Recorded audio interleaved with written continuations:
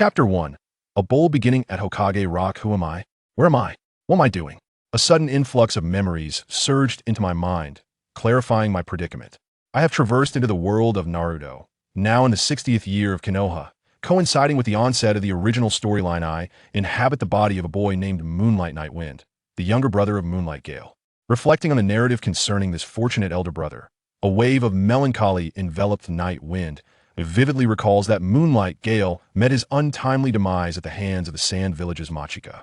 With the younger brother's soul usurped, it is inevitable that his own fate will soon follow suit. The Moonlight family has faced such a tragic calamity. How pitiful. Since I have taken possession of Moonlight Nightwind's form, it is incumbent upon me to act on behalf of the Moonlight family. Dear brother, you may rest easy. I shall take care of your beloved. Nightwind wore a smirk tinged with depravity. At that moment, a mechanical voice disrupted Nightwind's reverie. Ding. The Pokémon Pokédex system binding is successful. A novice gift pack has been dispatched to your inventory. Please check. The full name of this system is the Pokémon Pokédex system. The host can manufacture, nurture, and battle Pokémon by gathering materials. The system will randomly trigger tasks and has now linked the Pokédex to the host, which can be accessed by thought. The interface includes Character, Shop, Pokémon Center, Pokémon Breeding House, Pokédex, Pokémon Bag Character, View Host Information Shop, Purchase Berries, Medicines, Dyes, Items, Skill Discs, Pokémon Center, Restore Pokémon Status Breeding House, for Pokémon Hatching, Pairing, and Training. Pokédex can query the production process for each Pokémon materials dye, corresponding chakra, to generate Pokémon. View Pokémon Information Bag, stores 1100 items. Open Novice Gift Pack. Congratulations, host. You have received green dye 1, brown dye 1, red dye 1 character. Host, Moonlight Nightwind. Level, Ninja Student. Bloodline limit. Phasing. Chakra attributes. Water, fire, earth, lightning, wind, yin yang. Skills, body flicker. Technique, shadow, clone technique. Swordsmanship, crescent moon dance. The golden finger has arrived. Apologies, Naruto. For now, I am the protagonist. After perusing the contents of my newfound abilities, Moonlight Nightwind cast a beaming gaze toward Naruto. Hee. Nightwind, you also find Iruka Sensei's class dull, don't you? Let's go graffiti on Hokage Rock. He revealed his signature grinding. Task triggered. Moonlight Nightwind takes action as a traveler. How can one enter without causing a stir? Undertake a grand endeavor that will etch your name into the annals of Konoha. Reward. Skill Disc Electric Net 1 to ensnare opponents and reduce their speed. Purple dye 1. With a task at hand, why not seize the opportunity? Nightwind nodded at Naruto and dashed out of the classroom. Nightwind. Naruto, class is about to start. Where are you two heading? Iruka, having just entered the classroom, barely dodged the rush of the two boys while sternly inquiring, "We're off to the restroom." Naruto replied without hesitation, displaying that classic mischievous grin. Is it necessary to go downstairs to use the restroom? Come back here. Iruka's furious shout elicited no response. With a furrowed brow, Iruka stood in place, at a loss on how to confront these two mischievous students. Ha ha ha. Nightwind, look at this turtle I drew. Doesn't it complement the third Hokage splendidly? Naruto exclaimed, his face beaming with pride as he glanced at Nightwind, who remained unresponsive, fixated on the Hokage rock beneath him. Nightwind, have you not decided what to draw yet? To sketch anything after all. Your artwork could never rival mine. Ha ha ha.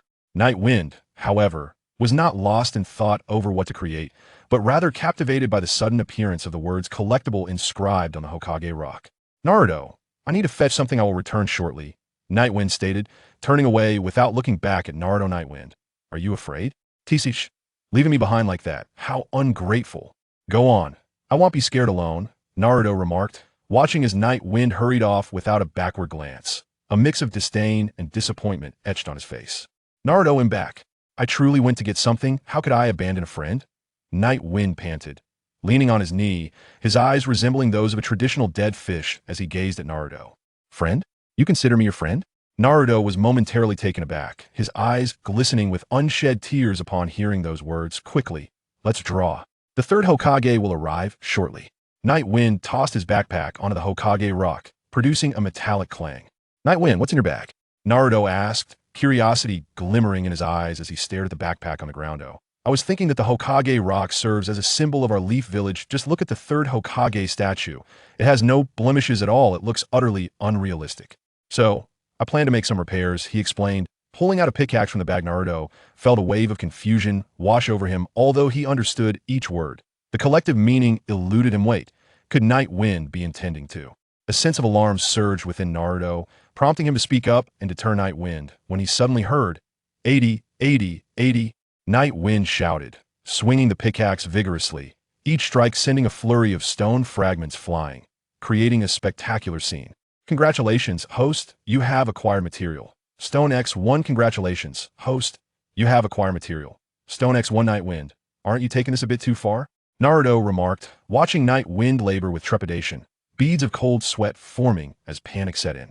Suddenly, a powerful hand gripped Night Wind's wrist, twisting it back with an unyielding force, causing the pickaxe to clatter to the ground. Night Wind turned to see a dark-hooded ninja adorned with a raven mask. Indeed, he realized he was far too weak, utterly oblivious to the danger. Night Wind, Naruto, have you two had enough of this nonsense? The third Hokage, pipe in hand, appeared before them. Night Wind, I remember you as a different child. Is it Naruto's influence that has led you to this? The third Hokage's gaze drifted to the bewildered Naruto, who seemed lost in his thoughts. What do you mean by that? Are you implying that Naruto has led me astray?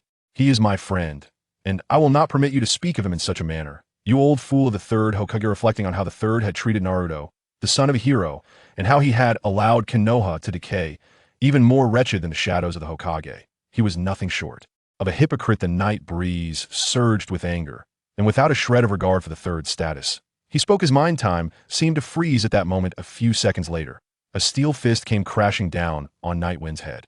The impact sent tears flying from Night Wind's eyes as he looked up at his Selena woman adorned with a fox mask and cascading purple hair, a striking appearance that could only belong to Yuzuki Yugawa. Considering you're my sister-in-law, I shall let it slide. Night Wind muttered, hang the two of them from the tree and do not let them down until nightfall. The third Hokage commanded coolly before vanishing into thin air. The following is a conversion table for chakra, and Pokémon attributes can be skipped. No attribute normal. 1 water, 1 earth grass. 1 water, 1 wind ice. 1 lightning. Electric. 1 water water. 1 fire fire. 1 fire, 1 earth steel. 1 earth rock. 2 earth ground. 1 yang fighting. 2 yang psychic. 1 in poison. 2 in ghost. 3 in dark. 2 in 1 yang bug. 1 in 2 yang flying. 2 in 2 yang dragon. 3 in 2 yang fairy. Chapter 2. Caterpillar versus Vortex. Naruto, training ground. Night Wind, was what you said just now true? Am I really your friend? I am but the tail end of the class, and a demon fox at that.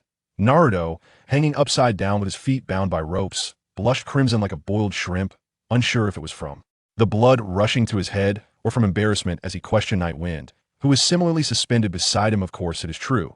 Naruto, people often fear the unknown power, even if it has not harmed them. Moreover, the chaos brought by the Ninetales years ago inflicted considerable damage on the village. They fear the power within you, and your penchant for mischief, combined with being the class underachiever, has led them to take you as a target for their frustrations. However, once you harness the Ninetales' power to protect our village, you will earn their love. Night Wind, explained Naruto, I too possess a unique power, and fortunately, this secret is mine alone. I can empathize with the struggles you face, which is why I consider you a true friend, Night Wind said, revealing a gentle smile as if a soft breeze had passed through.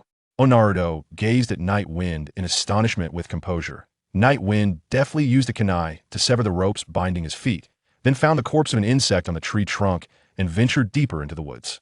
Seeing this, Naruto hurriedly cut his own ropes and followed closely behind. Night Wind retrieved a bottle of green dye from his system backpack and, according to the description in the Pokémon Pokédex, painted the bug-type emblem before placing the recently found insect corpse inside. He converted his chakra energy into bug-type energy proportionately and infused it into the dye. The process continued for a while until Night Wind, utterly exhausted by the effort, nearly lost his footing. But fortunately, Naruto was there to support him. Just into me, a brilliant flash of white light illuminated the surroundings, and a red and white sphere materialized within the magical array.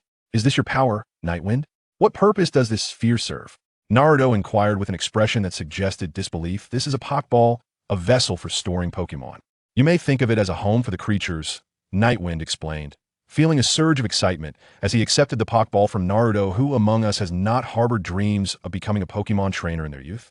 Come forth, Caterpie! Night Wind exclaimed with enthusiasm. Instantly, an adorably awkward green caterpillar emerged from the Pokeball, startling Naruto. Wow! The little caterpillar seemed curious about Naruto's presence, gently brushing its unique antennae against his fingers as if greeting him. Hello, Naruto said, gazing at the quirky creature, feeling an inexplicable sense of disappointment. Yet he returned the greeting to Caterpie. Naruto, do not underestimate Caterpie. It is capable of battling. Why not give it a try? Nightwind suggested, noticing Naruto's slight despondencio, this hefty caterpillaru. Caterpie can battle? Then let's have a match. Naruto declared with a determined expression. He was unafraid of bugs, and even less intimidated by a challenge. Seeing Naruto's agreement, Nightwind pulled up Caterpie's information. Species, Caterpie. Classification, bug Pokemon. It releases a strong odor from its antennae to repel enemies. For self-protection, its feet have suction pads that allow it to cling to any surface. It strives to climb trees, to munch on leaves. Level 3. Type bug. Nature, timid. Ability, shield. Dust. Pokemon with this ability are not affected by additional effects of moves when they are attacked. Additional effects that would affect the attacking Pokemon are not influenced by shield. Dust. Held item, none. Moves, tackle, string shot, bug bite. There are no explicit stats for physical attack, defense, or speed, only a life bar and a chakra bar. It appeared that the system had designed these Pokemon with more of an anime influence rather than a game-like one. Caterpie, this is our first battle. Trust in me, Nightwind said, gazing intently at the Caterpie. Filled with confidence, Caterpie responded joyfully to Nightwind's faith. Caterpie, be cautious. Watch my shuriken technique. Naruto kindly warned. Swish, swish, swish. 3 shurikens hurtled toward Caterpie. Though Naruto's aim was somewhat lacking, however, he was unconcerned, as Caterpie was the opponent. Caterpie, use string shot to climb the tree. Nightwind commanded. Caterpie swiftly unleashed its silk, leaping onto a tree and camouflaging itself among the leaves with its coloring. In an instant, Naruto lost sight of Caterpie. Frustrated, Naruto hurled a few kunai at the tree, preparing to search for Caterpie's whereabouts. Nightwind watched Naruto's reckless actions, rendered speechless. Caterpie, use string shot. Nightwind continued issuing commands. A strand of silk shot toward Naruto's eyes in midair. Naruto couldn't evade the attack and had to use the kunai in his hand to block it as Naruto basked in the glory of what he believed to be a successful defense against the attack. He was unaware that the Caterpie had already affixed another strand of silk to his foot before Naruto could react. The Caterpie leapt down from the branch, and due to the force of inertia, he found himself once again dangling from the tree. Desperate to sever the silk with his kunai, he was dismayed to discover the silk was exceedingly sticky, rendering it impossible to cut through. Even worse, his hands were ensnared by the silk, leaving him unable to escape. After struggling in vain, Naruto reluctantly conceded defeat. Ding! The Caterpie leveled up to level 4. Ding! The Caterpie leveled up to level 5. Observing the Caterpie's noticeable growth, Night Breeze burst into laughter, instructing the Caterpie to release Naruto. The two engaged in conversation for a while, before parting ways to return home. What an intriguing little rascal. Has he been concealing his strength all this time? The third Hokage mused as he deactivated the telescope technique, picking up Night Breeze's file from the table to scrutinize it repeatedly. With his elder brother away on a mission and no one else at home, Night Breeze released the Caterpie from its Pokeball. He then began to meticulously study his system. After thorough investigation, Night Breeze concluded the following. Each time he synthesized a Pokemon, his chakra would increase. Moreover, the higher the Pokemon's base stats, the greater the chakra enhancement. Conversely, a larger chakra pool allowed for the synthesis of Pokemon with superior base stats. Besides the ninjutsu he had inherited, Night Breeze could not utilize other ninjutsu or jinjutsu. The strength of a Pokemon was influenced by the materials used and the amount of chakra available. Subsequently, stronger Pokemon could be cultivated through egg hatching. Currently, the Pokemon available for synthesis included Caterpie, Beedrill, Magikarp, Zubat, Rattata, and Pidgey. In the shop, one could purchase anything related to Pokemon, utilizing currency akin to that found in the Naruto universe, with prices being quite reasonable, comparable to those in the game. Various Pokeballs had morphed into an array of dyes. Examining the remaining items in his bag, 5 stones, red dye, and brown dye, he decided to first synthesize Magikarp with the red dye and Beedrill with the brown dye to enhance his chakra. The next step would involve gathering materials and earning money to buy more dyes, ultimately becoming a tool for the system. Alas, there was no choice. If he wished to grow stronger, he must endure. With graduation approaching, he pondered who his guiding Jonin would be. Asuma, Kurenai, Guy, or Kakashi. Chapter 3. Caterpie Evolve. Good morning, Night Breeze.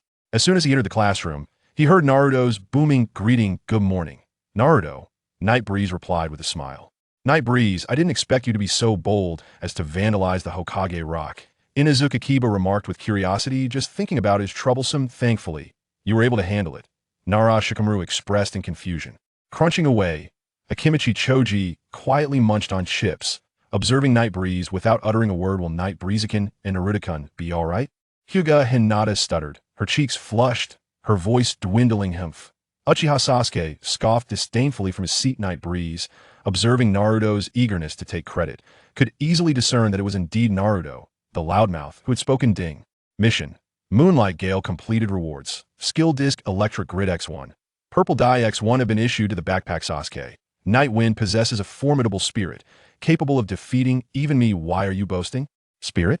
The crowd expressed their confusion. Naruto, what nonsense are you spouting? Haruno Sakura gazed at Naruto, her face a mask of bewilderment. She assumed he had not fully regained his senses, leading him to utter such peculiar words. Today, there will be a practical lesson. Night Wind will astonish you all. Naruto replied with unwavering confidence and a broad smile that pertains to Night Wind. Not you, Sakura, growing weary of the conversation, expressed her exasperation. Night Wind is my friend, Naruto said, his grin stretching from ear to ear, and it was evident from his voice that he brimmed with pride and joy at that moment. Everyone was taken aback and turned to Yifeng, seeking an explanation. Naruto is my friend. Yifeng's voice resonated clearly and calmly, striking the ears of the crowd like thunder. They were perplexed, unable to fathom why Yifeng would befriend someone as despised as Naruto. With only Hinata feeling a sense of joy for Naruto. Is this some sort of mutual consolation for the underdogs? Sasuke scoffed disdainfully, his tone laced with mockery. It seems we haven't yet reached the dramatic moment of a defining kiss, and already jealousy rears its head. Are you indulging in a secret infatuation, you fool? Yifeng silently berated. What did you say? Sasuke, you idiot. In the combat class, I will teach you a lesson. Naruto shouted angrily, refusing to let anyone belittle his friend, especially his sole ally at present. Ding. The task was triggered. First battle victorious. Defeat your opponent in the combat class. Reward. Antidote X1, Purple Dye X1. Naruto, you truly are my lucky star.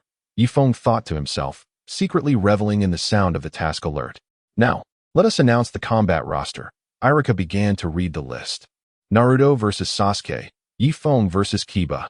As expected, Naruto was swiftly defeated by Sasuke, returning to the group grumbling. Night Wind stepped out of the formation and gazed at the equally departing Ya and Akamaru. He recalled that Ya seemed to possess the ability to perform various tooth-related techniques, generating a whirlwind through his rapid spinning to launch a ferocious assault on the foe ahead.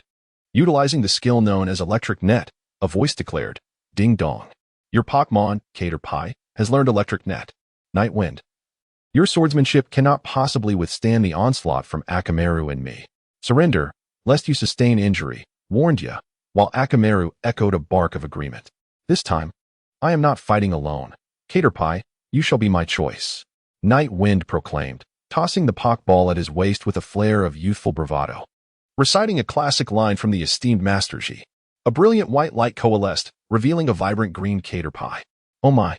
The onlookers gasped in astonishment, while Oil Girl Shino was filled with elation, eagerly commenting on the Caterpie's appearance. Is it a tuning beast? Remarkably, it doesn't require hand seals. How marvelous! Exclaimed bystander A. While another remarked, what a large bug. How disgusting. I detest insects. Upon hearing this, Oil Girl Shino's expression darkened, clearly offended. Meanwhile, Naruto cheered for Caterpie, urging, Caterpie, show everyone your prowess. Hinata Hyuga chimed in. That green is Caterpie. Naruto, believing Hinata had forgotten the Caterpie's name, kindly reminded her. In a moment of bliss, Hinata fainted from happiness. Sakura Haruno was astonished to discover that this Caterpie possessed a chakra level comparable to her own. The battle commenced. Beast clone technique. Ya and Akamaru stacked atop one another, transforming Akamaru into a clone of Ya, and four-legged technique, concentrating chakra into their limbs, enabling them to adopt a beast-like form, enhancing both grip and attack power, were executed. As Yu and Akamaru charged toward Night Wind, they frequently alternated positions, rendering Night Wind unable to discern their locations. Caterpie unleashed a barrage of silk to obstruct their path, continuously assailing Ya and Akamaru. Though none of the attacks landed with precision, the relentless onslaught hindered their ability to coordinate their actions effectively. The Night Breeze ceaselessly hurled shurikens, widening the chasm between Ya and Akamaru. The Night Breeze drew forth the concealed blade, executing the art of invisibility to meld with the surrounding environment, and commenced its advance towards Ya. The green caterpillar also gradually shifted in the direction of the Night Wind. Night Wind, your stealth is of no use before my keen nose. The acute olfactory sense, a family secret technique of the Inuzuka clan, concentrated chakra in the nostrils, endowing him with a sense of smell exponentially superior to that of an ordinary human. This skill enabled him to easily discern the position of night wind. Whoosh, whoosh, whoosh. 3 shurikens soared through the air, released from Night Wind's palm, instantly materializing in the sky, swiftly hurtling towards the distant Akamaru. Although Akamaru could track the opponent's location through his sense of smell, the direction of the attack remained unpredictable. In a split second, Akamaru deftly evaded, dodging the oncoming shuriken assault. Just then, the nearby Ya unleashed his own technique, taking aim and launching an attack against Night Wind. As the night breeze dissipated, the left arm that had launched the shuriken remained extended. A swift silken thread ensnared the left arm of Night Wind, and utilizing the elasticity of the thread, the green caterpillar soared towards him. The green caterpillar unleashed an electric net, which swiftly enveloped Tongya, inflicting considerable damage. Although the attack from Tongya was not interrupted, the effect of the electric net significantly reduced Tongya's speed, allowing the green caterpillar to reach Night Wind first, just as Tongya was about to strike Night Wind. The green caterpillar released a noxious odor.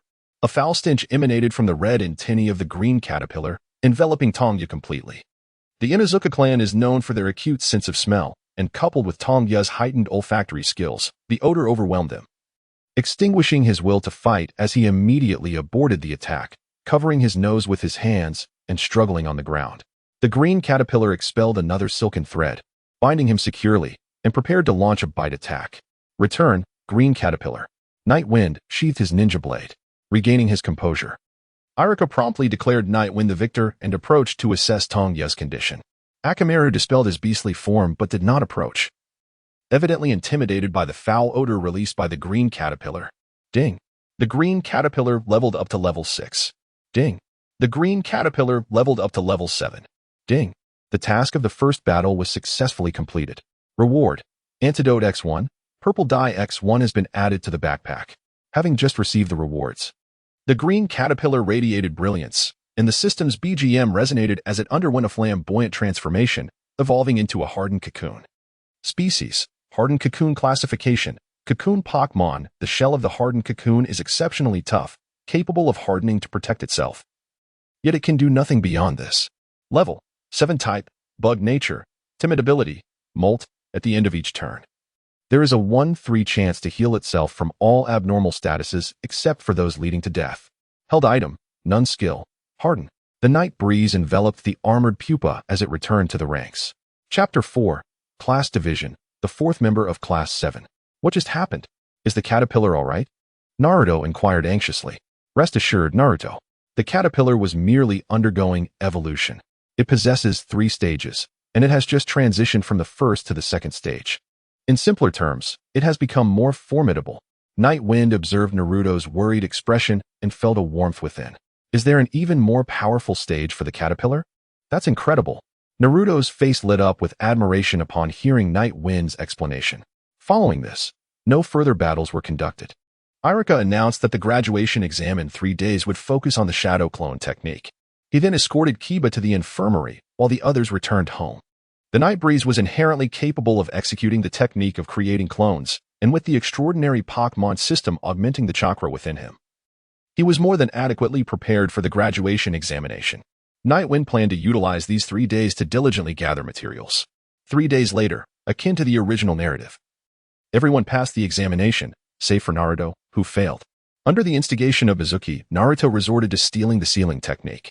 Being a friend of Naruto and well aware of the storyline, Night Wind naturally felt compelled to lend assistance. The ironclad cocoon executed its hardening ability, thereby thwarting Mizuki's lethal strike against Irika. Subsequently, Mizuki was ensnared by Naruto's shadow clone jutsu, resulting in his capture. The Night Breeze consequently triggered a task, granting a red die as a reward. The following day, Irika, still wrapped in bandages, arrived in the classroom to announce the class assignments. In the Sunset Red class, Hinata Hyuga, Kiba Inuzuka, and Shino Aburang. In Asuma's class, Ino Yamanaka, Shikamura Nara, and Choji Akimichi. In Kakashi's class, Sakura Haruno, Sasuke Uchiha, Naruto Uzumaki, and Yakumo Yofune. Naruto was overjoyed to be in the same class as Yakumo, bursting into joyous laughter. The Night Breeze smiled in response to Naruto, yet within, It pondered whether the third Hokage's actions were benevolent or malevolent. Regardless, it was prudent to act with greater discretion in the future. How splendid it was to be with Sasuke. Sakura, however, chose to overlook Naruto and the night breeze, her gaze fixated solely upon Sasuke. Sasuke remained expressionless, offering no words. Kakashi arrived at the classroom and led the four to the rooftop, where they stood, the gentle breeze tousling their hair. In that moment, whether standing or crouching, leaning against the railing or gazing into the distance, each seemed to embody their own unique path toward the future. As for their teacher, he displayed no inclination to intervene. After brief introductions, he announced the survival exercise scheduled for the following day, urging them to assemble at the training ground by 5 a.m. and advising them to forego breakfast. With a swift body flicker, he vanished, leaving the four in a state of perplexity. "Let us go, Naruto. I'll treat you to Ichiraku ramen," said the night breeze, turning to Naruto before descending from the rooftop. "Really? I want the deluxe set. I've never had enough money to eat it before," Naruto exclaimed, joyfully chasing after the night breeze as they left, arms slung over each other's shoulders. Sasuke observed their retreating figures merge into the bustling street, lost in contemplation. The next day at 5 a.m. at the training ground, Sasuke and Sakura arrived punctually, yet there was no sign of the night breeze or Naruto, nor had Kakashi-sensei appeared. Sakura furrowed her brow, casting a puzzled glance at Sasuke. His expression mirrored her confusion. He had anticipated the tardiness of the night breeze and Naruto, but chose to remain silent, maintaining his aloof demeanor. Sakura, entranced, had long forgotten their lateness, even wishing they would never arrive, so that their world together could endure until the end of time. At 11 a.m., the night breeze and Naruto finally arrived at the training ground. "Where have you two been?" Sakura feigned concern, her heart yearning to thwart their intrusion into her world with Sasuke. "Apologies, Sakura. We encountered a lost cat on our way and helped it find its owner. That's why we're late. I'm truly sorry." The night breeze replied with a gentle smile, an undertone of sincerity reflected in his eyes. Naruto, feeling somewhat guilty, nodded in agreement but remained silent in response to Sakura's inquiry. "Good morning, everyone." Kakashi greeted them leisurely. "You're late." Sasuke and Sakura immediately expressed their dissatisfaction, grumbling at Kakashi. "Well, that's because a black cat was blocking my path, and I couldn't bring myself to shoo it away," he retorted. Kakashi shook his head, offering a wry smile as he explained. Noticing the skepticism among the crowd, he added, "Today's challenge is to snatch the bell from my grasp before noon. Those who fail to do so shall forfeit their lunch and be bound to that log, forced to watch as I enjoy my meal." With a decisive shift in topic, Kakashi set the alarm and produced 2 bells. Understanding dawned upon Sasuke and Sakura. They realized they had been outsmarted by their teacher. Naruto, observing Sasuke's expression, stifled a laugh. "Why are there only 2 bells?" Sakura inquired, her curiosity piqued. "With 2 bells, at least 2 individuals will be tied to the log, signifying a failure in the task. Those deemed unqualified shall return to the academy," Kakashi replied, his smile concealing a hint of menace. "Unless you possess the resolve to eliminate me, you will not succeed in seizing the bells," he stated, his demeanor shifting from playful to serious. Chapter 5. The Bell Snatching Battle Ding Dong. The mission was activated, the Bell Snatching Battle. The objective was clear: seize the bells and pass the trial. Reward: 5,000 Rio, Skill Disc, Lightning Fist, Moonstone X1. If you are prepared, let the game commence. With Kakashi's command, Sasuke and Sakura swiftly dispersed, seeking concealment and waiting for their moment. Only the night breeze and Naruto remained. "What a fool, Naruto. Why is the night wind still here? Does he think possessing a summoning beast makes him invincible? Clearly, being with Naruto turns him into a simpleton." Sasuke and Sakura, while hiding, observed Naruto and the night wind. Kakashi, too, was puzzled, while Naruto was comprehensible. The third Hokage's focus on the night wind was baffling. Why did he not flee upon encountering a Jonin? Was it confidence or arrogance? Regardless of how well one hid, would they not be discovered by a Jonin? Rather than being picked off one by one, forming a united front might yield a greater chance of success. It remained unclear if the night wind was seeking to enlighten Kakashi or convey information to Sasuke and Sakura. "Naruto, it's time," the night wind declared, drawing a ninja blade and calling out to Naruto. Multi-shadow clone technique. Naruto unleashed a multitude of shadow clones, charging toward Kakashi. Sasuke and Sakura, witnessing this forbidden technique for the first time, were taken aback. "This is the technique used against Mizuki, isn't it? Yet, with your strength, This technique poses no threat to me, Kakashi remarked, retrieving the intimate sky from his ninja tool pouch and preparing to counter the clones. Bang, bang, bang. One by one, the shadow clones dissipated, and the area filled with swirling smoke. Suddenly, a dark figure descended from above, launching an attack at Kakashi. With remarkable agility, Kakashi stepped back, evading the assault. How could there be an attack from above? Kakashi murmured to himself in confusion, "Oh no." Suddenly, a slender strand of silk ensnared his foot. The silk appeared delicate, yet it possessed an extraordinary resilience, akin to a steel cable. With a sudden tug, the silk attempted to pull Kakashi down. With a swift motion, Kakashi adeptly employed the body replacement technique, liberating himself from the grasp of the silk. Hiss, though my chakra is limited, it should not leave me feeling so drained after merely executing a substitution technique. Once he performed the technique, Kakashi was abruptly struck by an inexplicable dizziness. Is it an illusion? The thought of Genjutsu flickered in Kakashi's eyes, and he quickly stirred his chakra within, regaining his clarity in an instant. Just as he regained his composure, he noticed a pupa hurtling towards him. Without a moment to ponder, he immediately formed hand seals. Earth release, earth flow wall.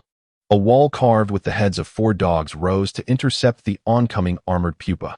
For the pupa, which had repeatedly utilized its hardening ability, the minor recoil damage was hardly significant. Whoosh! The night breeze afforded Kakashi no respite, relentlessly hurling shurikens from all directions. Kakashi swiftly drew his kunai, his wrist deftly maneuvering to deflect each shuriken in succession. Yet, another wind-infused shuriken approached. Kakashi braced himself to block it with his kunai.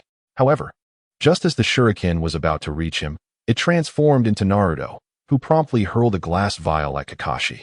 Taken by surprise, Kakashi instinctively shattered the vial. A pungent stench assailed him, and although his mask mitigated some of the odor, it rendered his breathing labored, his eyes stinging and tears flowing uncontrollably. Success!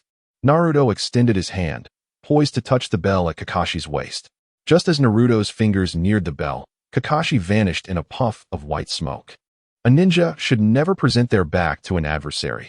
Employing the secret technique of Konoha, the 1,000 years of pain, Kakashi reappeared behind Naruto, forming the tiger seal and launching an attack aimed at Naruto's rear. A ninja should never turn their back on an enemy. With the dance of the crescent moon, 3 ninja blades sliced through Kakashi's form. Sizzling, the lightning release clone was still overconfident. Naruto, quick to flee, found a surge of electricity coursing through the paralyzed body of Night Wind, dispelling the invisibility, and Night Wind re-emerged. Night Wind, what's wrong? I won't abandon you.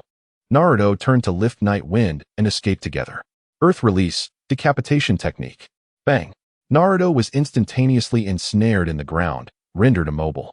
You are far more formidable than I anticipated, but this is where it ends. Kakashi emerged from the earth, revealing his true self. Supersonic bat. Use fright. Stinky mud. Unleash the poison gas.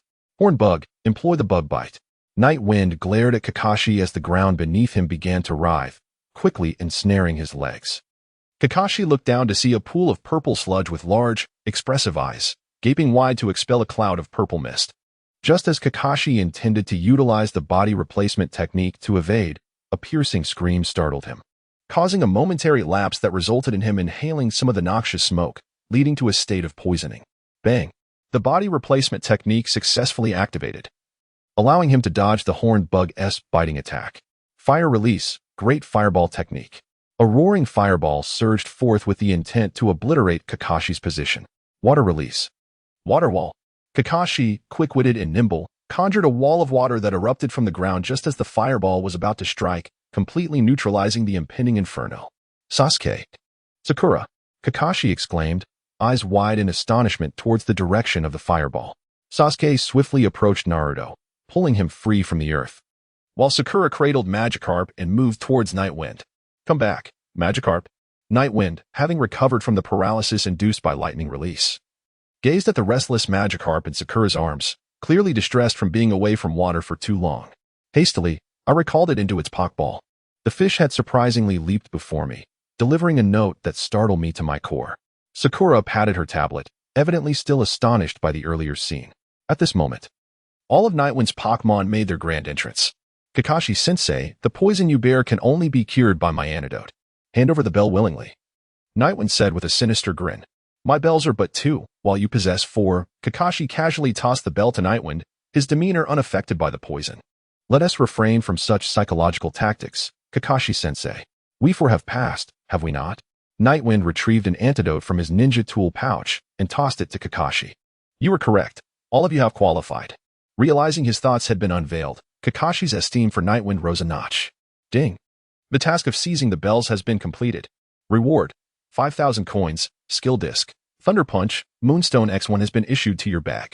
Ding. Your Iron Cocoon has leveled up to level 9. Ding. Your Iron Cocoon has leveled up to level 10. Ding. Your Iron Cocoon has evolved into Butterfree. Ding. Your Butterfree has learned Telekinesis, Sleep Powder, Toxic Powder, Paralysis Powder, and Gust. Ding. Your Zubat has leveled up to level 7. Ding. Your Zubat has leveled up to level 8. Ding. Your Caterpie has leveled up to level 7. Ding. Your Caterpie has leveled up to level 8. Ding. Your Caterpie has evolved into Metapod. Ding. Your Grimer has leveled up to level 7. Ding. Your Grimer has leveled up to level 8. Ding. Your Magikarp has leveled up to level 7. Ding. Your Magikarp has leveled up to level 8. To celebrate the establishment of Team 7, let us all go to Ichiraku Ramen, Naruto announced exuberantly, his eyes brimming with enthusiasm and anticipation. Allow me to treat you all. Nightwind promptly chimed in, his voice soft and warm as he added, Then it is entrusted to you, Nightwind. Naruto exclaimed joyfully, leaping with gratitude and excitement in his gaze. Below is the information of the Pokémon. Pokémon, Butterfree category, Butterfly Pokémon, its toxic powder on the wings is waterproof, allowing it to flutter even in the rain. Level: 10 type, bug flying nature, timid ability, compound eyes with compound eyes. The accuracy of its moves is enhanced. Held item: none moves, telekinesis, sleep powder, toxic powder, paralysis powder. Gust Pokémon, Zubat category, Bat Pokémon. It uses ultrasonic waves emitted from its mouth to explore its surroundings. Even in narrow caves, one can soar with agility. Level: 8 type, poison flying nature, cheerful ability, penetration, skills are unaffected by barriers created by opponents, allowing for a unique capability to traverse through them. Held item: none skills. Absorb, supersonic. Frightened Pokémon, Iron Cocoon classification, Cocoon Pokémon. The Iron Cocoon possesses an exceptionally hard shell, which it can harden further for protection, yet remains incapable of performing any other actions apart from this. Level: 8 type, bug poison nature, jolly ability, shed skin, at the end of each turn. There is a 1/3 chance to heal itself from any status condition excluding fainting. Held item: none skills. Hardened Pokémon, Stinky Mud classification, Sludge Pokémon. It is formed from accumulated sludge. Its viscous and elastic body can infiltrate through the tiniest of crevices, emanating an unbearable stench that renders it untouchable wherever it traverses. Not a single blade of grass remains. Level: 8 type, poison nature, stubborn ability, stench. When attacking opponents with moves, there is a 10 chance to induce a flinching state in them. Held item: black sludge if the bearer possesses the poison type. It recovers 1/16 of its maximum HP at the end of each turn. If the bearer lacks the poison type, it loses 1/8 of its maximum HP at the end of each turn. Skills: Slap, Poison Gas, Harden. Mud Throw Pokémon, Magikarp classification, Fish Pokémon, a pitiful creature that can only flop about. Level: 8 type, Water nature, stubborn ability, swift swim, in rainy or downpour conditions. Its speed doubles. Held item: none skills. Splash Chapter 6. Departure to the Land of Waves Task Hall. The next mission for Kakashi's 7th Squad is to care for the children of the 4 Great Lords, or to run errands in the neighboring village, or assist in harvesting sweet potatoes. The 3rd Hokage gently peruses the task list, his expression devoid of emotion as he recites the assignments. Meanwhile, standing before him, Naruto furrows his brow, filled with dissatisfaction and frustration. No, do not assign us such tasks. I desire more formidable challenges. Naruto crossed his arms defiantly, making a large swith with his body to signify his exasperation with these trivial, childlike missions. I knew Naruto would become impatient. Kakashi sighed helplessly. Fool, you are all novices and must accumulate experience from these seemingly insignificant tasks. Iruka observed Naruto with a flicker of concern in his eyes. As Naruto's mentor, he wished for his student to grow safely, shielded from the harsh realities of the ninja world. He recognized Naruto's passion and impulsiveness. yet understood that they were not yet equipped to face more perilous missions. I refused to engage in such mundane tasks. Naruto completely disregarded Irika's admonitions. Throwing a tantrum on the ground. Naruto, stop causing a scene, Yafing implored, stepping forward to grasp Naruto's arm in an attempt to soothe his frayed emotions. You have only just become a genin. At most, you can undertake D-rank missions, the third Hokage patiently elucidated. Yafing, I see you have acquired 2 more Pokeballs at your waist. Do you have new Pokémon? What are they like? Please show me. Naruto paid no heed to the third Hokage's explanations, his gaze fixated on the Pokeballs at Yafing's waist, his eyes brimming with curiosity and excitement. Listen to me. The third Hokage finally lost his composure as Naruto completely ignored him, bellowing loudly. His voice reverberated throughout the mission hall, instantly drawing the attention of everyone present. Naruto was taken aback and swiftly turned his head. Grandpa Third always lectures me, but I am no longer that mischievous little brat you once knew. Naruto sulkily sat on the ground, turning away with a pout, embodying a demeanor of indifference. A wave of rebellious emotion surged within him. He yearned for recognition and acknowledgement of his growth. Very well, I understand. Since you are so insistent, I shall assign you a C-rank mission, the third Hokage mused.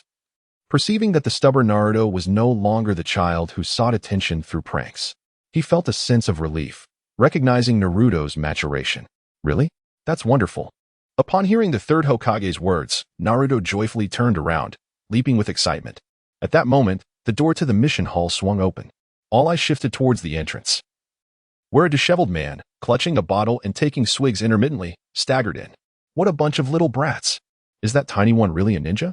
The scruffy man mumbled, disdain dripping from his words as he surveyed Yafing and the others, his tone replete with skepticism regarding these young ninjas. Ha ha ha, who is the tiny one? Naruto exclaimed, laughing as he glanced around at Yafing and the others. As the night breeze flowed, Sasuke and Sakura moved closer to Naruto with an unspoken understanding.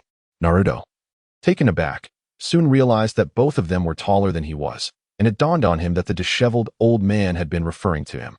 I'm going to eliminate you, Naruto bellowed, preparing to charge at the scruffy elder. However, just as he took a step forward, Kakashi appeared at his side, firmly grasping his shoulder. Naruto, calm down. Kakashi's voice carried a hint of sternness and caution. This is your designated target for the mission, the renowned bridge construction expert, Tazuna. He is currently engaged in the construction of a crucial bridge for the Land of Waves, but he has received threats and requires our protection. The third Hokage timely interrupted Naruto's antics. I am Tazuna. Until I return to the Land of Waves and complete the bridge, I implore you to safeguard my life with yours, Tazuna stated with grave seriousness. At the village entrance, Naruto exuberantly shouted, Yay, let's go. What is all the excitement about? Sakura replied, exasperated. Because I've never left the village before. Naruto exclaimed, his eyes sparkling with curiosity, scanning his surroundings as if every subtle change captivated his interest. Is this little brat really up to the task? Tazuna regarded Naruto with skepticism, privately pondering the young ninja's competence. Do not underestimate him. Naruto is the embodiment of unpredictability. Nightwind explained to Tazuna with a smile. Indeed, only Nightwind recognized Naruto's prowess, and upon hearing those words, Naruto strutted forward with pride. With me, a jonin, by your side. You needn't worry, Kakashi reassured Tazuna, dispelling his doubts. Suddenly, why is there water in the middle of this sunny road? You brothers are truly useless. Nightwind muttered after passing through a puddle. As the group traversed the waterlogged area, 2 billowing mists emerged from the surface. As the mist cleared, 2 cloaked ninjas revealed themselves behind the group, their hands connected by mechanical apparatuses, their cold gazes fixated on the assembly. One of them lunged at Kakashi, his mechanized arm launching a chain that coiled around Kakashi's neck like a serpentine iron, attempting to strangle him. Meanwhile, the other ninja charged towards Naruto. Sasuke's eyes narrowed. He swiftly retrieved shuriken and kunai from his tool pouch. He accurately hurled a shuriken toward the trees between the 2 assailants, skillfully pinning the connecting chain to the trunk. Stinky Mud, engage the nearby ninja, Nightwind commanded, and as his voice fell, a mass of Stinky Mud appeared in front of him. With a swift motion, the Stinky Mud lunged at the approaching ninja, ensnaring him completely and rendering him immobile. The muddy arm struck heavily, rendering the ninja unconscious. Upon witnessing this, another ninja ceased pursuit of Naruto and instead charged towards Dasna. Sakura, seeing the imminent threat to Dasna, unsheathed her kunai without hesitation, positioning herself protectively in front of him. At that moment, Kakashi delivered a precise jab aimed at the ninja's neck, effectively incapacitating him. With the battle concluded, tranquility returned to the scene. The night breeze retracted the foul mud, while Sasuke and Sakura sheathed their shuriken and kunai. Naruto felt utterly useless. While Nightwind may have been excusable, it was perplexing that Sasuke, experiencing his first real combat, appeared unfazed. He seemed relaxed, his attire unsoiled, and he had even intervened to save Naruto. Overwhelmed by his own ineffectiveness during the skirmish, Naruto felt an acute sense of shame. "Hey, you're not hurt, are you? Coward," he muttered to himself. But Sasuke seized the moment to deliver a sharp retort. "I will no longer rely on others. I will remain composed, devoid of fear. I refuse to be outdone by you." With a vow etched in the pain of his left hand, Naruto declared his intent to protect Uncle Dazna with his kunai, driving it resolutely into his own palm. The audacity of Naruto's determination astonished everyone, prompting Sakura to rush forward to bandage his wound. Now this is the spirit a protagonist should embody. This is the essence of a passionate narrative, she mused, realizing that she had now assumed the role of the lead. Though Nightwind was well versed in the plot of Naruto, he was nonetheless moved by Naruto's actions. Sasuke, witnessing Naruto's unwavering resolve as he pierced his palm, felt a surge of fierce determination rise within him. He sensed Naruto's steadfastness and knew he could not afford to be outshone. Kakashi observed the unfolding events with quiet satisfaction, recognizing that Naruto's growth was an unstoppable force. Dazna, having witnessed the recent events, was profoundly impacted by Naruto's resolve and bravery. His doubts and worries dissipated, replaced by a firm belief in the correctness of his choices. He addressed Naruto, saying, "Naruto, your determination fills me with confidence. I trust you will protect me and see our bridge-building mission through." Chapter 7. The first battle against Zabuza. The group resumed their journey, steadfast in their commitment to safeguard Dazna. Along the way, Naruto and Sasuke began to compete with one another. Naruto, with an intense focus, scanned the surroundings, frequently surveying the underbrush and trees with a keen sense of vigilance. Yet, his clumsy reconnaissance skills rendered him a figure of folly in the eyes of his companions. The night breeze was filled with delight. As a first-hand observer, it took great pleasure in witnessing the protagonist's growth from its own perspective. This nurturing experience was intoxicating for the night breeze. One could hardly resist the allure of dual development in the realms of Pokémon and Naruto. Suddenly, the voice of Naruto echoed through the air. With a swift motion, a shuriken was launched from his hand, accurately aimed at the nearby bushes. Tension gripped the group as they immediately prepared for battle, scanning their surroundings with vigilance. To their surprise, it was merely a rabbit. As Naruto approached the thicket, he discovered a small bunny nestled within. He feigned contemplation, stroking his chin and exclaiming, "Naruto, please refrain from hurling shurikens carelessly. It is quite perilous." Kakashi remarked, his brow furrowing with seriousness. "It seems someone is lurking nearby." Unperturbed, Naruto abruptly turned, his shuriken already in hand. "Naruto, you must exercise restraint," Sakura admonished, delivering a swift reprimand to him. "I genuinely sense someone lying in wait here," Naruto protested, his expression one of indignation. He truly believed there was an ambush. Yet it appeared to be merely a figment of his imagination. Kakashi, sensing an unusual presence, cautiously surveyed the area behind their team. He detected a faint aura of menace, yet was unable to ascertain the precise location of the potential adversary. As the night breeze swept through, it became apparent that the enemy was imminent. With his hands poised at his waist, he stood ready to unleash his spirit at a moment's notice, his gaze fixed intently on the surrounding trees and underbrush, prepared for any unforeseen eventuality. "Everyone lie down," Kakashi commanded, and they promptly obeyed. A fierce gust of wind rushed past them, followed by a massive beheading sword that soared from the thicket, narrowly missing the spot where they had just stood, embedding itself into the trunk of a tree. As they looked up, they beheld a bare-chested ninja, his back turned to them, standing defiantly atop the sword, emanating an overwhelming aura of pressure. It was the rogue ninja, Zabuza Momochi. "You protect Mr. Dazuna well. Do not interfere," Kakashi said, lifting his forehead protector to reveal his three-tomo Sharingan. Ninjutsu, hidden mist technique. Zabuza swiftly formed hand seals, and thick fog began to permeate the air. The mist enveloped them rapidly, isolating them completely from the outside world. 8 vital points: throat, spine, lungs, liver, carotid artery, collarbone, kidneys, heart. "Where shall I strike next?" Zabuza's voice, laced with murderous intent, echoed through the fog. "Come forth, Butterfree, Noivern, and Grimer," commanded Kakashi. "Butterfree, create a gust to disperse the mist. Noivern, locate Zabuz's position and use Supersonic. Grimer, follow Noivern's sound and use Mud Bomb." After issuing these orders, Nightwind activated his body flicker technique, vanishing into the fog, preparing for a counterattack.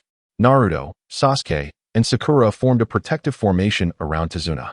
Butterfree flapped its wings, generating a breeze that swiftly cleared the mist. "ZZZZT. Have I been detected? This spat is truly bothersome." Noivern screeched, its sound waves hurtling towards Zabuza at an astonishing speed. Zabuza immediately swung his beheading sword, using its blade to block Noivern's sonic assault. Grimer surged towards Zabuza, its body's mud quickly hardening into dense mud balls, hurtling straight for him. With no time to counter Noivern's advance, Zabuza leapt backward, narrowly avoiding Grimer's attack. A chilling wind swept past, and Zabuza instinctively turned to block, but it was too late. A sharp ninja blade struck down fiercely, cleaving Zabuza in two, leaving only a puddle in its wake. A water clone. It seems Noivern's sound waves cannot discern higher-level substitution techniques. I wonder if it will be effective after evolving, Nightwind mused, retracting his ninja blade and swiftly returning. "Don't move," Kakashi threatened, pressing a kunai against the back of Zabuza's neck, his gaze fixed intently upon him. A picture of vigilance. Zabuza smirked slightly, a hint of derision flickering in his eyes. "Ha ha ha, I'm not so easily dealt with." Another Zabuza materialized behind Kakashi, the beheading sword poised for a swift diagonal strike, its speed astonishing. Kakashi's gaze flickered as he swiftly reacted, executing a bridge maneuver to evade the attack. The great sword plunged into the earth, sending a cascade of soil and stones flying. Zabuza, seizing the opportunity, delivered a powerful kick that sent Kakashi soaring like an arrow through the wind, crashing into the water below. Kakashi quickly rose from the depths, droplets cascading from his form. His eyes fixed intently on Zabuza, not daring to underestimate him. "What is happening? The water here feels unusually heavy." Kakashi sensed the abnormality. The current flowed slower than usual, and the water's density was significantly increased. He immediately recognized this as Zabuza's water prison technique. This was a specialized jutsu, utilizing water.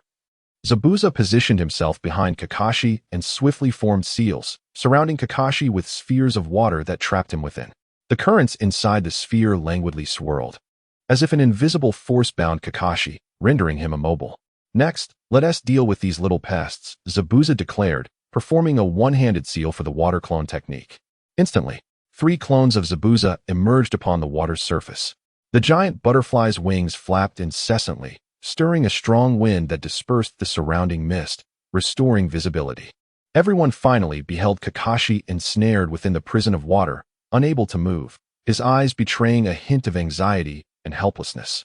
The water clones charged towards the trio, one swiftly delivering a kick that sent Naruto flying, his forehead protector clattering to the ground. Zabuza indifferently placed his foot upon it. Observing this, Sasuke unleashed a shuriken attack, but each was deftly parried by Zabuza's swinging sword. Chapter 8. The properties of water storage. So this is the prowess of a jonin? Naruto felt his body tremble violently, fear of death flooding his heart. The intense shaking tore open the wound on his left hand, pain surging like a tide, reminding him of the vow he had made earlier. Naruto charged at Zabuza, shouting incessantly to mask his inner terror. With a resounding thud, he was once again sent flying by a water clone, crashing to the ground. "Fool, stop this at once." Sakura cried helplessly, tears streaming down her face. She watched in despair as Naruto was mercilessly battered, feeling utterly powerless. "Hey, you over there, the one without eyebrows.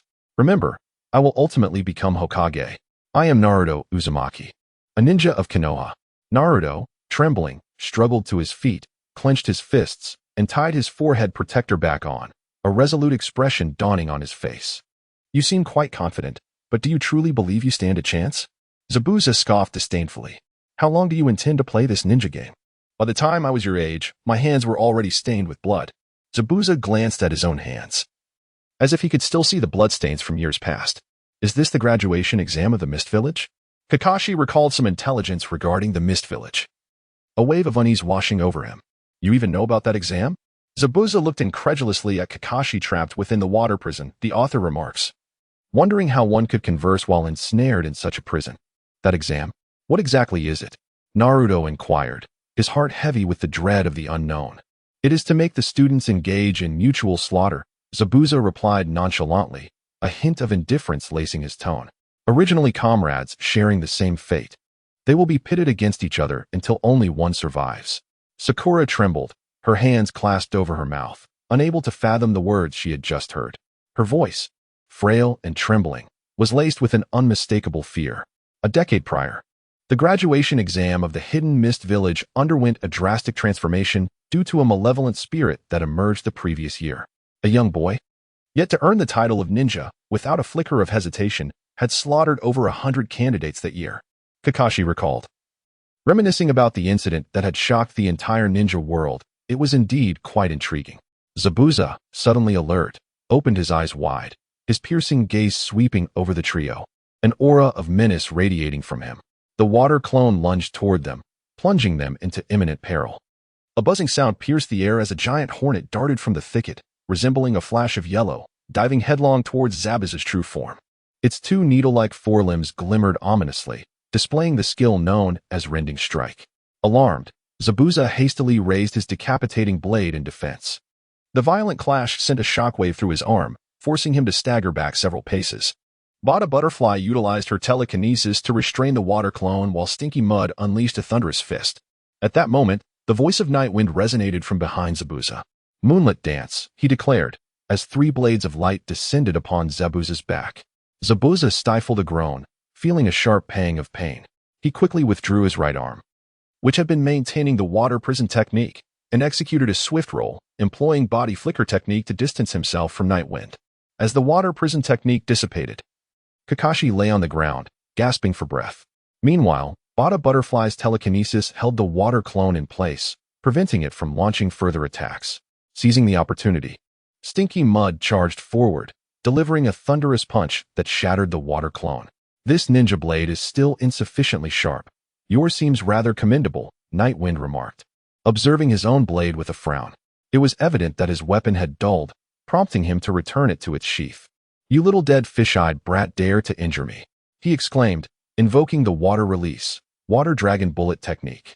Disregarding Nightwind's remarks, Zabuza aimed to swiftly eliminate the immediate threat. With swift hand seals, he concentrated the power of the water release technique into his palms, forming a colossal water dragon bullet.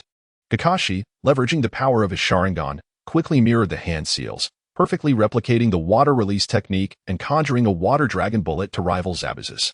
"Come forth, Mosquito Tadpole," and blocked the water dragon bullet while employing water gun. Nightwind suddenly unfastened a Pokeball from his waist and hurled it toward Zabuza's water dragon bullet. The tadpole, resembling a mosquito coil, suddenly appeared in the trajectory of the water dragon jutsu. It effortlessly entered Zabuza's water dragon without sustaining any harm. A spectacle that left both Zabuza and Kakashi utterly astonished. However, the tadpole seemed indifferent to their surprise. A water gun the size of a fist was launched from its chubby mouth, though it could not counter Zabuza's water dragon. The collision nonetheless expended a portion of its energy. When the two water dragons collided, it was undeniable that Kakashi's side emerged victorious. The powerful wave of water forced Zabuza back until he collided with a sturdy tree trunk, bringing him to a halt. "My creature possesses the ability of water storage. Water techniques not only have no effect on it, but also restore its vitality," Nightwind elucidated, preempting any queries from Zabuza and Kakashi. Nightwind was truly formidable. No wonder he was my friend. The tadpole was impressive as well. Witnessing Nightwind's timely intervention that turned the tide of battle, Naruto proudly boasted about his relationship with him, gleefully pointing out Nightwind and the tadpole to Sasuke and Sakura. "Quite powerful," Sasuke remarked, his expression somewhat grim as he recalled the earlier humiliation he had suffered. It appeared that not all of Konoha's young ones were mere amateurs. Coughing, Zabuza struggled to rise, preparing for one last stand. Suddenly, 2 ice-made shurikens sliced through the air, striking Zabuza's neck directly. Just as he managed to stand, he fell again, devoid of any remaining life. Kakashi and the others cautiously surveyed their surroundings, their gazes fixating on the mysterious figure that had appeared atop a tree. Clad in a long black cloak and wearing the distinctive mask of the Mist Village, this figure exuded an aura of chilling intensity. Chapter 9. The conclusion of Battle Nightwind, familiar with the narrative of the Hokage, calmly regarded the newcomer, the ice ninja, Haku. Kakashi furrowed his brow. cautiously checking Zabuza's pulse to confirm his demise. He then turned his attention to the masked individual, his expression grave. I am truly grateful to you. I have been searching for an opportunity to ensure Zabuza's death, he remarked. That mask. You are part of the pursuit team from the Mist Village. Are you not? Indeed, my mission is to eliminate rogue ninjas, the masked man affirmed confidently. Your battle concludes here. I must attend to this body, as it conceals many secrets. Haku approached Zabuza's corpse, displaying his ninja prowess and composure, gently touching the lifeless form with a complex expression flickering in his eyes. Is that it? We exerted considerable effort here. You may take the body, but I would like to keep this sword. I have a fondness for it. Nightwind interjected suddenly, his gaze fixed upon Zabuza's executioner's blade. The executioner's blade is a treasured weapon of our Mist Village. It cannot be given to you. Should you wish to incite a war, feel free to take it, Haku replied. Baihao replied without hesitation, his voice imbued with resoluteness and determination. Yefeng. It's best to refrain from this. Let us not forget our mission. Kakashi, witnessing this, promptly dissuaded Yefeng. He understood the value and significance of this decapitating blade, yet recognized that this was not the opportune moment for contention. The night breeze reluctantly ceased, retracting the spirit back into its pockball. I shall take my leave, said Bai, vanishing from the sight of the onlookers as he swiftly departed with Zabuza's lifeless body. What is this all about? What do we truly signify? How infuriating. Naruto, filled with rage, pounded the ground relentlessly, overwhelmed by his impotence and fury. Such occurrences are part of being a ninja, if you are unwilling to accept it. We must strive together. Yefeng approached Naruto, gazing at him with unwavering determination, firmly grasping his arm to quell his furious strikes. Yefeng, your spirits are far superior to mine. I am of no assistance, Naruto protested, wrenching free from Yefeng's grip, his voice a roar of frustration. Without those spirits, I am merely a coward lurking in the shadows, relying on evasion. True strength lies in personal fortitude. The moment you fearlessly charged to reclaim your forehead protector was nothing short of magnificent. You are indeed stronger than I. Naruto. Yefeng's voice resonated with calm conviction, his eyes shimmering with profound trust and encouragement. Is that so? Did you hear that, Sasuke? Yefeng claims I surpass him. Naruto puffed out his chest, a triumphant grin illuminating his face, unabashedly showcasing his pride. Sasuke, however, remained silent, his gaze fixed on Yefeng, revealing a depth of contemplation and scrutiny. Teacher Kakashi, I have long heard of your father, known as the White Fang of Konoha, a master of swordsmanship. Might you teach me the art of the blade? Yefeng's eyes were resolute as he expressed his hopes to Kakashi. Our mission is not yet complete, but I can guide you in the meantime, Kakashi replied with a slight smile, indicating his agreement to Yefeng's request.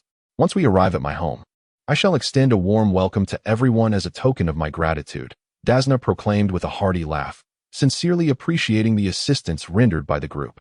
Let us set forth, Kakashi declared, but suddenly felt a dizzying sensation, the ground beneath him swaying as he collapsed.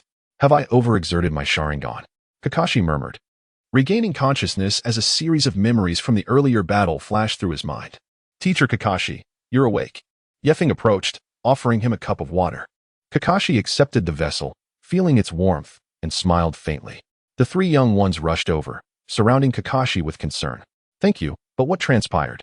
Zabuza is dead. Yet I am still enveloped in this unsettling feeling. I seem to have overlooked something, Kakashi pondered, sipping the water while gently massaging his right eye with his other hand. The Sharingan seemed to throb with a subtle ache. That pursuing squad must be in cahoots with Zabuza. I fear Zabuza has not perished, Nightwind remarked, his eyes glinting with sharp insight. What are you saying, Nightwind? Didn't Kakashi-sensei confirm it? Sakura exclaimed, her mouth agape in disbelief as she gazed at Nightwind. Indeed. He had first carried away Zabuza, who was significantly heavier than him, and secondly, he wielded a weapon of notably low lethality. It is likely, as Nightwind suggested, that this individual is there to assist Zabuza, Kakashi pondered. Are you perhaps being overly cautious? Tazuna stepped forward, attempting to soothe Kakashi's unease. No. Once a suspicious detail is uncovered, one must prepare before the situation becomes irretrievable. This is one of the fundamental principles of a ninja. Kakashi's face briefly displayed a resolute expression. Hearing that Zabuza might still be alive brought an unexpected joy to him as he observed Naruto's eager demeanor. Kakashi internally mused, feeling a sense of satisfaction. This spirited and tenacious child was gradually transforming into a true ninja. Sensei, what preparations should we make before it becomes irretrievable? Sasuke inquired, his eyes betraying a concern for the future. Of course, it is imperative that you diligently train, Kakashi replied, gazing intently at Sasuke. Wait, no matter how much we train, it will be futile. After all, we are up against a ninja who has even put Kakashi-sensei in a tough battle, Sakura inwardly cursed. Though she maintained the facade of a compliant student as she posed her question, she felt a profound sense of powerlessness and helplessness, believing she could not contend with the formidable foe. Sakura, we are ninjas. Sooner or later, we must stand on our own. How much longer do you intend to hide behind our teacher? If we do not mature swiftly, we shall become a burden in the next battle. Nightwind coldly rebuked upon hearing Sakura's irresponsible remarks. I'm sorry, Kakashi-sensei, Sakura said, her head bowed in shame as she apologized to Kakashi, yet internally she berated Nightwind. You are all growing rapidly, especially you. Naruto, your development is the swiftest, Kakashi remarked with a warm smile, encouraging Naruto. The following is the current information on the Pokémon, which may be skipped directly to the next chapter. Pokémon. Butterfree classification, butterfly Pokémon. Its wings are coated with toxic powder that repels water, allowing it to fly even in the rain. Level 18 type. Bug flying nature. Timid ability. Compound eyes, due to possessing compound eyes. The accuracy of its moves is enhanced. Held item. None moves. Psybeam. Sleep powder. Poison powder. Stun spore. Gust. Confusion ray Pokémon. Beedrill classification. Poison bee Pokémon. It flies with remarkable speed, using its hands and the stingers on its tail to pierce its enemies. Level 17 type. Bug poison nature. Cheerful ability. Swarm, when HP is less than 1/3. The power of bug type moves increases by 1.5 times. Held item. None moves. Bug bite. Fury attack. Twin needle. Focus energy. Poison sting Pokémon. Magikarp classification. Fish Pokémon. A pitiful creature that can only flop about. Level 17 type. Water nature. Stubborn ability. Swift swim, in rain or heavy rain. Its speed stat doubles. Held item. None moves. Splash. Tackle Pokémon. Zubat classification. Bat Pokémon. It uses ultrasonic waves emitted from its mouth to sense its surroundings, enabling it to navigate even in narrow caves. Level 17 type. Poison flying nature. Cheerful ability. Infiltrator. Moves can bypass barriers created by the opponent. Held item. None moves. Absorb. Sonic Boom. Confuse Ray. Mean look. Toxic Bite Pokémon. Grimer classification. Sludge Pokémon. It is formed from accumulated sludge. The viscous and elastic body can infiltrate through the tiniest crevices, exuding an odor so foul that it is unbearable to touch. Wherever it traverses, not a blade of grass remains. Level 17. Attribute. Poison. Personality. Stubborn. Ability. Stench. When attacking an opponent, there is a 10 chance they will become intimidated. Held item. Black sludge. If the bearer possesses the poison attribute, they recover 1/16 of their maximum HP at the end of each turn. If the bearer lacks the poison attribute, they lose 1/8 of their maximum HP at the end of each turn. Skills. Slap. Poison gas. Harden. Mud throw. Thunder punch. Bind. Mud attack. Pokémon. Tadpole Pokémon. Classification. Mosquito larva. Its slick, black skin is thin and wet, allowing the swirling pattern of its insides to show through. Yet it possesses the elasticity to repel sharp fangs. Level 15. Attribute. Water. Personality. Stubborn. Ability. Water absorb. Not affected by water-type moves. When struck by a water-type move, it restores 1/4 of its maximum HP. Held item. None. Skills. Water gun. Hypnosis. Slap. Mudshot. Pokémon. Puppy Pokémon. Classification. Firehound. With a keen sense of smell, it never forgets a scent, no matter the circumstance. It can perceive the emotions of others through their scent. Level 15. Attribute. Fire. Personality. Cheerful. Ability. Intimidate. Upon entering battle or gaining this ability, the attack of all opponents within range is diminished. Held item. None. Skills. Glare. Ember. Howl bite. Flame wheel. Backpack. Stones X5, Moonstone X1. Money. 10,000 Leon. Chapter 10. System Upgrade. Chakra Forest. Naruto, Sasuke, and Sakura stood beside a towering tree, embarking on the practice of tree climbing. The trunk was smooth and upright, presenting a formidable challenge for ascent. Naruto appeared somewhat exhilarated, eagerly rubbing his hands together and preparing to showcase his skills. The Sharingan has revealed to me a myriad of different sights. Nightwind, you must be unable to utilize ninjutsu, right? Kakashi called Nightwind aside, intrigued by his abilities. The Sharingan is indeed remarkable. To be precise, aside from the body flicker technique, I am incapable of employing any ninjutsu. My chakra can solely be utilized to create Pokémon. With each creation, my chakra increases, and as it grows, the variety of Pokémon I can summon expands. Once I have created all Pokémon, my chakra should surpass that of the tailed beasts. Nightwind paused momentarily, then smiled and answered without reservation. Such a terrifying ability. If what you say is true, then the power of the Pokémon you create would rival that of the tailed beasts. Only the legendary sage of 6 paths could achieve such a feat, Kakashi marveled. Kakashi-sensei, are you not afraid of me? To Konoha, I am quite an unpredictable element. Yet, the Nightwind gazed at Kakashi with his ancestral deadfish eyes, attempting to probe the depths of his heart. In the past, I might have killed you. But not now, for I am your teacher, and I bear the responsibility of guiding you onto the righteous path.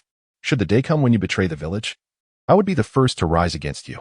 Kakashi, stroking his chin, spoke with a voice imbued with trust and a sense of duty towards the Nightwind. At that moment, Naruto would surely emerge to intervene.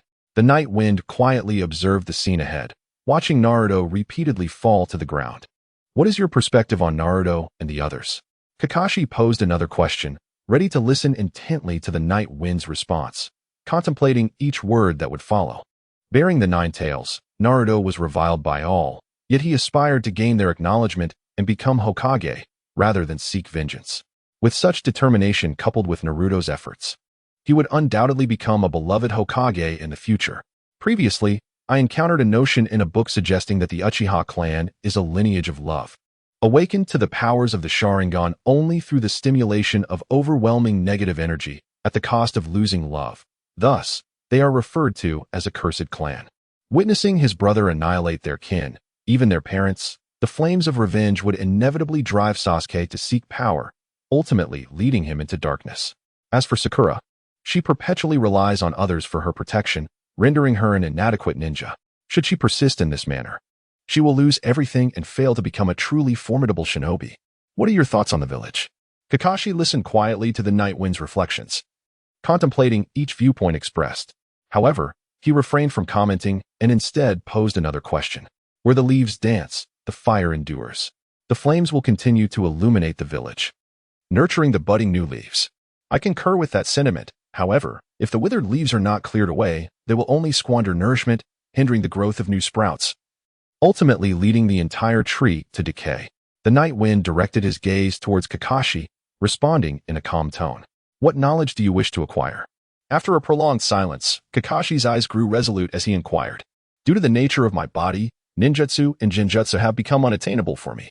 My phasing technique allows me to become a specter on the battlefield. Thus, I need to learn lethal assassination techniques and enhance my taijutsu. Should I encounter a ninja capable of sensing my presence, I can only rely on taijutsu for self-defense. Of course, this presupposes that they can overcome all my phantoms. The Nightwind's analysis was clear and profound. You possess a remarkable understanding of your own abilities and limitations. Your choices align perfectly with my thoughts. I can personally instruct you in assassination techniques. As for taijutsu, we can seek a specialist to guide you upon the completion of this mission. Kakashi gazed at the Nightwind, nodding slightly, satisfied with his words.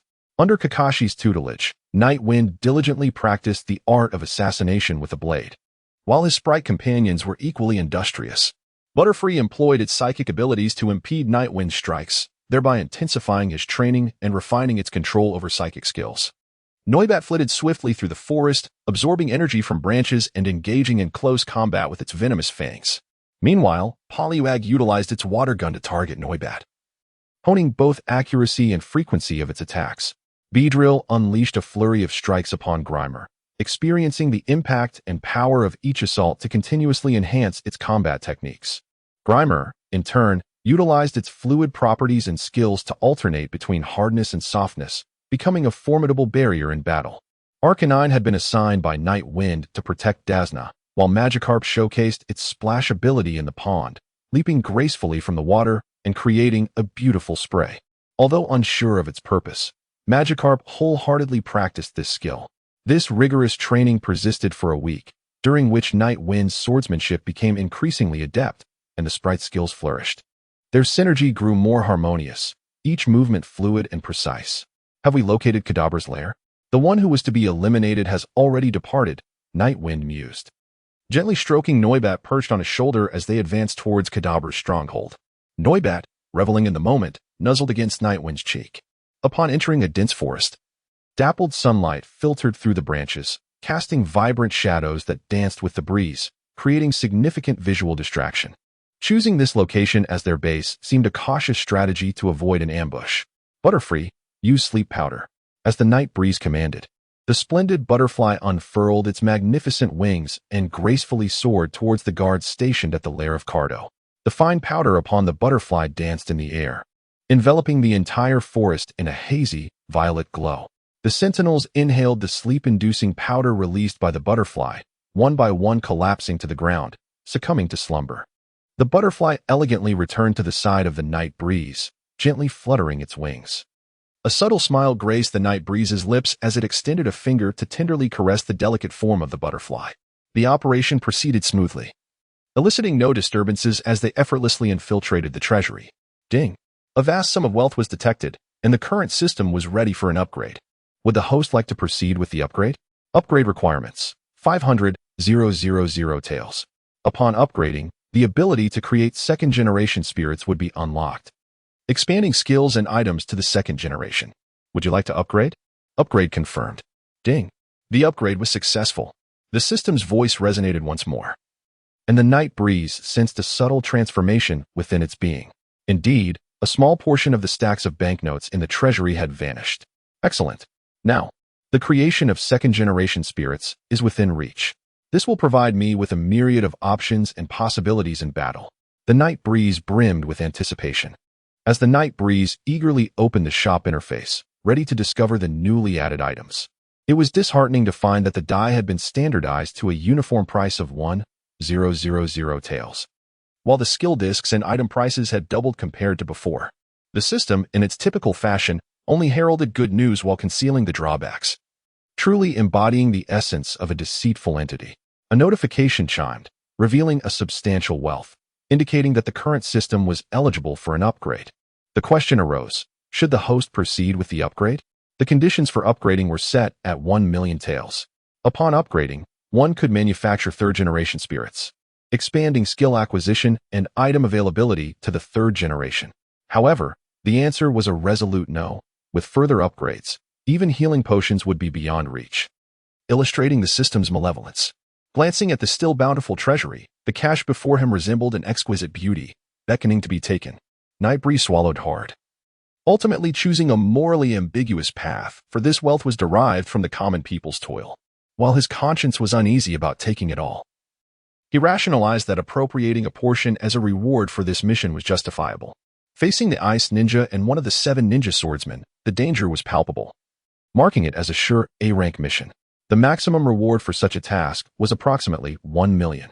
After deducting the 500,000 taels used for the recent system upgrade, Nightbreeze allocated another 500,000 to his bag, preparing to rendezvous with Naruto and others to confront Zabuza and Haku, thus fulfilling the mission in the Land of Waves. Chapter 11. The battle resumes against Zabuza on the bridge. Thick fog enveloped the scene. Sakura, armed with kunai, stood guard over their mission target, Tazuna, while Kakashi confronted Zabuza without engaging in combat. Their gazes intertwined, enveloped in a peculiar sense of tacit understanding as they observed the impending clash between the two young warriors. The secret technique, Ice Mirror, manifested as several towering ice mirrors encasing Sasuke, while Haku's figure entered the mirrors, projecting his image across all of them. Witnessing this astonishing sight, Sasuke shuddered, gripping his kunai tighter. He vigilantly scanned the magical mirrors, attempting to predict from which one Haku would launch his attack. Suddenly, in the dense fog, the ice mirrors gleamed with an eerie light, each reflecting numerous shurikens, creating a relentless assault from all angles. Sasuke clutched his kunai, desperately attempting to deflect the shurikens. Yet his strength seemed insignificant against the barrage. The shurikens, like bloodthirsty demonic blades, swiftly tore through Sasuke's attire, drawing forth a pool of blood, insatiable of feasting upon his essence. The sound of the kunai clattering to the ground echoed like a harbinger of doom in Sasuke's nightmares. In terror, he squeezed his eyes shut, trembling hands cradling his head. Curling up on the ground as he let out a desperate howl, his voice interwoven with agony and pleas. Typically, protagonists make their grand entrance in such a manner, effortlessly vanquishing their foes. Just as Haku prepared to extinguish Sasuke's life, Naruto dashed forward, his kunai intercepting Haku's strike. Then, in his characteristic brash manner, he exclaimed, "The night breeze has now reached the Great Bridge." He retrieved a prepared small stool from his backpack and, employing a stealthy technique, found an excellent vantage point. Taking out a handful of peanuts, he tossed the freshly shelled ones into the air, gently biting into one to savor the crunching sound. "All right, I'm going in. Watch as I take you down in one swift move," Naruto exclaimed, invigorated, as he swiftly formed hand seals to prepare for the shadow clone jutsu. At that moment, Zabuza suddenly launched an attack, hurling 4 sharp shurikens towards Naruto. "Naruto, get out of the way," Kakashi shouted urgently, desperately trying to intervene, but it was already too late. Naruto's eyes were fixed on the incoming shurikens, yet his legs felt as if they were mired in mud, rendering him immobile. Just as the shurikens were about to strike, 3 kunai flew out, instantly deflecting them. "What are you doing, Haku?" Zabuza questioned, his tone filled with displeasure. "Let me handle him," Haku implored, his eyes gleaming with unwavering determination. Though Zabuza feigned annoyance, he refrained from continuing his assault. "Hey, masked one, don't ignore me. Naruto, the great savior, has come to rescue you." Upon noticing Haku's complete disregard for him, Naruto hurriedly dashed into the ice crystal prison to shield Sasuke. What an idiot! As Naruto rushed into the ice crystal cage, positioning himself in front of Sasuke for protection, an indescribable emotion surged within Sasuke. He forced himself to stand, yet his lips bore no gratitude. "Naru, I came to save you out of goodwill, and you're still ungrateful, as insufferable as ever," Naruto retorted angrily, incensed by Sasuke's attitude. "Get down," Sasuke shouted, pushing Naruto aside and shifting his body slightly, narrowly evading several kunai strikes, though his shoulder was still pierced. "Fire style, great fireball technique." Sasuke, gritting his teeth against the pain in his shoulder, quickly formed hand seals, attempting to use fire to melt the icy mirror. That level of firepower wouldn't suffice to melt the mirror, Haku mocked from within the ice, sending a chill across the battlefield. Sasuke furrowed his brow, realizing that his current fire technique was inadequate against Haku. "What about this? Butterfree, use Gust. Arcanine, use Flame Wheel." With a howl, Arcanine unleashed a formidable aura, activating its Intimidate ability. Butterfree spread its broad wings, generating a powerful airflow, while Arcanine spun with all its might, engulfed in flames. Subsequently, Arcanine charged with fiery intensity towards the ice mirror, the flames borrowing strength from the wind, causing the mirror to slowly melt, allowing Haku to break free. Butterfree employed Psychic, while the tadpole Pokémon used Hypnosis. The soft pink glow from Butterfree enveloped Haku, restricting his movements. Simultaneously, the mosquito-incensed tadpole surged forward towards Bai, its vortex at the chest continuously swirling. Bai felt his eyelids growing heavier, yearning to bite his tongue to awaken himself, yet he found himself unable to move, ultimately succumbing to slumber. "Kakashi-sensei, please hasten to conclude this." Katy Dog employed a long howl, while Supersonic Bat utilized Absorb. Beedrill, after honing its skills, unleashed a flurry of strikes, calmly surveying the battlefield and issuing commands at the opportune moment. "It's that damned little brat," he thought, as Zabuza, hearing the calm voice of Night Wind, prepared to execute the mist concealment technique to retreat temporarily and wait for the right moment to strike. Kakashi would not allow Zabuza this luxury. He swiftly grasped a kunai and advanced towards Zabuza, ready to engage in close combat, denying him any chance to form hand seals. Meanwhile, Kakashi sensed a surge in his offensive power, bolstering his confidence to defeat Zabuza. Silently, Supersonic Bat darted out of the thick fog, ghost-like, maneuvering behind Zabuza. Its 2 sharp fangs effortlessly pierced Zabuza's neck, beginning to siphon his chakra, which started to drain away gradually. Zabuza felt his strength waning as his surroundings began to blur. With a swift motion, Zabuza forced Kakashi back with a slash, brandishing his kunai to strike at the Supersonic Bat on his neck. However, the bat, keenly sensing the danger, swiftly dodged, evading the lethal blow. A flash of yellow light streaked past as Zabuza instinctively raised his great sword to parry the sudden assault. The first strike of the flurry crashed violently against Zabuza's sword, delivering immense force that destabilized his balance. The second blow penetrated Zabuza's right arm, stripping him of the ability to resist. The third strike mercilessly pierced Zabuza's abdomen, blood gushing forth like a fountain. Zabuza's face turned ashen, his body swaying precariously. Hey, how's the battle going? Oh, my. You're losing so miserably, came a voice from a figure clad in a black suit, his left hand bandaged and wearing frog-like glasses, embodying a quintessential villain. A gaggle of diminutive henchmen followed behind him, taunting as they approached by. The newcomer was none other than the mastermind, Cardo. Chapter 12. Bestowed the great sword Cardo. What brings you here, and with such a retinue? Zabuza seized the opportunity to withdraw a stinger from B-drill, stepping back while clutching his wound, weakly inquiring. Hiki, I've slightly modified the battle plan. My apologies, Zabuza, but I intend for you to perish here. Cardo, with a self-satisfied grin, adjusted his lowered frog glasses. What did you say? Zabuza asked in astonishment. Hiring legitimate ninjas is exceedingly costly, so I opted for a rogue ninja like you. If you two annihilate each other, I can achieve my goals without spending a dime and with minimal effort, Cardo explained, his pride evident in his laughter. By the way, I have a grudge against this kid. He dared to break my hand. Cardo turned to glance at Bai's lifeless form, raising his right foot and bringing it down forcefully upon the back of Bai's head. He felt unsatisfied and began to kick furiously. Boss, you're truly impressive. The foolish ninjas behind Kato laughed incessantly, indulging in flattery. What do you want, you bastard?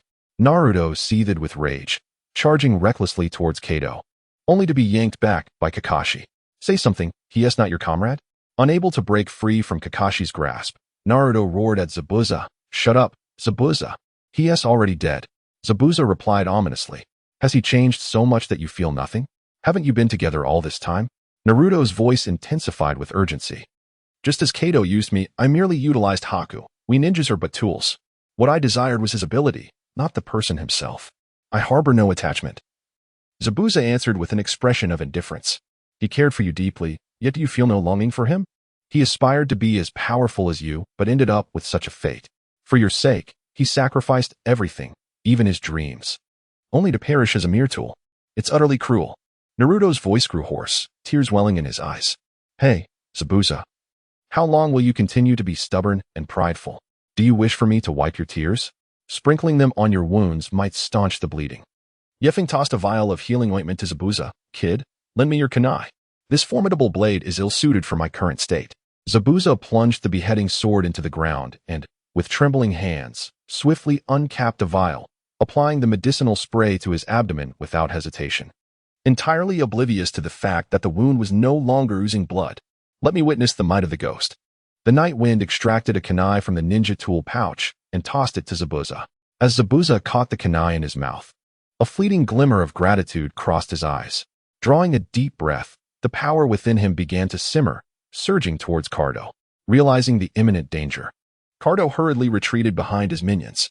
Without the need for commands, the thugs surged forward, intent on eliminating this exhausted and bothersome ninja.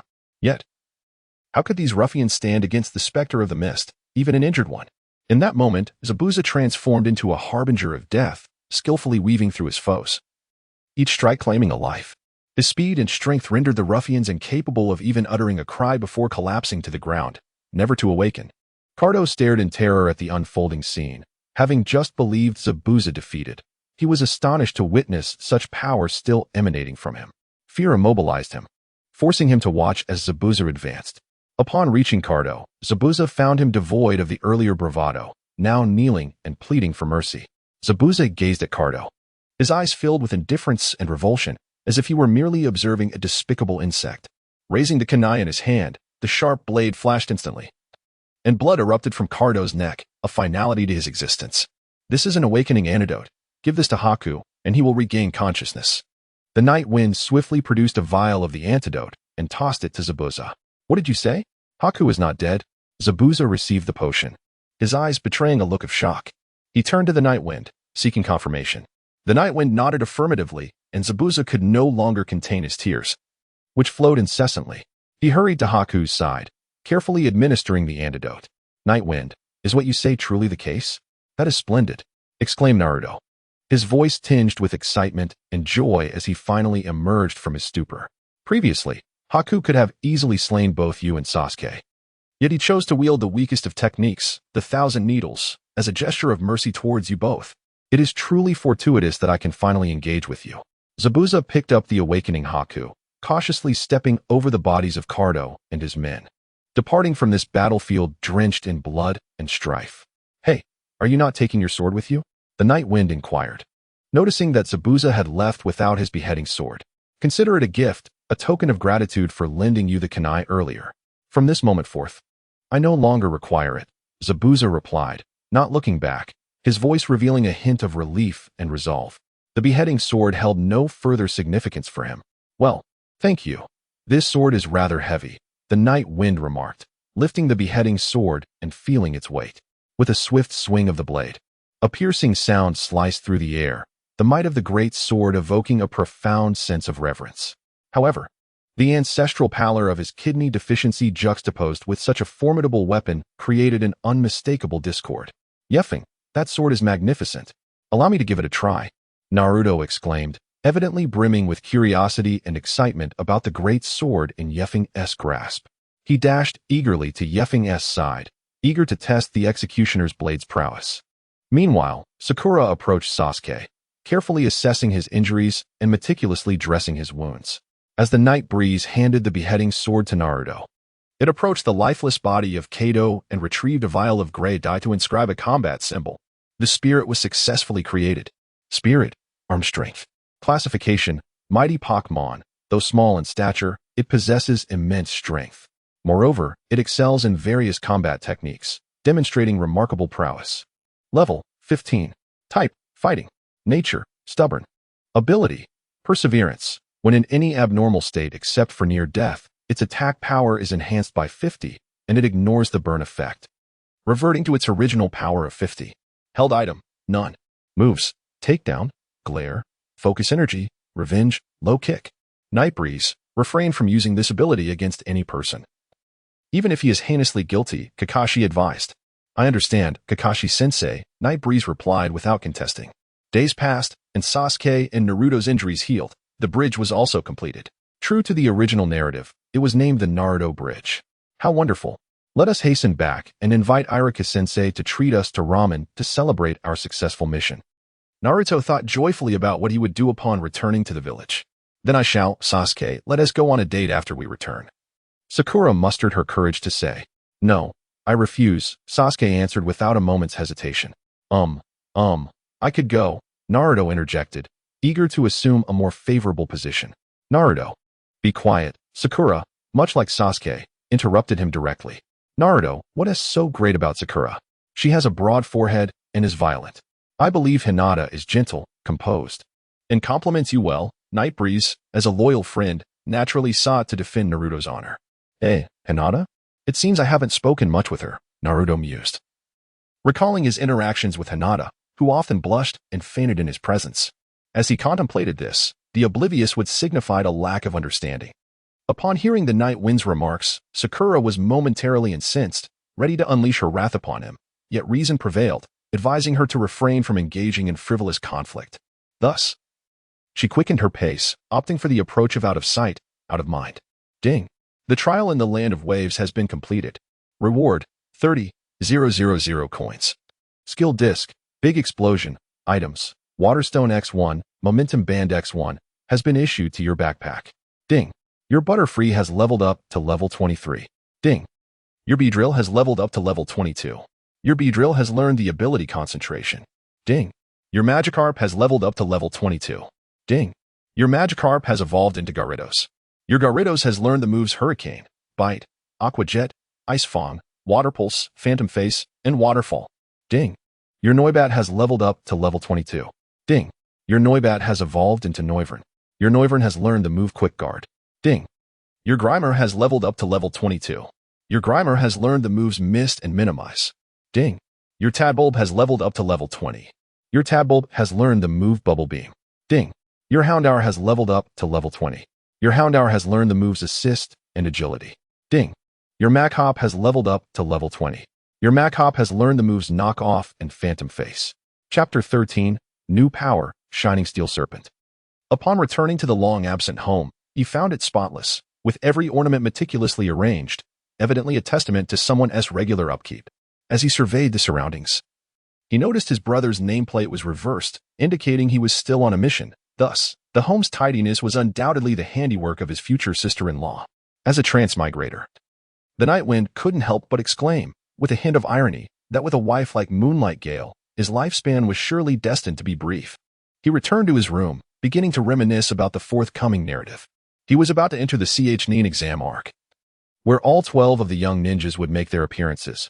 Naruto Uzumaki, Sasuke Uchiha, Sakura Haruno, Neji Hyuga, Rock Lee, Tintin, Hinata Hyuga, Kiba Inuzuka, Shino Aburame, Shikamaru Nara, Choji Akimichi, Ino Yamanaka, along with Temari, Gaara, Kankuro, and Orochimaru, one of the legendary Sannin.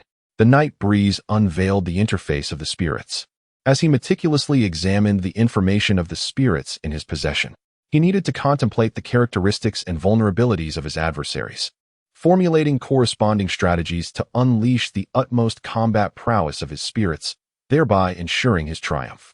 After reviewing the existing data of his spirits, he commenced targeted enhancements to bolster their strength. In the cool night breeze, Yifeng utilized a skill cooldown to teach his Pokémon, Wanli, the move Thunder Punch. Upon discovering the new skill, Explosion, he was reminded of two Pokémon, Onix and Geodude, having unlocked the second generation. Both the metal coat and the link cable were now available, each priced at 500,000. Both Pokémon possessed remarkable potential, yet as a financially constrained youth, Yifeng found himself compelled to make a choice between the two. In terms of material consumption, Geodude required 1 rock, while Onix necessitated 5 rocks for its creation. The system informed him that although there was no limit to the number of Pokémon he could create, he could only carry 1 of each species. With the rocks he had gathered, his aspiration to form a demolition squad of 5 Geodudes was dashed. Examining their resistances, both Pokémon were doubly weak to fighting and ground types. Steelix was doubly vulnerable to fire and water, while Golem faced quadruple weakness to water and grass, and doubly weak to steel and ice. Considering the scarcity of ice and steel types in the Naruto universe, and the potential strength of wood release later on, as well as the fact that fire release had never claimed a life, Steelix appeared to hold a significant advantage in terms of resistance. Another crucial consideration was that, given the current amount of chakra, the maximum level for the Pokémon he could create was capped at level 20, preventing Geodude from evolving into Graveler and ultimately into Golem. On the eve of the examination, Yifeng was uncertain about his ability to level up to 25. As the more Pokémon he possessed, the less experience each would receive. The Night Breeze pondered for a moment before arriving at a resolution. He resolved to first create a colossal steel serpent, thereby maximizing his current combat prowess. The following day, he ventured to an uninhabited training ground. There, he positioned 5 stones upon the earth and procured a bottle of gray dye and a metallic membrane from the shop. With the gray dye, he meticulously inscribed the symbols of the rock and earth elements upon the stones. The night breeze caressed the closed eyes as one quietly attuned to the surging chakra within. A blinding flash erupted from the stone, instantly illuminating the entire training ground. Pokémon created, Steelix, shiny, classification, Iron Snake Pokémon, its body, forged by the intense pressure and heat underground, is harder than any metal. Level, 20 type, steel ground nature, stubborn ability, sheer force, increases the power of moves that have additional effects by 30, but negates those additional effects. Held item, none moves, rock slide, harden, tackle, bind, knock down, rock polish, dragon breath, curse, rock collapse, thunder fong, ice fong, fire fong, crunch. Body slam. It was indeed a shiny Steelix. Night Breeze pondered whether it was sheer luck or the influence of the fire shadow rock. He would have to experiment further. Gently, he stroked the Steelix's sturdy body, feeling the powerful aura it emanated. Satisfied, he nodded and retrieved the metal film he had purchased, presenting it to the Steelix. Once again, the Steelix radiated brilliance. Night Breeze watched intently as the Steelix underwent a remarkable transformation. Its eyes shifted from black to red, and 3 fong-like protrusions appeared on either side of its mouth. The once round head flattened, more suited to the high-pressure, high-heat subterranean environment, and 2 pairs of stick-like appendages sprouted from its body. Its tail transformed from a round stone into a conical shape reminiscent of a shuriken's tip. With a striking golden hue, the Steelix became even more dashing and captivating. Night Breeze felt a genuine sense of joy, realizing that the 500,000 spent was truly worthwhile. Ding! Your Onyx has evolved into Steelix. Ding! Your Steelix has learned Thunder Fong, Ice Fong, Fire Fong, and Crunch.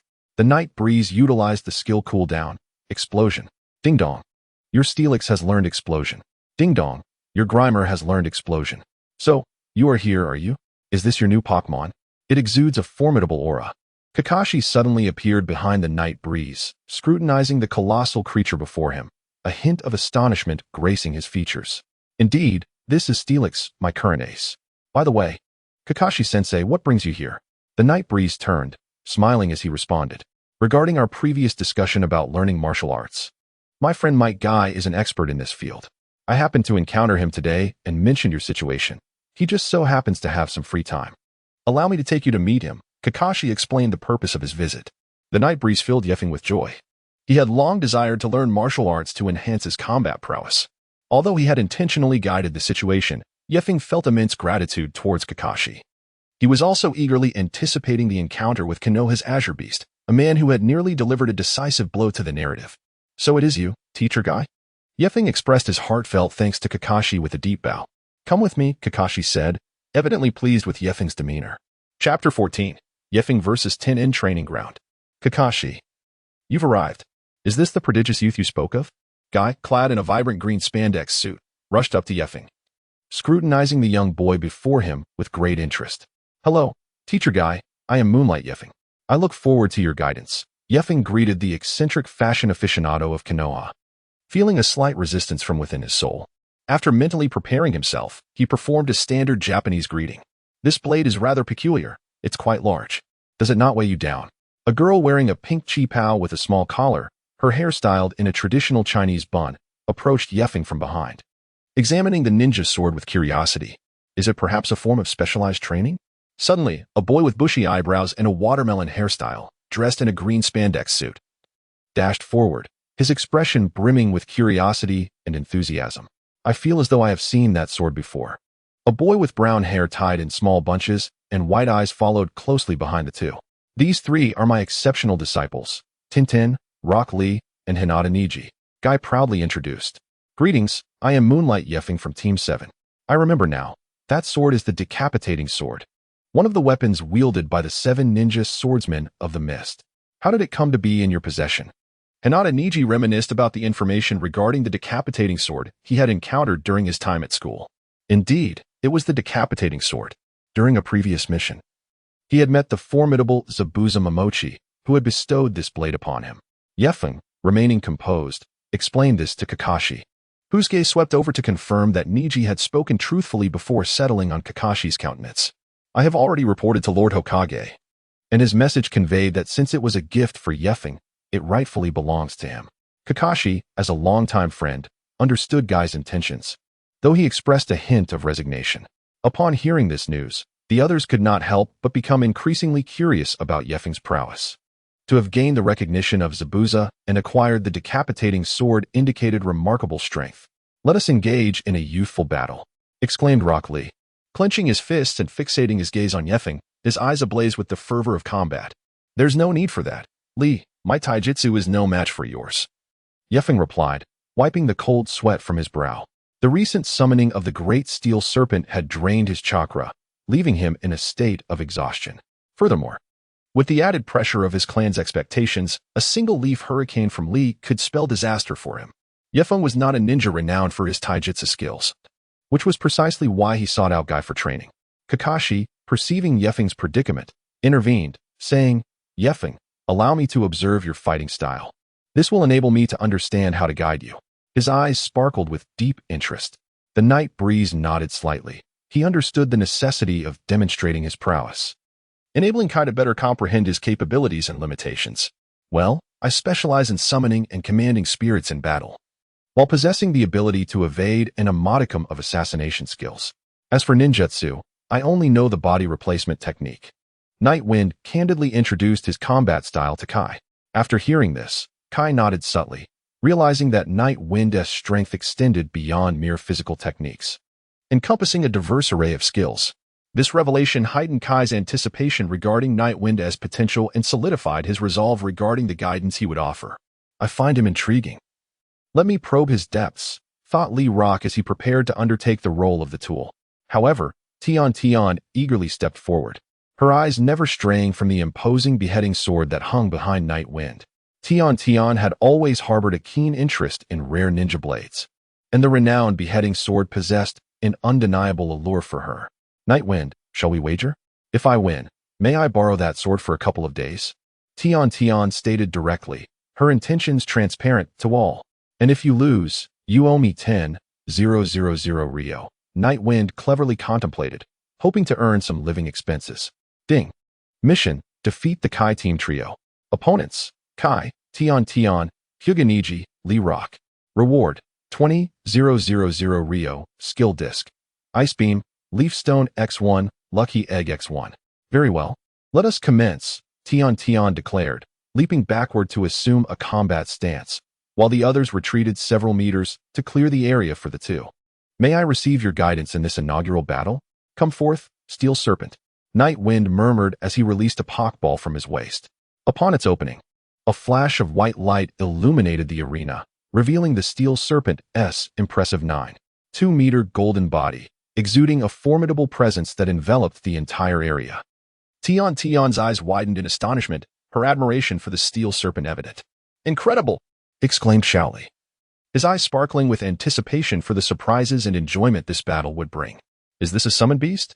Kai inquired, having never witnessed such a spectacle. Turning to Kakashi for clarification, you could say that, Kakashi replied, reluctant to delve into the distinctions between spirits and summoned beasts. He was only partially informed himself, and he sensed that explaining it to Kai might be futile given his thought processes. As the battle commenced, Tian initiated a probing attack with Shuriken. The Steel Serpent employed the hardened technique just as the Shuriken were about to strike. Nightwind swiftly issued a command, and a metallic sheen enveloped the Steel Serpent, completing the hardened skill. Subsequently, the Shuriken collided with its sturdy form, merely bouncing off without leaving so much as a scratch. Tian, undeterred by her ineffective assault, quickly maneuvered to seek out the Steel Serpent's weaknesses. Rising Dragon, she exclaimed, her body spinning rapidly like a crimson whirlwind as she ascended into the air, unfurling her scroll with remarkable speed. The characters on the scroll shimmered with light, and an array of ninja tools emerged, encircling Tian to form a protective barrier. Displaying her remarkable throwing skills, Tian hurled the tools at the Great Steel Snake, attacking from all angles like a celestial maiden scattering flowers, yet failing to inflict any harm. Noticing this, the Great Steel Snake, realizing it was time to conclude the battle, issued a command without hesitation. A stone the size of a grinding disc shot forth from its mouth, moving with unimaginable speed. The stone cut through the myriad of ninja tools, mercilessly striking Tian. She let out a muffled groan and fell limply towards the ground. Fortunately, Yifeng rushed forward to catch her, preventing any further injury. I lost. This Great Steel Snake is incredibly tough. Its defenses are impenetrable, Tian lamented as she clutched her abdomen. This ointment will help you recover more quickly. Yifeng offered her a bottle of healing salve. Gratefully, Tian accepted the salve, nodding appreciatively. Thank you. Here are 10,000 Rio, please keep it. Chapter 15. The Great Steel Snake, 1 against 3? I wish to challenge this Great Steel Snake, Hinata Niji declared, his eyes gleaming with determination. I also want to challenge it, Lee exclaimed, raising his right hand exuberantly, his eyes ablaze with excitement. Then, let Senior Hinata go first, Yifeng suggested. Adhering to the principle of tackling the easier opponent first, Hinata Niji activated his Byakugan. Senior Hinata, can your Byakugan see me? Yifeng inquired while simultaneously employing the body flicker technique. Indeed, as long as chakra flows within you, the Byakugan can perceive you, Niji responded. I see. Thank you. Senior Niji. Then let the battle commence, Yifeng declared as he dispelled the body flicker technique. The Great Steel Snake unleashed its flame fangs, and Yifeng commanded, strike. The snake's fiery teeth lunged at Niji. In an instant, Niji reacted, swiftly tilting his body and rolling to the side, nimbly evading the attack. In the midst of his roll, he extended a hand and struck the Great Steel Snake's cheek, leaving a mark of abrasion. The Great Steel Snake launched another attack with its flame fangs, and Yifeng continued to direct. Again, the snake roared. its teeth ablaze as it lunged at Niji once more. Niji executed the same maneuver, inflicting another abrasion on the snake's cheek. It worked. Niji is amazing, Lee exclaimed in exhilaration. Meanwhile, Tian observed the battle silently, her gaze reflecting a myriad of complex emotions. On one hand, she felt a sense of joy and comfort at her teammate Niji's prowess, while on the other hand, she experienced frustration and insecurity regarding her own mediocrity. She silently observed the battle, lost in thought. Truly, as expected of Senior Hinata, the steel python's hardened form was visibly more resilient than the scratches witnessed by others. Nightwind could more intuitively assess the damage inflicted by this attack through the steel python's health bar, thus he intended to further ascertain the efficacy of the skill. The steel python's body began to transform. Its exterior appeared to become more robust, emanating a metallic sheen. Niji assumed the initial stance of the 8 trigrams, 64 palms, creating a circular formation centered around him. 64 rapid consecutive strikes rained down upon the steel python, with Niji's palm winds striking like arrows, producing a series of crisp impacts against the creature's body. The steel python quivered under the onslaught, dust swirling through the battlefield. Incredibly, a full set of the 8 trigrams, 64 palms reduced the steel python's health by a tenth, a stark contrast to the earlier minor scratches. Niji's ultimate technique was indeed formidable. As the steel python employed a weight reduction technique, Nightwind understood that, given its current attack speed, to Niji, it was no different from an immobile target. Several pieces of iron fell from the steel python's body, crashing to the ground and kicking up clouds of dust, making the creature appear noticeably smaller. Niji leaped back, creating distance to assess the steel python's transformation. Nightwind commanded the steel python to compress its space with a rockfall. The creature's tail swung violently towards the ground, sending several boulders soaring and swiftly blocking Niji's path. A flicker of caution crossed Niji's eyes as he deftly maneuvered to evade the incoming rocks. Those he could not avoid were shattered by his 8 trigrams, empty palm technique. After several minutes of passive evasion, Niji altered his strategy, skillfully dodging attacks while using the rocks for cover to close in on the steel python for close combat. Observing that Niji had entered the steel python's attack range, Nightwind issued a command for the creature to bite. Under Nightwind's directive, the steel python charged toward Niji with the intent to rend his flesh. Thanks to the weight reduction enhancement, its speed was significantly augmented, catching Niji somewhat off guard. Upon witnessing the situation, the only recourse was to employ the technique of reversal to withstand the onslaught. The devastating force of the shatter skill collided violently against the protective barrier of reversal, producing a thunderous sound. The steel serpent's fangs incessantly scraped against this defense, yet failed to breach it, only to be injured by the recoil of reversal. Finally unleashing reversal, it was time for the steel serpent to conclude the battle. It initiated a binding maneuver. Observing this, Yifeng could not help but smile slightly. Once the reversal technique concluded, Ningxi ceased his rotation. Just when he thought he could breathe a sigh of relief, the steel serpent suddenly unfurled its massive form, coiling tightly around Ningxi like an iron python. Ningxi emitted a pained groan, his muscles taut and sweat beading upon his brow as he struggled to free himself from the serpent's grasp. However, the bindings of the steel serpent were as unyielding as iron chains, rendering Ningxi's efforts futile. Ultimately, he could no longer endure the torment, letting out a piercing scream that signified his defeat. His body crumpled to the ground, battered and weary. "Teacher Kai, I wish to give it my all," Shaoli earnestly implored. Without hesitation, Kai raised his right hand above his head, forcefully bringing it down while giving a thumbs up, smiling at Li. His radiant white teeth gleamed brightly, leaving Yifeng curious about the brand of toothpaste Teacher Kai used. With Kai's approval, Li shed his burdens, instantly feeling lighter and invigorated. Will the steel serpent continue? It might lose this time, Yifeng inquired, observing the serpent's insufficient vitality. The steel serpent shook its head, its gaze revealing an indomitable spirit. All right, the steel serpent employs hardened. Sensing the steel serpent's fervent will to fight, Yifeng's tone took on an air of youthful exuberance, reminiscent of a spirited trainer ready for battle. The body of the steel serpent began to transform, a metallic sheen enveloping it entirely.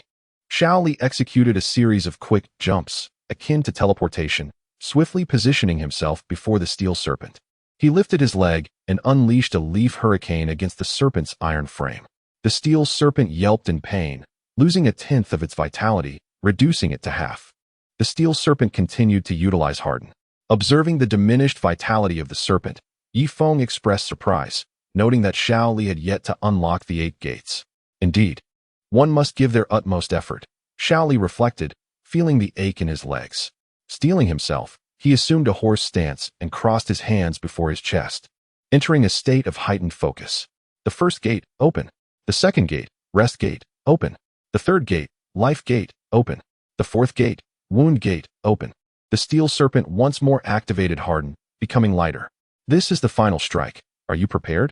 As little Li's veins bulged and his complexion flushed crimson, a surge of verdant energy erupted from his body, instantly transforming his lethargic demeanor into that of a scion.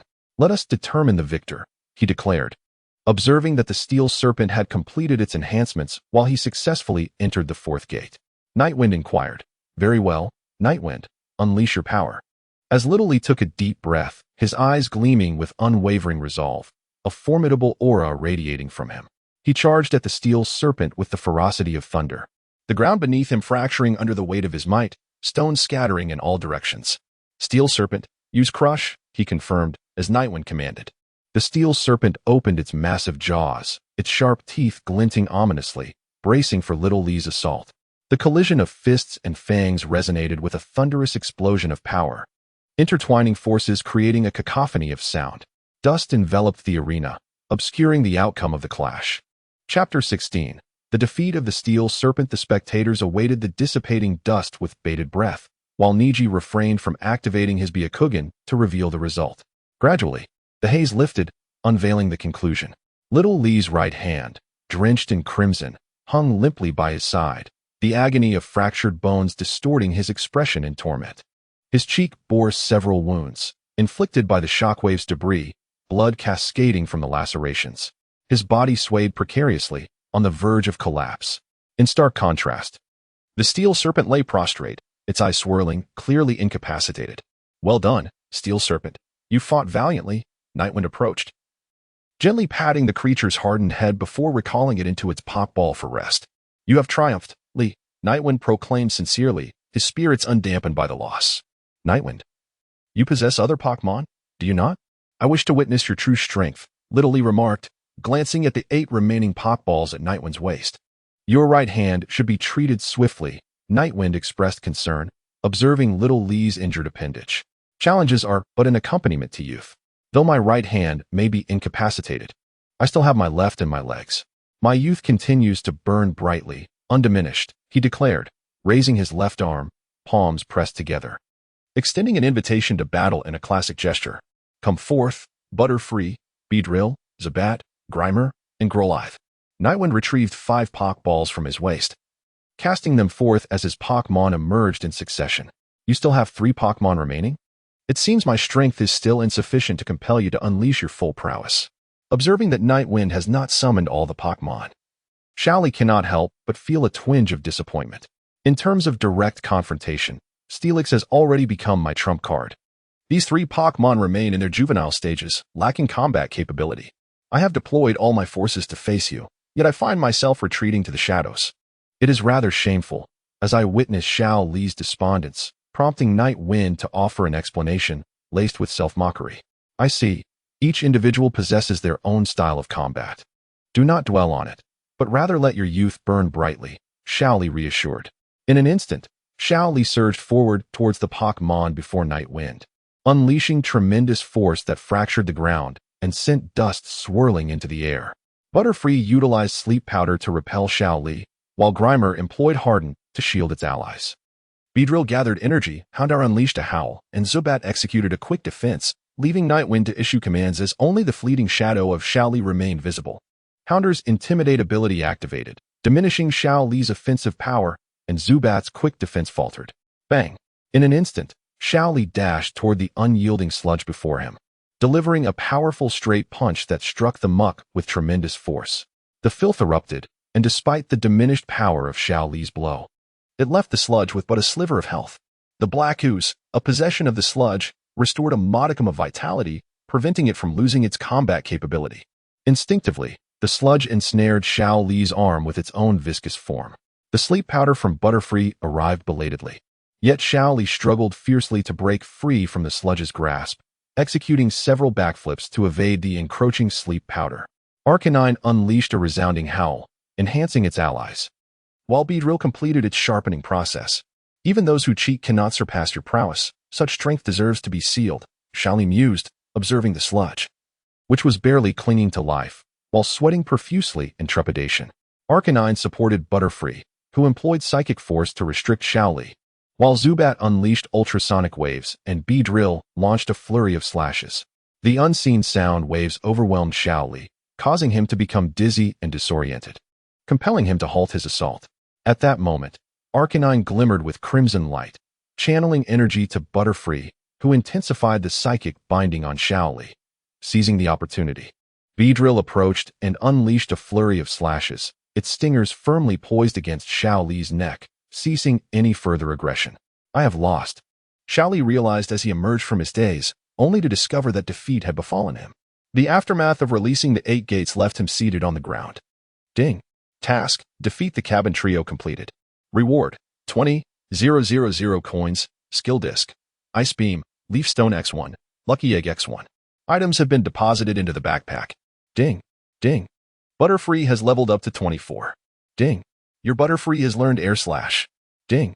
Beedrill has leveled up to 24. Ding. Your Beedrill has learned Poison Jab. Ding. Gyarados has leveled up to 24. Ding. Your Gyarados has learned Crunch. Ding. Zubat has leveled up to 24. Ding. Sludge has leveled up to 24. Ding. Tabulb has leveled up to 22. Ding. Arcanine has leveled up to 22. Ding. Machop has leveled up to 22. Ding. Steelix has leveled up to 22. Clap, clap, clap. It was indeed a splendid battle. Yefeng, I have come to understand your combat style. I shall take charge of the upcoming special training. Kai consoled Xiaoli before addressing Yefeng. Had you attacked me directly, you might have already claimed victory. Yefeng also offered words of comfort. Defeat is merely defeat. I shall train harder to surpass you, Xiaoli declared, his spirits undampened, as he fervently began to skip rope. Yefeng, let us commence our training as well. First, we shall focus on physical conditioning. 100 push-ups, 100 sit-ups, 100 squats, plus a 10 kilometers run, Kai instructed Yefeng. Teacher Kai, after this physical training, I shan't go bald. Will I? Yefeng inquired with a hint of concern. What are you talking about? I don't quite comprehend. Li has been training for 3 years, and he hasn't lost a single hair, Kai replied earnestly, though perplexed. Indeed, the path of the strong is universal. Yefeng reflected inwardly as he embarked on his own journey toward baldness. Chapter 17. Solo teams. The night breeze carried his weary body homeward, each step seemingly depleting the last vestiges of his strength. Struggling to retrieve his keys to unlock the door, he discovered it was unlatched. Gently pushing the door open, the soft candlelight spilled onto his face, and the scene before him rendered him speechless. There stood his younger brother and Yuzuki Yuin entwined in an embrace, deeply engrossed in their passionate TTE. Having been a paragon of virtue in his former life, Yifeng had never encountered such a spectacle, and he was so taken aback that he instinctively utilized his stealth ability, remaining motionless at the threshold, eyes wide in astonishment as he beheld his brother and sister-in-law. After a prolonged moment during which neither noticed his presence, Yifeng let out a sigh of relief and stealthily retreated to his room, listening to the muffled sounds outside. Sleep eluded his fatigued body. Lying in bed, he reflected on the battle with Xiaoli earlier that day. He concluded several points. 1. In a one-on-one confrontation, his current Pokémon were insufficient to rival a peak martial artist like Xiaoli. 2. The efficacy of psychic abilities was undeniable, significantly suppressing physical ninjas. 3.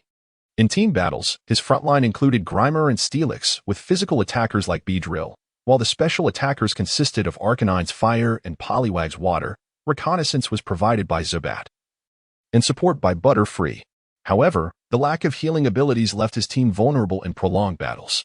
Upon reviewing the healing skills available to first and second generation Pokémon, he noted the grass type's continuous healing ability, Grassy Terrain, and the water type's healing move, Aqua Ring, alongside the single target healing skills Heal Pulse and Wish.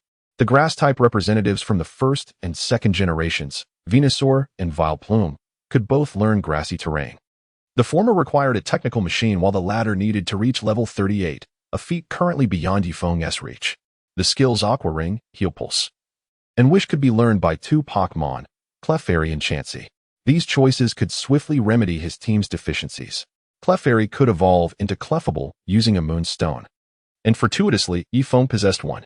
Chansey, however, required a certain level of friendship to evolve into Blissey, boasting exceptionally high HP and special defense stats. Albeit with subpar physical attack and defense, contrasting with Clefable's balanced attributes, which could be considered a distortion. Although the capacity of a barrel is determined by its shortest stave, this principle applies only to a singular barrel. By deconstructing and reassembling all barrels, one could create a larger vessel. This represents the power of teamwork. In a world where the protagonist's shadow clones abound, how could my few Pokémon engage in what might be termed a brawl against an individual? Compared to the protagonist, my forces seemed woefully inadequate. Having completed his mental preparations, Yifeng turned his gaze to the Pokédex, opening it to examine the materials required for synthesizing Chansey, a life egg, pink dye, and non-elemental chakra. The Night Breeze contemplated whether tomorrow it could experiment with using an egg as a substitute for nurturing life. The Night Breeze did not close the Pokédex but continued to browse, hoping to discover an exceptional Pokémon that required a moonstone for evolution, thereby enhancing his battle prowess. His gaze eventually settled upon the Nido family, considering that only Nidorina could produce eggs, while the evolved Nidoqueen lost the ability to lay eggs. Thus, he opted for Nidoran. The materials required for Nidoran included the corpse of a guinea pig, purple dye, and the chakra necessary for poison types. In comparison to the synthesis materials for Chansey, Nidoran's components were relatively commonplace. Meanwhile, the clamor outside gradually subsided, and Nightwind felt a sense of tranquility. He closed the Pokédex and immersed himself in the serene night, soon falling into a deep slumber. Hey, why does that guy always call us out, and then make us wait? Sakura, feeling disgruntled and resentful for having overslept and neglected her appearance, expressed her dissatisfaction. Exactly. Naruto chimed in, jumping around, which only exacerbated Sakura's irritation. Sasuke, on the other hand, leaned quietly against the railing, his thoughts drifting aimlessly. The Night Breeze found itself perched upon the railing, diligently jotting down notes, rehearsing for the impending Sijnin exam. Good morning, everyone. I seem to have lost my way on the path of life, it mused, just as Kakashi materialized before the crowd at the Bright Gate, greeting them with a casual wave. You're lying. Sakura and Naruto immediately retorted, expressing their discontent with Kakashi's languid demeanor and irresponsibility. Well, though it may come as a surprise, I have recommended you all for the Sijnin exam selection, Kakashi declared earnestly, disregarding Sakura and Naruto's reproaches. He produced 4 application forms and handed them out. As ninja teams were typically composed of 3 members, Kakashi suggested to the 3rd Hokage that Night Breeze form a team alone to participate in the Sijnin exam. Upon receiving the application form, Night Breeze caught a glimpse of Kakashi's eyes, which brimmed with recognition and anticipation. Impressive, Night Breeze, you can form a team all by yourself. Truly worthy of being my friend, Naruto exclaimed, brimming with joy for Night Breeze. Our team's strength is bound to diminish, Sakura worriedly remarked. Now we are rivals. Do be cautious, Night Breeze. I shall defeat you, declared Tenzin, reveling in the cessation of rain. Although taken aback by the prospect of soloing a team, Night Breeze displayed no intent to retreat. I have high hopes for you, Night Breeze. Be sure to deliver the signed application form to room 301 of the school by 3 p.m. in 5 days, Kakashi instructed before vanishing in an instant. Everyone, I must train, so I shall take my leave, Night Breeze announced to the trio before departing. Even with such strength, he still trains. Very well. I too shall begin my special training to become a Sijnin. Naruto, inspired, clenched his fists, his eyes shining with unwavering determination. He aimed to match Night Breeze's prowess and prove his own strength. As a secret weapon against Gaara, Night Breeze entrusted the lucky egg to the tadpole, allowing it to gradually enhance its experience. Under Night Breeze's tutelage, the tadpole steadily grew, mastering the skill Rain Dance, and upon reaching level 25, it evolved into a Politoed, completing its 2nd stage evolution with the Water Stone. During this time, Night Breeze was not idle. Each day, drenched in sweat beneath the sun, every movement precise. He persevered through the exhaustion of his bald-headed training. Chapter 18. The Sijnin exam begins. Time flew by, and in the blink of an eye, the first examination of the Sijnin exam commenced. The Night Breeze was aware that the content of the first examination revolved around cheating. He admired the various methods employed by individuals, whether masterful or clumsy, as a means of gathering intelligence. Subsequently, he resolutely succumbed to slumber until the examination concluded. submitting a blank paper to pass. Now, we find ourselves at the second examination, held at the 44th training ground, colloquially known as the Forest of Death. The proctor, Akatsuki Yoshitai, donned a netted attire while introducing the examination venue and distributing the Book of Life and Death to the participants. "What is this?" Naruto inquired with curiosity. "During this examination, it is possible that some may perish. Signing the Book of Life and Death absolves me of responsibility as the proctor," Yoshitai explained nonchalantly, eliciting a chill that coursed down the spines of the crowd upon hearing her words. "Now, let me elucidate the rules for the second examination. In essence, it is an extreme survival challenge. The 44th training ground is encircled by 44 locked gates, forming a circular area with a radius of 10 kilometers, encompassing forests, rivers, and a tower at its center. I shall provide you with a scroll of heaven or earth. By seizing the scrolls from other teams, you will obtain the scroll of heaven and the scroll of earth. Subsequently, you must reach the central tower with both scrolls within 5 days. If you wish to emerge victorious, be prepared to employ any means necessary." Noticing the silence among the participants, Yoshitai continued, 5 days? What about food during this time?" Ino Yamanaka expressed her concerns regarding sustenance. Can we withdraw midway?" Shikamaru Nara asked lethargically. "The rules do not permit withdrawal. Inside, there are wild animals, flesh-eating beasts, and poisonous plants, meaning you must survive for 5 days in an environment rife with ferocious creatures, toxic flora, and adversaries," Yoshitai replied with a cheerful smile. "That concludes the explanation. Please take the Book of Life and Death over there to exchange for a scroll, then select an entrance. Let us commence together." Yoshitai gestured towards the nearby scroll distribution point. Ding. Mission, Ch-Nin Exam Trial 1. Complete the 5-day survival challenge. Reward, 10,000 Rio. Item, Magnet, Skill Disc, Digging. The Night Breeze hesitated not, even displaying a hint of exhilaration. After all, the forest undoubtedly harbored a plethora of materials he sought. Upon arriving at the distribution point to submit his life and death scroll, he exchanged it for a volume of the Book of Heaven and, nearby, chose a portal. "Are you the esteemed Yekwan Yefeng, specially authorized by Lord Sandaime to participate in the Chunin exams? I eagerly await your performance," spoke Mitarashi Anko, stepping before Yefeng and playfully draping her arm over his shoulder. "Mitarashi Examiner, are you aiding me or setting a trap?" Yefeng mused, observing the collective gaze of the crowd upon him, some astonished, others fearful, while a few appeared eager. And a flicker of excitement akin to a hunter spotting prey briefly danced among them. Even Gaara cast a sidelong glance at Yefeng. "Who knows?" Anko responded enigmatically before departing. Entering the Forest of Death, Yefeng released a large bat for reconnaissance.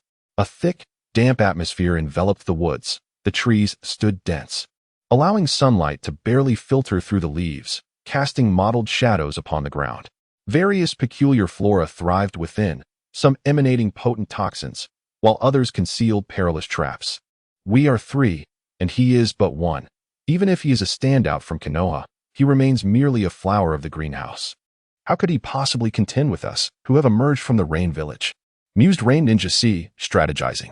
With a swift motion, dozens of shurikens soared toward Yefeng, striking him before he could react, only for him to dissipate into a plume of smoke.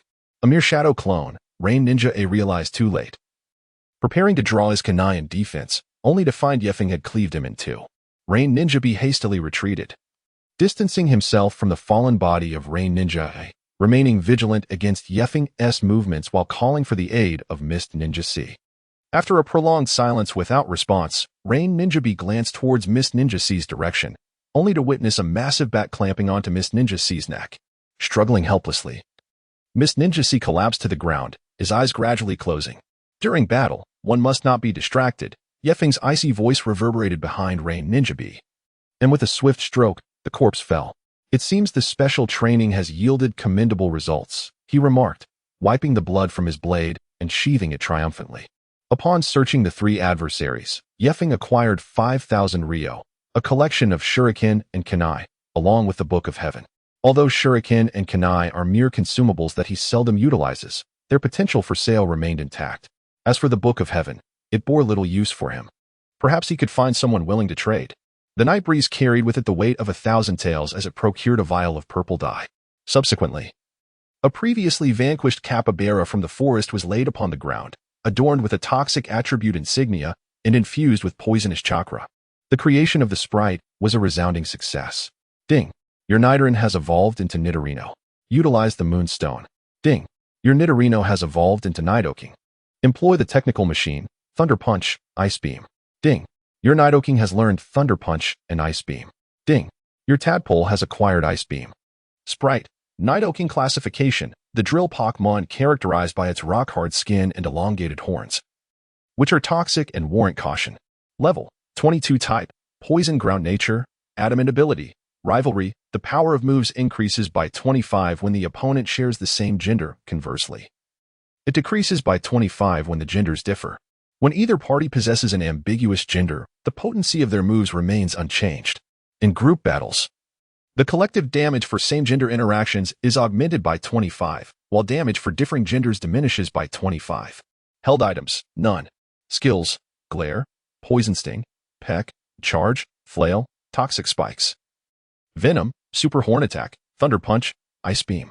After recalling Nidoking, Nightwind chose not to advance further, but instead sought a concealed spot to rest. Chapter 19.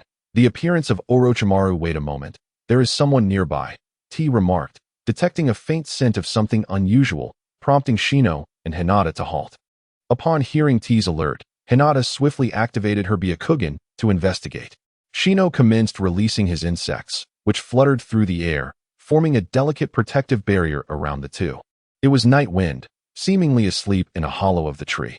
After conducting her reconnaissance, Hinata relayed her findings to T and Shino. Sleeping in such a perilous location? Does he look down upon us? T mused as he sniffed the air again, confirming it was indeed the scent of Nightwind.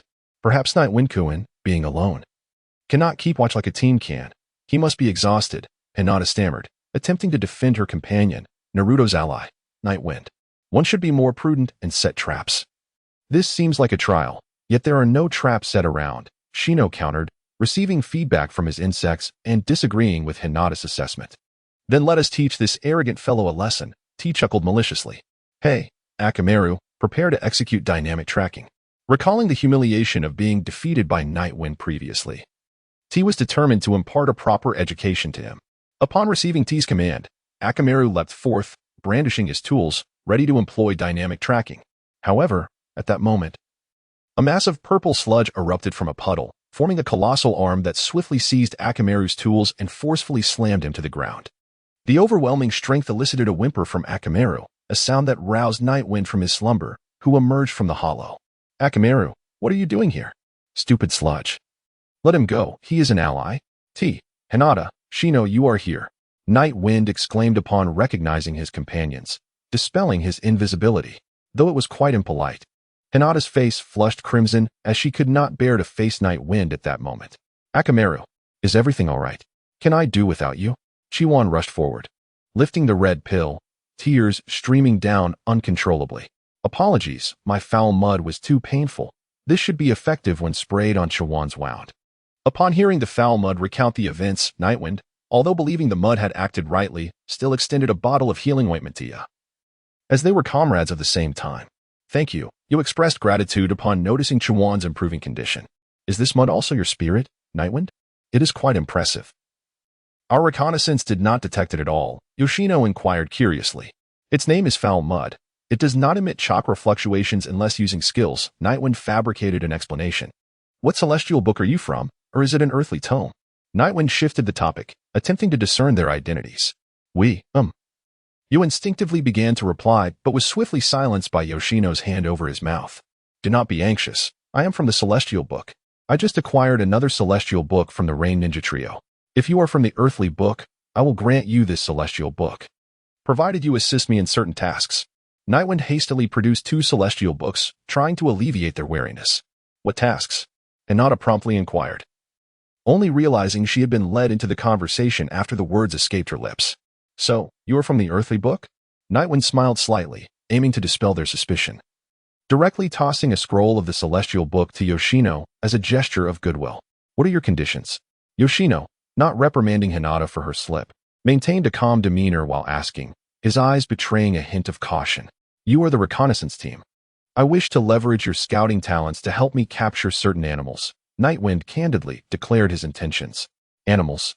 The trio questioned in unison, still perplexed by Nightwind's motives. My spirit requires specific animals as materials for crafting, Nightwind succinctly clarified. Deal, Hinata said, as Yoshino tucked away the celestial book, signaling Hinata to accept Nightwind's proposal. Byakugan, Nightwind cooing. What animals are you seeking? Hinata activated her Byakugan. Lizards, foxes, mantises, rhinoceros beetles, bears. Nightwind enumerated the creatures he needed. Naruto Koen, how could this be? 2 o'clock. 1 kilometer away, Naruto and the others are battling a serpent-like figure. They are in danger. I must go. Hinata exclaimed as she caught sight of Naruto and his companions struggling in combat atop a distant tree. As Naruto gradually faltered, Hinata rushed towards him without hesitation. No matter what happened, she was determined to protect him. Nightwind swiftly removed 3 Pokeballs from his waist, releasing the Pokemon to aid in their defense of Naruto. And he too hastened towards him. Let us join as well, Shino and Kiba declared in unison.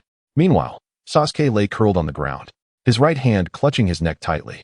The severe pain rendered him helpless, causing his entire body to tremble uncontrollably. Sakura, frantic with worry, embraced Sasuke, desperately seeking a way to alleviate his suffering, while Naruto remained unconscious, pinned to a tree by a kunai.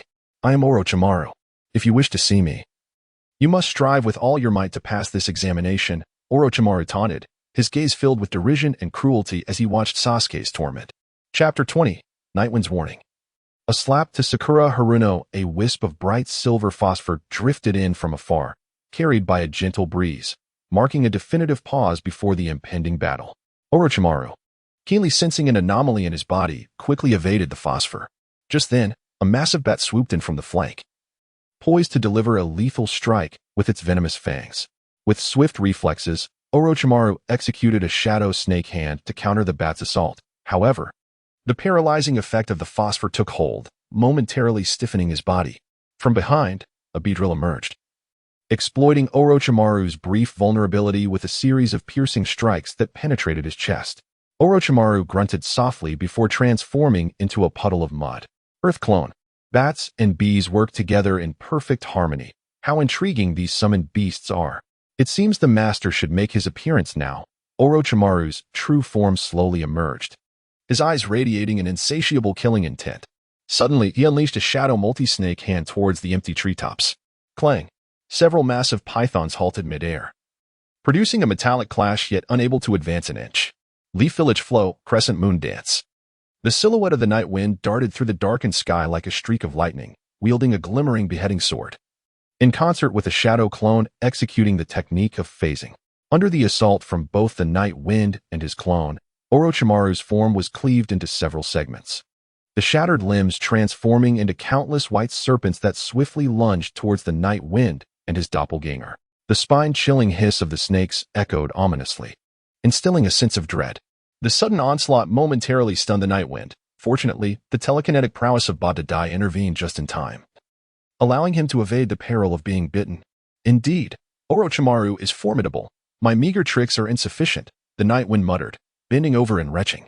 Orochimaru's true form emerged from his own mouth, revealing a cruel smile. His gaze radiated coldness and mockery, as if he were utterly unconcerned by the night wind's offensive. 3 consecutive attacks. The clone's deliberate release of chakra is a commendable tactic, but alas, your opponent is the serpent, Orochimaru, he remarked, casting an appreciative glance at the night wind, a smirk curling at the corners of his lips. Let me witness the prowess of a shadow-level ninja, the night wind declared, retrieving a Pokeball from his waist and tossing it towards Orochimaru. Steelix, use iron defense, he commanded. The Steelix shimmered with a metallic luster, its body hardening instantaneously. Another peculiar summoning beast? Orochimaru mused, biting his finger to draw blood, which he traced across the seal on his wrist, forming the hand signs to summon the great serpent from the dragon cave. Steelix, use bind, the night wind ordered. 2 massive serpents entwined in midair, relentlessly constricting one another. How could flesh withstand the might of steel? Within mere breaths, the internal organs of Orochimaru's summoned serpent were crushed into pulp, blood gushing forth as it succumbed to its demise. Steelix, employ Fire Fang, Badadai interjected, using telekinesis to disrupt Orochimaru's summoning technique. Rashomon. A thunderous crash resonated as Steelix collided with the Rashomon gate, yet no marks were left upon its surface. With a combined assault from Nidoking's Super Horn attack and assistance from Arcanine, the gate shattered, debris raining down, trees splintering, and dust billowing into the air. The tremendous force reverberated across the battlefield. "Little brat, leave your name," Orochimaru's voice echoed from afar. "Moonlight Night Wind, I shall remember you. Until we meet again." As the dust settled, Orochimaru's figure melded into the earth, leaving behind a chaotic battlefield. "Naruto, are you all right?" Hinata rushed to Naruto's side, cautiously extracting the kunai that had pierced his palm, helping him down from the tree. The night breeze sighed in relief as it retracted the Pokeball and sheathed the blade of execution.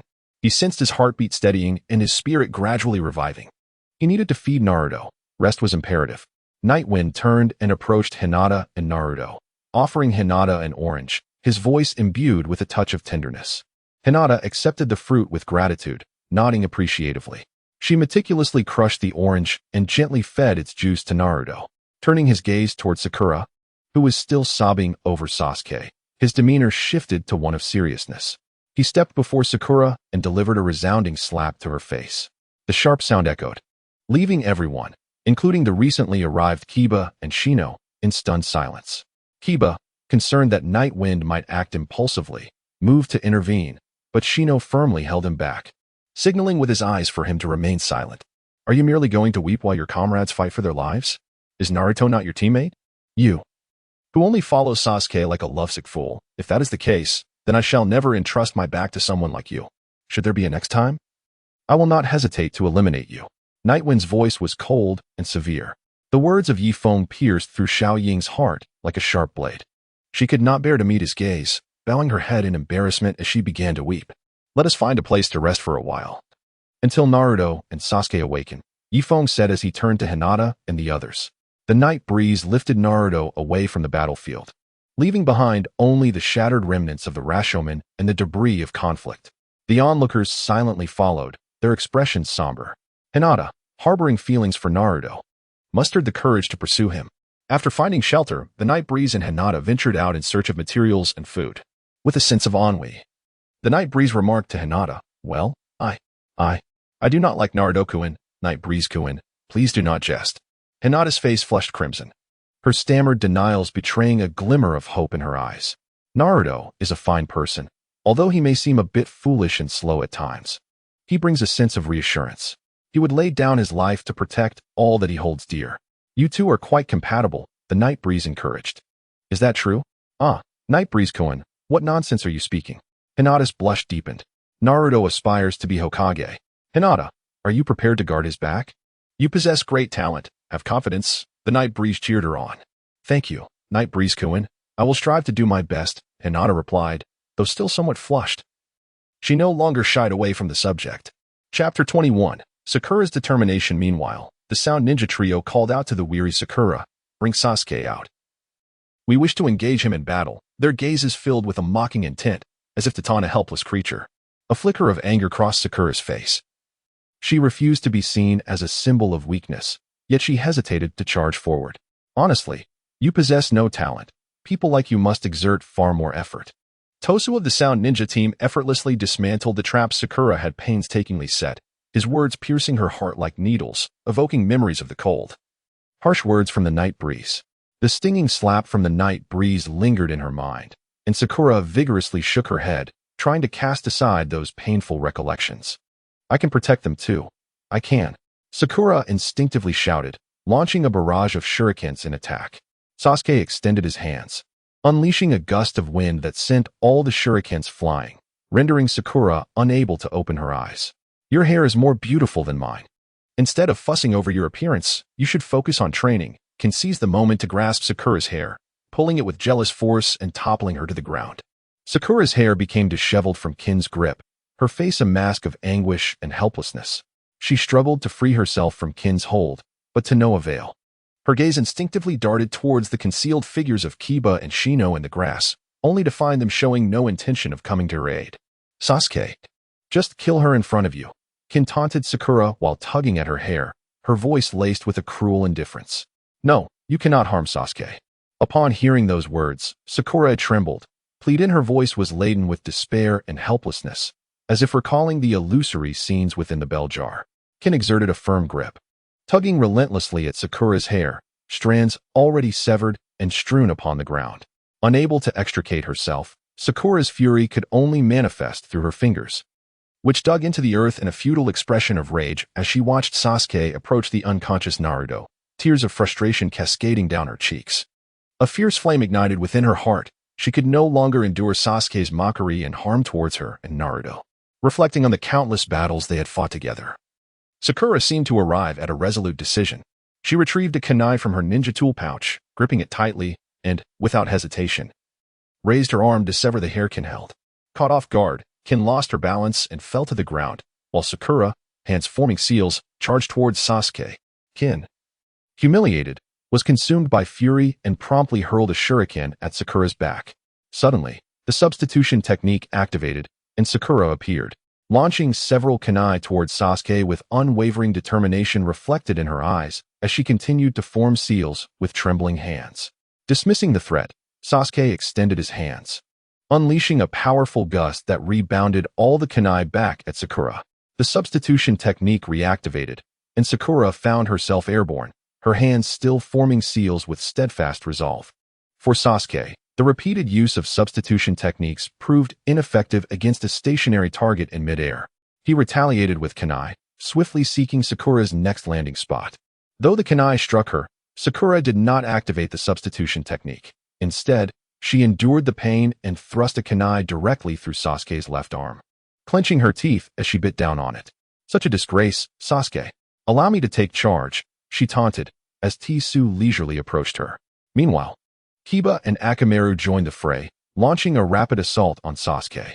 He could only retreat, desperately evading their attacks. Why are there so many insects? It's revolting, Kin exclaimed, overwhelmed by a swarm of bugs, desperately trying to evade their assault.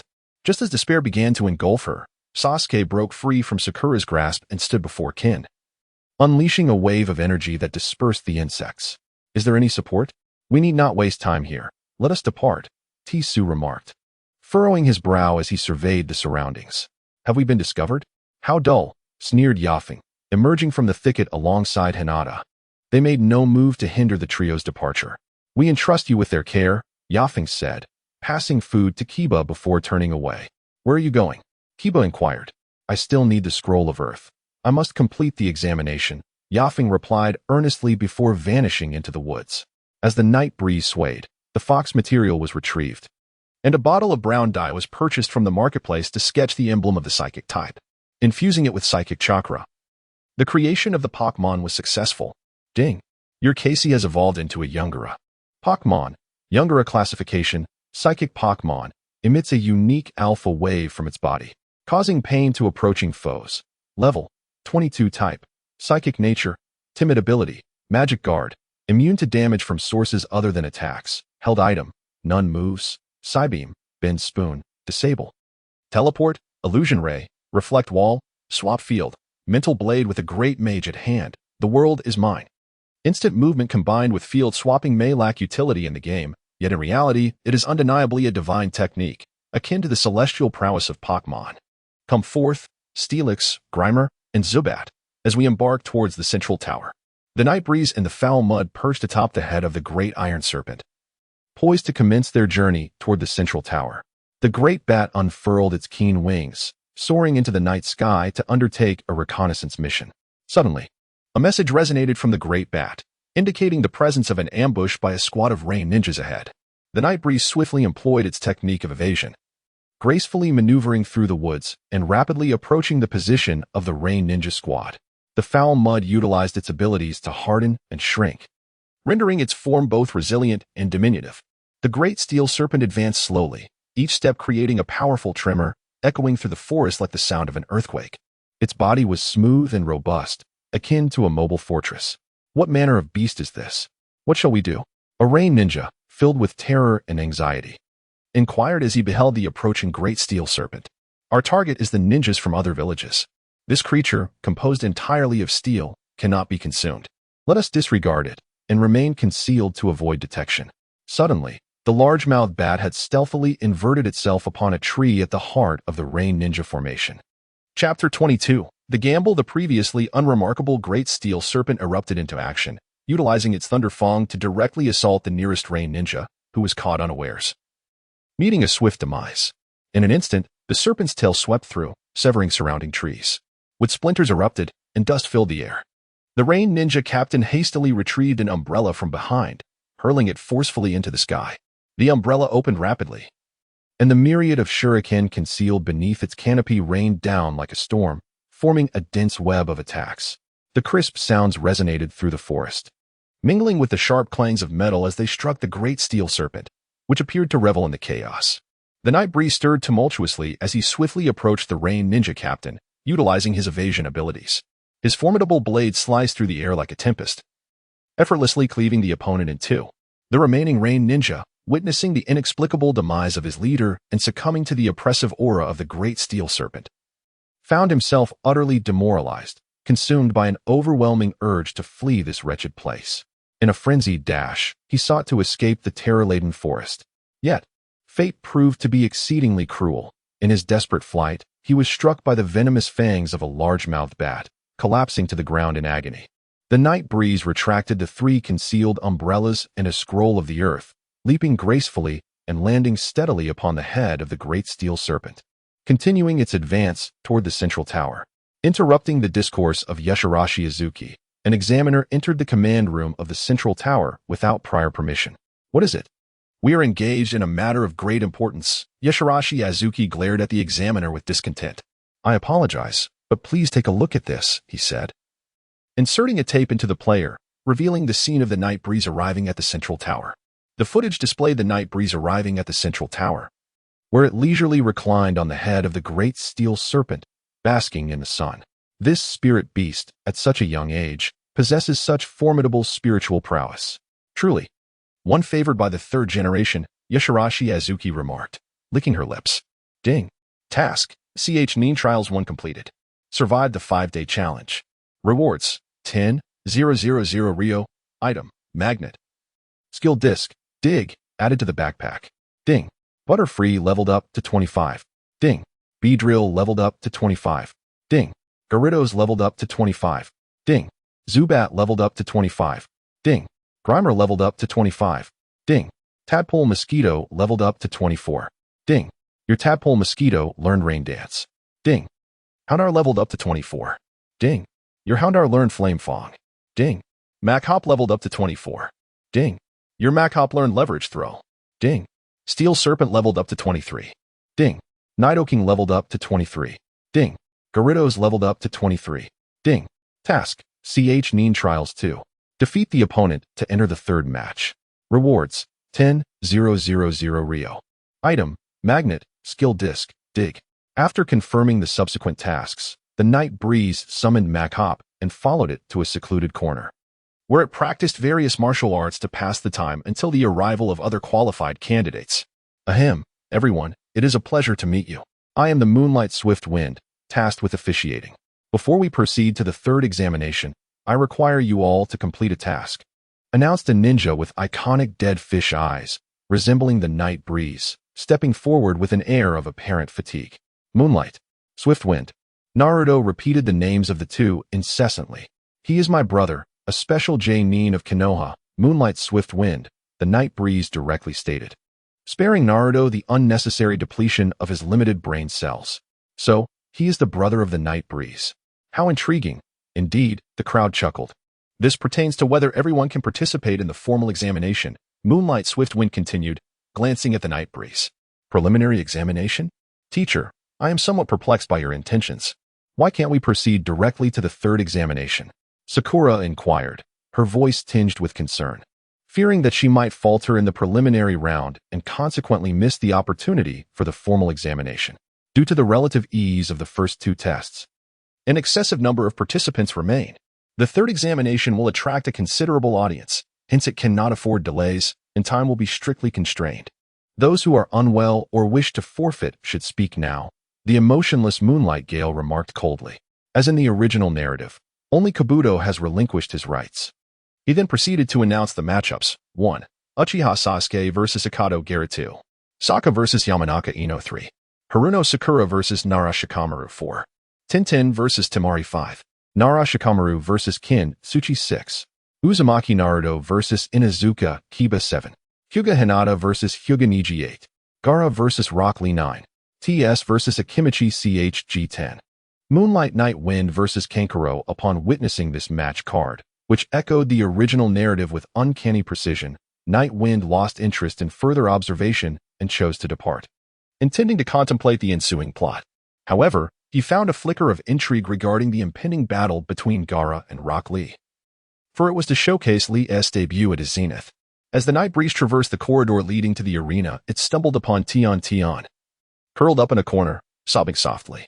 Intrigued, the night breeze approached to uncover the cause of her distress. "What troubles you, Tian?" It inquired with a tone of genuine concern.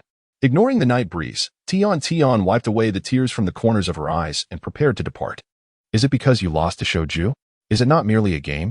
Do not take it too much to heart," the night breeze mused, reflecting on the match's events and seemingly uncovering the reason behind her sorrow. "You talented ones truly do not know how to console others," she retorted, her voice laced with resentment. "You always appear so aloof, as if this is merely a tedious competition in your eyes, when you are bound to win regardless. No matter how hard I strive, I can never catch up to your innate gifts. Our existence seems solely to serve as a backdrop for your brilliance, does it not? You, Ningji, and Shoju all embody this sentiment. Your prodigious talents render my efforts utterly futile." With clenched fists, Tian began to pound against the night breeze's frail chest, vociferously expressing her inner turmoil, while tears continued to betray her, streaming down her cheeks. As she vented her pent-up frustrations, her strength began to wane, ultimately leading her to collapse against the night breeze's chest, weeping profusely. "I am truly sorry. I did not mean to imply that," the night breeze stammered in a flustered manner. "I merely wished to comfort you. While one cannot choose their lineage with determination, one can alter their fate. How could a genius comprehend the plight of us commoners?" Tian shot back, her eyes ablaze with indignation. "Your inherent bloodline places you on a pedestal far beyond what we could ever attain through relentless training. No matter how diligently I practice my throwing techniques, even with perfect accuracy, I am powerless against the defenses of the great steel serpent. Facing Shoju's wind release feels utterly futile. Indeed, common ninjas can never aspire to be true powerhouses." The night breeze firmly disagreed. "Effort yields rewards. If your throwing techniques cannot breach the great steel serpent's defenses, then devise more potent tools. If wind release counters your abilities, seek alternative methods and explore new skills and strategies. The world of ninjutsu is boundless. As long as you do not give up, there will always be a path uniquely yours." Gripping Tian's arm to prevent her from striking, the night breeze pressed her against the wall of the corridor, locking gazes with her resolutely, not solely swayed by the words spoken. Tian could also feel the night breeze's breath, which, in such proximity, rendered her flustered and uncertain. "How about a wager? Let us bet on the next match. I will defeat Kenju without the use of my spirit," the night breeze declared boldly, unfazed by the blush that crept across Tian's cheeks. "What are the terms?" she asked, unable to meet the night breeze's gaze, yet defiantly preparing to accept the challenge. "If I lose, I shall give you my spirit," the night breeze replied, releasing Tian's hand and flashing a confident smile. He turned and walked towards the arena. "What shall I sacrifice if you emerge victorious?" As thoughts of the formidable steel python coursed through her mind, Tian couldn't help but feel a thrill of excitement, prompting her to inquire hastily. "Just be my girlfriend," Yifeng replied, halting in his tracks and casting a glance back at Tian, a hint of a teasing smile dancing in his eyes. Tian was taken aback, staring blankly at Yifeng, as if struggling to fathom the words that had just escaped his lips. Chapter 23, Yifeng versus Lang. The night breeze observed Lee, who was striving valiantly in the arena, while reminiscing about the words spoken by Tian. If he had not been bound to the system, his innate abilities would merely render him a mediocrity. Each clan in Konoha cherishes its own treasures, while the various ninjutsu created by the second Hokage have become resources controlled by the upper echelons to maintain their factional power. A transformation is imperative for Konoha. It is essential to sever the decayed roots and withered leaves. In the 8th match, Gaara emerged victorious. In the 9th, Toss claimed victory. As for the 10th match, please prepare for Tsukuyami and Kankuro. The night breeze gazed towards the entrance of the arena, where he discovered Tian observing him with a complex expression. He offered her a subtle smile and nodded, silently conveying his determination and confidence. Subsequently, he composedly approached his elder brother, preparing to welcome Lang's entrance. The fact that this individual was granted permission to compete by the third generation is a testament to his prowess. Kenjio Lang. You must gauge his strength and allow AI Luo to comprehend Yifeng's combat style. This mission is of utmost importance. I do not wish for any unforeseen circumstances. Maki whispered to Kenjio Lang. Though reluctant, Kenjio Lang acquiesced to Maki's request for the sake of the mission. He took a deep breath and approached Yifeng. You two truly resemble each other. Hey, esteemed examiner, you won't show favoritism, will you? Kenjio Lang remarked as he scrutinized the two. Rest assured. I shall adjudicate impartially, Moonlight Gale replied coldly before swiftly retreating from the pair. The night breeze swiftly extracted a smoke bomb from his pouch and hurled it to the ground.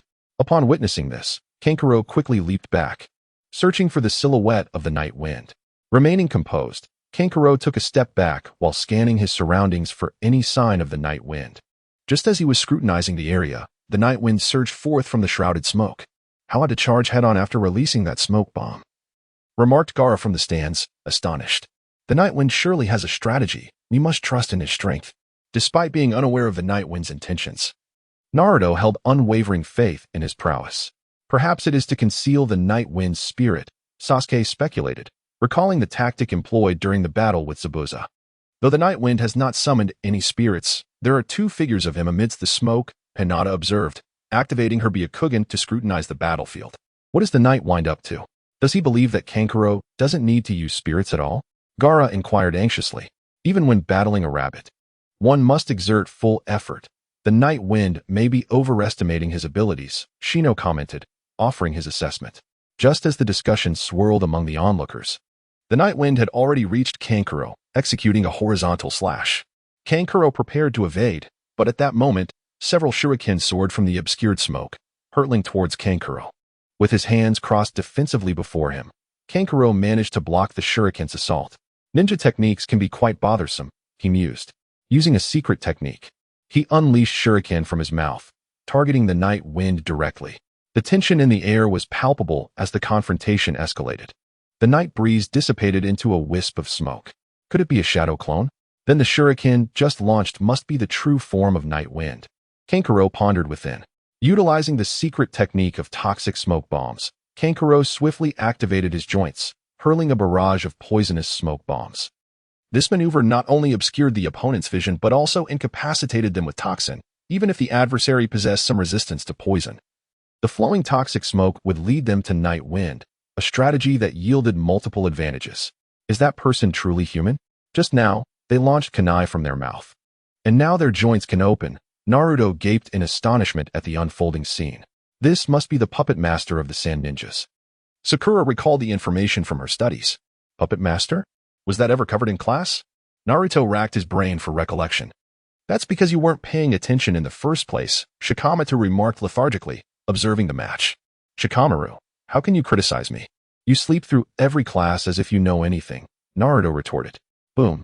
From the purple toxic smoke, a white mist emerged, still a shadow clone? Truly a coward. Kankuro mocked night wind, yet his body instinctively adopted a defensive posture. It's over. Leaf style, dance of the crescent moon.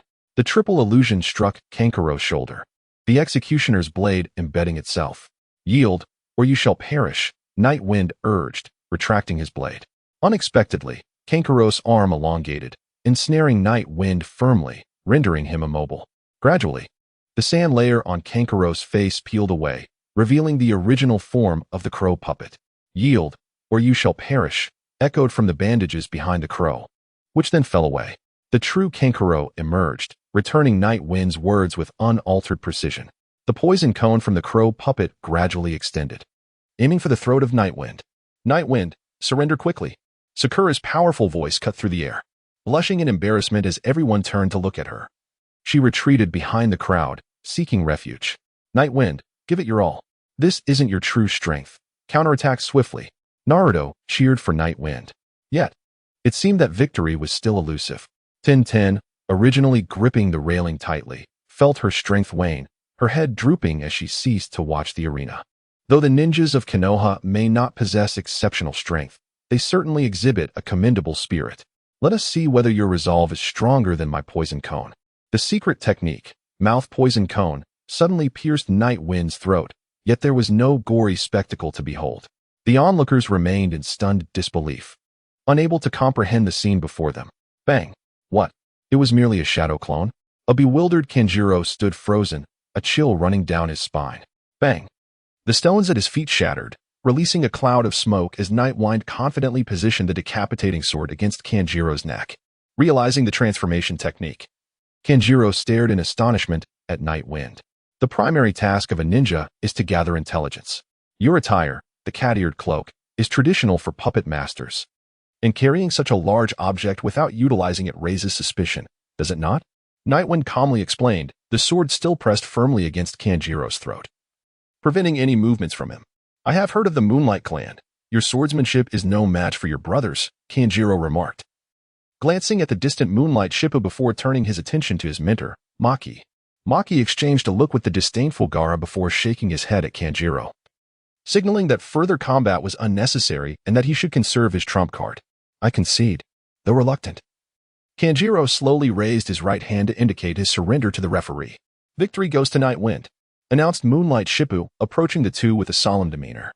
Chapter 24, The Fate of Moonlight Shippu. Uchiha Sasuke, Aburame Shino, Temari, Nara Shikamaru, Uzumaki Naruto, Hyuga Neji, Gaara, T.S. and Moonlight Nightwind. These 9 individuals have advanced to the 3rd stage of the exam. The official matches aim to showcase everyone's combat skills before the audience, and it is hoped that each participant will represent their respective nations with pride. Therefore, the formal competition is scheduled to take place in 1 month. As the 3rd Hokage stepped forward to announce the upcoming arrangements. Aren't we supposed to compete now? Naruto inquired, puzzled. We need to inform the feudal lords of various nations and the Kage of each village to attend the 3rd match, and this also provides you with preparation time. The 3rd Hokage explained. I still don't understand what that means, T.S. pressed further. We must notify the feudal lords and the Kage of each village to witness the 3rd match. Additionally, this month serves as preparation time for you all. You must enhance your strength by analyzing the intelligence gathered during the preliminary rounds, preparing yourself to know both yourself and your adversaries, thereby increasing your odds of victory. In previous encounters, you faced unseen foes. Hence, this is to ensure fairness and equity, allowing everyone the opportunity to fully exhibit their capabilities. It is my hope that you will refine your skills over the course of this month. After taking a puff from his pipe, the 3rd-generation leader toyed with it in his hand as he responded. Ding! The 2nd trial of the ninja examination has been completed. Defeated the opponent and advanced to the 3rd match. Reward: 10,000 coins. Skill disc. Dig. Item: Magnet X1 has been dispatched to your backpack. Ding! Your Butterfree has reached level 26. Ding! Your Beedrill has reached level 26. Ding! Your Beedrill has learned Pursuit. Ding! Your Gyarados has reached level 26. Ding! Your Zubat has reached level 26. Ding! Your Grimer has reached level 26. Ding! Your Grimer has learned Sludge. Ding! Your Tadbulb has reached level 25. Ding! Your Tadbulb has evolved into Frogadier. Ding! Your Herdier has reached level 25. Ding! Your Machop has reached level 25. Ding! Your Steelix has reached level 24. Ding! Your Steelix has learned Roar. Ding! Your Nidoking has reached level 24. Ding! Your Gyarados has reached level 24. Ding! Mission: The Ninja Uprising. Defeat the Sand and Sound Ninja Alliance to protect Konoha. Reward: 100,000 coins, skill discs, close combat, Earthquake, Thunderstone X1, Miracle Seed X1, Pink Ribbon X1. The night breeze searched far and wide for any trace of Tion, but upon finding none, it lost interest and returned home with Moonlight Gale to celebrate. The recent battle had even deceived me, as it cunningly utilized the characteristics of both the Shadow Clone technique and Transformation technique, which produce smoke to bewilder the opponent. Your comprehension of these techniques surpasses that of many, Moonlight Gale remarked with a smile. I can only perform the 3-body technique. I am unable to utilize other ninjutsu. Thus, I must focus on mastering the 3-body technique, Night Breeze replied with a wry smile. You also possess the ability to use the transparent escape and swordsmanship. Your innate talent is exceptional, and becoming a special Jonin like me is not an insurmountable task, Moonlight Gale reassured, hoping to instill some confidence in his younger brother. Brother, will you be undertaking missions soon? Lately, my eyelids have been twitching, and I sense that something ominous may occur. Please be cautious, and if you encounter danger, you must flee, Night Breeze subtly warned his brother, hoping to alter Moonlight Gale's fate. Are you cursing your dear elder brother? Can't you wish for something good? Nonetheless, I will be vigilant, Moonlight Gale quipped, giving Night Breeze a playful knock on the head and gently patting his hair. Suddenly, the door swung open. Gale. The third Hokage is looking for you. While they were conversing, an Umbu ninja appeared at the entrance. If you encounter danger and cannot escape, press this round button to throw these 2 Pokeballs. It should buy you some time, Night Breeze advised. Fully aware that his brother might not return and still wishing to salvage the bond they had just forged. Thank you, Night Breeze. Moonlight Gale seemed to realize his brother might know more than he let on.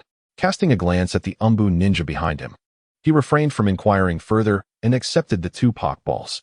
A heavy heart weighed on Moonlight Gale. He understood that the upcoming mission would not be an easy one. Not far away, he saw the third Hokage quietly awaiting them. After his brother departed, Night Breeze presented the water stone to his Masukawa frog. Ding. Your Masukawa frog has evolved into a fast-swimming frog. Ding. Your fast-swimming frog has learned Hell Roll. Subsequently, Night Breeze summoned a Zubat to search for Orochimaru's whereabouts. How impressive. Is that his true form? Toby observed from a distance as he effortlessly eliminated Gaara, curiosity blossoming within him. But is this wise? That individual is from the Sound Village, Maki remarked gravely, glancing at Toby with concern. It's of no consequence. He has outlived his usefulness, Toby replied nonchalantly. I had thought he would serve as an ideal observer of that boy named Sasuke's abilities. No, that is no longer necessary, in fact. He has already issued commands to capture Sasuke. Though I have failed, Toby smiled faintly. It is almost time to inform them of this plan, Toby reminded, causing Maki's heart to tremble upon receiving the news. He understood that if this plan were to succeed, it would have a monumental impact on the entire ninja world. He was astonished to discover that the alliance with the Sound Village had engaged in covert dealings with the Hidden Mist. And it was imperative to inform the Hokage of this matter. Yagura, concealed in the shadows, listened intently to their conversation. A sense of urgency gripped him as he realized the significance of what he had overheard. He must relay this plan to the third Hokage without delay. Oh, I see. Then I shall take my leave, he said, turning to depart. Oh, by the way, I'll handle the aftermath. Kabuto's voice suddenly interrupted Yagura's thoughts. Turning to look, Yagura saw Kabuto squinting with a hint of a smile adorning his face. No, let me take care of it. As a sand ninja, I should contribute to my comrades. Maki asserted, volunteering for the task, demonstrating a willingness to cooperate. Yagura's heart stirred. He realized he had been discovered. He quickly activated his body flicker technique, darting away like a flash of lightning in an attempt to evade Maki's pursuit. Chapter 25. The deal, however, shortly after his departure. He sensed a formidable killing intent closing in. He swiftly turned to see Maki in pursuit. The initially retreating Yagura understood he had been detected and hastily employed his body flicker technique to escape, but it wasn't long before Maki, a Jonin, caught up to him. Ah, is that you, esteemed examiner? What are you doing all alone here? Maki taunted with a sardonic tone. It seemed that a confrontation was inevitable. Yagura glanced at the 2 Pokeballs his brother had given him, yet he had no intention of utilizing them. The opponent he faced was a particularly troublesome one, especially for a mere genin equipped with tools that could best him. Resolutely, he drew his ninja blade from his back, its gleam slicing through the dark at night like a silver arc. He took firm strides, charging directly at Maki, skillfully evading his attacks while 3 phantoms surged towards Maki from various angles. Yagura managed to strike Maki, yet the damage was negligible. Maki remained unfazed, seizing Yagura's blade, rendering it impossible for him to withdraw it. Your crescent moon dance is certainly superior to your brother's. It is only natural that you can block a tangible sword. However, the blade of wind is insurmountable, Maki declared, raising his right hand, a sharp wind blade coalescing within it, poised to sever Yagura's head. Yagura's expression turned grave. Realizing he had to respond swiftly, he promptly discarded his weapon and retreated, but the wind blade still sliced through his chest, blood erupting forth as he collapsed to the ground.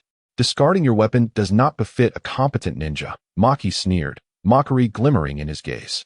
Suddenly, he conjured a blade of wind, preparing to strike once more at the Moonlight Gale. At that critical moment, the 2 Pokeballs at the waist of Moonlight Gale emitted a dazzling light. Grimer utilized Harden to block the wind blade attack, though it sustained some damage, while Butterfree retaliated with Air Slash against Maki. A Grimer and a Butterfree emerged from the Pokeballs, positioning themselves protectively in front of Moonlight Gale. The summoner Maki was taken aback by the 2 Pokemon before him. He hastily retreated, ready to unleash another wind blade to vanquish Moonlight Gale. However, Just as he was about to cast the wind blade again, Grimer executed a move to immobilize him, interrupting his chakra flow and preventing him from using the wind blade anew. Seizing the opportunity, Butterfree lifted Moonlight Gale and flew away from the scene. Just as Maki prepared to pursue, Grimer swiftly unleashed Mudshot, spraying muck at Maki and obstructing his path. It seemed he must first deal with this mess. Maki frowned. Retrieving a shuriken from his ninja tool pouch, he fixed his gaze upon Grimer, intent on a swift resolution. Yet, just as he was about to launch his attack, Grimer unexpectedly shrank and slipped away through a crevice in the roof. Damn it! How many secrets does Konoha hold? Perhaps I need to reconsider whether to proceed with the plan. Maki gritted his teeth and stowed away the shuriken, returning to his base in frustration. Meanwhile, in another corner, Night Wind affectionately stroked the Zubat perched on his shoulder, smiling as he melted into the shadows. Have you found it already? Good job, Zubat. At that moment, Orochimaru, accompanied by Kabuto, encountered Night Wind in the woods before their hideout, witnessing Night Wind's tender interaction with Zubat. My brother has been well cared for by you, has he not? Kabuto? Night Wind remarked, his tone laced with a hint of dissatisfaction. Kabuto smirked, his wariness of Night Wind ever present. He suspected that Night Wind might know more than he ought to. Thus, he contemplated eliminating Night Wind to safeguard Orochimaru's plans from exposure. However, Orochimaru intervened, clearly intrigued by Night Wind. Let us make a deal, Night Wind stated, getting straight to the point. Indeed, an interesting little imp. Do you seek power? I can grant you strength akin to Sasuke's. Simply allow me a taste, Orochimaru said, assessing Night Wind, his long tongue flickering over his lips. I have no interest in the curse mark of heaven, Night Wind replied, casting a scornful glance at Orochimaru, remaining unperturbed. He was acutely aware of Orochimaru's cunning, recognizing him as a madman devoted to the pursuit of science. It seems you possess considerable knowledge. Do share the terms of the transaction, Night Breeze urged, scrutinizing the intent gaze of Orochimaru. I will not disclose your intelligence to the third Hokage, Night Breeze declared, casting a glance at the ever-prepared Kabuto, his tone imbued with confidence and resolve. What price must I pay? Orochimaru inquired, eager to ascertain Night Breeze's true desires. There must be an undiscovered base near Konoha. Grant me one, and in addition, I demand 1,000,000 Ryo, Night Breeze proposed. Is that all? Understand that by relinquishing this information, you could avert a crisis and be hailed as a revered hero of Konoha, Orochimaru remarked, clearly taken aback by the mercenary nature of Night Breeze's conditions. The hero you speak of is merely a fool, burdened with all responsibilities, subjected to relentless scrutiny while being expected to be flawless. The last hero of Konoha, Hatake Tsukumo, met a tragic end. Such titles are better left to Naruto, who aspires to become Hokage. Night Breeze laughed heartily, his voice laced with disdain and irony. An amusing response. That Kyuubi brat, indeed a fool, Orochimaru replied, a faint smile gracing his lips. His assessment of Naruto was far from favorable, viewing him as a reckless individual incapable of wielding his own power. What do you intend to do with the base? Are you also enamored with science? Orochimaru continued, probing Night Breeze's perspective on the subject. As you have observed, my combat style relies on my spirits. The creation of spirits necessitates a substantial quantity of animal corpses. And I believe your base harbors the resources I require, Night Breeze candidly divulged. Your spirits are indeed fascinating. I am quite intrigued and wish to study them, Orochimaru confessed, genuinely curious about the young man's mastery over such entities. Perhaps it is best to leave professional matters to the professionals. Let us engage in another transaction, Orochimaru suggested.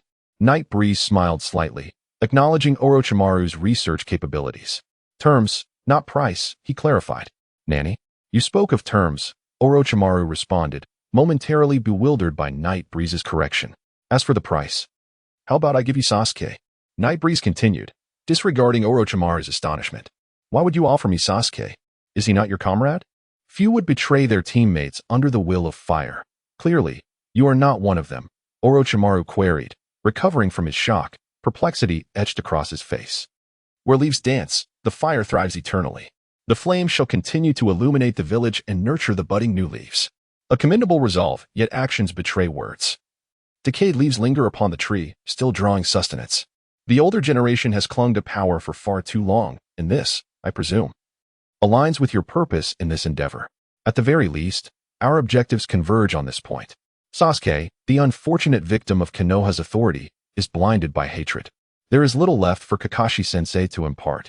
In his quest for the power to surpass his brother, he will inevitably seek you out.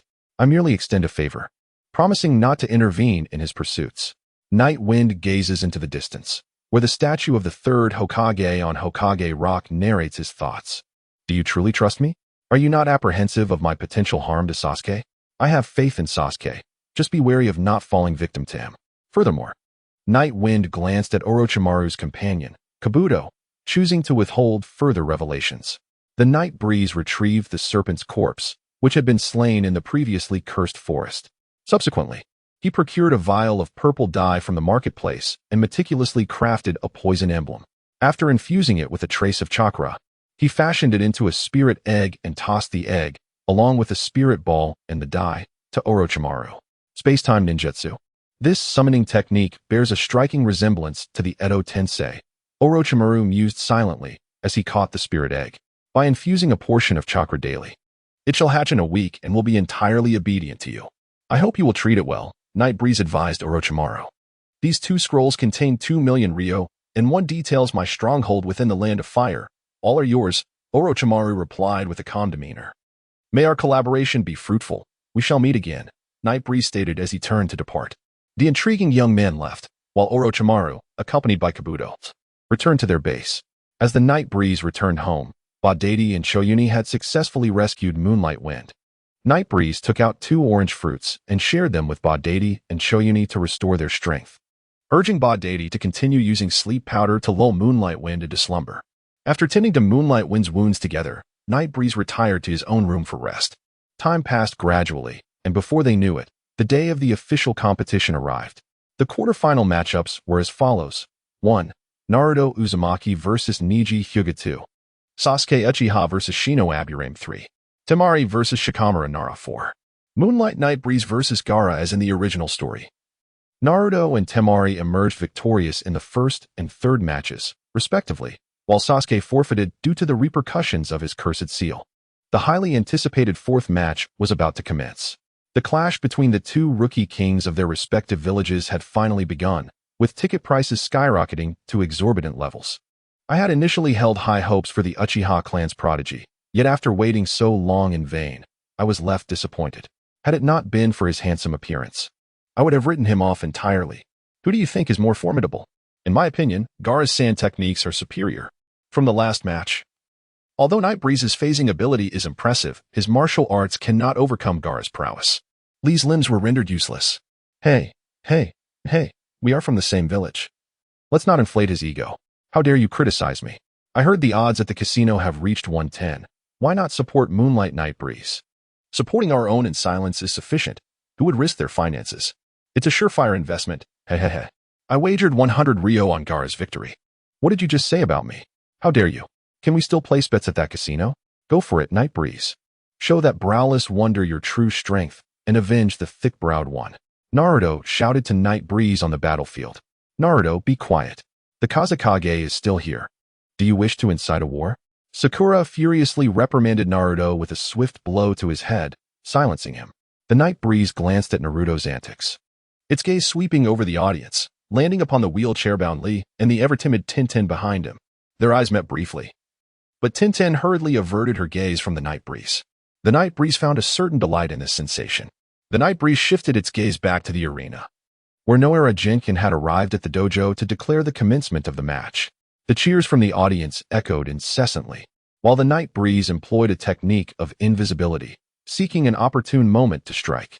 From Gaara's gourd, fine sand erupted and scattered like a tempest of sand, completely outlining the figure of the Night Breeze, leaving no room for concealment.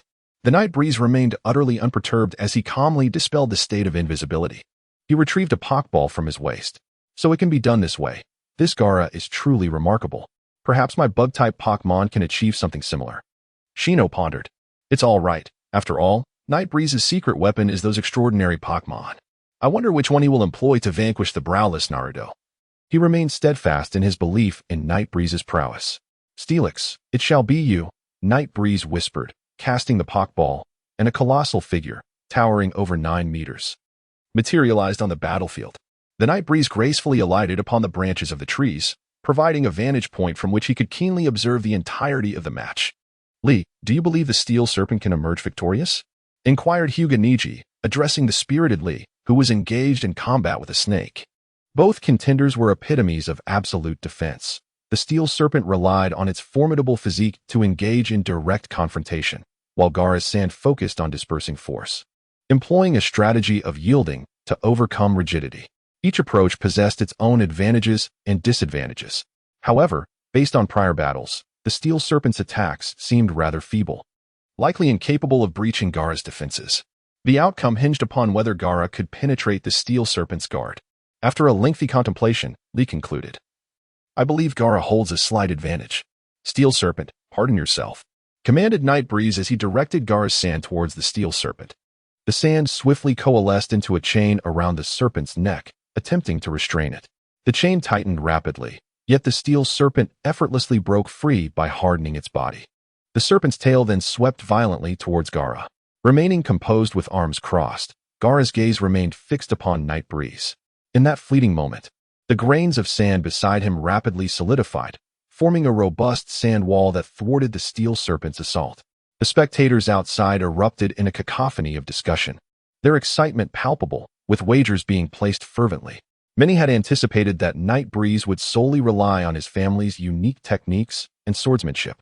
Yet they were astonished by his formidable summoning beast. It was no wonder he was regarded as the foremost newcomer in Konoha. Look at that steel serpent. It's both massive and unyielding. I doubt that Sand Ninja's soft sand can withstand for long, one spectator remarked. Indeed, there's a possibility, another chimed in. What were the odds for Night Breeze again? It seems like a winning bet on him. If only I had known earlier, I would have wagered on Night Breeze, lamented another. Fortunately, I did place a bet on him, albeit modest. It shall afford me some joy for a while. Good brother, in wealth and honor. Let us not forget each other. The Night Wind gestured to Tian on stage, signaling her to cover her ears as well. Chapter 27, The Defeat of the Steel Serpent. How could it be that the Night Wind was still making faces at this moment? Naruto felt perplexed by the Night Wind's antics, unable to comprehend his actions. Hurry up and do it, Naruto.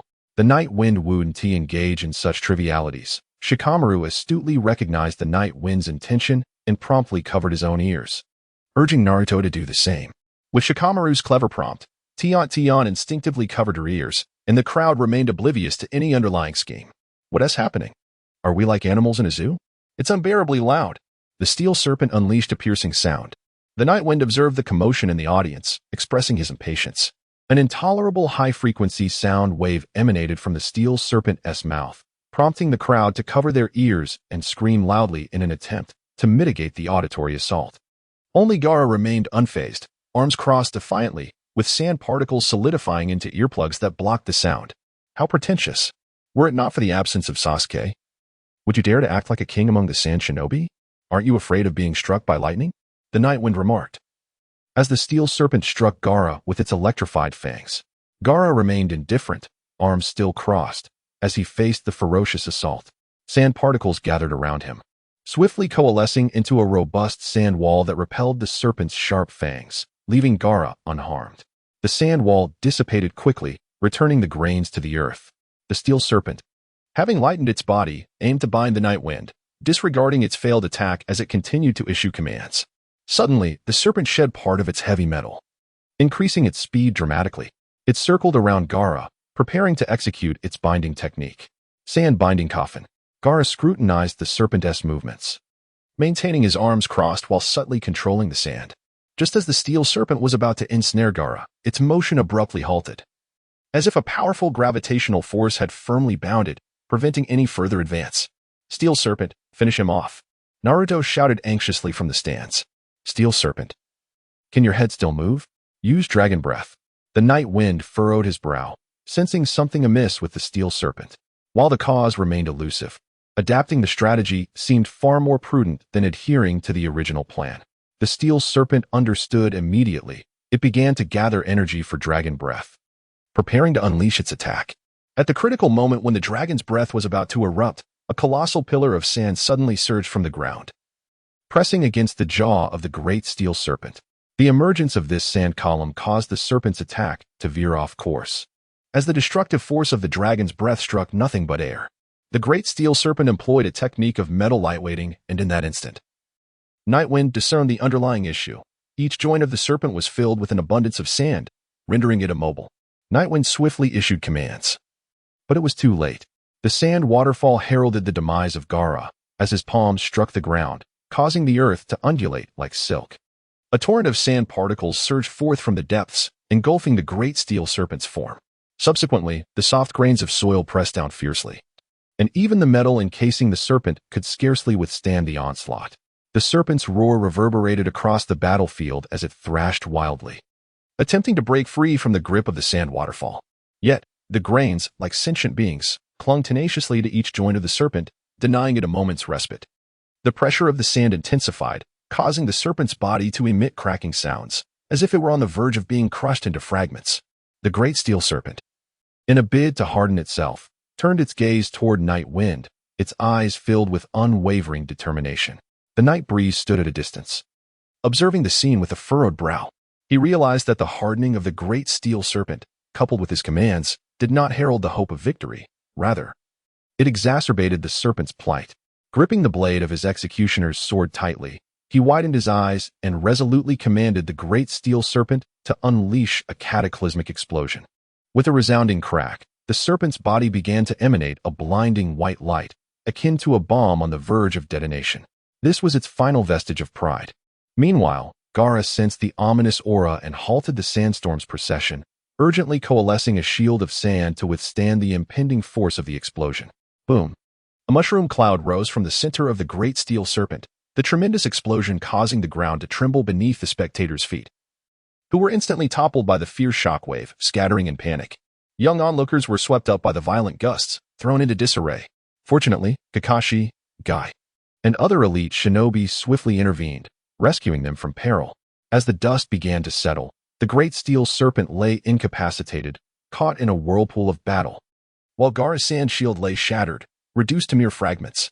At that moment, Gaara's expression no longer reflected disdain but rather a complex blend of joy and fury. A survivor's exhilaration. Yukais, I shall slay you. With the shedding of his sand armor, Gaara gritted his teeth, his eyes brimming with murderous intent. Bloodied and battered, crimson fluid seeped from his ear canal, evidently the result of the earlier explosion's deafening roar. With a furious roar, Gaara unleashed a barrage of circular sand bullets, akin to machine gun fire, aimed directly at the night breeze, who was sheltered behind the executioner's sword. Familiar with the narrative of the Hokage, the night breeze knew all too well that the executioner's blade could not withstand the penetrating force of the relentless sand barrage. He decisively hurled smoke bombs in every direction and employed a technique to evade the obscuring mist. Nowhere to run. Upon seeing the night breeze release smoke bombs, Gaara immediately ceased his lateral assault of sand bullets. A cold glint flickered in his eyes as he inhaled deeply, gathering a multitude of sand particles in his palm. These grains coalesced into a massive sphere, exuding an oppressive aura that was suffocating. With a vigorous wave of his hand, the colossal sand sphere shattered instantaneously, transforming into countless minute grains. These grains surged like a tempest toward the smoke-laden area, forming a dense hail of sand. The onslaught descended like raindrops, enveloping the entire battlefield in a shroud of sand. Each grain seemed like an innumerable blade, slicing through everything in an instant. Witnessing Gaara's ferocious assault, the onlooking shinobi clenched their fists, some fixated anxiously on the mist, deeply concerned for the night breeze's safety. In an almost imperceptible manner, Tian had shattered the wheelchair handle of Shaoli. 5 minutes passed, and Gaara ceased his onslaught, the sandstorm gradually dissipating. Yet, the figure of Yi Feng remained conspicuously absent. Chapter 28. The azure canopy of sand. The onlookers grew increasingly tense, their gazes fixed upon the battlefield, eagerly anticipating Yi Feng's emergence. At last, you have concluded your assault. Otherwise, I might have hesitated to reveal myself. The foul mud slowly dripped from Yi Feng's form as he rose from the ground, retracting the beheading blade before him. He cast a smile toward Gaara, a glint of mockery dancing in his eyes. You have not moved an inch. Gaara realized he had been outwitted by Yi Feng, his anger boiling over as he shouted in frustration. As the saying goes, the most perilous place is often the safest. Well then, the match is officially underway. You must tread carefully now. While brushing off the sand clinging to him, Yi Feng nonchalantly continued, How exhilarating. Is this truly the clash between the foremost of the sand and the elite of Konoha? Remarkable. I never anticipated that summoning beast possessed such formidable offensive capabilities. It nearly concluded the battle. However, the steel serpent was ultimately defeated. Witnessing Gaara's recent attack was utterly stunning. I dare say Gaara holds the upper hand. What? The match has officially commenced. Could it be that Yi Feng has a summoning beast even mightier than the steel serpent? Haha. Yi Feng, you must strive harder. My enjoyment over these past months hinges on your performance. The thrilling confrontation ignited excitement among the spectators, who began fervently discussing the potential victor. The allure of monetary gain led many to fervently cheer and place bets, erasing the distinctions between village and outsider, leaving only the pursuit of profit. Come forth. Froggy and Gyarados. Yi Feng summoned the two creatures onto the field. Froggy's body glistened with moisture, a haze of water enveloping the area, droplets cascading to form puddles upon the ground. Gyarados showcased its immense form, its scales gleaming ominously, exuding a formidable aura. Gyarados' Intimidate ability activated, its presence enveloping the battlefield like a tangible force, stifling the breath of those nearby. Some of the more timid spectators trembled, contemplating a hasty retreat. Kakashi.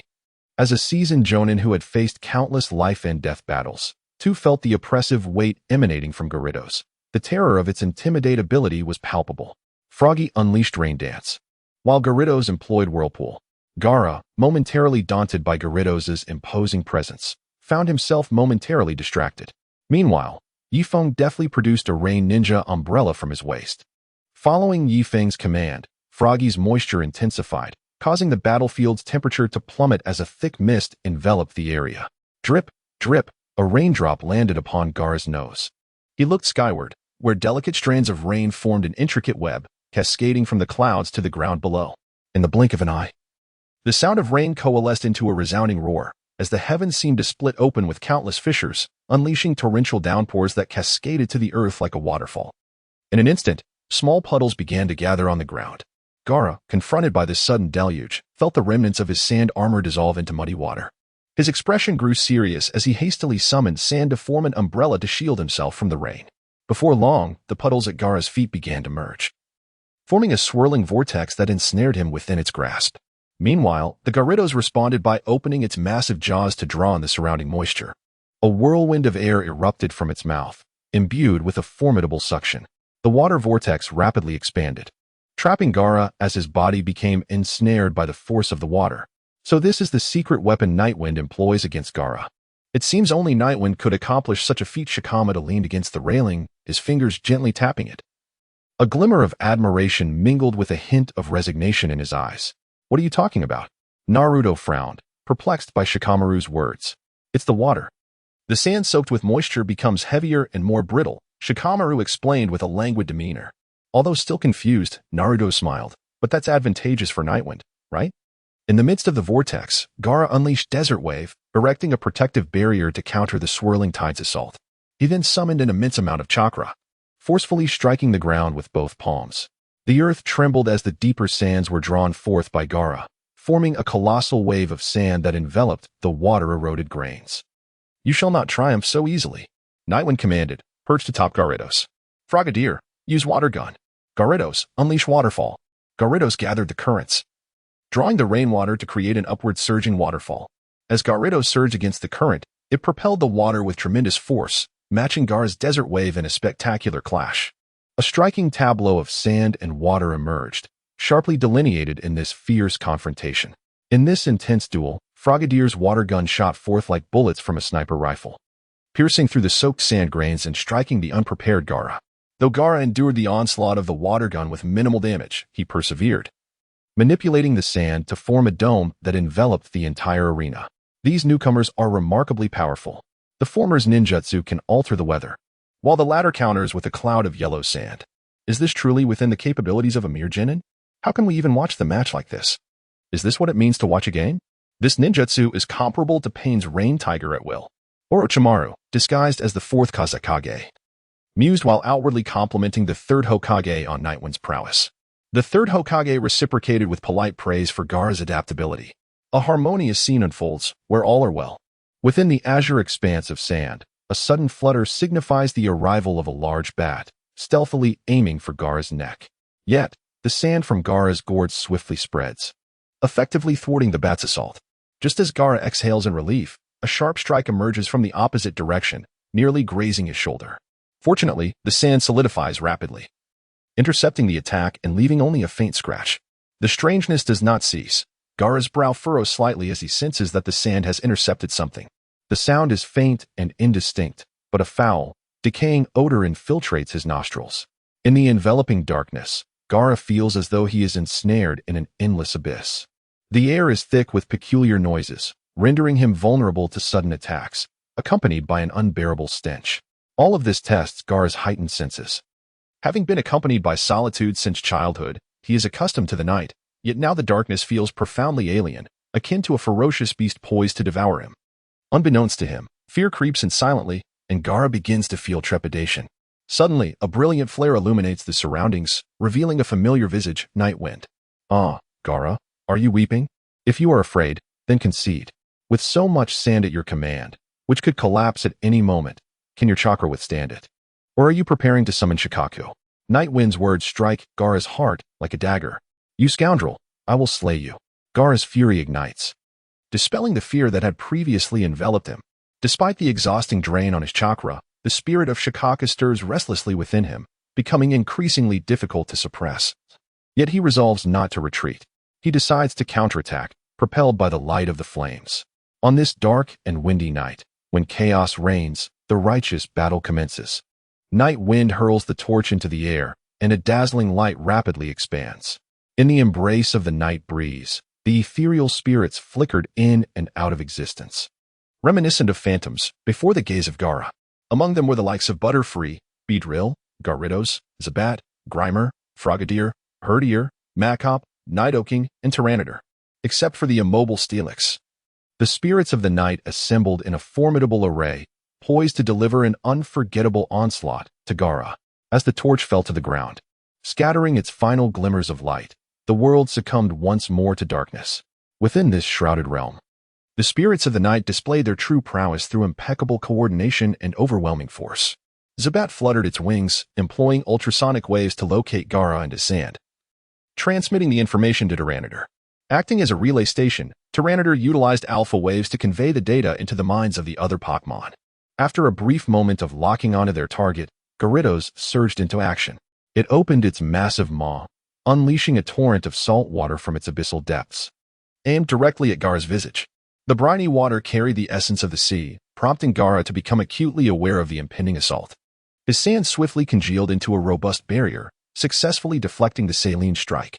However, the dampened sand, now sodden and powerless, transformed into a quagmire, slipping to the ground. Almost immediately, Beedrill darted behind Gaara, executing a flurry of slashes that carved deep grooves into the sand. Gaara's reflexes were remarkably swift. He promptly unleashed a barrage of sand shurikens in an attempt to strike Beedrill. Just as he pivoted, a flash of flame erupted, heralded by the embers of Herdier's ember attack. The sudden brilliance dazzled Gaara, compelling him to avert his gaze, as a sand wall materialized once more to thwart the fiery onslaught. Yet, riding atop Herdier, Frogadier unleashed a powerful water gun, causing the sand wall to wilt under the pressure. Gaara felt the ground beneath his feet turn slick, as if he were treading upon a mire. Initially attributing it to the dual water-type attacks, he soon discerned that the soil was creeping upward in an eerie manner, rapidly ensnaring his legs. A profound sense of dread enveloped him, compelling Gaara to force his eyes open, revealing a pool of purple sludge that had latched onto his thigh. Two oversized eyes staring innocently back at him. Though the expression appeared endearingly foolish to others, it inspired sheer terror within Gaara, rendering him immobile, the hairs on his neck standing on end in icy fear. Desperate to retaliate and break free from the sludge's grip, he realized it was already too late. Grimer launched a thunder punch at Gaara's waist, electric currents coursing around him. Thanks to the residual effects of sand armor, the attack did not inflict significant damage. Yet the paralysis took effect. Gaara's body stiffened, his speech faltering. Before he could even emit a cry, Machop surged forth, shattering Gaara's sandy defenses, and delivered a low kick that struck his knee with punishing force. The joint cracked under the strain, and Gaara collapsed before Machop. Before Gaara could utter a pain scream, the fatal blow arrived. Tyranitar, radiating a faint energy, teleported behind Gaara, while Nidoking stood steadfast, gathering an immense amount of energy in its towering horn. It seemed to embody the accumulation of millennia, evoking an overwhelming sense of pressure that was impossible to resist. Subsequently, Yangjila exchanged positions with the fully charged Nidoking. The essence of Pokémon martial arts, Millennium, or rather, the Super Horn attack, was unleashed as Nidoking thrust forward with unwavering force. The powerful horn seemed poised to pierce through all obstacles, aimed ruthlessly at Gaara's rear. Yamete, Mama, please save me. Gaara felt the impending threat from Nidoking. Confronted with such a terrifying assault, he was engulfed by helplessness and fear. Tears welled in Gaara's eyes as he stammered for his mother. Just as a legendary scene from the Hokage was about to unfold, Gaara fainted from terror, and Shikaku, the beast within him, sensed his host's unconsciousness, promptly breaking the seal to reveal its true form. The monstrous figure repelled all Pokémon, and as Shikaku's consciousness gradually overtook Gaara, its control over sand began to wane. The sky of sand began to collapse, and with a furious roar from Shikaku, it shattered completely, inundating the night wind with a torrent of sand. What is that? Is it also a summoning beast of the night wind? So terrifying. A young man in the audience queried, feeling a chill creep into his heart. One tail. That is the one tail of the sand shinobi. An elderly man trembled as he uttered the name of the creature, his voice quaking with fear and reverence. One tail. What is that? The youth asked again, his eyes brimming with curiosity and confusion. Do you know the nine tails? The elder looked at the young man, his tone laced with a subtle warning, as if to caution him about the horror of this existence. Nine tails? Who does not know? My father perished at the hands of the nine tails. The youth's anger surged, his fists clenched tightly, his pupils constricted. The flames of pain and hatred flickered in his gaze, as if the unbearable memories were igniting a conflagration within his heart. Another name for the nine tails is Kai-Bai. This one tail is the Kai-Bai of the sand shinobi. The elder stood trembling, preparing to flee the scene.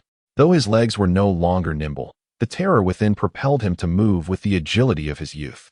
With the Hokage and the Kazekage present, along with so many Jonin, we will be safe, won't we? The young man, regaining his composure, looked to the elder for reassurance, yearning for a glimmer of hope and comfort. The fourth Hokage was slain by the Nine Tails, the elder exclaimed before hastily escaping with his cane, eager to distance himself from this place filled with dread and peril. Upon hearing those words, the youth's complexion turned as pale as a sheet. His eyes filled with despair and helplessness. His heart felt as though it were frozen in a chilling void of hopelessness, devoid of warmth and optimism. The young man scrambled to flee, disregarding the pain of falling in his panic, desperate to escape this horrifying scene. Fear spread through the audience like a plague. The once fervent atmosphere fell into silence, and soon the crowd erupted into chaos. People were hastily fleeing, their terrified screams and hurried footsteps reverberating throughout the venue.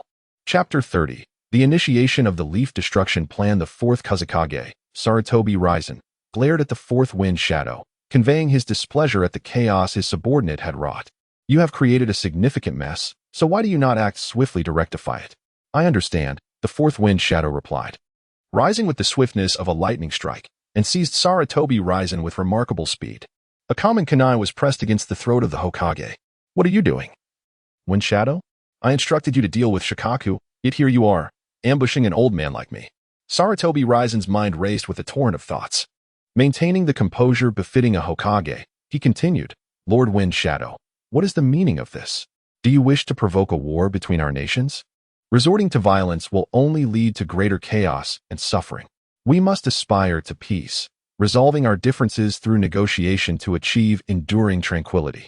Indeed, with age comes a desire for peace, Orochimaru sneered, his gaze towards Sarutobi Raizen filled with disdain and mockery. He then discarded his facade and forcefully took Sarutobi Raizen to the rooftop.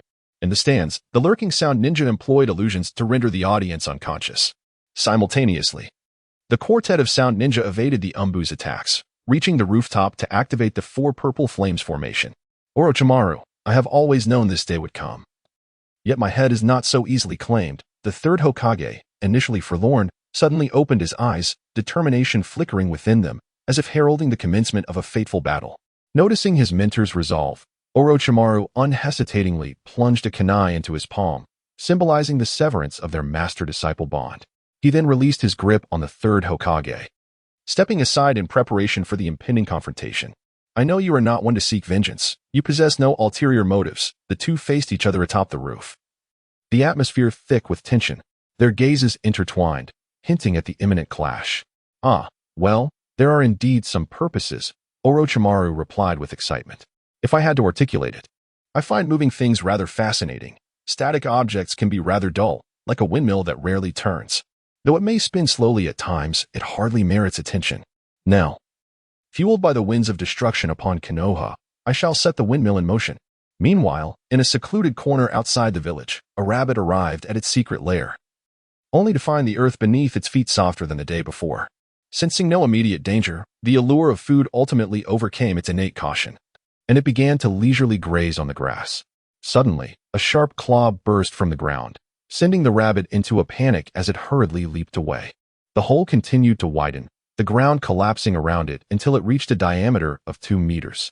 Nidoking and Nightwind emerged from the depths, with Nightwind surveying the surroundings, noting the absence of any suspicious activity near the entrance. As the night breeze enveloped Nightwind, he recalled King Nido into its Pokeball. A thought flickered through his mind as he accessed the system interface, entering the Pokémon Center for the first time to restore his Pokémon's condition.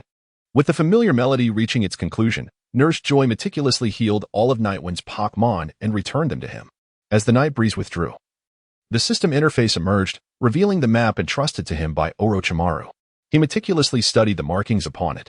Following the map's guidance, he adjusted his orientation and summoned a largemouth bat to seek out the entrance. After a thorough search, he arrived at the entrance of the secret base. Are there 2 individuals monitoring this location? He pondered. Indeed, one cannot trust the words of that treacherous serpent. Night Breeze sighed. As the night breeze whispered through the air, Nightwind contemplated the chaos unleashed by Orochimaru and his cadre of sound ninja within the village of Konoha. Both Kimimaro and Juro had their own corporeal limitations, rendering them inconsequential to this particular scheme. Thus, the sound ninja were effectively sidelined. The sand ninja, aligned with Orochimaru's ambitions, aimed to bring Konoha to ruin, with the primary force being Gaara's team, who would not be establishing any support units here. The sand ninja were therefore excluded from consideration. Should this place be deemed abandoned, the third Hokage would find no reason to continue deploying Umbu here. Conversely, if it were not abandoned, the Umbu's discovery would merely lead to a report and subsequent lockdown, rather than any prolonged pursuit of this fleeting opportunity. Moreover, the Umbu operate in triads, further diminishing the likelihood of their involvement. Reflecting on the narrative from the original work, during the execution of the Konoha destruction plan, the Root remained inactive, merely observing the unfolding conflict. The leader of Root, Danzo Shimura, harbored long-standing aspirations for the Hokage position and had clandestine dealings with Orochimaru.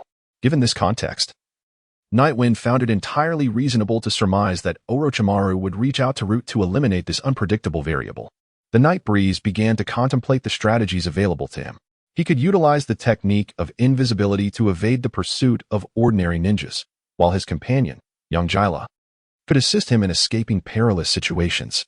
In dire circumstances, he could summon the Great Steel Serpent to obliterate the entrance with a powerful explosion, and then, employing the burrowing abilities of Nidoking, silently make his escape. Indeed, the plan was well conceived. After a thorough analysis, the Night Breeze activated his invisibility the moment he entered the base, and the Zubat departed from his shoulder, vanishing into the unknown darkness before him. Though words were exchanged and chaos ensued, the Night Breeze remained cautious and summoned the Grimer. Following a combination technique of hardening and shrinking, he wielded a torch in front of him to illuminate the path, while the Butterfree lingered at the entrance, releasing sleep powder and a concoction of poison powder to establish the first line of defense. Before long, the Zubat returned, informing the Night Breeze that the interior of the base posed no danger. He exhaled with relief and quickened his pace. Congratulations, host.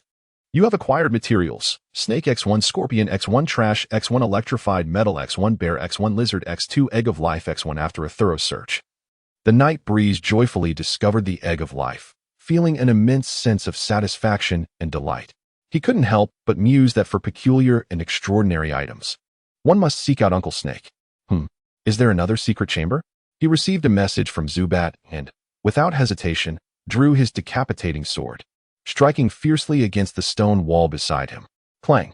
The decapitating sword sparked against the stone, leaving behind only a faint scratch. The Night Breeze awkwardly touched its nose, relieved that no one else witnessed this scene. Ahem! The Night Breeze cleared its throat, regaining composure. Subsequently, it summoned Nidoking, unleashing a thunderous punch that shattered the previously impenetrable stone wall. The night breeze, unfazed, calmly walked into the secret chamber as the dust settled. Within the chamber stood a colossal incubation pod, inside which curled a tiny infant. Uchiha Shin? As the night breeze gazed upon the infant-like figure within the cultivation chamber, he could not help but draw parallels with the characters from Naruto. A particular resemblance to the artificial human, Uchiha Shin from Naruto, struck him. A slave to genetic inheritance. Perhaps this life, marred by errors, could persist in another form. Congratulations to the host for acquiring material, Clone 1. Chapter 31. Entering the fray. The young man, tall with orange hair styled in a high, short ponytail and golden irises framed by a square jaw, remarked succinctly while dressed in a black ninja combat uniform. His face obscured by a mask and glasses, revealing only his mouth. There seems to be a problem. It appears we have been discovered. How did he sense our presence at the base entrance? Yamashiro F. looked into the depths of the entrance, where flickering lights of various hues danced. Oil Girl Takaru removed her gloves, her purple hands touching the ground, from which purple nanoscopic venomous insects began to spread, consuming the phosphorescent lights. Yamashiro F's hair floated gently in the darkness as he sensed an unusual wind, prompting him to cautiously halt his perception. He approached Oil Girl Takaru to provide her with protection. Suddenly, two sharp sounds sliced through the dark corridor as wind blades rushed towards Takaru. Yamashiro F swiftly drew his short blade, clashing against the wind blades, producing a resounding metallic clash.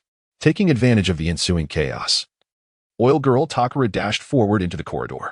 Yamashiro F, after sensing the area, detected no chakra fluctuations. Just as confusion settled in, two circular beams of light erupted from the depths of the darkness, illuminating the entire passage.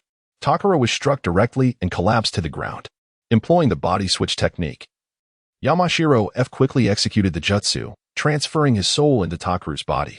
He retrieved several shurikens from his ninja tool pouch and hurled them towards the source of the light, subsequently manipulating Takaru to retreat. Once the body switch technique was undone, Yamashiro F hurried to Takaru's side, swiftly dispelling the illusion that ensnared her in the ethereal light.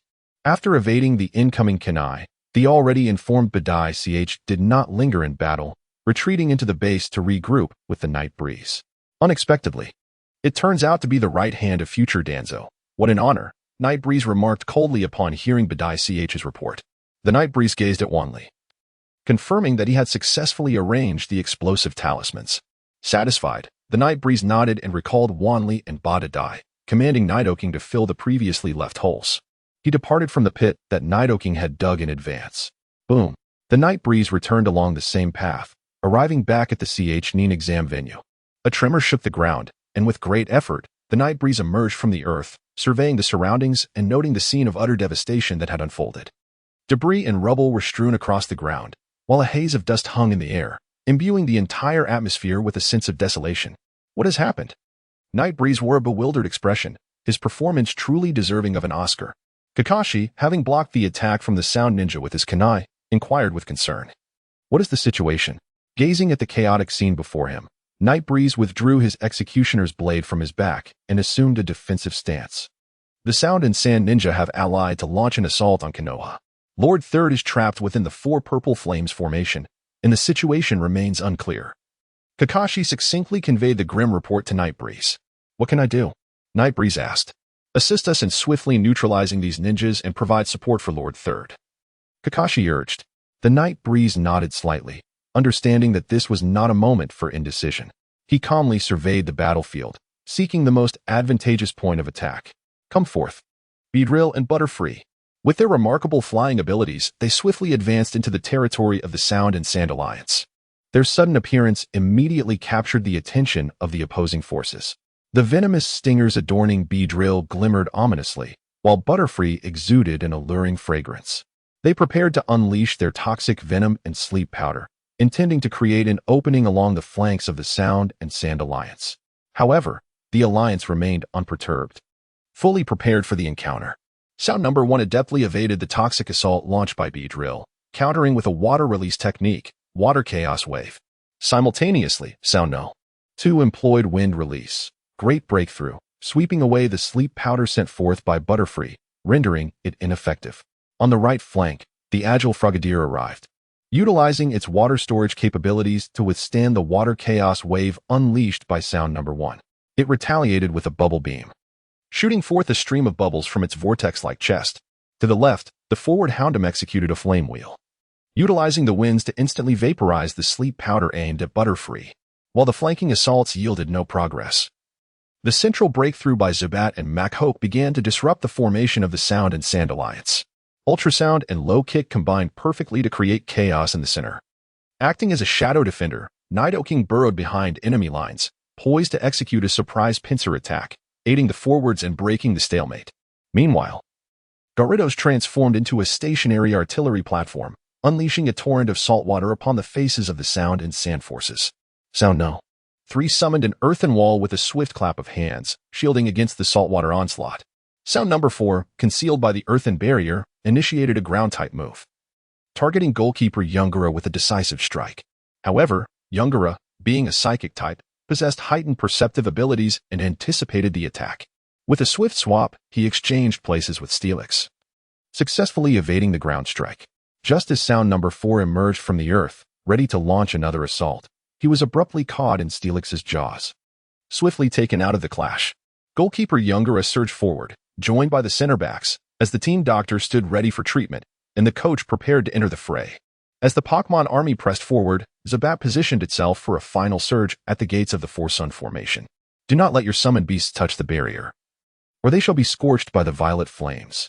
This is not a task for a mere Genin like you. Take the civilians to safety. The Umbu squad leader urgently advised Nightwind. I trust my summon beast, Nightwind replied, charging along the path forged by the Pokémon towards the formation. A sudden impact sent him crashing into a tree, realizing too late that his summoned beast was injured. If you had listened to me, this wouldn't have happened. Your reckless approach has compelled me to divert my attention to protect you. I owe you this. The captain of the covert squad has entered a state of incessant chatter. It is evident that the life within the shadows has driven him to the brink of madness, and he now seizes the opportunity to vent his frustrations. However, just as he indulges in this moment of catharsis, a fellow shinobi from the covert unit tugs at his sleeve. Hey, what are you doing? Hurry and assist. The captain's tirade is abruptly interrupted, much to his annoyance. Captain, that summoning beast has entered. The shinobi, adorned with a duck mask, relays the situation to his superior while silently grumbling. Can you not see the folly in your rambling? How embarrassing. I kindly remind you, and you treat me this way? Even if it has entered, you ought not to pull me along, understood? What did you say? It has entered? The captain of the dark squad stood in a daze, responding, yes, we entered, boldly flying in. The dark ninja donned in a duck mask replied calmly. Chapter 32. The Return of the Fallen leaves the bat Pokémon unleashed a combination of ultrasonic waves and venomous fangs, targeting the northern warrior, Doyu. The ultrasonic waves enveloped Doyu like an undulating tide, causing his mind to experience a violent jolt, rendering his consciousness hazy. However, as a master of auditory illusions, Doyu quickly regained clarity through sheer willpower. Just as he was about to reorganize his formation, the bat Pokémon seized the fleeting opportunity, launching its poison fangs. Doyu instinctively dodged, yet could not fully evade, leaving a faint scar on his body. Although this assault did not inflict fatal damage, it disrupted the stability of his 4 purple yang formation, revealing a significant gap in the northern ranks. At the moment Doyu recognized the peril of this breach, Nightwind utilized the technique of shifting to stealthily infiltrate the enemy lines, poised for ambush. Secret technique, Spider Silk Spit with a swift motion. A strand of spider silk shot forth from the hands of Kayatomo, heading directly towards the bat Pokémon.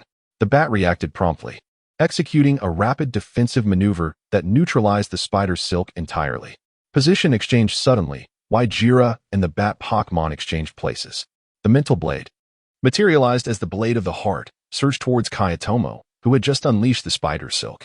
Just as the mental blade was about to strike its target, Badak appeared beside Kayatomo, using formidable telekinetic power to restrain his movements.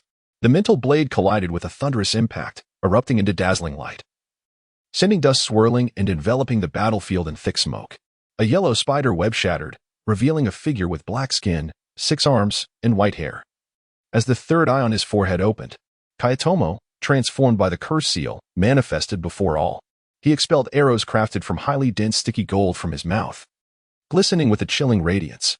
His 2 arms maintained the seals of the 4 purple yang formation, while the remaining 4 arms drew the bow, aiming at Waijira.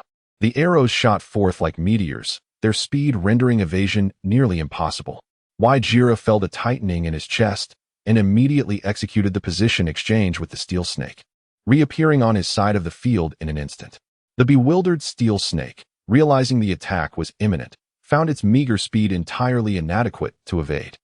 With no other recourse, it braced itself to endure the blow, lamenting internally. Since its arrival in this world, it had yet to achieve victory in battle.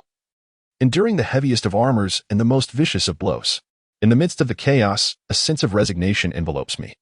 Observing the defenders toil tirelessly in their arduous tasks.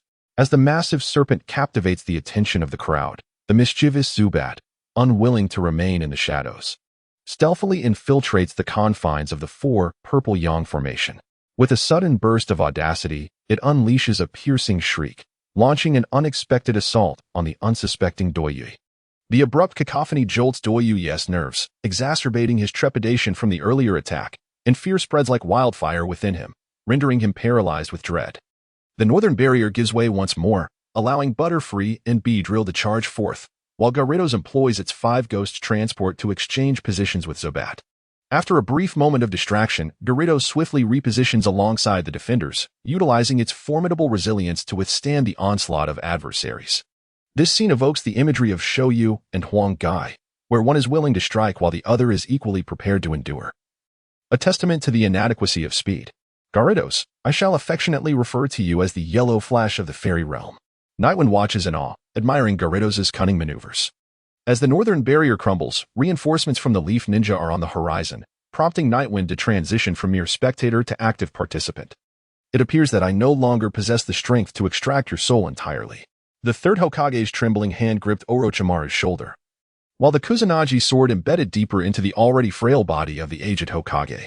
The excruciating pain rendered his words a laborious task, each syllable consuming the dwindling vitality within him. Yet your ambition shall meet its end here. I shall administer a fitting punishment for your obsession with ninjutsu. I will strip you of all your techniques. The third's voice emerged, low and resolute. What are you saying? Orochimaru's gaze turned serious, an ominous premonition swelling within him. Suddenly, the third exerted tremendous force, drawing forth Orochimaru's soul from his hands. The once cold Orochimaru, the Serpent King, abandoned his composure, his visage contorted with rage. However, just as the Grim Reaper prepared to sever Orochimaru's soul, a red and white sphere fell from his waist. With a resounding boom, a flash of white light revealed a purple serpent-like Pokémon. Here comes Arbok, it announced, emanating an overpowering aura, triggering its intimidate ability. The immediate pressure left even the weary third momentarily stunned. Witnessing this, Orochimaru desperately tugged at his soul, striving to escape the third's grasp. Regaining his composure, the third fiercely grappled with Orochimaru's soul, the brief resurgence of vitality leading to a stalemate. Arbok, seize Orochimaru, commanded the third, obeying its master's order. Arbok viciously clamped its jaws around the third's neck. A pained cry escaped the Hokage's lips. Orochimaru, witnessing this, intensified his pull on his soul, attempting to reclaim it entirely. Just as the soul neared its return, Yefeng, no longer a mere spectator, appeared beside them, dispelling his invisibility. Orochimaru, let us settle our debts, Yefeng declared, wielding his executioner's blade with swiftness, cleaving Orochimaru in two. The sheer force sent Orochimaru's upper half hurtling away. Seeing this, the third hastily commanded that the night breeze wielded the decapitating blade, its fury manifesting in a frenzied expulsion. Orochimaru's hands gradually enveloped in a violet hue. Realizing that he could no longer form seals, observing Nightwind's retching, he understood that the opportune moment for his escape had arrived. He swiftly called back the Great Serpent, retreating hastily with the 4 sound ninjas. Nightwind, why is your summoned beast in such a feeble state? The third Hokage labored to inquire, his gaze filled with profound bewilderment. The withered leaves had reached the time to return to their roots, otherwise, there would be no nourishment for new tender shoots to sprout. Nightwind approached the third, extracting the Kusanagi sword embedded in his chest and sheathing it behind him. He silently gazed at the third, watching as his eyelids grew heavier and eventually closed. Chapter 33. The Gratitude of the Sarutobi Clan, Journey to the Temple of Fire Night Wind. What has happened to Lord Third? Members of the Umbu and Kakashi arrived at the scene, their hearts laden with anxiety and trepidation. They beheld the third lying on the ground, unable to fathom the brutal reality before them. The night breeze, laden with sorrow, approached them, a melancholic expression gracing his face. The third Hokage unleashed a sealing technique, binding Orochimaru's hands. Defeated, Orochimaru fled, while the third Hokage, overwhelmed by the burden, made the ultimate sacrifice. The Night Breeze, with a performance akin to that of an esteemed actor, faithfully narrated the original plot. The task of completing the ninja uprising has been achieved. Rewards include 100,000 tails. Skill discs for close combat, Earthquake, 1 Thunderstone, 1 Miracle Seed, and 1 Pink Ribbon, all dispatched to the backpack. The Butterfree's level has ascended to 30, and it has learned the move Mystical Guardian. The Beedrill's level has also risen to 30, acquiring the skill Toxic Spikes. The Gyarados has reached level 30, mastering the technique Rain Dance. The Zubat's level has increased to 30, and it has learned Air Slash. The Grimer has attained level 30 and learned Sludge Bomb. The Froakie has reached level 30, and the Herdier has also leveled up to 30, learning the move Revenge. The Mahoke has improved to level 30, acquiring the ability Superpower, and it has evolved into Machamp. The Steelix has reached level 30, learning the move Sand Tomb. The Nidoking has leveled up to 30, acquiring the skill Double Kick. The Gyarados has achieved level 30, learning Recover and Psychic. The Happiny has leveled up to 30, mastering Healing Wave. Damn this system, issuing rewards now. How can I still grieve? Night Breeze lamented, his lips curling in a sardonic smile, harder to suppress than an AK. Is the heavens weeping too? Asuma mused, gazing at the somber rain cascading from the overcast sky. We gather here to hold a funeral, to commemorate the valiant sacrifices of the third Hokage and other heroic souls in this battle. Before the memorial stone, the Nightwind, clad in a raincoat, approached the solitary and sorrowful Kakashi. Did you not attend the funeral, Nightwind? Kakashi inquired, masking his grief with his usual nonchalant demeanor. Kakashi-sensei, I intend to leave the village for a period of training, Nightwind stated directly. Kakashi's expression turned serious, puzzled by Nightwind's decision. They have already set their sights on me. With the third Hokage deceased and the fifth Hokage's successor still undetermined, remaining in the village is not a prudent choice. Regarding the route, the higher-ups intended for Jiraiya-sama to assume the role of the fifth Hokage, but he declined. However, Jiraiya-sama plans to bring back Tsunade, another of the legendary three, to take on the Hokage position. I can assist you in applying to accompany Jiraiya-sama, Kakashi responded, his expression growing more grave at the mention of route. No need, Kakashi-sensei. Asuma-sensei is aware of my dedication to Taijutsu and has written me a letter of recommendation to study under Master Jiraiya at the Temple of Fire. This is the Sarutobi clan's way of expressing gratitude and providing protection for you, Kakashi remarked, glancing towards the distant Hokage rock. In truth, I feel I have not been much help, Nightwind murmured, a wave of guilt washing over him. When do you plan to leave the village? I will depart today. Are you not going to bid farewell to Naruto and the others? Parting strengthens one's resolve. Kakashi-sensei, please inform Naruto that when we meet again, he must not hold me back, Nightwind said, turning to vanish into the misty rain. Outside the village of Konoha, the night breeze unfurled the map of the Land of Fire, as fingers delicately glided across its surface, seeking the location of the Temple of Fire. Just as the night breeze was charting a course, two figures approached, a tall and a short one, clad in black cloaks adorned with crimson clouds.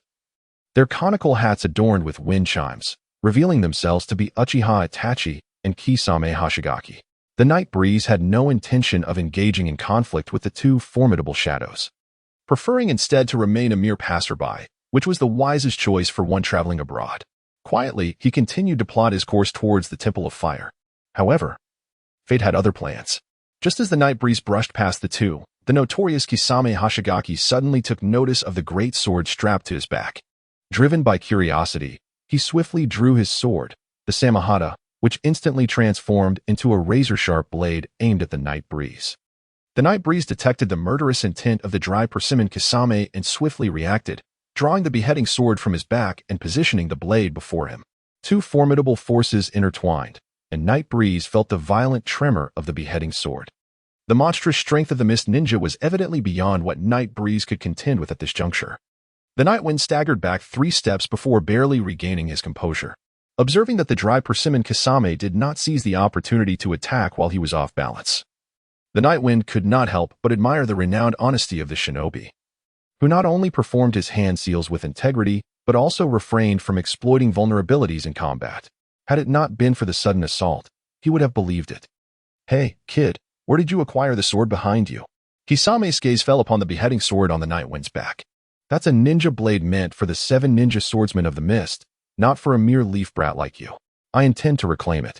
The Night Wind succinctly replied. Does a rogue ninja from the mist have the right to speak to me? Kisame retorted, his eyes narrowing as he examined the boy's shark-like visage, his skin tone, and sharp teeth, marked by a scar on his forehead. You sharp-tongued brat. I will show you the terror of the Samahata. The honest man Kisame began to speak ominously. Compared to me, Mr. Kisame, your teeth are surely sharper. Uchiha Itachi, you and your S-rank rogue companion did not infiltrate the leaf merely to trouble a kid like me. Have you abandoned your mission? The Night Wind directed his gaze at the silent Uchiha Itachi. We have more pressing matters, Itachi reminded Kisame. It won't take long to deal with a mere child. It can be resolved quickly, Kisame said, beginning to perform his hand seals earnestly. Come forth, Froki, Gyarados, Hawlucha, Zubat, Dragonite, Chansey, Grimer, with negotiations failing. The Night Wind summoned his Pokémon to the fray. Chapter 34, Tsukuyami Water Release, Water Shark Bullet Technique. Froki, use Bubble Beam. Gyarados, use Water Pulse. Hawlucha, Low Kick. Grimer, Sludge Bomb. The Night Wind calmly commanded his Pokémon. The Bubble Beam and Water Pulse intertwined, colliding with the Water Shark Bullet, creating a cascade of mist and water splashes that enveloped the air around the Night Wind and Kisame. After Grimer's Sludge Bomb detonated, the filthy muck splattered, forcing the honest man to momentarily halt his hand seals and evade the assault. Hawlucha's low kick struck like a bolt of lightning, targeting Kisame's knee, prompting Kisame to swiftly adjust his center of gravity, blocking the attack with his arm. The clash of their powers rendered the outcome indecisive. I am unlike Kisame. I will not waste time standing by, Uchiha Itachi suddenly interjected. The night breeze was startled by his words, prompting it to swiftly summon all the other spirits in hopes of confronting the imminent peril. Sharp shurikens flew forth like arrows, colliding rapidly in midair, altering their trajectories and swiftly sealing off every escape route for the night breeze. The night breeze hastily compelled the steel serpent to harden, coiling itself beneath to withstand the assault of shurikens. The Beedrill and Zubat swiftly charged towards Uchiha Itachi. With a swift incantation, he unleashed the Fire Release, Phoenix Fire Technique, sending forth a barrage of fiery orbs that obstructed the advance of Beedrill and Zubat, forcing the 2 Pokémon to halt their assault. Meanwhile, Nidoking, summoned from beneath the ground behind Kisame Hashigaki, surged forth, its right arm crackling with electric energy, launching a thunder punch at Kisame. Kisame utilized his shark skin technique to block Nidoking's thunder punch, the clash of the electrified fist against the shark skin producing a cacophony of sound. Meanwhile, Gyarados acted with alacrity, unleashing a psychic attack aimed at Kisame's mind. In response, Uchiha Itachi exhaled a colossal fire dragon through his mouth, invoking the Fire Release, Great Dragon Fire Technique. The flames engulfed the air, and the dragon roared ferociously, completely dispelling Gyarados' assault. The Night Wind suddenly appeared before Uchiha Itachi, the executioner's blade glinting ominously. Without hesitation, he swung the sword, cleaving Itachi in half. Itachi's body transformed into several crows, scattering into the night. A mere shadow clone? The Night Wind sheathed the executioner's blade, dispelling the ninjutsu, and gazed into the distance at Uchiha Itachi. Who would have thought that Konoha would produce such a prodigy? But this is where it ends. Tsukinomi. Itachi's tightly shut left eye abruptly opened, emanating an overwhelming pressure that enveloped the entire battlefield. A wave of dizziness washed over the Night Wind, as if an invisible force was pulling him into the world of Tsukinomi. When he regained consciousness, he found himself bound to a dilapidated wooden cross, struggling in vain against his restraints. Looking up, he beheld a blood moon hanging high in the sky, casting a crimson hue across the heavens, as though the entire world had been stained with blood. Is this the Tsukinomi space? The Jinjutsu of the Sharingan is indeed elusive. Alas, I lack the Uchiha bloodline. Otherwise, a fierce glare coupled with a phrase like Amaterasu would be quite imposing. Unable to wield such formidable power, the Night Wind sighed in resignation. Itachi materialized, a kunai piercing directly through the Night Wind's shoulder. The excruciating pain radiated from his shoulder to his mind, eliciting a heart-wrenching wail. Mr. Itachi, is this how you treat a junior who has just returned to the village? The Night Wind's voice quivered with pain, his expression a grimace of agony and helplessness. I had thought I had become a taboo, yet you recognized me, he continued. I was in the same class as Sasuke and a friend of his. Kakashi is my guiding genin, so I have some understanding of you, Mr. Itachi. I have a question I wish to ask. His voice trembled, yet his gaze remained steadfast, locking onto Itachi's. I did not return to Konoha to answer your questions. Itachi replied, momentarily taken aback by the inquiry. He had not expected the Night Wind to pose a question. Coldly, he remarked, it must be for Sasuke's sake, after all. To forcibly abduct the Jinchuriki of the Ninetales from Konoha, especially at a time when so many elite shinobi are gathered, would be quite the challenge. Even for someone with the Mangeki Sharingan like yourself. Perhaps Pain might have a chance. How do you know all this? Itachi's brows furrowed in surprise. Such details are inconsequential. What truly matters is Sasuke. The third Hokage is deceased, and with the likes of Tsunade, Mito, and Danzo, who are merely opportunistic old-timers.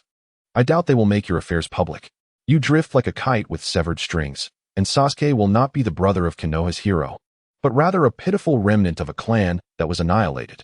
Just look at how they treat Naruto, the son of the fourth Hokage. Moreover, as a commoner ninja, Danzo has likely coveted the Uchiha's formidable bloodline for quite some time. Besides, with Sasuke in your grasp, you would find yourself quite constrained, wouldn't you? At that moment, a rift was torn open in the void behind Night Wind, through which Jiraiya emerged. It is truly unexpected that your spirit beast could enter my Tsukuyami space. Uchiha Itachi remarked coldly, a hint of disdain flickering in his gaze. Suddenly, dozens of ninja blades manifested behind Jiraiya, piercing through his body, causing him to dissipate into a radiant light within the Tsukuyami realm. During the Ch-Nin exam, Sasuke had already demonstrated remarkable combat prowess. And I suspect Danzo is becoming increasingly restless. Night Wind's voice resonated once more. Why do you constantly speak of Sasuke? I have no interest in that foolish little brat. Uchiha Itachi retorted icily, his eyes glinting with coldness. Can you still see clearly? Can your body withstand the vengeance Sasuke seeks? Are you truly not going to reveal the truth to him? Paper cannot contain fire forever. Sooner or later, Sasuke will uncover everything. When that time comes, as he seeks retribution against the village, which side will you stand on? I have a solution. Rather than returning to Sasuke, it would be more prudent to release that masked man, wouldn't it? That would be a more permanent resolution. How do you know so much? Uchiha Itachi gazed at the youth before him in astonishment. That question is irrelevant. I could pry the truth from your lips, Uchiha Itachi began, but before he could finish, 1,000 ninja blades appeared behind Night Wind, their sharp edges glinting ominously, poised to strike. Even if I divulged my knowledge, how would you discern the truth from falsehood? Furthermore, Tsukuyami must be nearing its limit, Night Wind said, beads of sweat forming on his forehead. As Jiraiya entered, he consciously began to condense chakra into a superpower, attempting to break free from the constraints of Tsukuyami. Uchiha Itachi remained silent, his gaze profound. Let us return to Sasuke. I believe his best course of action right now would be to seek out Orochimaru, who harbors an interest in the Sharingan that rivals Danzo's. Moreover, Orochimaru's soul has been bound by the Reaper Death Seal of the third Hokage, preventing him from acting against Sasuke in the short term. On the contrary, he would likely take great care in mentoring Sasuke, transforming him into a more formidable vessel. As for Orochimaru's cursed seal, Mr. Itachi, you must have a way to deal with that. A hint of anticipation laced Night Wind's tone. Who exactly are you? Uchiha Itachi could no longer restrain his inquiry. That is of no consequence. By the way, I possess certain items that may alleviate your condition. Night Wind gestured toward a nearby tree hollow. I shall leave them there. Do remember to collect them. Tsukuyami is nearing its conclusion. I look forward to our next encounter. With that, he smiled faintly at Itachi, his form gradually vanishing into the void. Chapter 35. The training method of Senju's reception. The Great Steel Serpent, utilizing a massive explosion, shattered the constraints of Tsukuyami. As Night Wind's consciousness began to blur, struggling to command the Great Steel Serpent, the Great Steel Serpent began to radiate a blinding white light, prompting the formidable Kisame to sense the imminent danger and promptly form hand seals. A resounding explosion echoed through the forest as the water and fire intertwined, generating a colossal surge of energy. The cacophony startled the birds, sending them scattering in all directions. Kisame, the mission is paramount. We must vacate this area swiftly, urged Itachi Uchiha, gritting his teeth as he braced himself against the ground, his left eye shielded from the excruciating pain, beads of cold sweat cascading down his forehead. Next time, I shall end you, Kisame retorted fiercely, cradling Itachi as they hastily departed, his heart heavy with guilt and apprehension. I apologize, Great Serpent. Thank you for your efforts, he murmured. The Night Wind ensured that Itachi's belongings were secured, while the sprite retracted its Pokeball, allowing the Zubat to pull them towards the Temple of Fire. Upon arrival at the Temple of Fire, a guard approached them immediately, inquiring about their purpose. "We are genin from Konoha, Yagura, and Nightwind, recommended by Asuma Saratobi to study under Master Jiraiya," Nightwind announced, presenting Asuma's letter of recommendation. "Please follow me." The guard replied, taking the letter and departing momentarily before returning to lead Nightwind through the training grounds. As they traversed the area, Nightwind's gaze flickered to the distant training field where the phone Ninetales Jinchuriki, K, was present. Indifferent, he merely cast a cursory glance before continuing to the main hall of the Temple of Fire. "Welcome, young hero of Konoha. Asuma has spoken highly of you.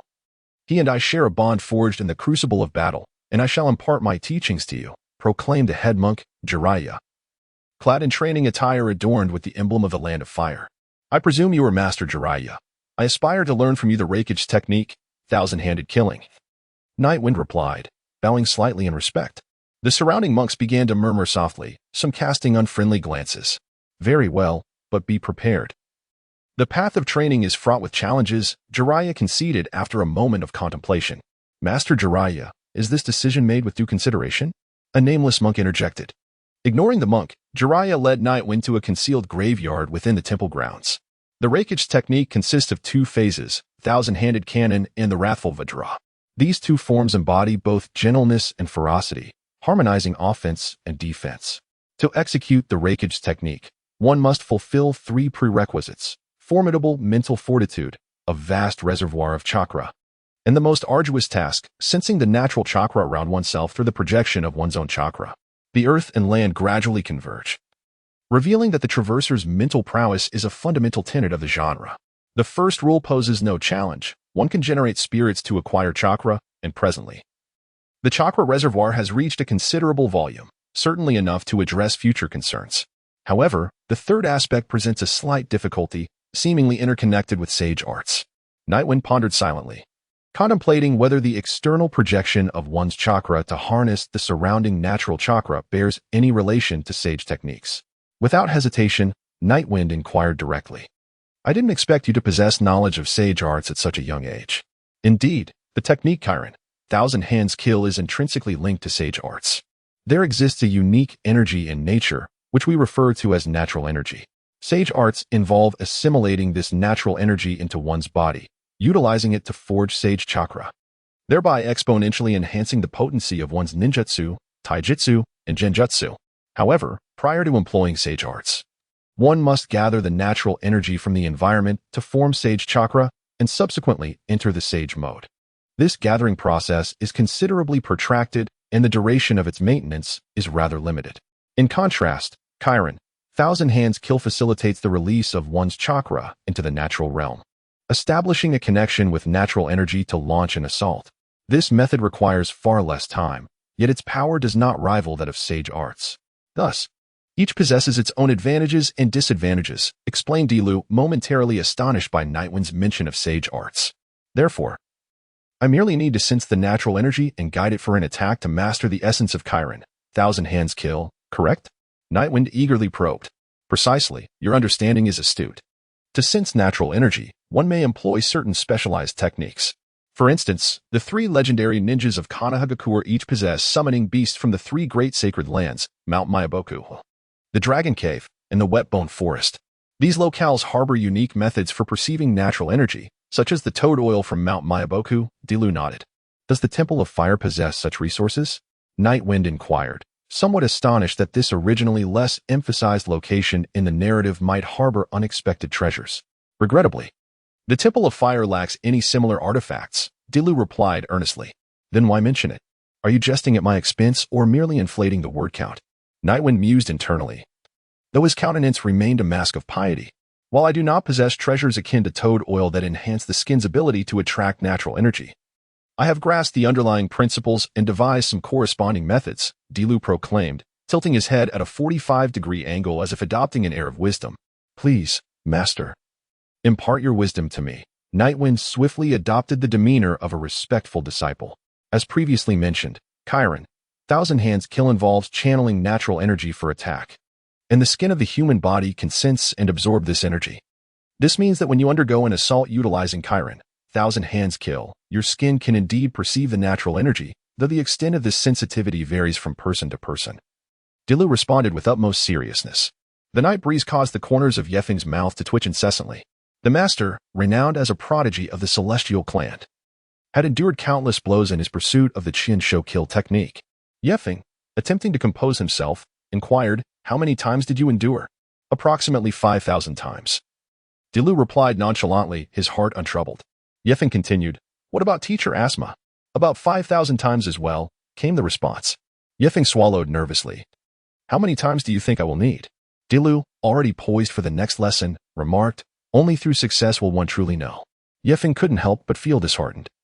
As a time traveler, relying on enduring punishment to learn martial arts seemed absurd, and encountering a fellow practitioner might lead to his own demise. Ever since his journey began, even Itachi had merely tormented him in a spiritual realm, yet now, he was expected to invite physical blows and express gratitude. How utterly unjust. Though Yefeng's heart was filled with reluctance, his body obediently advanced towards Dilu. Chapter 36. What was initially perceived as a romantic encounter turned out to be a bizarre encounter with a peculiar entity. Yefeng collapsed to the ground after a 3-hit combo from the Qian Shou kill technique. "Do you feel anything?" Dilu inquired. "I only felt pain, nothing else," Yefeng replied helplessly. "Remove your clothing. It will facilitate a deeper connection with the natural energy," Dilu calmly suggested, maintaining his meditative composure. In the dim surroundings, a few flickering candles cast erratic shadows, and a gust of chilly wind swept through, causing Yefeng to tense up.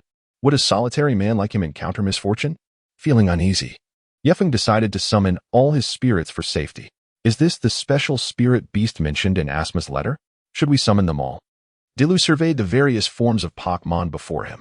"My Pokémon possess unique abilities that may help me sense the natural energies," Nightwind mused, concealing his own trepidation. "So be it, let us proceed. Butterfree, Swampert, Gardevoir, and Galade, let us engage together." Thousand Hand Kill. In an instant, all 4 Pokémon fell to the ground.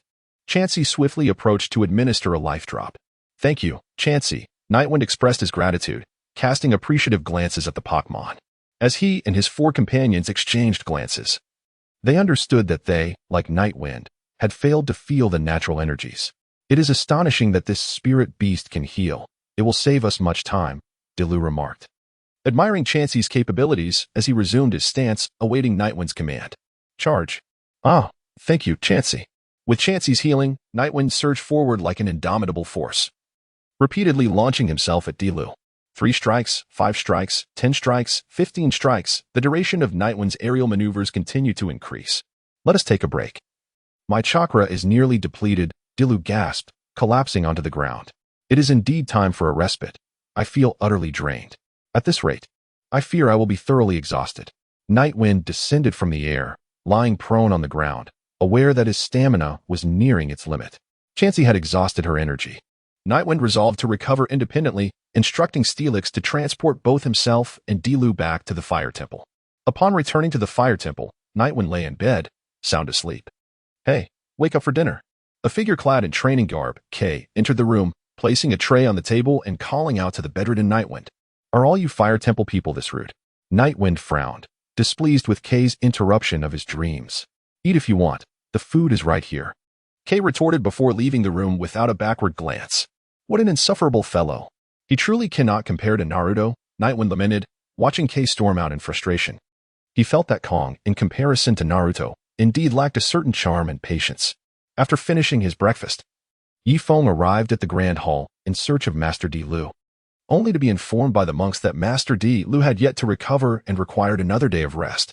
Bored and restless, Yifeng wandered through the territory of the Temple of Fire, hoping to discover some new materials. "Congratulations, host. You have acquired the following materials: Beast Skull X1, Fox X2, Fossil X2, Spider X1, Iron Tree X1, Bird X3, Pine Cone X1, Pangolin X1, Mole X2, Stone X1, Squirrel X1, Will-o'-the-Wisp X1. This path seems eerily familiar." Yifeng furrowed his brow, sensing he had entered a peculiar loop. His mind raced to recall the route he had just taken, attempting to discern if there was anything he had overlooked. "Great Mouth Bat, scout ahead," he commanded cautiously, as the great steel serpent sensed something amiss and warily summoned the spirit. "Little brother, have you lost your way? Let your sister take you home." At that moment, A female ninja emerged from behind a withered tree. Her dark red hair framed her face, a beauty mark graced her cheek, and she donned a seductive dark red ninja outfit, albeit regrettably paired with pink safety shorts. Thieving ninja, not wind, a peculiar character, Yifeng mused, recalling information about her with a tinge of nostalgia. I believe I can find my way, so there is no need to trouble you, sister, he replied, his hand firmly gripping the hilt of his beheading sword, adopting a wary stance. Ah, little brother, why so tense? I merely wish to kiss your lips. Not to devour you, not when approached Yifeng, her hands beginning to weave signs. Lightning release, earth walk. Not wind unleashed a ground-level lightning strike aimed at Yifeng. Great steel serpent, harden. Without hesitation, Yifeng commanded the great steel serpent to harden while swiftly retrieving a smoke bomb from his pouch, hurling it forcefully to the ground. The lightning strike was rendered ineffective against the hardened great steel serpent, providing an opportune moment for it to complete its transformation. Wind release, flower dance. Not wind swiftly executed a wind technique, summoning a small tornado interspersed with falling petals. Although this move did not harm the steel-type great steel serpent, it effectively cleared away the enveloping smoke. Can even little demons use earth release? Not wind pondered, slightly surprised, as he noticed a massive cavity in the ground that the great steel serpent had shielded. His mind began to speculate. Earth release, rock concealment technique. Losing track of Yifeng, Not wind cautiously employed the earth release technique to conceal himself, waiting for Yifeng to reappear. However, Not wind's concealment did not escape the notice of Yifeng's great mouth bat. The great mouth bat, utilizing echolocation, pinpointed the location of the windlass. Swiftly, it unleashed a blade of air, launching an assault towards the windlass. Sensing the sound of the air blade slicing through the atmosphere, the windlass, realizing evasion was futile, hurriedly retracted the rock concealment technique and employed wind release ninjutsu against the blade. At the moment of collision between the air blade and the wind technique, a tremendous sonic explosion erupted, causing the ground behind the windlass to collapse and form a pit approximately 2 meters in diameter. From this chasm ascended Nidoking, who struck fiercely at the windlass head with a thunder punch. Just then, a male voice resonated from a distant valley, and dozens of rock pillars erupted from the earth, ensnaring Nidoking and rendering it immobile. Seizing the opportunity, the windlass promptly leaped back to create distance from Nidoking. The steel snake, observing the situation, advanced to confront the windlass, releasing a torrent of azure water that coalesced into a colossal serpentine wave, effectively halting the steel snake in its tracks. In Chapter 37, originally intending to embody the art of survival, the windlass found the system's endowments overwhelming. Taking advantage of the moment, Nidoking exerted itself and finally shattered the rock pillars, freeing itself from confinement. A commanding female voice echoed as a series of sharp rock spikes materialized, hurtling towards the windlass. The sharp rock projectiles emitted sparks mid-flight before crumbling into dust. Realizing its presence had been unveiled, the night wind dispelled its invisibility, positioning a beheading sword before itself. Gazing at the trio that had just regrouped, what a cunning little rascal, that pit was merely a ruse devised by the windlass. The windlass' former allure had been replaced by a countenance etched with anger and resentment. It appears we have encountered a formidable opponent this time, with long, lustrous black hair cascading to the waist, delicate willow-shaped brows, and dark eyeliner accentuating medium-length lashes paired with pink eyeshadow and deep gray irises. The figure exuded a unique aura. Dazzling earrings fashioned from deep pink pearls adorned its ears, while a sleek black choker, a fashionable accessory of the era, graced its neck, adorned in a vibrant, loose-fitting robe. With her delicate shoulders partially exposed at the neckline and the fabric elegantly split at the sides, she flaunted her long, striking legs. Her voice, surprisingly resounding with a mature allure, addressed the trio. Gentlemen, we harbor no grievances from the past, nor animosity in the present. Why burden a mere child? With a playful smile amidst the night breeze, she adhered to a philosophy of non-confrontation in the absence of obligation. How unfortunate that you are an insufferable ninja from the hidden leaf. One of the men seethed, his fury palpable as he noticed her refusal to acknowledge him. I have no intention of opposing you, she patiently clarified. Ding. Quest. Master of all attributes 1. Defeat the tomb raiding trio using ground or rock-type Pokémon. Rewards, 100. 000 coins, skill discs, earthquake, wide guard, badge, rock badge, enhances the breeding speed of rock-type Pokémon and improves their quality. Items, rough bone X1, power belt X1, power band X1. However, should you provoke me, there will be consequences, she retorted, compelled to assert herself before the tomb raiding trio. Recognizing the abundance of rewards the system had bestowed upon her, since she desired to thrive in this endeavor, she understood the necessity of pleasing the system. Swiftly, she perused her Pokémon roster, discovering that only Nidoking and Steelix possessed the requisite rock or ground attributes. Clearly, this was insufficient against the trio before her. Nidoking unleashed toxic spikes while Steelix executed Sand Tomb. Nightwind recalled her Zubat, employing invisibility to prepare for summoning additional Pokémon. Steelix struck the ground with its iron tail, sending waves of dust into the air. The tempest of sand spiraled around the tomb raiding trio, ensnaring them in place.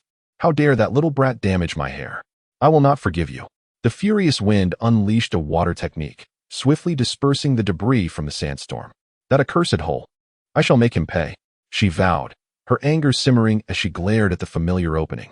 Despite the turmoil within, she recognized the necessity of restraint. Earth technique, transformation. The immovable one unfurled a scroll of blueprints, spreading it upon the ground. He swiftly formed hand seals, then pricked his finger, smearing his blood upon the design. As his essence seeped into the parchment, the terrain transformed in accordance with the blueprint, undulating underfoot. Wind, you seek out that individual, protect her. And I will handle this formidable foe, the immovable one declared, positioning himself before Steelix. Earth technique, Ant Hell. Once more he cast a jutsu, rendering the ground beneath Steelix soft and swirling, attempting to trap the cumbersome adversary in a quagmire of despair. Steelix activated its ability to lighten its body, reducing its weight and increasing its speed by 1 level, successfully escaping the clutches of Ant Hell. As the immovable one swiftly maneuvered, continuing to form hand seals, Steelix wasted no time in unleashing its rock slide technique. With a swift flick of its metallic tail, several small rocks were rapidly propelled towards the stationary figure.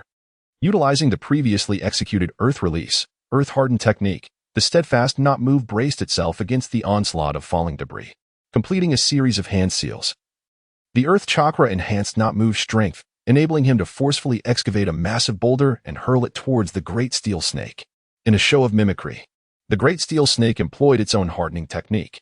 After completing the enhancement, it executed a crushing bite, its formidable power amplified by its innate ability, shattering the colossal rock with ease. Meanwhile, Wind, who was guarding the unyielding not move, seized the opportunity to launch a surprise attack. Several Wind Chakra orbs struck the Great Steel Snake but inflicted no damage. This is a man's battle, refrain from interference, not move, admonished Wind with a serious tone. I'm merely assisting you, Wind began to protest, but was abruptly interrupted by a peculiar sensation behind him. Turning swiftly, he observed the ground once again collapsing, revealing that troublesome hole from which a Pokémon emerged. Employing Lightning Release, Thunder Needle, Wind summoned Electrical Chakra to envelop his body, preparing to immobilize Nidoking. However, as a ground-type Pokémon, Nidoking was entirely immune to electric-type attacks, rendering Wind's efforts ineffective. In response, Nidoking retaliated with a Thunder Punch. At this moment, Unfathomable swiftly activated Trap, Manipulation, causing the terrain to shift unpredictably and separating Nidoking from Wind, preventing the attack from landing. Noticing the ineffectiveness of the Lightning Release against Nidoking, Wind resorted to Earth Release to entrap Nidoking in the soil, thwarting any advance. Instinctively, Wind unleashed Water Release, Turbulent Surge, gathering Water Chakra in his hands to form a ferocious wave. He aimed to merge it with his Earth Release, intending to create a powerful mudslide to sweep Nidoking away. Initially unfazed, Nidoking quickly grew alert upon realizing the impending water attack, which would deal double damage, no trivial matter. It promptly focused and unleashed Ice Beam, clashing with Wind's Water Release, Turbulent Surge. Observing this, Unfathomable decisively intervened, summoning a rocky pillar to erupt from the earth in front of Nidoking, delivering a jaw-crushing blow. Although it caused minimal damage, it diverted Nidoking's Ice Beam from its intended path. Wind's Water Ninjutsu subsequently struck Nidoking, yielding remarkable results. King Nido gritted his teeth, unleashing a Thunder Punch that struck the water before him, causing electricity to surge upwards. Not Wind immediately withdrew to avoid being harmed by the lightning. Steel Snake intended to offer support, but was firmly ensnared by the immovable foe, unable to extricate itself. Not Wind. That summoned beast seems to fear water. I shall create an opportunity for you to employ your water escape ninjutsu without passing information to Not Fate, I observed. I too have noticed. But that accursed little imp has yet to reveal itself. I cannot leave you here alone, Not Wind expressed with concern. For reasons unknown, that little imp is absent. Let us first defeat this summoned beast, not fate elucidated. Trap's stone cave. The ground cracked open, and the rocks beneath King Nido crumbled, plunging it into a deep well. Chapter 38. Time for interrogation. Not Wind immediately performed water escape. Serpent's mouth, pouring water directly into the well. Did we succeed? Not Fate inquired anxiously. Fire escape. Phoenix flame technique. Not Wind responded, launching fireballs into the well to illuminate its depths. However, the flames revealed no trace of King Nido. Damn it, it has escaped. Not Wind lamented as he returned to Not Fate's side, on high alert. Earth escape. Rock pillar raised Not Fate and Not Wind above the ground, shielding them from King Nido's surprise attack. Be cautious, that little imp is approaching rapidly, Not Fate warned, glancing at the red signal on the blueprint in his hand, which was nearing quickly. Sand, it's gathering, Not Wind murmured. What are you saying, Not Wind? Not Fate queried, diverting his gaze from the blueprint to follow Not Wind's line of sight, where a colossal sandstorm vortex had formed, enveloping the entire battlefield. We must find a way to halt this wretched sandstorm, Not Wind said, glancing at the wound on his arm, instinctively shielding it with his other hand to protect his core. Earth escape. Flying sand and shattered stones. Not Fate formed hand seals, stirring up the surrounding fragmented rocks to create a counter-dust cloud, mitigating the storm's impact on both of them. At that moment, King Nido emerged from the earth, utilizing a flurry of attacks to shatter the rock pillars beneath Not Fate and Not Wind. The two were compelled to leap aside, landing unsteadily on the ground. Fire escape. Phoenix flame technique. Without a solid footing, Not Wind completed the hand seals in midair, continuously expelling fireballs that arced toward King Nido like the fruit of the phoenix flower. King Nido did not evade. Its scales radiated a dazzling purple light. He employed the skill poison spikes, launching a barrage of venomous barbs that scattered across the ground. The steel snake, not overlooked by the author, timely unleashed a piercing roar to assert its presence. With its gaping maw, it emitted a sound so excruciating, akin to nails scraping against a chalkboard, that it seemed to transcend the realm of humanity, penetrating the air and even distorting the surrounding light. However, as her essence was intertwined with her hair, the wind, naturally impervious to sonic assaults, composed herself and performed a series of hand seals. The technique Earth Release. Mudmaster allowed Wind to transform her chakra into sludge, enveloping the poison spikes and amalgamating them into a viscous mire, entirely encasing the barbs and ensuring that they posed no threat of poisoning. At that moment, a mountain king erupted from behind, launching a swift strike that left a deep gash upon Wind, who collapsed into a pool of blood. Die. In witnessing this scene, Wind was consumed by rage, losing all semblance of reason, and retaliated against the mountain king. Her hair, the embodiment of her true self, elongated abruptly, poised to ensnare the mountain king and strangle it. Yet, the mountain king did not evade. Instead, it directly employed its skill of rapid rotation, breaking free from Wind's grasp. Seizing the opportunity, Nidoking unleashed a thunder punch, incapacitating Wind with paralysis. Meanwhile, the immobile steel snake found itself in a precarious situation. As it covered its ears, 3 moles and a Galarian emerged from their burrows. The trio of moles, utilizing their agility, executed a stealthy assault targeting the vulnerable midsection of the steel snake, while the Galarian charged forward with a head but aimed directly at its vital point. Amidst the relentless assault from both sides, even the indomitable Unmoving, utilizing the Earth Release, hardening technique, found himself in a state of disarray. The steel serpent, having endured numerous setbacks, seized this fortuitous opportunity to claim a victory, tightening its grip and entering the powerful serpent lock mode, effectively binding Unmoving. With this, the trio of grave robbers faced complete defeat. Ding. The mission All Attributes Master 1 is complete. Defeated the trio of grave robbers using ground or rock-type Pokémon. Rewards: 100,000 coins, skill disc, earthquake, wide area defense. Badge: Rock Badge, accelerates the breeding speed of rock-type Pokémon and enhances their quality. Items: Rough Bone X1, Power Belt X1. Power Band X1 have been added to your backpack. Ding. Butterfree leveled up to level 32. Ding. Your Butterfree learned Bug Buzz. Ding. Beedrill leveled up to level 32. Ding. Your Beedrill learned Pin Missile. Ding. Gyarados leveled up to level 32. Ding. Your Gyarados learned Waterfall. Ding. Zubat leveled up to level 32. Ding. Grimer leveled up to level 32. Ding. Your Grimer learned Sludge Wave. Ding. Frogadier leveled up to level 32. Ding. Your Frogadier learned Heavy Slam.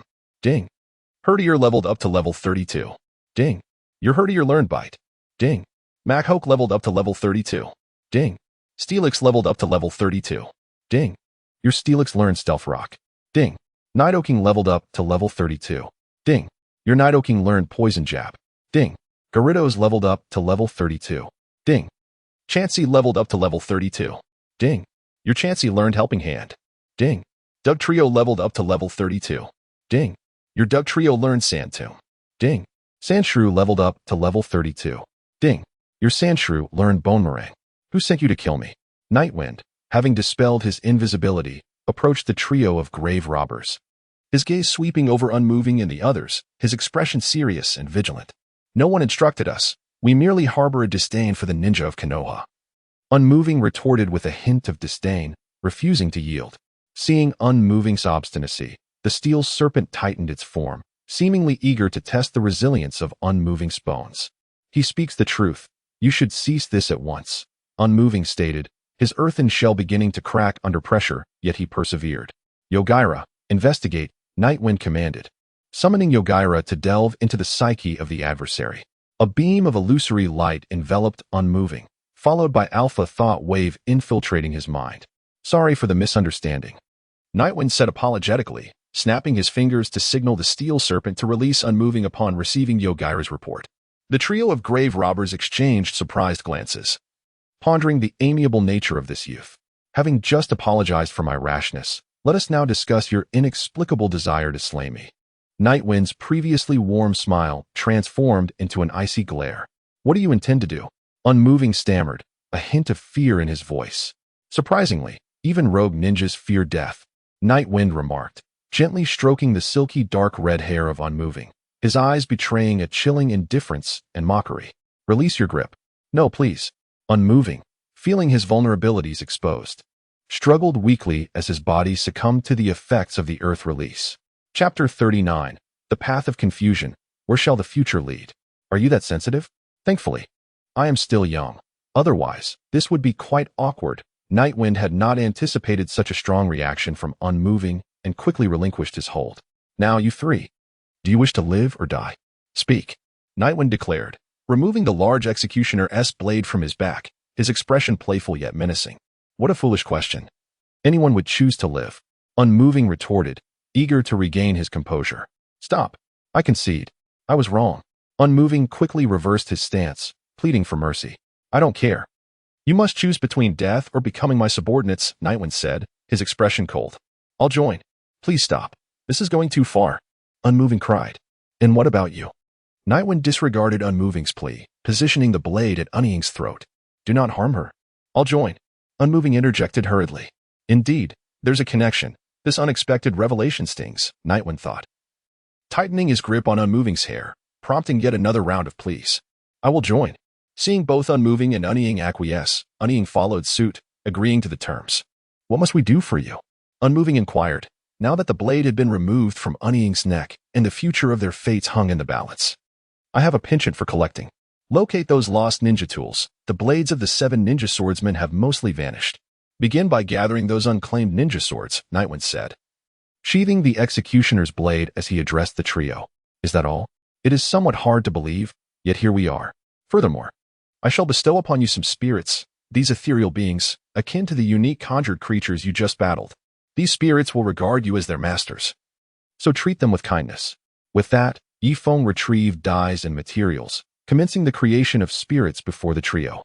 Gray dye combined with stones, delineating symbols upon rock and earth. Green dye mixed with lizards, sketching the same symbols. Yellow dye, along with insects and shells, illustrated the symbols of insects and rocks. 3 faint streams of chakra permeated through the stone insignia, imbuing the symbols with life. After a radiant spectacle, 3 eggs of varying colors emerged before the trio. The surfaces of the spirit eggs shimmered with a gentle glow, exuding an air of enigma. Unmovable, Wind, and Fate leaned closer with eager anticipation, striving to unveil the mysteries within. By infusing their chakra into the spirit eggs daily, they would likely hatch within a week. This is your nurturing manual and spirit ball. Care for them well. You may depart now. Yifeng entrusted the spirit eggs, nurturing manuals, and spirit balls to them. The spirit eggs trembled gently in their hands, as if sensing the presence of their masters. The night breeze paid no further attention to the three individuals, turning away and meandering down an aimless path ahead. Having arrived in the world of Hokage for several months, the initial excitement had long since faded, leaving behind an endless haze of confusion concerning the direction of the future. After weeping and experiencing enough, the feelings of separation remained elusive and inscrutable, intertwined with the paradox of existence and non-existence. Standing at a crossroads, the streets bore witness to the tears of countless predecessors. Regardless of whether one chose to turn left or right, one would inevitably become ensnared in darkness. Yet, I still had the choice to forge ahead without veering off course. I understood that both paths held mirages. The predecessors had laughed, cried, explored, and steadfastly walked this road, resolutely refusing to look back. Unbeknownst to me, the night breeze had arrived beside a pond, humming a vibrant battle song from a bygone era of a grand idol group. While casually tossing pebbles into the water, the gentle breeze caressed the lake's surface, creating ripples that spread in concentric circles as the stones traced elegant arcs through the air, splashing droplets into the air. This song is quite beautiful. Is it a song from Konoha? I have never heard it before. Sora, curious, settled down next to the night breeze. No, this song hails from a place steeped in friendship and bonds. Upon hearing Sora's praise for the song, the night breeze became notably more amiable, retrieving some snacks from his storage pouch to share with Sora, relishing that rare warmth. This world still harbors such wondrous places. I truly wish to see them, though I fear I may never have the chance. Sora gazed at his right hand, which was wrapped in bandages, feeling a wave of sorrow. It seems your right hand harbors immense power, the night breeze remarked knowingly. That power is loathsome. It has brought me great suffering. Sora replied with a shadowed gaze, concealing his right hand within his ample sleeves. I have a friend named Naruto Uzumaki, the son of the fourth Hokage. When he was born, the Ninetales rampaged, and ultimately, the fourth sacrificed himself to seal the beast within Naruto's body. The villagers transferred their hatred for the Ninetales onto this innocent orphan hero. Growing up, Naruto subsisted on instant noodles and expired milk, enduring the disdain of the villagers. Yet he persevered. Isn't it laughable? Absurd, even. The night breeze picked up a stone from beside him and tossed it into the lake, lost in contemplation as he watched the ripples dance across the surface. What happened to that fellow named Naruto afterward? Sora inquired, his interest piqued by the tale of someone with a similar experience. He aspired to become Hokage. In an environment filled with animosity, he remained steadfast in his ambitions. And through his unwavering dedication and effort, he inspired many around him, eventually forming deep friendships. The night breeze reminisced about the past with Naruto and replied with a smile. I wish to meet this Naruto, he said after a moment of contemplation. In the near future, you will encounter him. The night breeze then stood up, brushed off the dust clinging to his body, and turned to leave. Clarify what you mean. What on earth does that imply? The fellow, calm, also rose to chase after the night breeze, chattering incessantly. Half a month later, a great battle ensued. The golden fists, forged from condensed chakra, struck fiercely against the formidable steel serpent and a multitude of spirits, pushing them back. As the night breeze gently unfurled, the initial stance of the thousand-hand kill manifested, revealing the slowly rising figure of the sprite. Let us conclude our endeavors for today. Your efforts are greatly appreciated. Night breeze tenderly caressed the heads of each sprite. The Happiny summoned a droplet of life, its radiant energy surging forth, infusing the sprites with healing power. The sprites, with eyes narrowed in bliss, reveled in the tender touch of their master, their faces aglow with happiness. However, Delu, holding a letter in hand, inadvertently disrupted the harmonious atmosphere between man and sprite. The night breeze carried the letter, and his gaze swept over the characters inscribed on the paper. The correspondence indicated that Lady Tsunade had been chosen as the fifth Hokage and summoned Nightwind to return to Konohagakure without delay. The night breeze furrowed his brow slightly, filled with perplexity over the abrupt recall. The letter contained no specific reason, deepening his confusion. However, as a ninja of Konoha, he had no choice but to obey the orders of the Hokage. Chapter 40. Return to Konoha, the challenge from the Tsuchikage. I understand. I shall return to Konoha immediately. I am grateful for your care during these days, Master Delu. He bowed deeply to express his gratitude. Do not tarnish the talents of the Sage clan. Let your brilliance shine in the ninja world, Night Breeze. Delu helped Night Breeze to his feet, patting his shoulder with his broad right hand, offering his encouragement. Night Breeze, do visit the Temple of Fire again, and be sure to bring Naruto along. Sensing something amiss, Kong rushed over from the training ground, filled with reluctance. Master Dilu, if you encounter a person clad in a black cloak adorned with red clouds, do not allow him to obtain any blood. You must ensure to sever his head. With that inexplicable remark, Night Breeze departed from the Temple of Fire. The Night Breeze did not return directly to Konoha, but instead arrived at a restroom near the Temple of Fire. This must be the final resting place of Asuma-sensei. And indeed, it is not a fitting location. After surveying the surroundings of the restroom and comparing them with the original narrative, the Night Breeze couldn't help but express a sense of lamentation. The Night Breeze swept into the restroom, its footsteps echoing in the vast emptiness. It halted before the wall, wielding a broadsword that grazed the surface in vain as it sought the mechanism to a concealed door, ultimately resigning to the futility of the search. Summoning forth the entity known as GLGL, it unleashed a flurry of blows with a bone club, shattering the wall and revealing the hidden chamber that lay beyond.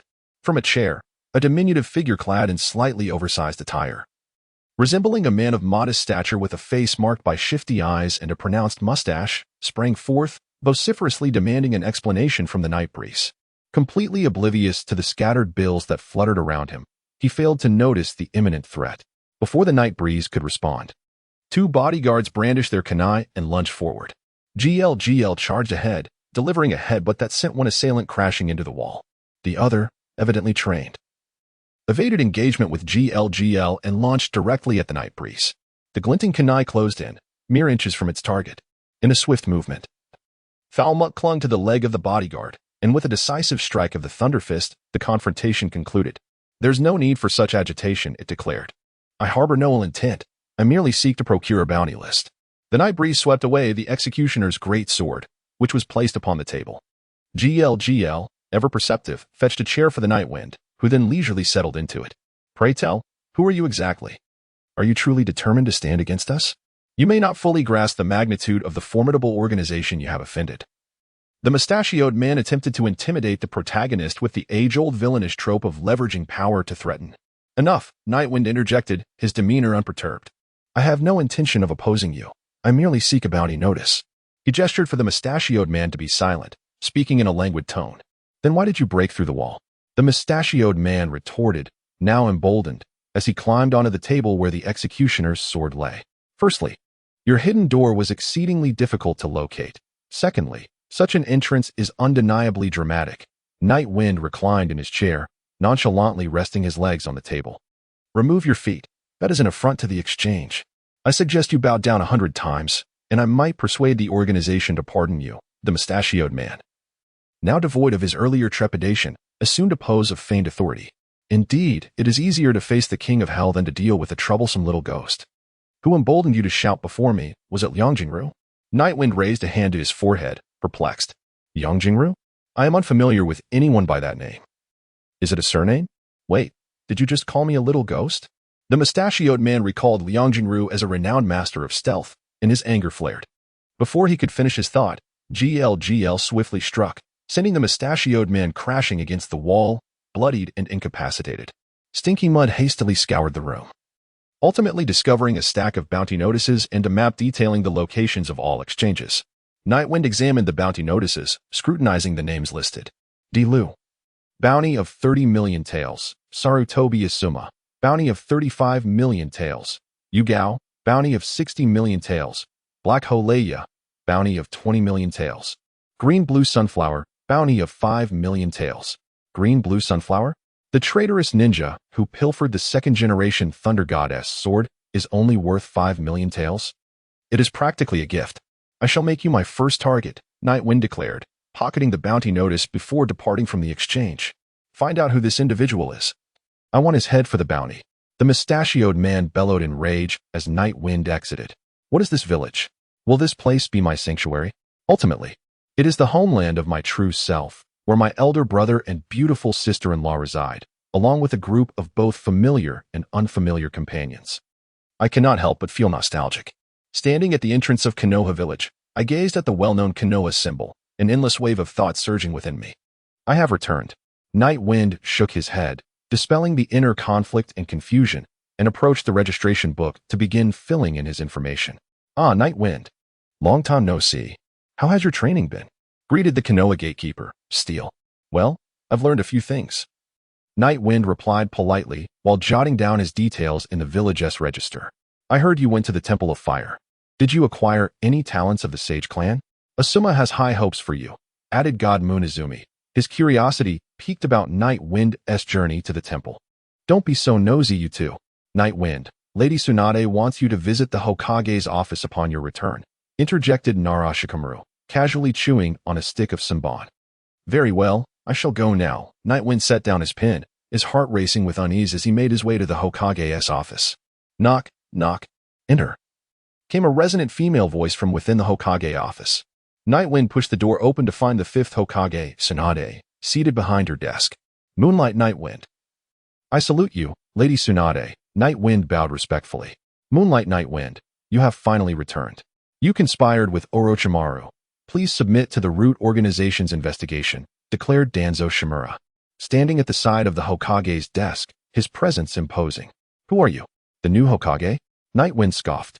Disdain evident as he met the gaze of the scheming Danzo. I am not the Hokage. I am an advisor to the Hokage, Night Wind retorted. His words pricking Danzo where it hurt, the latter's eyes flashing with malice as if he wished to tear Night Wind apart with his gaze. Isn't interrogation the domain of Captain Abiki's torture department? What is this Root Organization, an illegal entity existing outside the laws of Konoha? Night Wind questioned innocently. Looking at the self-proclaimed Hokage advisor. Night Wind, my subordinates reported seeing you enter Orochimaru's base, Danzo stated coldly. When? Night Wind was taken aback by this revelation and immediately channeled his Oscar-worthy acting skills. I have been at the arena the entire time. How could I possibly have gone to this so-called Orochimaru's base? Night Wind feigned indignation, his gaze fixed on the Hokage advisor, determination glimmering in his eyes. Shadow clone technique is not difficult for a ninja. Being at the arena does not preclude you from simultaneously visiting Orochimaru's base, Danzo replied icily, his tone threatening. Igniting Night Wind's fury. I will not allow you to wrongfully accuse me, no matter who you are. Night Wind's eyes blazed like flames as he stared down Danzo.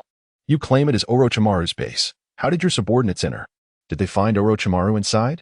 If what you claim is true, then who is it that has slain the third Hokage? Surely, your subordinates are not so inept as to be unable to defeat even a mere clone of Orochimaru. Or is it that Orochimaru himself has divulged the location of his base to you? If that is the case, then who has conspired with Orochimaru? Could it be that you and Orochimaru colluded to eliminate the third Hokage, all in a bid for you to ascend as Hokage? Night Wind's piercing words cut deeply, urging the truth from Danzo. Do not engage in this tongue-wagging and slanderous rhetoric. When you reach the interrogation department, they will compel you to speak the truth. Danzo, unwilling to answer Night Wind's inquiries, signaled to the ninjas behind him to prepare for an arrest. Danzo, remember your position. I have a mission to assign to Night Wind. So you must depart. Tsunade, observing the situation spiraling out of control, interjected forcefully, although Danzo felt a sense of injustice. He had no choice but to obey the command of the fifth Hokage. At the very least, he needed to uphold the authority of the Hokage in public view. He snorted coldly and turned away from the Hokage's office. Speak up. What exactly did you discuss with Orochimaru? As the others had departed, Tsunade sat solemnly in the Hokage chair, her gaze fixed intently on Night Breeze's eyes. I have not met with Orochimaru, Night Breeze replied unwaveringly. He would not lie on this matter. Tsunade's piercing eyes seemed to penetrate Night Breeze's soul. I have not met with Orochimaru. Night Breeze's expression remained unchanged, though his tone grew more resolute. Understood. Kakashi and the other Jonin have gone on different missions. Now that you have returned, I entrust you with a task for Team 7. You shall serve as the captain, and it is a B-rank mission to protect an important individual, which may escalate to an A-rank task depending on the circumstances. Tsunade retrieved a scroll of missions and handed it to Night Breeze. Ensure the safety of the contestants during the grand ceremony, and guarantee the mission's success. I shall seek out Naruto and the others now. Night Breeze accepted the scroll, swiftly reviewing its contents before securing it and departing from the Hokage's office. Keep an eye on him. Report immediately if he comes into contact with Orochimaru. Tsunade instructed as she gazed out the window at Night Breeze's receding figure, reflecting on the emptiness of the Hokage office. Ichiraku uncle. Bring me 8 bowls of the super deluxe ramen. Ramen, my favorite ramen. Naruto exclaimed joyfully as he settled into his seat, animatedly waving his hands and incessantly chanting about ramen. Oh, it's Naruto. You're quite spirited today. Did you come with friends? Smiled Ichiraku, glancing back. I say, Naruto. There are only 4 of us. 8 bowls of ramen would be too much, Sakura chimed in as she took a seat beside Naruto. Sakura, don't underestimate me. I can eat 5 bowls by myself. Naruto proclaimed proudly. Are you a glutton? You fool, Sasuke remarked from a nearby bench, a smirk of mockery tugging at his lips. Long time no see, Ichiraku uncle. As Naruto suggested, let us have 8 bowls of the super deluxe ramen. Thank you for your service. Night Breeze entered, addressing the most enigmatic figure in the entire Hokage. Ah, Night Breeze. It's been a while. All right, today's ramen is on me. Is that all right? Ichiraku beamed at the long-lost Night Breeze. You need not worry about such matters, I am replied, her cheeks slightly flushed as she turned to prepare the ingredients. Really? Ichiraku uncle. You truly are a good person. Naruto laughed heartily, his gratitude unmistakable. I apologize for the trouble, Night Wind said graciously. Now, let us discuss our upcoming mission, Sasuke interjected. Indeed. With Kakashi-sensei absent, can the 4 of us truly accomplish a B-rank task? Sakura inquired, her brow furrowed with concern. The grand festival of the tea country, held once every 4 years, was imminent. The venue, Kakagawa, was home to 2 rival factions, the Kakazuki family and this mission's client. The 2 had perpetually clashed over control of the town until a compromise was reached through the intervention of the daimyo, resulting in a contest to determine the town's leadership. This year, as in the last, the Kakazuki family had employed ninjas, and our task was to protect the participants throughout the event. Night Wind explained the context of the mission to the trio. So our opponents will be the ninjas hired by the Kakazuki family, Sasuke deduced. Last time, the Kakazuki family emerged victorious. Thus, their earnings over the past 4 years should suffice to enlist formidable ninjas, Sakura remarked, her expression still tinged with worry. The tea country lies south of the Hidden Leaf Village, adjacent to the Mist Village, which remains closed off, while the Rain Village is merely a small ninja settlement. The enemies we face are likely to be no more than rogue ninjas or defectors, possessing abilities at the level of Chunin, Night Wind assessed. Whoever they may be. They will fall beneath my Rasengan, Naruto proclaimed, invigorated by the prospect of a B-rank mission, indifferent to everything else. You're just a tail-end fool, Sasuke sneered derisively. Sasuke, what did you just say? Naruto exclaimed, rising in anger as he reached for Sasuke's collar. The luxurious Ichiraku ramen, served at an opportune moment by Ayam, interrupted their banter. Upon seeing his long-desired yet seldom indulged luxurious ramen, Naruto abandoned his quarrel with Sasuke and began to devour it voraciously. The tender noodles and rich broth melded in his mouth, creating a delightful explosion of flavor. This mission entails your protection of the participants while I deal with the lurking ninjas, Night Wind stated, savoring a sip of the savory broth and joining in the enjoyment. I can handle those ninjas too, Sasuke mimicked Night Wind's actions, picking up his chopsticks to sample the ramen. Isn't it too dangerous for you to go alone, Night Wind? Sakura's brow knitted with concern, her expression betraying her anxiety. I am the captain for this operation. It is settled, Night Wind asserted with authority. And the 2 ceased their protests, diving into the delectable feast before them. After satisfying their appetites, the trio returned home to prepare the necessary supplies for the mission. The Night Breeze arrived alone at the hospital to visit the still-recovering Shaoli. Chapter 42. The Night Breeze in Great Distress, the relentless pursuit of Tion. Shaoli, how is your recovery? Night Breeze gently placed a bag of tangerines, purchased from the system, on the small table beside the hospital bed, inquiring with genuine concern. Thanks to Lady Tsunade's exceptional medical skills, I will soon be able to resume training, Shaoli responded, clenching his fists, his eyes ignited with fervent determination. Shaoli, why do you wish to become a ninja, even at the cost of your life? Shaoli paused for a moment, lost in thought, before his expression darkened, as if recalling past unpleasant experiences. When I first entered the Ninja Academy, I was ridiculed as the tail end of the class. Told that someone incapable of ninjutsu could never become a ninja. I was bullied and pelted with stones. Despite my relentless practice, I saw no progress. Just when I was about to give up, Teacher Guy appeared. At this moment, a glimmer of light sparkled in Shaoli's eyes. Teacher Guy told me I possessed a unique ability that could surpass Niji, for I am a hardworking genius. Even without the use of ninjutsu or genjutsu, I can become a great ninja. Thus, I strive to prove this to the world. Hard work is my ninja way. As Shaoli spoke with growing excitement, he stood directly on the hospital bed. Just then, the door to the ward swung open. Shaoli, what are you doing? Hurry and lie down, Tion exclaimed angrily upon seeing Shaoli standing. Sensing the ominous intent, Xiaoli immediately lay down obediently, not daring to utter a word. Seeing the stark contrast in Xiaoli's behavior, Night Breeze couldn't help but chuckle. Ouch, ouch, ouch. Tian, stop pulling. My ears are going to fall off. Night Breeze, reveling in the mischief, did not escape the reckoning of justice as Tian promptly dragged him out of the ward. What did you say to Xiaoli to make him so agitated? Don't you know he shouldn't be moving around? Tian launched into a tirade. Tian, I truly did not say anything to excite Xiaoli.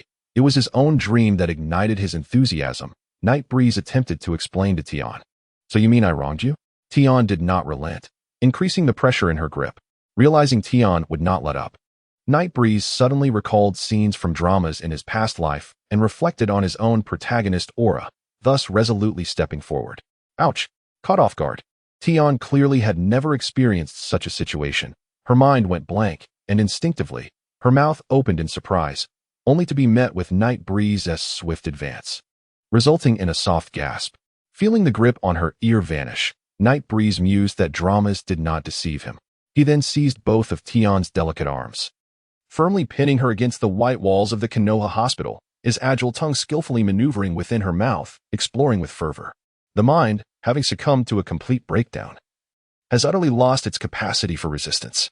The supple and enticing tongue has become a captive beneath the caress of the nocturnal breeze, yielding to manipulation. What are you doing? A fierce shout shattered this enchanting scene. As the Night Breeze whispered, a fleeting glance towards the source of the sound sent beads of cold sweat cascading down. There stood Tsunade, her fist clenched tightly, the faint creaking of her joints audible, as if they yearned for movement. Her green gambling coat billowed without wind, and the veins on her forehead throbbed ominously, exuding an aura of impending power. Meanwhile, Shizune shielded her flushed cheeks with her hand, too embarrassed to gaze any longer. Jiraiya, with a knowing smile, discreetly gave a thumbs up, and then, struck by a sudden inspiration, swiftly retrieved paper and pen to begin sketching. Initially, he approached the task with utmost seriousness, but soon his nostrils flared, revealing a mischievous grin. Jiraiya, with your thick brows and large eyes. You dare to make me the protagonist of your romantic escapades? That will cost you extra. Nightwind grumbled, reluctantly freeing himself from Tintin's soft tongue, making a hasty retreat from the scene. Tsunade's furious shout jolted Tintin from her stupor, and recalling Nightwind's outrageous behavior, caught in the act by none other than her idol. Lady Tsunade, she felt a pang of regret for not being like Hinata, who could simply faint in such situations.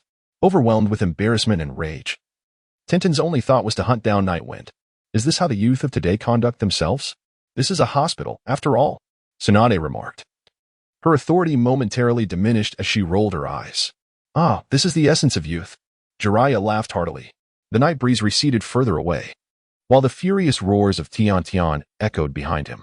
His mood was as scorching as being seared by the relentless sun, compelling him to reminisce about the recent events. Although being caught by Tsunade had left him feeling quite embarrassed, an indescribable thrill surged within him. At the 7th training ground, Tian Tian, please stop. I was wrong. Have mercy on me. Night Breeze pleaded as he narrowly dodged several shurikens. Die. Tiantian's eyes were filled with rage, her silver teeth clenched tightly, and with swift precision, her right hand retrieved 2 scrolls from her ninja tool pouch. The Night Breeze had entirely lost its previous dominance. Swiftly, it retrieved 2 smoke bombs from the ninja tool pouch and forcefully hurled them to the ground, intending to utilize the cover of the smoke to execute a stealthy escape. However, having witnessed Night Breeze's battle, Tintin immediately comprehended its intentions. She summoned a colossal iron fan from her scroll, a replica crafted 1-to-1 after the one she had lost to Temari. Although it lacked the wind-based chakra enhancement of Temari's fan, the physical prowess honed by Guy was more than sufficient to disperse the smoke before her. The Nightwind's evasion may obscure vision, yet it cannot achieve the ethereal state of body like Obito, who employs smoke bombs to craft an outline of his own form. Such a self-sabotaging maneuver would never be acknowledged by the Nightwind as a testament to his tactical intellect. It is not that my forces are lacking in wit, but rather that the opposing army possesses formidable power. Indeed, the woman I have set my sights on is undeniably astute. At this moment, I shall not concern myself with the dramatic monologues that the Nightwind conjures within his mind. My singular objective is to ensure he experiences hardship. With a flick of the wrist, I cast the scroll into the air and leap gracefully, initiating my signature move, the Rising Dragon. What constitutes a weapon? Swords, guns, spears, axes, halberds, hooks, forks, whips, maces, hammers, claws, staffs, javelins, rods, and sickles, those armed with hooks, edges, points, wings, or chains, all manner of weaponry is launched toward the night wind. The thousand hands technique is unleashed as the night wind swiftly assumes a defensive posture. Chakra surges from his back like a fountain, forming swirling golden fists that intercept the myriad of weapons descending upon him. Yet the assault does not cease. One must not underestimate the hundreds of steel wires deftly manipulating the scattered armaments, continuing their barrage from all directions. As the thousand hands technique grips the weapons with dozens of chakra-infused fists, a sudden burst of force snaps the wires apart, scattering them in the air. But I am not finished. I swiftly draw 2 more steel wires from the ground, extending them towards the night wind's feet, each adorned with explosive tags that gradually illuminate. Boom. Chapter 43. The Path of Tion Tion, the Vision of Imperial Artifacts. The night wind swirled with thick clouds of dust, and flames soared into the sky. Amidst the haze lingered a potent scent of charred remnants. Yet, despite the relentless onslaught, the attack showed no signs of abating. 10 fingers unleashed numerous strands of chakra, directing the weapons on the ground to pierce toward the epicenter of the explosion, but none found their mark. Impressive. When did you lay these steel wires? A voice emerged from the distant tree trunk, laced with admiration. TCH, still unsuccessful. When did you cast the shadow clone? Tion Tion's brows furrowed as she turned to glance at the nonchalant figure of Yifeng. I had employed the shadow clone the moment I left the hospital. My real self utilized it to follow you, Yifeng clarified, attempting to enlighten Tion Tion. You cunning fellow, come to meet your demise. It seemed that a recent outburst had borne fruit, for despite her verbal threats to rend Yifeng into 1,000 pieces, Tion Tion's posture relaxed as she crossed her arms, abandoning further aggression. As the night breeze descended from the tree trunk, it approached Tion Tion while lauding her recent sharp attack. 3 days apart, and one must regard you with fresh eyes. You nearly met your demise. Night Breeze sincerely expressed his joy for the girl who had emerged from the shadows of defeat. Don't flatter yourself. It was merely a clone that baited out my trump card. Explosive tags are quite costly, and you owe me reimbursement, Tion Tion retorted, delivering a firm punch to Night Breeze before she began gathering the scattered ninja tools. Here, take this, Night Breeze said, producing a scroll and handing it to Tion Tion. What is this? Does it equate to an explosive tag? Tion Tion scrutinized the scroll in her hands and then opened it. What have you illustrated here? A weapon? It resembles a boomerang, she remarked, turning the scroll repeatedly in an attempt to comprehend its contents, her expression adorably inquisitive. This is called a pistol. Its principle is akin to that of a crossbow, used to fire the bullets depicted below, Night Breeze elucidated. A crossbow relies on the power of the bowstring. What does this pistol depend on? As a weapon master, Tion Tion's curiosity was piqued by the novel weapon depicted in the illustration. There are 2 methods. One involves loading gunpowder inside the bullet, which, when struck by the firing pin, ignites and propels the bullet forward. The other method is merely a rough concept that requires validation. Night Breeze patiently explained the firing principles of the pistol, detailing each aspect meticulously. Tion Tion's eyes widened in fascination as she listened intently, striving to grasp this wondrous principle. And the second method? Her curiosity was evidently heightened, prompting her to inquire further. Chakra itself is a form of energy, if one utilizes the energy of chakra to propel the bullet. The lethality can be modulated by controlling the amount of chakra. This would indeed be unexpected, Night Breeze elaborated. If that is the case, chakra-infused metal would be necessary. Tion Tion pondered. That is indeed a direction worth exploring. However, chakra-infused metal is prohibitively expensive, and I am not yet in a position to experiment with it. Night Breeze replied, revealing his own limitations. The subsequent item is a rifle, and the principles of a sniper rifle mirror those of the pistol, though with greater power. Night Breeze continued, demonstrating the components behind the pistol. What are these? One-shot kill, Murakumo, severing all ties, Shaohan, Water Dragon's Embrace, Heimerin. Are these ninja tools? Tion Tion inquired upon noticing familiar weaponry in the second section. These are all special ninja tools endowed with unique abilities, which I term imperial tools, however. They require a plethora of materials to be realized, Night Breeze commented, choosing not to divulge too much, as he believed in conserving resources for future endeavors. I shall accept these, but I have not forgiven you, Tion Tion declared, stowing the scroll away before turning to leave. Upon returning home, she quietly reflected on this exhilarating day. Night Breeze smiled faintly, a wave of contentment swelling within him. He realized that he had successfully ignited the curiosity within Tian, and his wife was nearly within reach. In the waters near the port of Tea Country, Sakura, all these figures are merely clones. Only the true body will launch an attack, so there is no need for concern. Naruto kept a vigilant gaze on the rain ninja clones that kept emerging on the deck. Sakura, Naruto, their true bodies are hidden among the clones. You must be cautious. Sasuke cautioned, having observed through his Sharingan that chakra flowed within the rain ninja clones. Sasuke, give me directions, Itachi said, standing behind. Sakura gripped her kunai, raising her weapon in readiness. Who asked for your help? Ninjas? Itachi replied, ungrateful. Even at this moment, you still say such things, Naruto retorted. Noticing Sakura's warm demeanor met with cold indifference, the rain ninja's water clones began their assault, hindering Team 7's movements. Utilizing the water release, black rain technique, one rain ninja seized the opportunity to cast a jutsu, forming a curtain of black rain. The dark oil fell onto the ship like rainwater. In the midst of the fierce battle, Sasuke was unaware of the impending danger as he prepared to unleash the great fireball technique. Sasuke, no, it's oil, Sakura exclaimed, recognizing the composition of the black rain and hastily halting Sasuke's actions. However, the rain ninja, well prepared, would not rely on their opponent's carelessness to execute their plan. Before Sakura could finish her warning, a rocket ignited the small boat where Naruto and the others were located. Sasuke, what should we do? The flames are growing larger. Sakura cried in distress. Jump into the sea. We should still be able to swim to the port of that island, Sasuke stated decisively. Just as they were about to leap into the water, an unusual phenomenon occurred on the surface of the sea. A short distance from the ship, the water rapidly swelled, as if a colossal entity was emerging from beneath the waves. Not only did Naruto and the others freeze in their tracks, but even the rain ninja ceased their assault. Their attention riveted on the sea. The surface tension finally gave way to the massive object, shattering the water as if it were a mirror, revealing a fearsome dragon head that matched the immense form. It was the ferocious and violent Bakuri, with a resounding roar. The dragon instilled dread in the hearts of all present.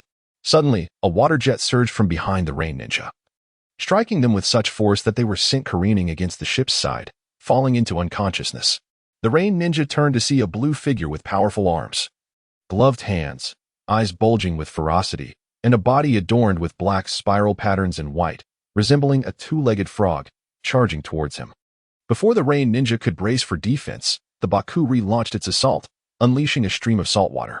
In a panic, the rain ninja formed seals to conjure a water barrier to defend against the onslaught. Yet, how could a C-rank jutsu, hastily released by a mere genin, withstand the salt water spewed forth from the abyssal maw of the Bakuri? The salt water rained down like a torrential storm, scattering the rain ninja like leaves in the wind, while the swift-swimming frog seized the opportunity to strike. Incredible! Tian gazed in astonishment at the two formidable spirits, reflecting inwardly on their prowess. It was none other than Gyarados and Frogadier, truly remarkable. Upon recognizing that they belonged to Yefeng, Naruto could hardly contain his excitement, dancing with joy. With a single water tail attack, Gyarados shattered the vessel pursued by the rain ninjas, subsequently resting its massive head against the side of the nearly capsized ship where Naruto and his companions were situated. Understanding the cue, the group leapt onto Gyarados' head, embarking towards their destination. Chapter 44. The Taunt of Chin Kue. Sasuke awakens his ancestral skills Ka-Ki, Yalu the Zubat, sword to Yefeng's shoulder, relaying the events of the recent battle. Come, let us find a vantage point to enjoy the spectacle. With that, Yefeng vanished into the forest. Thank you for your efforts, Gyarados and Frogadier, Naruto and his companions said as they reached the shore, bidding farewell to the two spirits. Though both could leave the water, their power waned significantly on land, prompting them to remain in the depths. Time is of the essence. We must hurry, Sasuke urged. Ignoring the warnings from Naruto and the others, the spirits chose to stay in the water. It has been a while, Tian. Have you once again abandoned your comrades to flee? I suppose running away is indeed your specialty. Ha ha ha. Yunin Rain appeared before Tian, mockingly declaring, Lu Chinkue, I'm not like you. Tian glared fiercely at Lu Chinkue, his teeth grinding audibly, though his body trembled slightly. No. We are of the same ilk. Those who would never trust the betrayers, who betray their own brothers and abandon their village, considering only their own self-interest. Such wretched men as us are hardly worthy of life, are we? Ha ha ha, Lu Chinkue scoffed, his hands poised with shurikens, ready to pierce Nidoting's heart. "We're here," Naruto shouted loudly. "You must be the leader of the Yunin, right?" he questioned, pointing at Luchinkawa. For them, the burden was still too heavy, even as fellow Genin. They were indeed products of the Leaf Village. "Let me witness the strength of the Leaf's Genin," Luchinkawa said, swiftly launching his shurikens. The three young ninjas leapt aside to evade. "Jutsu, rain 2,000 shurikens." Luchinkawa hurled his ninja umbrella into the air. As it opened, dozens of poisoned shurikens were unleashed. Naruto and Sasuke drew kunai to block, while Sakura, in an attempt to protect the stunned Nidoking, was grazed on the arm by a shuriken, temporarily incapacitating her. Seeing Sakura injured, Naruto's fury ignited. He crossed his arms, forming a cross with his index and middle fingers, and unleashed the Shadow Clone technique. Fire Release, Great Fireball Technique. Sasuke, not idle, also employed the Great Fireball technique to pressure Luchinkawa into retreat, preventing further assault on Sakura and Nidoking. Taking advantage of the cover provided by the fireball, Naruto's shadow clones charged directly at Luchinkawa. Contrary to Sasuke's expectations, Luchinkawa did not evade. Instead, he positioned the ninja umbrella in front of him, creating a formidable shield that withstood the fireball's intense heat as it rushed towards Sasuke. Realizing the fireball was ineffective, Sasuke began forming hand seals to use Chidori. The ninja umbrella obscured Luchinkawa's vision. Thus Naruto's shadow clones chose not to flank, but to engage head-on. Just as they prepared to leap for a decisive strike, Luchinkawa suddenly retracted the umbrella's canopy, transforming it into a blade that sliced through Naruto's shadow clones. As the clones shattered, smoke enveloped the area, granting Sasuke sufficient time to activate his Sharingan and prepare to use Chidori against Luchinkawa. Although this technique was formidable, it was excessively loud. Luchinkawa drew forth the sword of the Thunder God and thrust forward. A blade of lightning materialized around the previously empty hilt, aimed directly at Sasuke's heart. Under the influence of the Sharingan, Sasuke could clearly perceive the trajectory of the sword of the Thunder God. But the limitations of his youthful body hindered him from keeping pace with the dynamic vision of the Sharingan. He barely avoided a fatal blow, sustaining a piercing wound to his shoulder instead. A violent current surged through Sasuke's body, awakening his ancestral abilities, allowing him to dance freely in rhythm with the electric pulses. Remarkably, he accompanied his movements with cries that surpassed mere artistry, truly embodying the essence of surpassing one's predecessors. Sakura, filled with indignation, asserted her presence, demanding that the green-haired foe release Sasuke. Witnessing his dear friend in agony, Naruto's fists clenched in frustration, his composure wavering. "Release him, and I might consider your request. However, you must remain still." "What do you say, Leaf Ninja?" the green-haired antagonist taunted, a sinister gleam emanating from the strange umbrella he wielded. "Will you let Sasuke go as long as I remain motionless?" Naruto's gaze fixed intently on the foe, his voice resolute as he repeated his inquiry. "Indeed, I am a man of my word. But tell me, little brat, will you truly remain still?" The green-haired adversary provocatively licked the tip of his umbrella. "I don't need your help, Naruto. I can save myself." Sasuke, driven by a fierce sense of pride, gritted his teeth and shouted defiantly. Do not underestimate the ninjas of the leaf. Naruto tightened the headband on his forehead, his expression unwavering as he faced the green-haired foe. "Then let us see if you can back up your words." The antagonist tossed the umbrella high into the air, which unfurled dramatically, unleashing a torrent of poison saban like a rainstorm directed at Naruto. Unyielding as a mountain, Naruto braced himself, enduring the barrage of saban without flinching. His body was marked with wounds, yet his determination remained unshaken. "Can we release Sasuke now?" Naruto trembled, his voice defiant despite the pain coursing through him. "I keep my promises," the green-haired adversary sneered, forcefully hurling Sasuke towards Naruto. Naruto caught Sasuke securely, as a powerful current surged from Sasuke into him, both emitting heart-wrenching cries yet refusing to let go.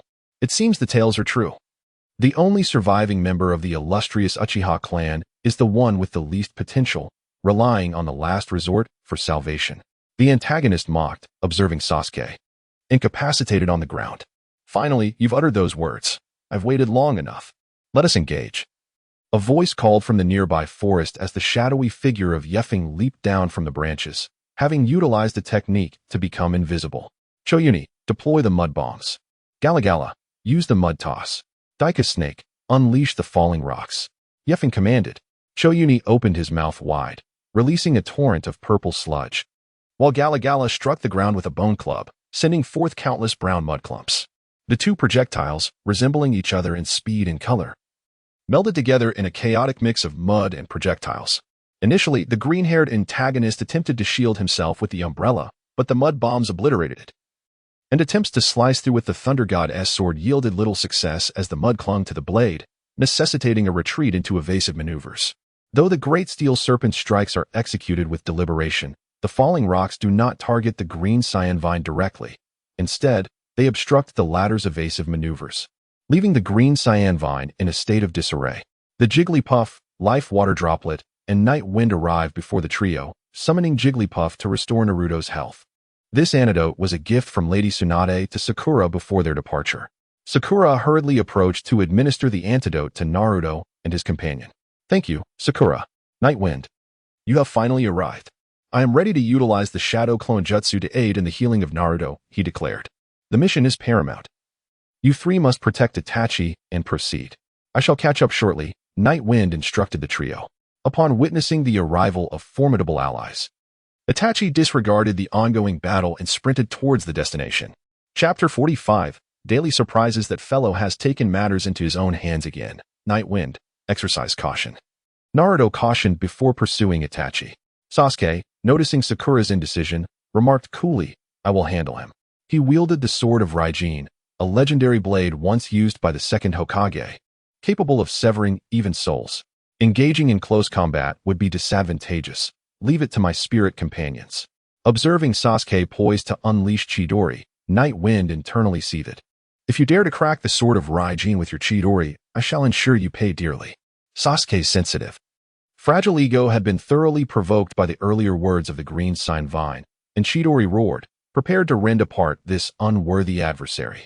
Trouble arose the moment Sasuke dashed forth. Night Wind promptly summoned Hori and Zubat, thwarting Sasuke's reckless charge. Hori delivered a powerful kick from behind, striking Sasuke squarely and sending him tumbling to the ground with a pained cry. Zubat flapped its wings vigorously, darting towards Sasuke, opening its maw to employ Absorb, instantly draining the energy he had just regained. Hori then advanced, tossing Sasuke towards Sakura. Take Sasuke away, Night Wind commanded, barely glancing at her. Sakura, unable to defy the request, swiftly caught Sasuke and held him tightly as he exited the battlefield. Enough. How dare you inflict such grievous injuries upon my friends? Prepare to meet your end, Night Wind taunted the green cyan vine. If it weren't for the earlier spectacle, the green cyan vine might have believed him. After all, I am a Jonin. It is entirely reasonable for a Chunin like me to seek assistance, Night Wind remarked, summoning Sandshrew, Bibarel, Beedrill, and Gyarados. Faced with such an overwhelming number of summoned beasts, and recalling the earlier defeat instigated by 3 of them, the green cyan vine promptly chose to flee. The ability Sandveil activated, and the sand beneath the green cyan vine's feet swiftly enveloped and ensnared them, binding them tightly in place. El Chinkue struggled to break free, only to realize that escape was utterly impossible. You are a Jonin, yet you wish to flee from a mere Chunin like myself? Yifeng remarked, his hands tucked into his pockets, a mocking smile adorning his face. Yongji La and Bada Hutian gazed intently at El Chinkue, simultaneously unleashing their formidable psychic powers to restrain her firmly.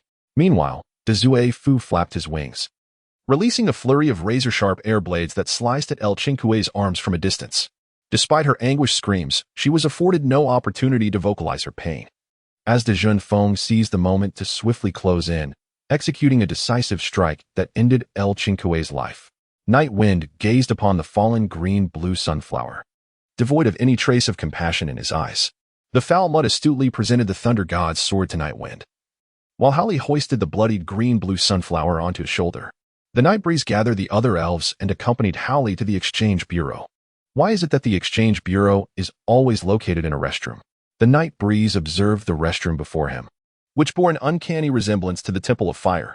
This time, he did not break through the wall but rather entered the Exchange Bureau in an orderly fashion. He handed over the unconscious Elviu Chinkue to the staff, and after confirming the details, they presented him with 5 million taels. Upon receiving the money, the Night Breeze updated his bounty information and discovered that he too was being hunted, with a bounty of 5 million taels. Nevertheless, he remained unconcerned, knowing that his bounty was not particularly high and that powerful shadow-level adversaries would likely have little interest in him. He could still afford to develop quietly for a while. After departing from the Exchange Bureau, he went to reunite with Naruto and the others. True to the original tale, Itachi won the competition, and Ibiki came to escort Team 7 back to Konoha. The only regret was that LVQ Chinkue failed to trigger a mission, however. Receiving 5 million taels and the Sword of the Thunder God made the journey worthwhile. Sasuke and Naruto were both hospitalized, while Sakura dutifully frequented the hospital. Left alone, the Night Breeze found himself in a state of leisure, contemplating Sasuke's impending defection from Konoha, though he felt a twinge of hesitation. After all, if he were to pursue Sasuke, he would inevitably have to lead the charge, which would complicate his role. The Night Breeze resolved to find an excuse to leave Konoha, thus avoiding the pursuit of Sasuke.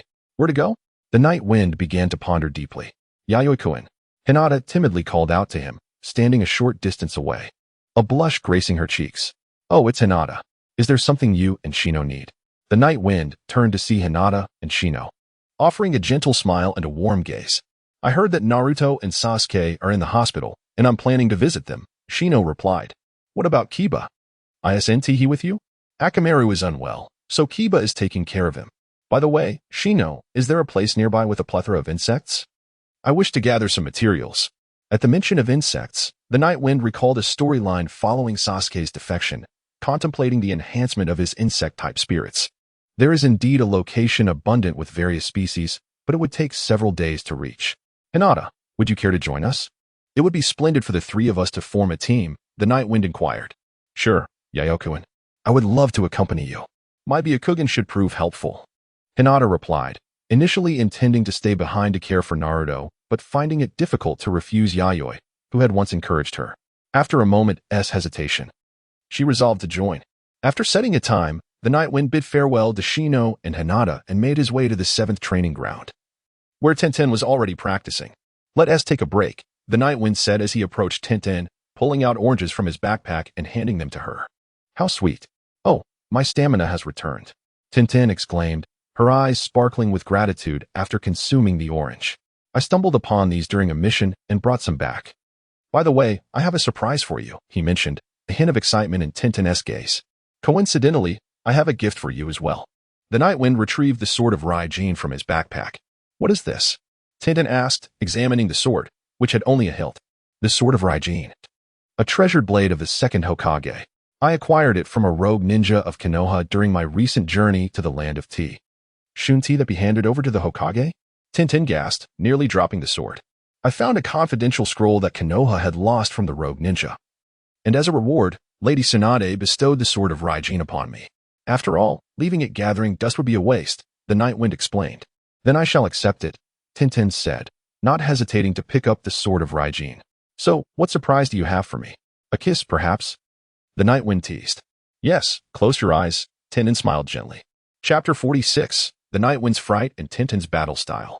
The Night Breeze, seemingly blinded by its own heart, obediently closed its eyes, a swell of anticipation and excitement surging within. A chilling sensation coursed through its entire being, prompting the Night Breeze to instinctively part its lips. Yearning to envelop this coldness, hoping to warm the day. The roundness? How rigid. As the Night Breeze registered the sensation at the entrance, a sense of confusion began to arise. The moment the Night Breeze opened its eyes, two forces collided. What was supposed to be hard instantly softened, causing it to collapse to the ground, hands clasped over its head, only able to murmur a few words amidst the invasion of a hard object. Don't shoot, don't shoot.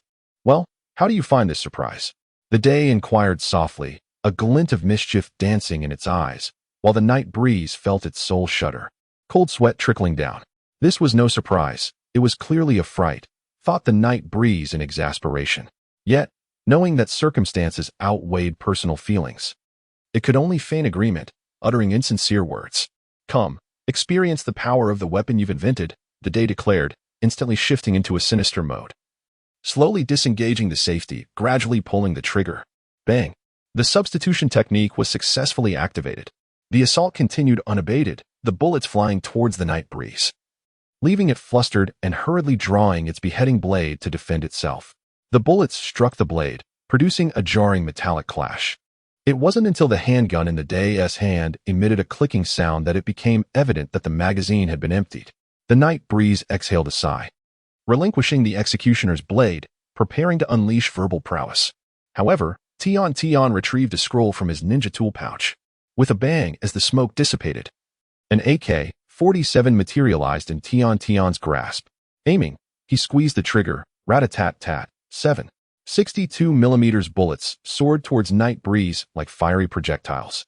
In response, Nightbreeze promptly summoned a Pokeball, calling forth Grimer and Steelix. Come forth, Grimer and Steelix.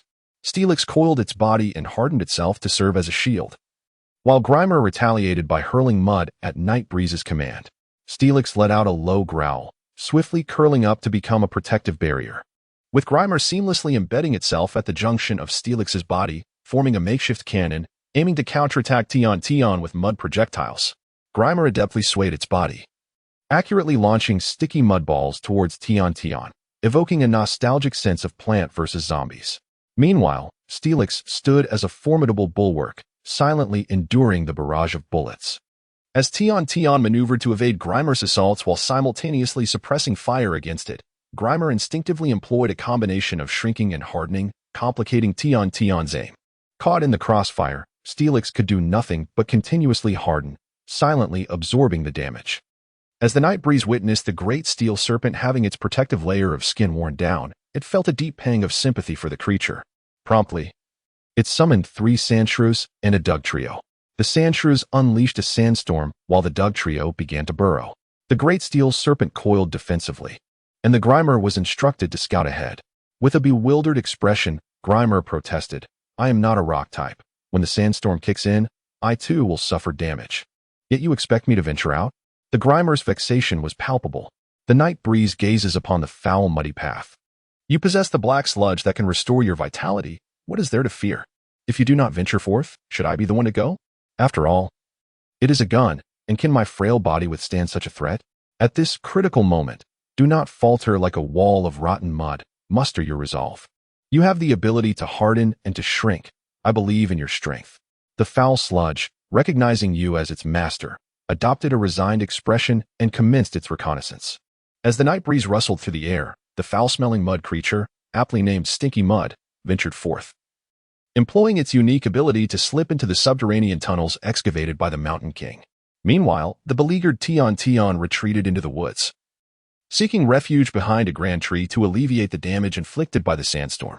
With a tranquil demeanor, she retrieved a pair of goggles and a set of lightweight armor from her scroll, adorning herself with the protective gear. Indeed, the elves possessed an array of peculiar abilities, and the disparity in intelligence was glaringly apparent.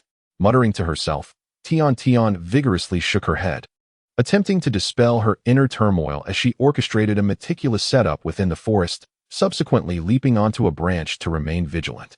Stinky Mud, after meandering about, also found its way into the very woods where Tian lay in wait. However, Tian, intent on employing a long-line strategy to ensnare a larger prey, paid no heed to Stinky Mud and continued to conceal herself.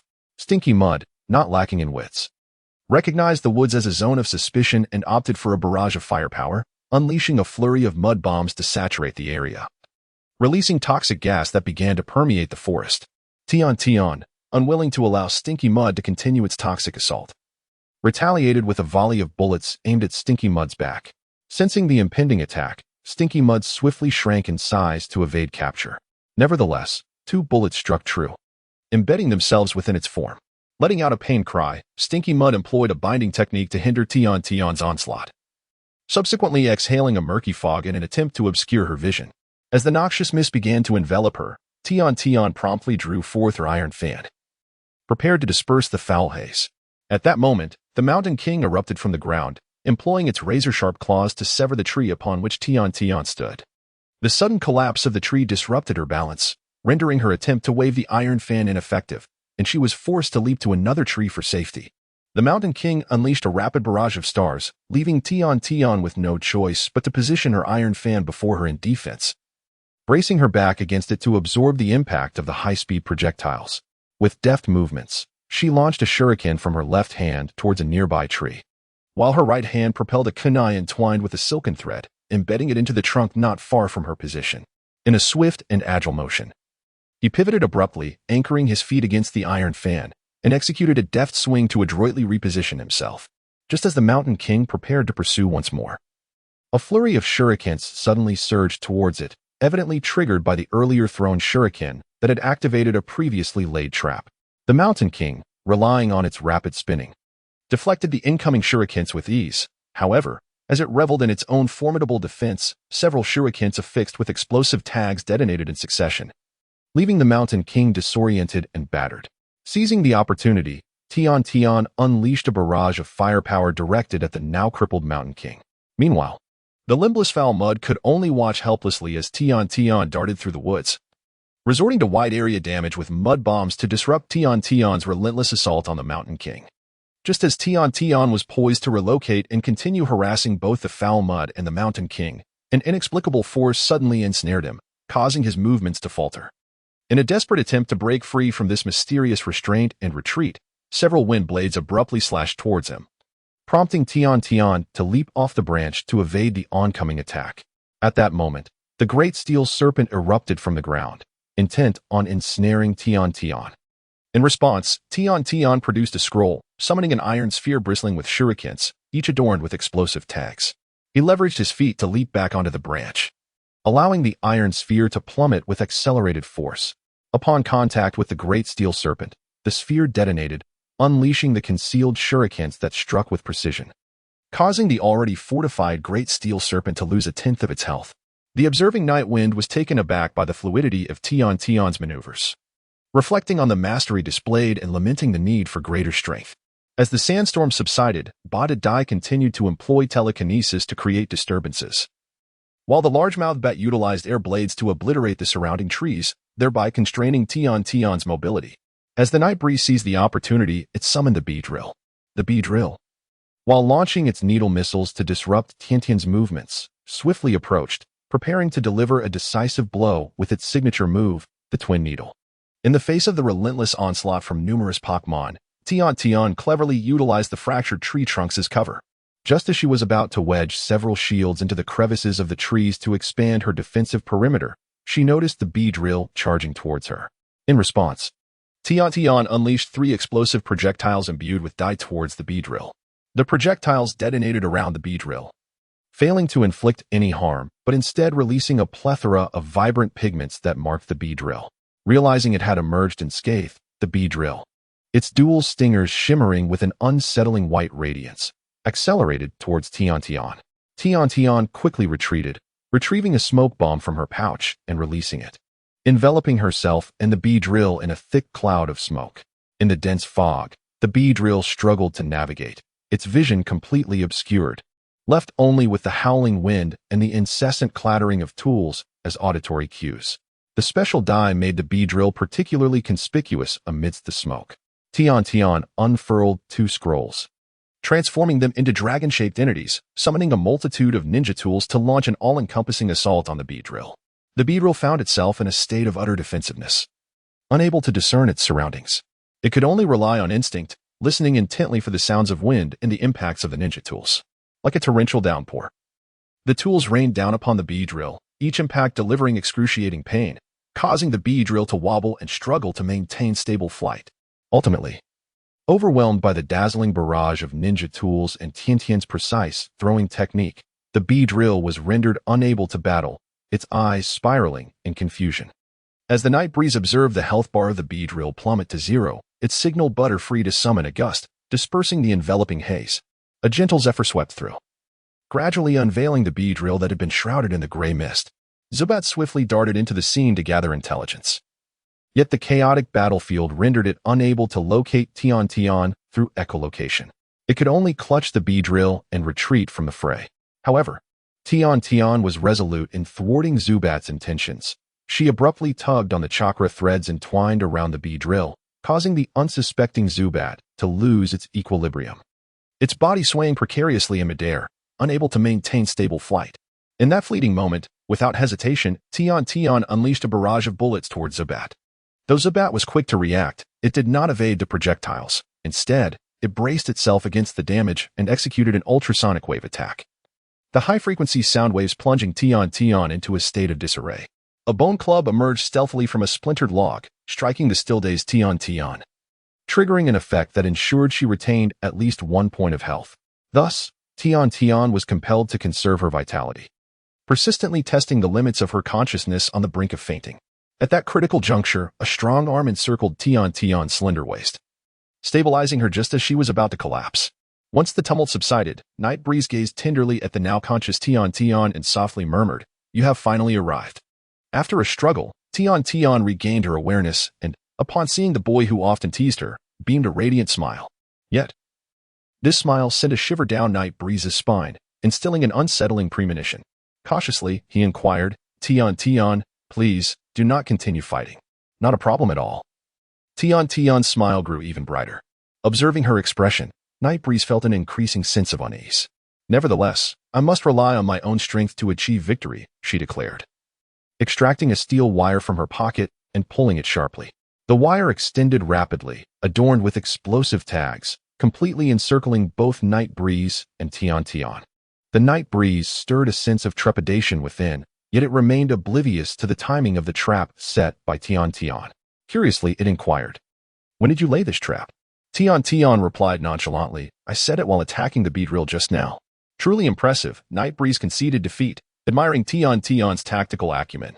"If it were anyone else, you probably wouldn't have revealed yourself," he remarked. Feeling flattered by the compliment, Tion appreciated the acknowledgement but remained rational, stating, "No one has yet managed to defeat my 3 Pokémon." Night Breeze, lifting the weakened Tion into his arms, began to walk towards her dwelling. Although her cheeks flushed with a faint hue, she did not resist. Instead, she nestled her head against Night Breeze's chest, seeking refuge from the curious gazes of passers-by, men, women, and children alike. The Night Breeze revels in the gaze of the crowd, as if everyone were extolling his youthful achievements. After escorting Tion home, the Night Breeze retreated to a secluded corner. With a sudden whoosh, he transformed into a wisp of smoke, vanishing without a trace. Memories returned to the secret base, constructed by the 3 groundhogs and Nidoking, located 50 meters beneath the village of Konoha. Reflecting on Tion's shyness, the Night Breeze couldn't help but wear a mischievous smile, akin to that of a thief savoring honey. Through the collective efforts of numerous sprites, the secret base was finally completed. Gazing upon the desolate base, Nightwind contemplated the path that lay ahead. According to the unfolding narrative, Sasuke would betray Konoha, Naruto would embark on a journey of training, and Sakura would follow Tsunade to learn medical ninjutsu. It was time for him to leave Konoha and commence his own odyssey. Chapter 48, The Paradise of Insects in the Land of Lightning, a realm established amidst towering peaks that pierce the heavens, shrouded in mist and resonating with thunderous roars, lies the village of Kumogakure, a bastion of martial prowess founded by the first Raikage. Here, the legendary 7-star sword, the phosphorescent string, the crimson gourd, and the amber purifying vase, all relics bequeathed by the Sage of 6 Paths, reside. Moreover, the twin summits of Samui and Mabui in the village are coveted by Nightwind. As he has noted in his journal, Samui, with her mature composure, would serve as an excellent aid. Mabui, with her mastery of the heavenly transfer technique, could potentially develop a version of the Hokage's teleportation device. Coupled with her role as the Raikage secretary, she could alleviate Nightwind's burdens by managing tedious affairs. Yet, while the treasures are alluring, one must possess the strength to seize them. The ninjas of Kumogakure excel in swordsmanship and lightning-style techniques, alongside a prevalent use of ninja body techniques. Nightwind's earth spirits could effectively counter ordinary Kumogakure ninjas, but confronting their peak warriors would prove daunting. Ever since the demise of the 4th Hokage, Minato Namikaze, the 4th Raikage, has become renowned for his unparalleled speed in the ninja world, wielding lightning chakra mode to devastating effect against his foes, rendering Nightwind's spirits as mere fodder. Not to mention the fully tailed beasts, the 2 tails, Matatabi, and the 8 tails, Killer Bee. For now, it would be prudent to bide his time. Venturing into the land of lightning was ill-advised. After all, Nightwind wished to avoid a gruesome fate at the hands of the Raikage. The land of Earth, encircled by rocky mountains, boasts formidable defenses that make infiltration by foes exceedingly difficult. This land is home to a Wagakure, where the current 3rd Tsuchikage, Anoki, is the sole survivor of the bloodline elimination. His dust release technique, the original world stripping technique, is deemed nearly insurmountable. Furthermore, it is the host of the 4 Tails and 5 Tails Jinchuriki. However, the Wagakure holds little allure for Nightwind. He had no intention of seeking out a future Tsuchikage to frolic in the mud. The Land of Wind, a barren desert devoid of anything of value, not even a stray dog would venture there. The Land of Water, surrounded by ocean on all sides, is characterized by its multitude of peaks, forming a unique landscape. Kirigakure, concealed in the depths of the mountains, is perpetually enshrouded in thick fog. The fourth Mizukage, Yagura, was manipulated by Obito Uchiha's Sharingan, leading to a reign of terror known as the Bloody Mist Village. In summary, vague, abundant water, numerous peaks, and bloodshed. Within Kirigakure, undercurrents of intrigue and internal conflict abound, presenting a fertile ground for development. Thus, it was resolved he would first journey to the Land of Water, where he could enhance his collection of water spirits. Prior to this, he must also stock up on grass and lightning spirits, albeit the latter two attributes were scarce in number.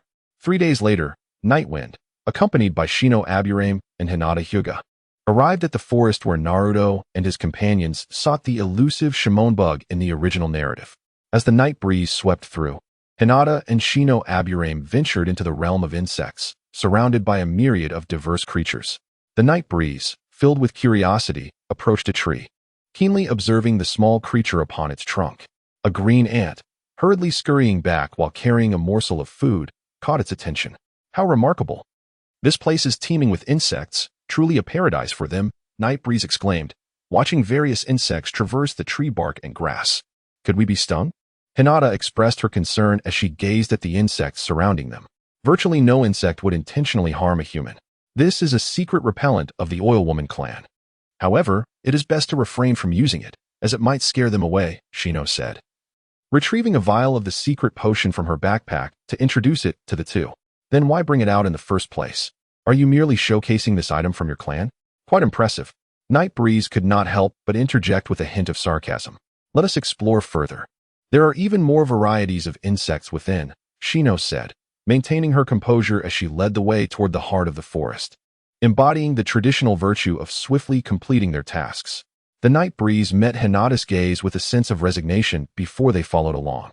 After the trio departed, 2 men and a woman emerged from behind a massive boulder not far from where they had just been. It was quite a surprise to encounter an adversary here, a figure with tousled chestnut hair cascading chaotically around their cheeks, paired with slender brows that arched above the center of their forehead.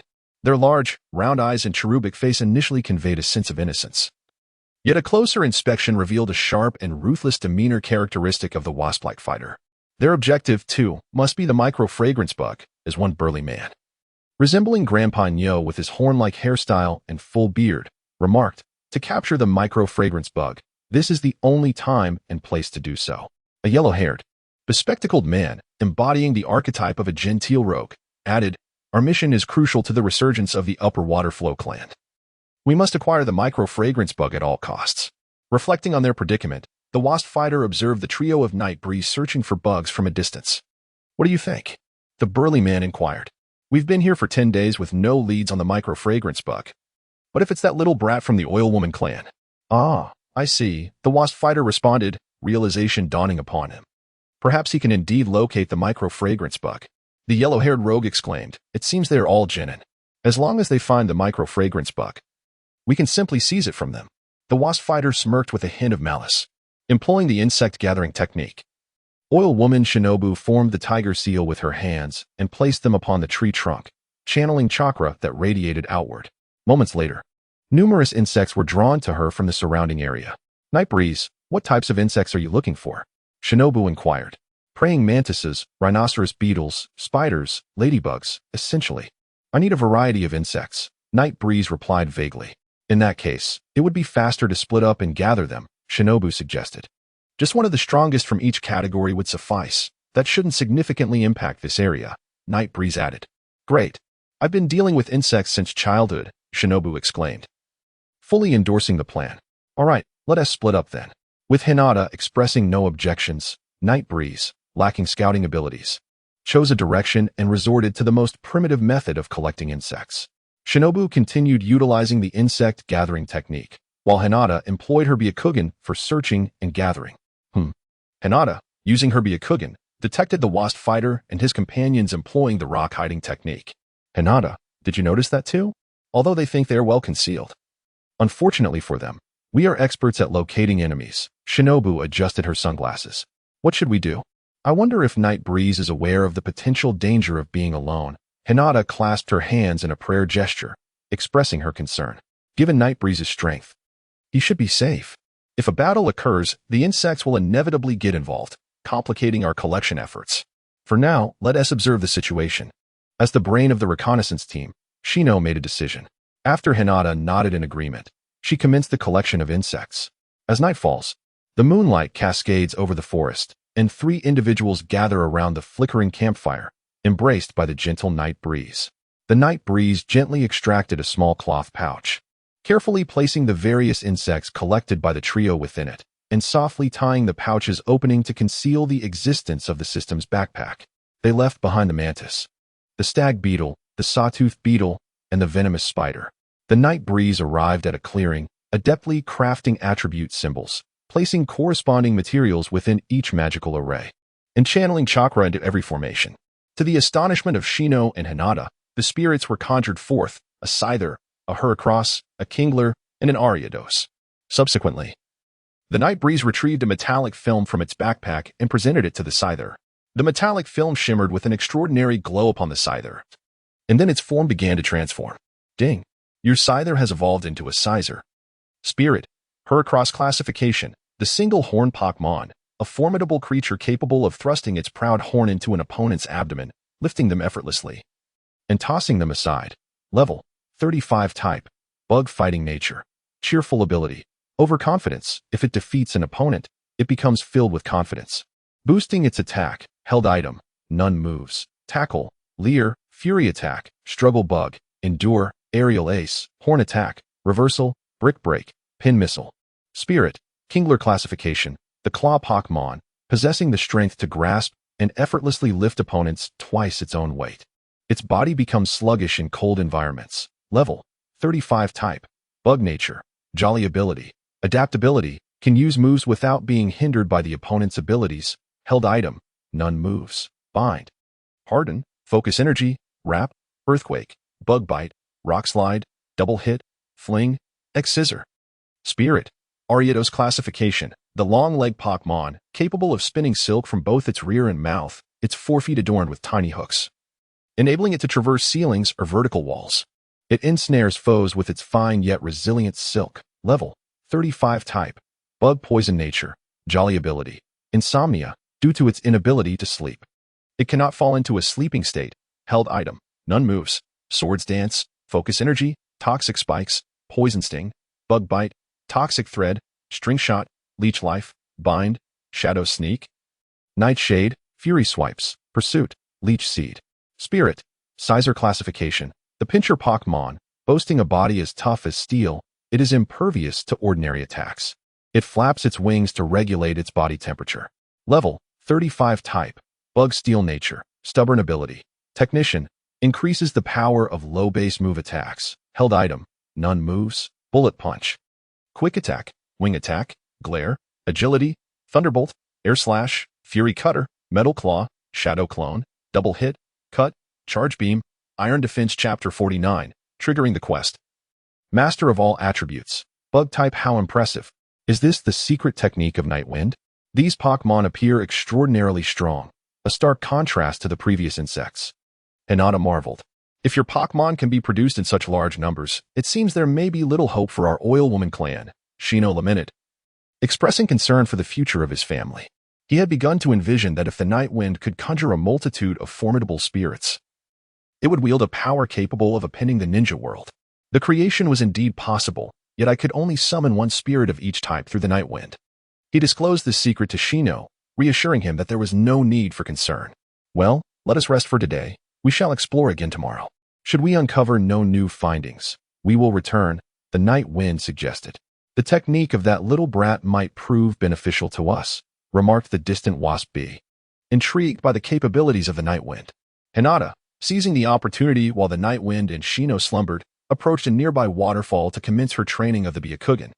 Do not become a burden, echoed in her mind the words of her father, Hyuga Hayashi, spoken before her departure, hastening her movements. The night passed in silence, and at dawn, after partaking in breakfast, the three resumed their separate quests for insects. This insect is quite rare. It has taken 2 days to encounter just one. Bringing it back to Nightwind will likely yield a powerful spirit, Hinata mused as she captured a silver-gray rhinoceros beetle, its head adorned with appendages resembling an elephant's trunk. Unmistakably the macaque from the original tale, and the goal of their expedition. It seems we have found it, the waspy observed, watching Hinata continue to collect insects. With a smile, she directed the bees to inform the other two to regroup for a surprise attack. Suddenly, 3 shurikens whizzed toward Hinata. Instantly, she reacted, deflecting the shurikens and leaping backward to create distance and assume a defensive stance. Did you evade it? The elder teased. Though a genin, your skills are commendable. The bespectacled man praised.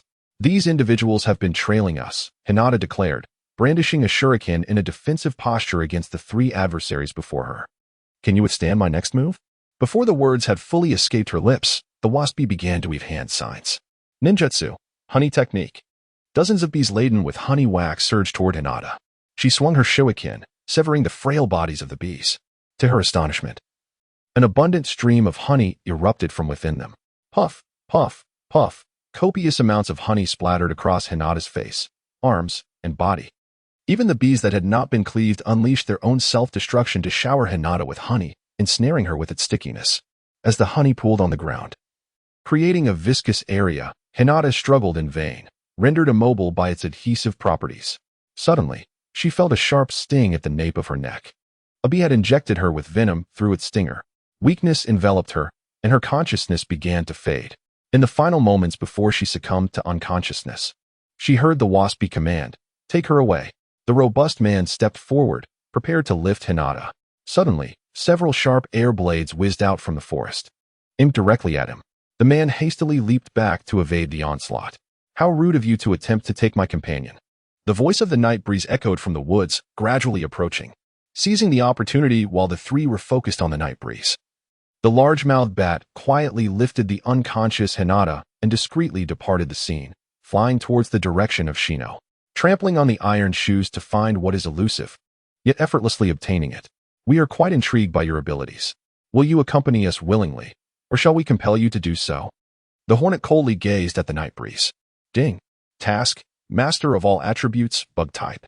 Defeat the 3 members of the Usuba clan using bug-type Pokémon. Reward: 200,000 coins, skill discs, super horn attack, silver whirlwind, badge, insect badge, accelerates bug-type Pokémon breeding speed, enhances Pokémon quality, items, toxic pearl X1. Power wristband X1, power lens X1. Seeing the long-awaited task notification, the night breeze, for once, felt invigorated. "You have truly provoked my ire." The hornet seethed, a flash of fury igniting in its eyes. "Come forth, Butterfree, Beedrill, Heracross, Scyther, Ariados, and Pinsir." Without hesitation, the night breeze summoned all his bug-type Pokémon. Ninjutsu, Bee Technique. The hornet unleashed its ninjutsu. Ninjutsu, Bee Bomb Technique. The bespectacled man executed his ninjutsu. Ninjutsu, Thousand Bee Technique. The robust man performed his ninjutsu. Such unimaginative techniques. It is no wonder your Usuba clan has fallen into decline, the night breeze remarked, his interest waning, his gaze filled with disdain for the trio. Butterfree summoned winds to hinder the bees' movements. Heracross reinforced its defenses. Ariados spun silk at Heracross, and Beedrill and Heracross used Needle Bomb to finish off opponents. While Scyther executed a swift movement, the night breeze calmly directed his Pokémon. As the winds rose, the bees, caught in the gale, faltered. The yo-yo attack struck, shattering a large cluster of bees, some of which bore explosive tags, triggering a series of chain reactions that scattered the once dense swarm. Beedrill and Heracross showed no mercy, unleashing needle bombs to maximize their gains. "Our techniques are utterly ineffective." The bespectacled man quivered. The hornet had no choice but to reveal its final trump card. A massive queen bee was summoned. Scyther unleashed Bullet Punch, and the night breeze, without sparing a glance at the queen bee, commanded, "Scyther, proceed." Having utilized its swift movement, Scyther shot forward like a red flash. Before the queen bee could react, Scyther closed the distance and struck her most vulnerable midsection with its pincers, cleaving her in 2. With a resounding thud, the queen bee disintegrated into a cloud of smoke, vanishing without a trace. The 3 members of the Usuba clan collapsed in fear, gazing up at the iron-clad crimson warrior before them, terrified that the next blow might obliterate them. Entirely devoid of the courageous spirit they had once exhibited in the original tale. This is the strength of the Usuba clan, if one could even deem it strength. The night breeze scoffed, observing the trio sprawled on the ground. The night breeze, with its disdainful words, roused the determined hornet, who was resolutely intent on reviving the Shangsue Lu clan. In Chapter 50, Subjugation of the Shangsue Lu clan. Fury triumphed over fear as her trembling hands clenched tightly. And she charged at the Night Breeze with a roar. Herocross, Kairos. Night Breeze called out the names of the two spirits, advancing directly towards Hornet. Understanding his intent, Herocross and Kairos effortlessly bypassed Hornet and confronted the burly man and the bespectacled fellow, swiftly subduing them before they could resist. Herocross prepared to unleash a brick break, while Kairos ready to cross-cut, aiming at the two adversaries. Hornet, realizing the impending demise of her companions, could only helplessly cry out, tears streaming down her cheeks. Which will you choose, the honor of the Shangsue Lu clan or the lives of your comrades? At that moment, Night Breeze approached the girl in black stockings, seizing her wrist with ease, guiding her clenched fist to his right cheek, wearing a sinister smile as he seemingly reveled in her helplessness and suffering. The girl's heart raced violently. She sensed Night Breeze's complete lack of defense, yet she hesitated to act. In that instant, she felt her insignificance and powerlessness. Coming to terms with the undeniable decline of the Shangsue Lu clan, tears welled in Hornet's eyes, her gaze momentarily lost, but ultimately, she steeled her resolve. You are a devil. In this hopeless situation, Hornet made her choice.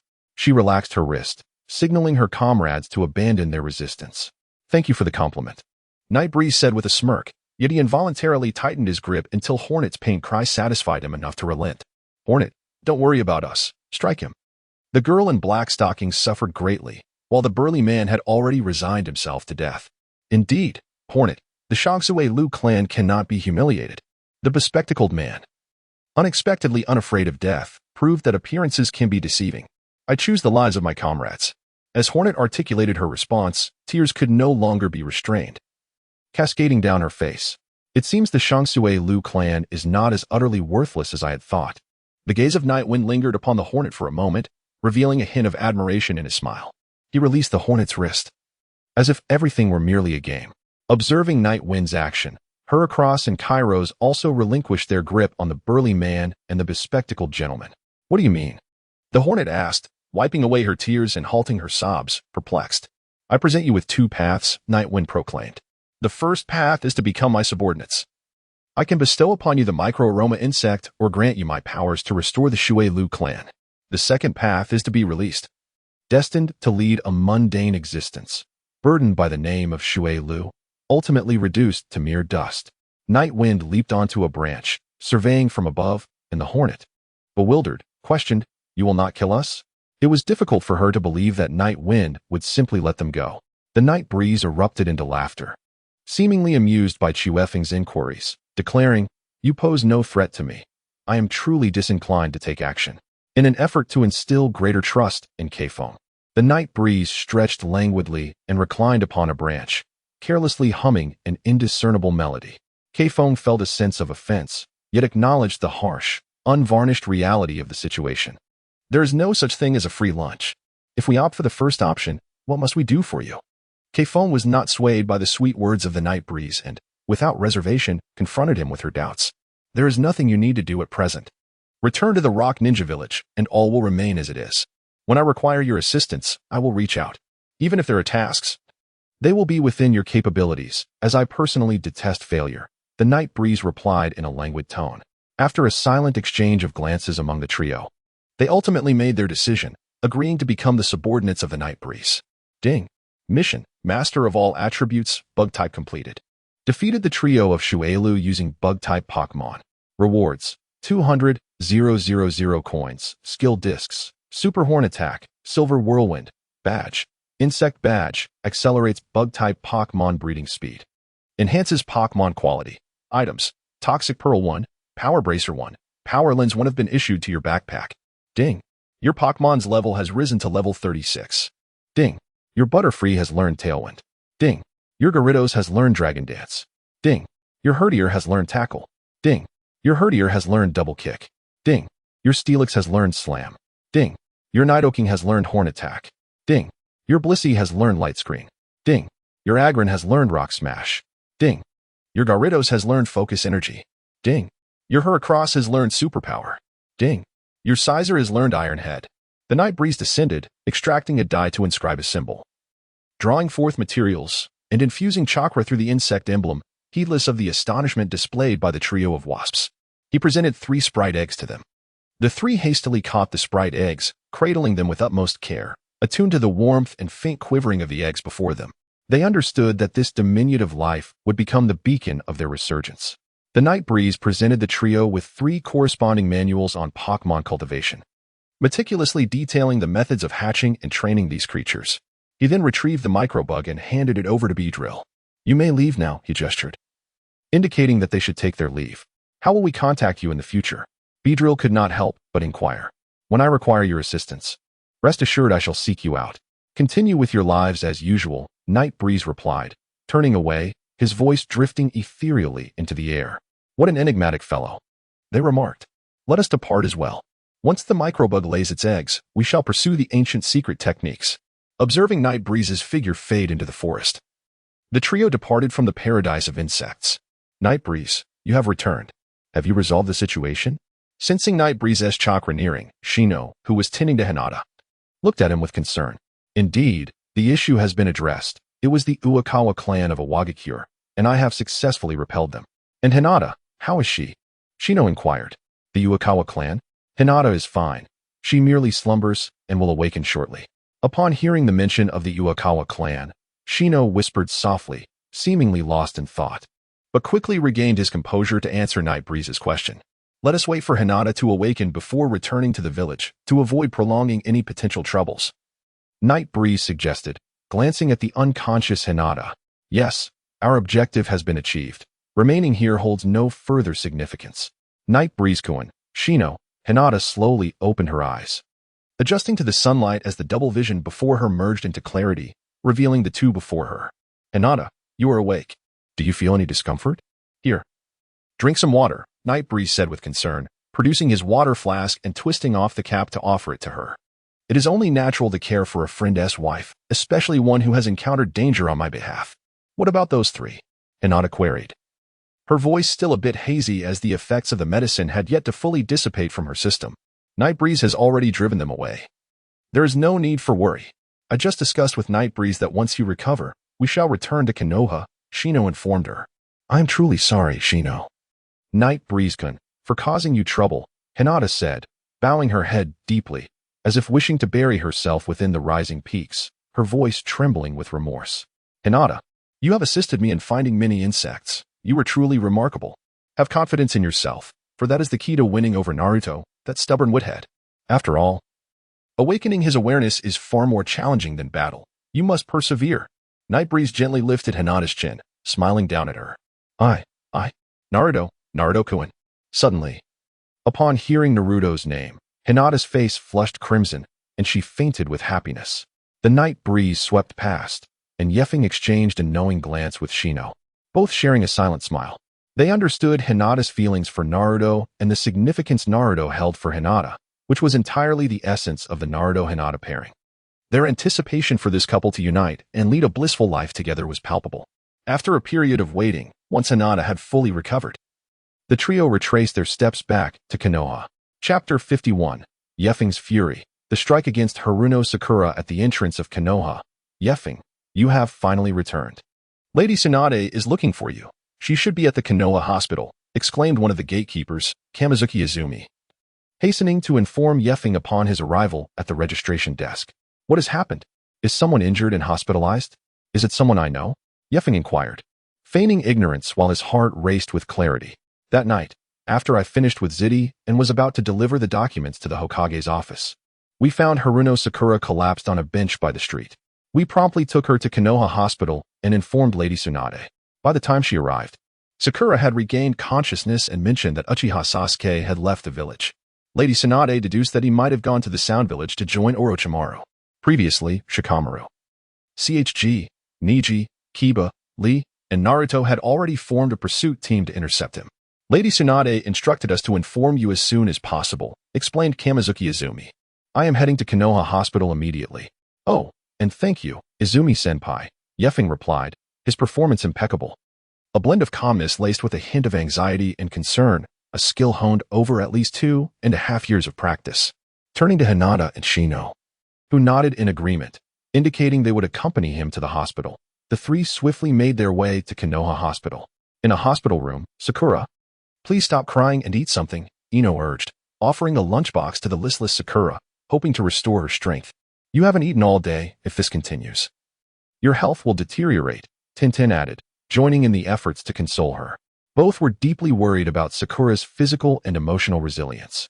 Sakura remained unresponsive, gazing out the window, tears welling up once more, filled with guilt and helplessness. Ino, Tintin, you are here as well. Thank you, Sakura managed to say as Yeffing, Hinata, and Shino entered the room, noticing Ino and Tintin gathered around her bedside. At that moment, Tintin must have been suffering internally as well. She stood and approached Yeffing, disregarding any potential gossip, extending her delicate hand to grasp Yeffing's, attempting to offer this bothersome individual a touch of warmth. Feeling the softness of her hand, Yeffing's heart brimmed with delight, yet his expression remained composed. He tightened his grip slightly, gently squeezing Tintin's hand. This exemplifies the cultivation of an actor. What an occasion this is, with everyone watching. Nightwind, you scoundrel, I should not have felt sympathy for you. This is utterly mortifying. Even the vivacious Tintin could not match Nightwind's audacity. Her cheeks flushed crimson, yearning to retract her hand but utterly unable to do so. She could only lower her gaze to her toes, attempting to mask her embarrassment, inwardly cursing Nightwind for his excesses. Nightwind, is that you? Sasuke. Sasuke has left the village. You must bring him back, I implore you.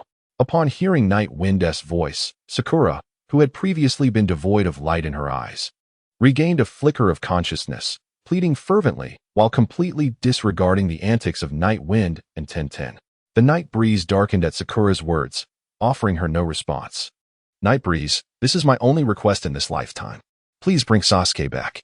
I am powerless to stop him from leaving the village. Only you can do it now. As Night breeze remained silent, tears streamed down Sakura's face, disregarding the 4-needle embedded in her hand as she clutched his sleeve, weeping. You didn't tell Naruto what you just said, did you? Hearing the familiar words, Night breeze recalled that this was what Sakura had once said to Naruto at the village gate, and he coldly inquired, feeling the tug on his sleeve.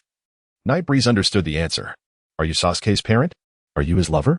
You, like Naruto and I, are merely Sasuke's companions. By what right do you speak such words here? Is it because of your so-called affection for him? Do you comprehend why Sasuke left? Have you ever considered his perspective? His proud family was annihilated in a single night, his loving parents separated from him forever, and the one responsible for it all was his own beloved brother. Do you truly understand Sasuke? Have you genuinely sought to know the Sasuke you claim to love? You do not understand, nor do you wish to. I believe that although Naruto often argues with Sasuke, he truly knows him and understands his suffering, for Naruto has endured similar experiences. He yearns for and strives to befriend everyone, sincerely caring for others and protecting those bonds he cherishes. By what right do you inflict pain upon Naruto with your shallow affection, forcing him to bear this burden? Why should he confront those sound ninja while you feign sorrow here? If it were Naruto, even if his legs were broken, he would crawl to pursue Sasuke. Urging him to return, Night breeze's words quickened, his voice rising until it became a roar. He forcefully shoved Sakura's hand away, seizing her collar and yanking her up from the hospital bed, his gaze no longer concealing the fury within. The anger of the Night breeze enveloped the entire hospital room with a suffocating pressure, his fierce gaze fixed upon Sakura, as if he intended to tear her apart. Sakura, paralyzed by fear, had ceased her tears, scarcely daring to breathe. The others were equally at a loss, the room steeped in an unsettling silence. Sakura Haruno, do you remember what I said during the Chunin exams? The voice of Yakumo shattered the stillness, cold and hoarse. Sakura's mind was a tumult of confusion as she struggled to recall that moment, attempting to remember the words Yakumo had once uttered to her. It seems my words did not resonate within you, nor did they etch themselves into your very being. Allow me to assist your recollection. My exact words were, while your comrades fight desperately, will you merely stand by and weep? Is Naruto not your teammate? Just a lovesick girl orbiting around Sasuke? If that is the case, I shall never entrust my back to someone like you. Should there be a next time? I will end your life. As Sakura fell into her memories, Yakumo's patience waned, and he spoke directly, his words piercing her heart like a blade, revealing the coldness and disdain embedded within his sentiments. Yakumo, what are you trying to do? Shizen, the first to react, hurried forward in an attempt to halt Yakumo's impulsive actions. However, Yakumo was swifter, delivering a fierce strike before Sakura's delicate throat. A whirlwind accompanied the deadly blade, poised to graze Sakura's slender neck. Just at that critical moment, Tsunade arrived on the scene, appearing before Yakumo with astonishing speed, swiftly extending her arm to intercept the strike with a single hand. Chapter 52, Task Transfer, Comrade Rescue Battle. Yakumo, what is your intention? Tsunade's voice resonated with fury and authority, her gaze sharp as she fixed it upon him. With a forceful shove, she pushed Yakumo away and swiftly positioned herself in front of Sakura, shielding her with her own body. Nightbreeze took a few steps back, his gaze still brimming with fury and murderous intent. With Tsunade's arrival, Nightbreeze understood that he could no longer initiate an attack. Day by day, he placed a hand on Nightbreeze's shoulder, calling out his name, yet unsure of how to proceed. In the silence, he sought to quell Nightbreeze's anger and offer him a semblance of solace through this gesture. The Nightbreeze gradually lowered the executioner's great sword in his grasp, and his gaze slowly returned to tranquility. Witnessing the dissipating killing intent emanating from the Nightbreeze, Tsunade also retracted her imposing aura. The mission concerning Naruto has been entrusted to me. The Sound Ninjas are not yet adversaries they can contend with. The Nightbreeze inhaled deeply, sheathing the executioner's sword behind him before leaping through the window without waiting for Tsunade's consent. Nightbreeze-kun, I wish to accompany you to Hinata. I am concerned for Naruto and Niji's safety, and I hope to join you, spoke Ino, with Shino and Hinata echoing her sentiment. Go, but exercise caution. Tsunade ordered the three. She watched their retreating figures chasing after the Nightbreeze, her arms crossed, lost in contemplation. In the hospital bed, Haruno Sakura tightly clutched the sheets, tears incessantly surging in her eyes yet refraining from falling. In that fleeting moment, she sensed the murderous aura surrounding the Nightbreeze. She was terrified of him, afraid of becoming the most detested person in his eyes, and even more afraid of being caught off guard by him.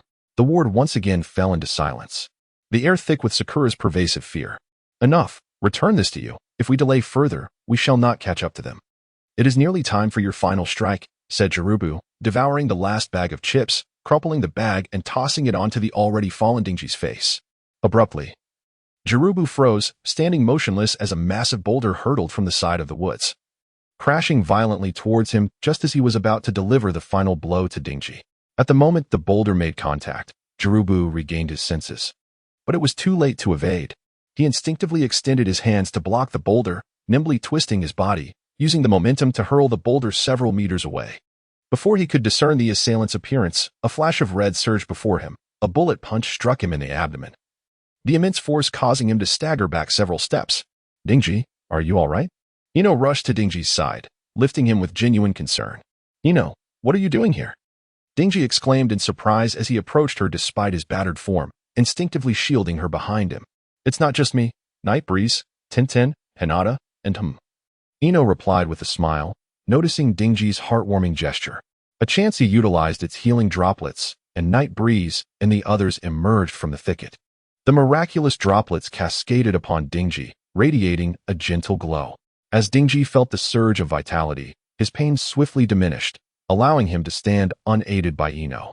Thank you, Nightbreeze, he expressed gratefully. It is I who should be thanking you. Our Team 7's fool has suffered so, Jirubu quietly observed, watching the exchange between Nightbreeze and Dingy. He was not angered by the disregard of the crowd. It was not fear of the numbers on Nightwind's side that troubled him, but rather the realization that such delays merely squandered their time. Without expending any effort, they could accomplish their task, which was not shameful but rather quite advantageous. Let us first deal with this fellow. Yoshino, who had long been overlooked, spoke up, forcefully asserting his presence. He had just devoured my potato chips, and I wanted him to understand the terror of stealing food. He had the audacity to call me fat and look down upon me, but the most unforgivable act was his disdain for my closest friend. I resolved to defeat this scoundrel alone, even if it meant risking my life to extract the secret red chili pill of the Akimichi clan. Dingy, no, you will die. Why, when we have so many of us, must you venture alone? Ino, one of the trio of boar, deer, and butterfly, was acutely aware of the side effects of the secret drug in Dingy's possession. She grasped his hand tightly, tears welling in her eyes, revealing her concern. This is a pact among men, a matter of dignity. How could a girl possibly understand? Once Dingy has vanquished his foe, make sure he consumes these, Nightwind interjected, grasping Ino's arm to release Dingy, then handing her a bag of tangerines and a piece of vitality shard. Dingy, I entrust him to you. Take care of Ino. We shall press on, Nightwind declared, extending his thumb towards Dingy, brimming with admiration and approval. Dingy responded with a smile, then turned his gaze resolutely towards Jirobo. Determination etched in his expression. He swallowed the red chili pill, feeling the fiery stimulation ignite his entire being. Niji inhaled deeply, exerting all his strength to suppress the tremors coursing through his body, clutching his right side where the wound throbbed with a pungent metallic scent and excruciating pain. He struggled onward through the forest, each step inflicting a tearing agony, as if his body were disintegrating. Niji knew his time was limited. He had to swiftly find a secure location to evade the attacks from the Byakugan of the Hyuga branch. No matter how one struggled, the inevitable conclusion remained death. The insignificant minion of the game was destined to be dispatched swiftly, and the merciless Kentamaru pursued Niji, offering no respite. Secret technique, spider battle bow, sorrowful rupture. Kentamaru drew back the high-density adhesive gold arrow to its full moon state, and the arrow, crafted from dense adhesive gold, shot forth like a golden lightning bolt. It spiraled through the air with incredible speed, the spider silk entwined at its tip constantly adjusting its trajectory, akin to a guided weapon. Unperturbed by any obstacles as it hurtled towards Niji's blind spot, the arrow was released, spinning rapidly as it raced towards Niji. Niji's body tensed, sensing the encroaching specter of death. At the critical moment, he pivoted slightly, narrowly evading a fatal blow, yet the spiraling arrowhead mercilessly tore through his right side. Even so, the formidable power of the arrow had not entirely dissipated, sending Niji hurtling backward. The forehead protector slipped from his head, and his body collided heavily against a large tree. The arrow pierced through the tree and embedded itself into the ground, causing the earth to crack and stirring up clouds of dust. Blood gushed from Niji's wounds, swiftly staining his garments crimson. He bit down hard on his lip, yet could not suppress the blood that oozed from the corner of his mouth. Chapter 53. The night wind's subtle thoughts, each breath brought excruciating pain, as if countless sharp blades were traversing through his body. Niji's vision began to blur, and he struggled to lift his head, fighting to remain conscious. With great effort, he raised his right hand and grasped the fine thread at the arrow's end. The thread was delicate and soft, pulsating with the rhythm of life in his grasp. Chakra surged up the thread like a searing flame, invading the mouth of Gatemaru. Gatemaru was momentarily taken aback. Before he could react, Niji's chakra struck his mouth, hitting the chakra point within. Gatemaru's eyes widened in shock as he struggled to breathe and harness his chakra. Even as his face turned crimson, he could not release a single ounce of chakra. His internal organs suffering varying degrees of damage, leaving him helpless on the ground after falling from the tree. I cannot afford to lose, even when faced with foes far mightier than myself. Even if I were to be shattered into pieces, I cannot yield. I have reasons that compel me to prevail. Niji severed the thread that pierced through him with his chakra, pressing one hand against his wound to slow the bleeding, dragging his nearly exhausted body. He staggered forward to stand before Gatemaru. I can no longer extract chakra. Why is that? You should have perished on the spot. Why are you still alive? Gatemaru, the curse mark dissipating, lay on the ground in agony, incredulously gazing at Niji. In any case, I cannot evade it. So I have resolved to let you strike me intentionally. I know my weaknesses better than you do. Once I discern that your attack is directed here, I can release my chakra in this blind spot to sense your assault, executing a maneuver to divert your strike by a few centimeters. While it may result in severe injury, it will allow me to avert immediate death. Niji responded solemnly, entirely neglecting to explain how he had unlocked his bloodline limit. Author's note: is this sudden enhancement the reason for being sealed by the 10 Tails in the 4th Great Ninja War? Did you deliberately provoke my attack? Yet, in doing so, you still find yourself in peril. Why go to such lengths for a battle that demands everything from you? Despite his defeat, Niji did not express anger. Rather, he inquired with a curious demeanor, for his body was rendered immobile save for his lips. You are the strongest adversary I have faced thus far, but I possess an unwavering reason to prevail. The mightiest among all whom I have encountered once imparted this wisdom: destiny is not determined by others. I cannot simply succumb to death. Overwhelmed, Niji collapsed, struggling to crawl towards the ninja headband that lay tantalizingly close yet felt impossibly distant. He lacked the strength to deliver a finishing blow. Instead, he chose to feign bravado, awaiting the sweet release of life as ebb. Even if you endure, you cannot alter the course of events, Sasuke. It was by his own volition that he allied with the Sound Ninja. Upon witnessing Niji's pretense, Kadamura hastily shifted the conversation to their mission, attempting to disrupt Niji's resolve. Sasuke is currently enveloped in darkness, but there exists one capable of rescuing him from this abyss, Naruto. Niji remained steadfast, asserting that such distractions would not sway his determination. His body could still endure a little longer.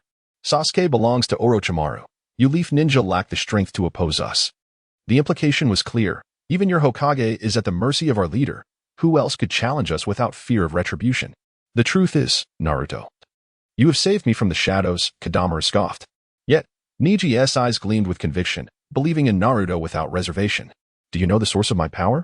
It was bestowed upon me by my brother's words. No matter how formidable Orochimaru may be, he cannot rival the strength I possess. Kadamura was left speechless, a cough escaping his throat as he ultimately conceded that Niji had triumphed in this verbal duel. Niji, the Nightwind Quartet arrived just in time, rushing forward to assess Niji's injuries. The Night Breeze, under the pretext of treating injuries, reasonably urged the anxious Tion to leave, subsequently summoning a Chansey to tend to Niji. Night Breeze, how is my brother Niji faring? The kind-hearted Hinata expressed genuine concern for her elder brother from the Branch family. Despite Niji's earlier harshness towards her during the CHNIN exams, the bleeding had ceased, and his condition was temporarily stable. However, immediate transport to the hospital for further treatment was essential. Upon hearing Chansey's assessment, Night Breeze offered everyone a reassuring promise. Shino, you must escort Niji back to Konoha swiftly. Night Breeze's gaze was laden with a sense of entrusted responsibility. Very well, I shall take Niji back at once, Shino replied, not dwelling on Night Breeze's deeper thoughts. With a comrade injured, there was no room for hesitation in returning to the village for treatment. Moreover, Night Breeze's direct inquiry towards someone often overlooked, like herself, signified recognition and trust. This realization elevated Shino's regard for Night Breeze. He truly valued her presence. Consequently, Shino promptly agreed, her feelings for Night Breeze soaring. The Night Breeze remained oblivious to Shino's inner strategies. However, upon hearing Shino's decisive agreement, he felt a sense of relief, for this arrangement held its own subtle intentions. In the original narrative, Naruto was defeated by Sasuke at the Valley of the End and fell into a coma, oblivious to how he would return. Now, with Hinata by his side, it was certain that she would tend to Naruto with utmost care. Once Naruto awoke, he would undoubtedly recognize Hinata's virtues, and thus, a bond would naturally form. This way, Sakura, the scheming green tea, would no longer be able to harm Naruto. As for Tenen, Night Breeze preferred to limit her interactions with Niji, especially in situations that could easily ignite sparks. In the original story, Niji had shielded his cousin Naruto from harm, leading to various pairings among the young ninjas. Kiba found a cat ninja girlfriend, and even the stout Rock Lee became a father. Yet, Tenten remained single, which gave rise to speculation that she harbored feelings for Niji. Although Night Breeze did not regret saving Niji at that moment, he believed it prudent to keep Tenten close for her lifelong happiness. Shino, Night Breeze, are you forgetting about me? After bidding farewell to Shino as he carried Niji away, Night Breeze and the others resumed their journey. Night Breeze, there was a battle up ahead. Can we discern their whereabouts? It will take some time, Hinata remarked, her expression grave. Let us pause for rest at that open space ahead. Thank you for your efforts, Hinata. Night Breeze indicated a clearing that would serve as their temporary refuge. I will ascertain the situation promptly. Chapter 54. The conclusion of Naruto and Sasuke's duel. Night Breeze arrives. Since Hinata needed to concentrate on observing subtle traces, she ceased her wide-ranging Byakugan scans. Night Breeze summoned a Zubat to patrol the area, providing remote surveillance while Tenten concealed herself for any potential threats. Night Breeze then extracted juice from some oranges, mixing it into their water supply to replenish the energy of the two women. With a flutter, the Zubat returned from the woods, landing softly on Night Breeze's shoulder, quietly conveying its findings. Did you discover anything? Tenten inquired. Hopping down from a tree to join Night Breeze, her curiosity piqued. The Zubat reported that Gaara's team from the Sand Village is approaching. Night Breeze relayed the message to Tenen. Why would the Sand Ninjas be here? Have they allied with Orochimaru again? What advantage could Sasuke possibly offer them? Tenten furrowed her brow, perplexed by the implications. The Night Wind shook its head, indicating its own uncertainty. I will go take a look. You ensure Hinata's safety. Seizing the opportunity, the Night Wind gently patted Tion's arm before departing with the large-mouthed bat. Be careful, you fool, Tion muttered softly, watching the Night Wind's retreating figure before promptly returning to the hiding spot, remaining vigilant. Long time no see, esteemed Sand Ninjas. How have you been faring? What brings you to Konoha? Sitting on a branch, the gentle Night Wind smiled at Gaara's team with a warmth that belied his true nature. Gaara, burdened by unpleasant memories, perceived this smile not as warmth but as a facade, beneath which lurked a ravenous demon. Fortunately, his reclusive, stoic demeanor allowed him to remain silent, though the slightest twitch at the corner of his mouth did not escape Night Wind's keen gaze, prompting an even more genial smile. "We are here to assist you."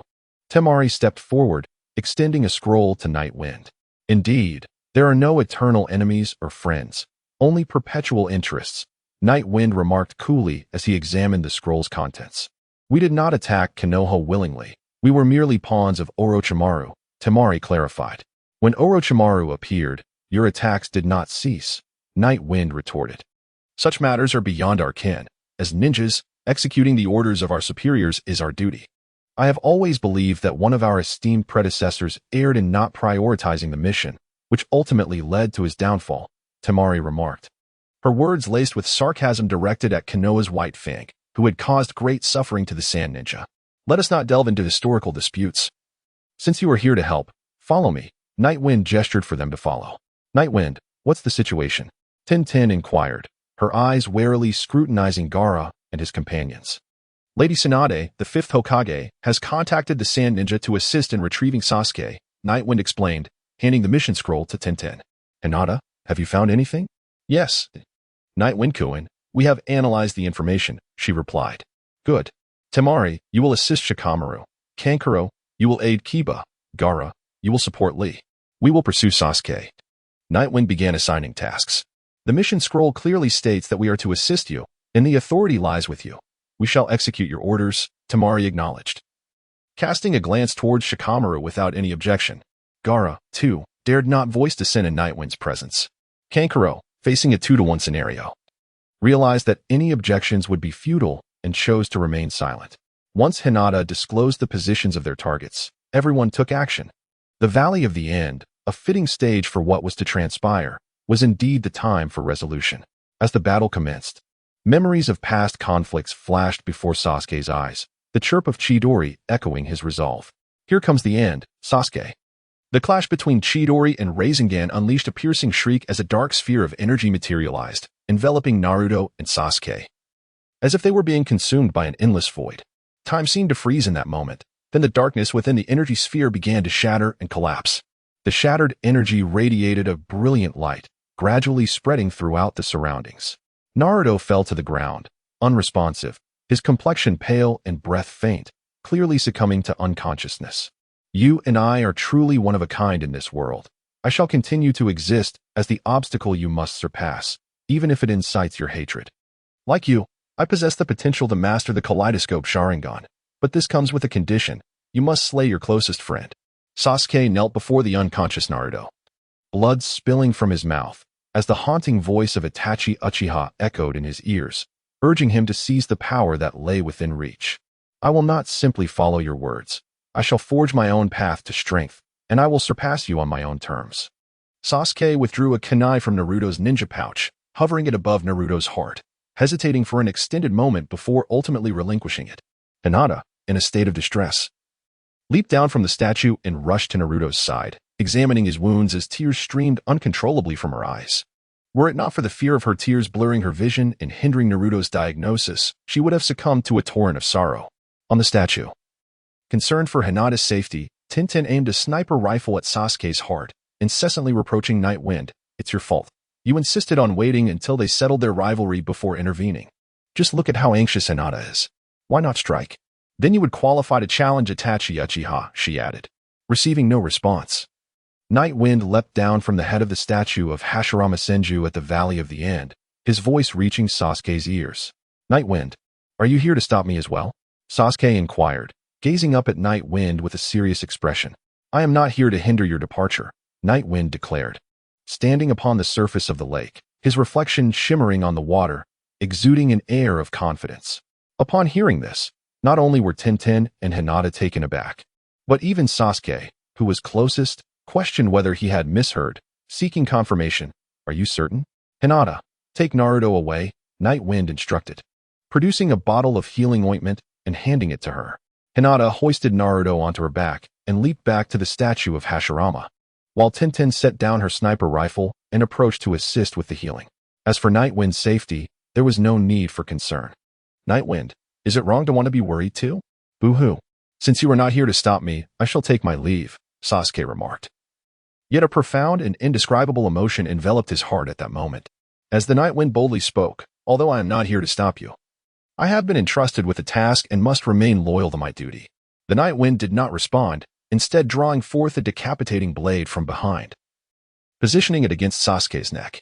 Chapter 55, Nine Sword Style, Drawn Blade, The Play of the Dead. What does it mean to be entrusted? This action caused a sudden tightening in Sasuke's heart, prompting him to inquire, on my way to the Temple of Fire for training, I encountered your brother, Itachi Uchiha. His Sharingan left me utterly powerless, and within the confines of Tsukuyami, he instructed me to teach a lesson to his inept younger brother. I am no longer the Sasuke of old. Even you may not be able to defeat me. Dark markings surged from the cursed seal on his neck, gradually spreading across Sasuke's face. Is this the power you have acquired? It is indeed grotesque. Your proud Uchiha pride amounts to little. The Night Wind gazed at Sasuke, a hint of derision curling at the corners of his lips. You have no idea what I have endured. What qualifications do you have to judge me? Sasuke roared. Consume these to restore your strength. Do not accuse me of taking advantage of you. The night breeze tossed a vial of potent healing ointment and a handful of citrus fruits to Sasuke, who stood silently, awaiting his recovery. Sasuke swiftly applied the medicine to his wounds, which began to mend at a remarkable pace, visible to the naked eye. The sweet juice of the citrus fruits flowed down his throat, rapidly replenishing his strength. All right, let us commence, the night breeze remarked, removing the executioner's greatsword. Are you not summoning any spirits? How utterly dull of you, you rogue. Fire style, grand fireball technique. Sasuke unleashed the colossal fireball, forcing the night breeze to retreat. While the intense heat of the flames evaporated a portion of the lake water, creating steam to obscure the night breeze's vision. The night breeze deftly evaded the assault of the fireball and immediately employed the shadow clone technique. 3 shurikens, visually distorted by the intense heat of the fireball, flew forth with remarkable stealth. Due to his innate sensitivity to light, Night Breeze effortlessly discerned the presence of these shurikens. Without uttering a word, Clone 1 swiftly wielded a decapitating blade to swat them down, while Clones 2 and 3 maneuvered to the flanks, and Clone 4 stealthily infiltrated the misty waters. Clone 1 remained poised, biding its time for the perfect moment to strike. Above the lake's surface, every movement could be betrayed by the splashes of water, while others might remain oblivious to your actions. Beneath the keen insight of my Sharingan, everything was laid bare. Indeed, without the presence of the sprite, you were utterly insignificant. The skies cleared, the rain ceased, and Erjuzi felt invigorated once more. Sasuke fixated on the 3 clones advancing towards him, and with lightning speed, hurled several kunai. The kunai traced elegant arcs through the air, swiftly targeting Night Breeze's clones. The 3 clones adeptly parried the kunai with their decapitating blades, maintaining their unbroken momentum. Fire release, Phoenix Fire technique, Sasuke exclaimed, unleashing a barrage of fiery projectiles that soared like blossoming seeds of the phoenix flower towards the 3 Night Breeze clones. Clones 2 and 3 evaded the onslaught through agile maneuvers, yet their movements were somewhat hampered, preventing them from coordinating effectively with Clone 4, which pressed forward undeterred, employing its decapitating blade to swat away the incoming flames. Meanwhile, Clone 1 remained stationary, casting several kunai imbued with explosive tags towards Sasuke before utilizing the technique of invisibility to follow up. Under the scrutiny of the Sharingan, the kunai thrown by Night Breeze appeared to crawl at a snail's pace. Sasuke effortlessly altered their trajectories with a few well-placed shurikens. Yet the explosive tags necessitated a retreat to a safe distance. At the very moment Sasuke withdrew, Clone 4 seized the opportunity to close in, employing invisibility while brandishing its decapitating blade. The blade sliced through the air, creating a chilling gust as it surged towards Sasuke. With the assistance of his Sharingan, Sasuke deftly avoided the lethal strike of the decapitating blade. However, due to its impressive length and the minimal openings in Night Breeze's blade technique, he found himself unable to exploit any vulnerabilities to counterattack.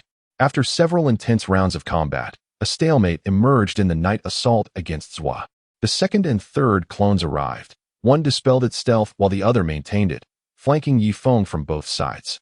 The arrival of reinforcements presented a new opportunity for the 4th clone. With great force, it hurled the beheading sword horizontally. But Sasuke deftly evaded the spinning blade with a technique known as Iron Plate Bridge, simultaneously launching several shuriken bound with wire towards the flanking Yifeng clones.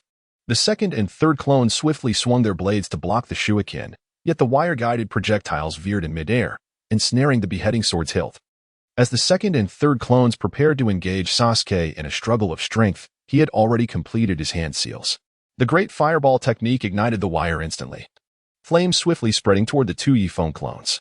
Shuriken flew from the first Euphone clone's hand, and the previously imperceptible wire was laid bare under the fiery glow. Even without special throwing techniques, Euphone could easily sever it. The fourth Euphone clone, stripped of its beheading sword, understood the situation and lunged at Sasuke, intending to grapple him in a powerful hold. Sasuke, however, would not permit any male, aside from Naruto, to lay hands upon him, not even Euphone. He immediately reacted, exerting force through his legs, his body soaring into the air as he executed a spinning kick aimed at the face of the number 4 Night Wind clone that lunged at him. With a resounding thud, the clone was sent flying by Sasuke's powerful kick, vanishing in an instant. Observing this, the second and third Night Wind clones swiftly closed the distance to Sasuke, alternating their use of the body flicker technique to exhaust the ocular power of his Sharingan. Just as Sasuke touched down on the water's surface, the first Night Wind clone arrived, and the 3 clones formed a triangle, surrounding Sasuke. Utilizing the 9 swords flow, draw sword, the play of the dead, clones 1, 2, and 3 simultaneously executed the Crescent Moon Dance, each summoning 2 additional clones. They encircled Sasuke, launching simultaneous strikes from all directions, southeast, southwest, northwest, northeast, and above, aiming to overwhelm him. Sasuke understood that he had to swiftly find an opportunity to break through. His hands began to form seals, preparing to unleash the great fireball technique to create an opening for escape. At that moment, 2 hands stealthily emerged from beneath the lake's surface, grasping Sasuke's feet and yanking them downward, pulling his lower body underwater. The sudden attack interrupted his sealing process, and Sasuke's lower half struggled desperately against the bindings. As the deadly blade descended toward him in a critical moment, Sasuke activated the second stage of the Heavenly Curse seal, a pair of unique flesh wings sprouting from his back. These wings enveloped Sasuke tightly, shielding him from the Night Wind strike. The deadly blade struck the wings with a heavy thud, producing a dull sound while leaving 9 deep gashes, from which dark blood oozed forth. With a fierce roar, Sasuke abruptly unfurled his wings. Chapter 56. The sky cleared, the rain stopped, and Naruto felt capable once more with a series of resounding impacts. The 9 shadow clones were struck and dissipated. Noticing that Sasuke had lost the all-encompassing protection of his wings, the true form of Night Wind leapt from the water, spinning in midair to amplify his strength, descending upon Sasuke with a powerful cleave aimed at his head. However, contrary to Night Wind's expectations, a cold smirk appeared on Sasuke's face, revealing his composure amidst the impending danger. The night breeze whispered ominously, prompting me to instinctively temper my blade's momentum in anticipation of unforeseen circumstances. A shuriken shot forth from Sasuke's lips, swiftly aimed at my face. Although its speed was not particularly impressive, given its origin, I was compelled to twist my body midair to evade this sudden assault. It was precisely this moment of pivot that afforded Sasuke ample opportunity. His wings flared, executing a flawless technique to catch the incoming blade with his weapon. The inertia of the encounter momentarily stilled my movements, causing my legs to swing forward uncontrollably, shielding my upper body. Fire release. Great fireball technique. Sasuke seized the chance, having amassed chakra in his throat, unleashing a colossal fireball aimed squarely at me, engulfing my form. With a resounding crash, smoke billowed from the inferno, as a charred wooden plank plummeted into the water. The substitution technique had been successfully executed. What a clever strategy, were it not for your premature grin. I might have been overwhelmed by that fireball, I admitted, shaken yet composed. I underestimated you. Who would have thought that without those sprites, your swordsmanship could rival mine? Sasuke tossed his weapon to the side, entrusting it to the anxious spectators, Tintin and Hinata. Without your blade, let us see how you fare. He laughed, brimming with newfound confidence, his earlier defeat fading into memory. Let this be the finale. Sasuke unleashed the unique black Chidori of the second state of the Heavenly Curse seal. One could not deny the elegance of this technique, though its brilliance was fleeting, especially when wielded by someone of such dubious prowess. With the charge complete, Sasuke lunged towards me. Since your return from the Temple of Fire, you have yet to witness my latest technique. My existence has led you to harbor unrealistic delusions. I deeply apologize, allow me to rectify that. As Sasuke closed the distance, I positioned my left hand before my chest and my right hand at my waist. summoning a statue of the thousand-handed Avalokiteshvara from the chakra behind me. Playing tricks, are we? Sasuke's voice dripped with mockery, yet he did not relent in his assault. Rather, he accelerated. In his eyes, nothing could thwart the might of the Uchiha clan. Before me, dozens of golden chakra fists materialized, storming towards Sasuke. Is this your new technique? Under my Sharingan, it moves as slowly as a snail, he taunted, agile as the wind, deftly dodging the barrage of chakra fists. In his heart, he had already deemed himself invincible. The night breeze's taunts towards Sasuke went unheeded. With a cold smirk, he declared it was time to reveal his true prowess. The rising dragon of Mount Lu. The night breeze, once gentle as the compassionate cannon, suddenly transformed into the fierce constellation of Draco. Countless crimson chakra fists converged into one, launching an upward strike that struck Sasuke, who was unprepared and lunging forward with devastating force. The acute pain in his abdomen momentarily disoriented him, causing saliva to escape uncontrollably. While the black lightning in his hand faltered and withdrew from battle, Sasuke's body was lifted into the air by the crimson chakra fists. Feeling as though he were ensnared by an invisible giant hand, the scenery before him blurred as his consciousness began to wane. Struggling to raise his head, he gazed toward the direction of the night breeze, sensing the chilling gaze upon him. Indeed, I am still not strong enough, Sasuke sighed inwardly.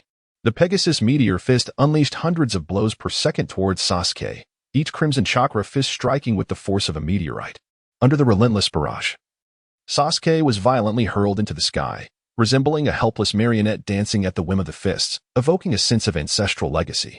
A surge of crisis jolted Sasuke back to a semblance of awareness. He manipulated his two fleshly wings to swiftly envelop his body, forming a solid defensive barrier. Although mimicking the renowned techniques of Saint Seiya in the realm of Naruto, it is naturally implausible for an ordinary individual to achieve the impact of each punch equating to that of a million-ton meteorite. Nevertheless, surpassing the speed of sound with his punches was within reach. The shockwaves from the crimson chakra fists battered against his wings, the delayed echoes tormenting Sasuke's wounded pride as he concealed himself within the protective embrace of his fleshly appendages. Has it come to an end? After staggering for a couple of steps, he barely regained his balance, panting heavily while resting his left hand on his knee for support. With great effort, he lifted his right hand to wipe the blood from the corner of his mouth as his battered wings, now torn and bleeding profusely, slowly retracted back into his body. His weakened state rendered even the Sharingan futile, and his eyes reverted to their profound black depths. Dragon Fist. The night breeze carried the ethereal visage of Pegasus, which morphed into the likeness of Son Goku from the Dragon Ball series. Countless golden chakra fists converged into a magnificent golden dragon, awakening the dormant beast with a roar that reverberated through the mountains. The dragon soared skyward, heading towards Sasuke. This is a deception. If this continues, I shall perish. I must move now. Under the overwhelming presence of the golden dragon, its colossal form loomed like a mountain, expanding in Sasuke's trembling black eyes. Just as he had faced the likes of the ghostly Zabuza, Orochimaru, and Gaara before, Sasuke's once proud dignity was once again ground into the earth. Paralyzed by fear, his legs felt ensnared in a bog, rendering him unable to advance. He instinctively turned his head to the side, eyes tightly shut, hands raised defensively before his face, not out of the belief that he could repel the impending attack, but to shield others from witnessing his pitiable state of terror. The roar of the dragon echoed in Sasuke's ears, the oppressive weight of it nearly suffocating him. His body began to tremble involuntarily, as if he were engulfed in an abyss of darkness.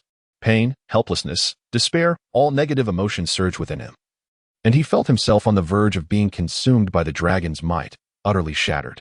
His heart nearly ceased its rhythmic beating. His very soul threatened to be devoured by the immense golden dragon. Yet, at the precipice of life and death, the dragon's head lifted slightly, its massive form brushing past Sasuke's hair as it soared onward. Confused, he watched the dragon streak past him, racing towards the dense forest behind, its thunderous roar resounding across the battlefield. Chapter 57. The Betrayal of the Second Pillar, Orochimaru's Scheme. Has it been discovered? Lord Orochimaru, this is troublesome. Kabuto bit into his own finger, smearing the blood that oozed from the wound onto the seal adorning Orochimaru's lowered arm. Summoning technique. 3 uncles come to fix the door. Did I speak out of turn? Summoning technique. Triple gate of hell. Suddenly, the earth began to tremble as 3 colossal gates of Azura were summoned from the depths of hell. Towering several dozen meters high, each gate was adorned with grotesque green-faced demons with sharp fangs, ravenously gaping mouths, eager to devour all that approached. The function of these three gates was as follows. The first gate was designed to withstand direct attacks. The second gate served to momentarily halt the assault, thereby reducing its potency, and the third gate was meant to diffuse the pressure of the attack, acting as a buffer against the onslaught. According to the various functionalities of the triple gates, all incoming assaults significantly diminished in potency as they approached the practitioner. The first gate shattered upon contact. The second experienced a brief hesitation before being penetrated, while the third gate endured a tug-of-war, causing the golden dragon to gradually dissipate, its surface marred by cracks, leading to a mutual destruction in the final moment. Although my dragon fist pales in comparison to the Night King of Kai Huang, merely a facade of strength, it nonetheless consumed a substantial portion of my chakra, coupled with the entwined natural energy, allowing me to match the tailed beast ball of Four Tails Naruto. This realization left Yifeng grappling with a degree of self-doubt regarding his own abilities. After a prolonged absence, it was evident that Yifeng's power had indeed grown formidable. Had it not been for his obsession with the Sharingan, he would undoubtedly have made for the most exceptional vessel, as Orochimaru excitedly licked his lips with his extraordinary tongue, his gaze betraying an unabashed admiration. Were it a beautiful woman, perhaps no one could withstand such an encounter. Yet Orochimaru's actions were undeniably repugnant. The intense visual shock compelled Yifeng to grit his teeth, enduring the wave of nausea that washed over him. Let us return to the matter at hand. According to our prior agreement, I am to take Orochimaru and have no intention of continuing this futile dialogue, so I shall be direct. What agreement? As a proud new generation youth of Konoha, how could I possibly conspire with you, a rogue ninja intent on subverting Konoha? Do not slander me, Yifeng retorted earnestly. Orochimaru paid no heed to Yifeng's rebuttal, presenting evidence by summoning the ABO snake.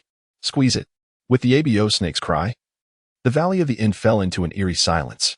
In the entire ninja realm, who but you, Yifeng, possesses such an unusual summoning beast? With this evidence in hand, even Senju Hashirama would discern our ambiguous connection. This is a situation where flying dragons do not know how to lose. Orochimaru and Kabuto shared self-satisfied expressions, leisurely awaiting Yifeng's defense. Above the valley, Hinata and Tintin were startled by the appearance of the ABO snake, their minds racing to concoct an explanation for the bizarre scene unfolding before them. The most astonished of all was Sasuke, who, despite previously feeling gratitude that Yifeng understood his reluctance to return to Konoha, now grappled with the pain of betrayal towards his village, severing ties with Team 7, and relinquishing his status as the prince consort. Yet, unbeknownst to him, Yifeng had long been colluding with Orochimaru, with him as the bargaining chip. I find myself utterly sold out by you, yet here I am, counting the profits on your behalf.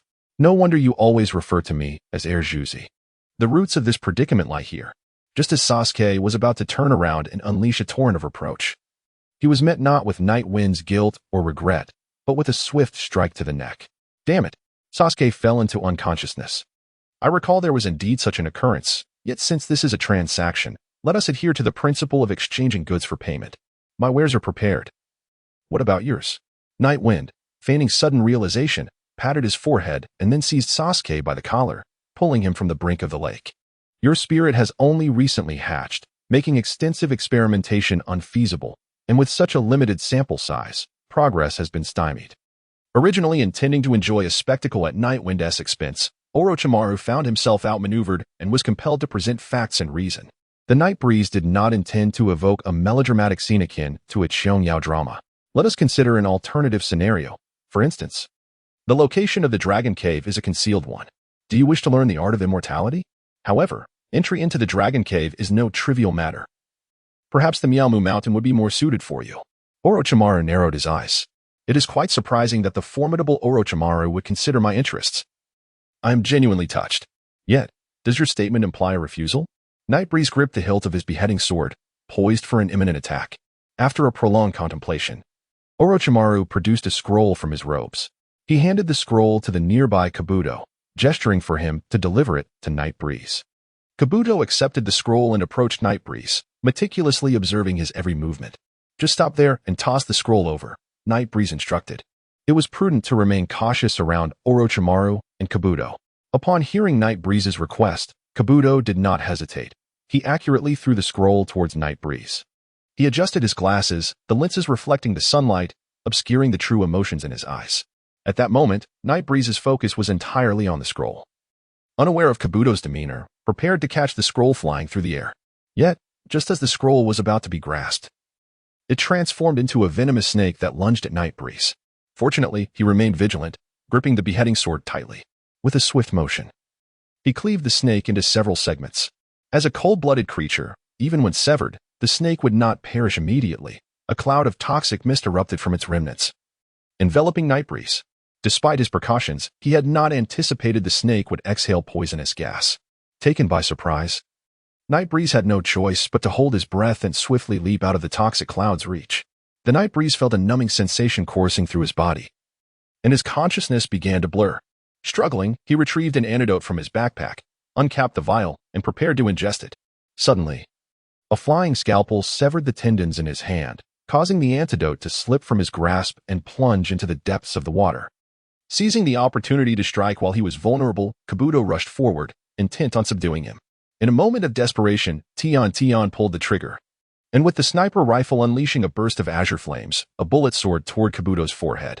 Sensing the imminent danger, Kabuto swiftly infused his scalpel with chakra, ready to intercept the bullet. Unlike traditional throwing weapons such as shurikens or kunai, the power of a bullet was undeniable. Although Kabuto anticipated the bullet's trajectory and prepared to block it, the sheer force of its speed shattered his scalpel and broke his arm in the process. Before Kabuto could ascertain the nature of the weapon, Tion had already switched to an assault rifle, unleashing a hail of fire. Bullets rained down relentlessly, and having suffered considerable losses, Kabuto sought to evade the onslaught, retreating to the side of Orochimaru. "Lord Orochimaru, have you ever encountered such a weapon?" he inquired, employing medical ninjutsu to heal his arm. "This is my first encounter as well," Orochimaru replied, his gaze fixed upon the glinting scope atop the valley.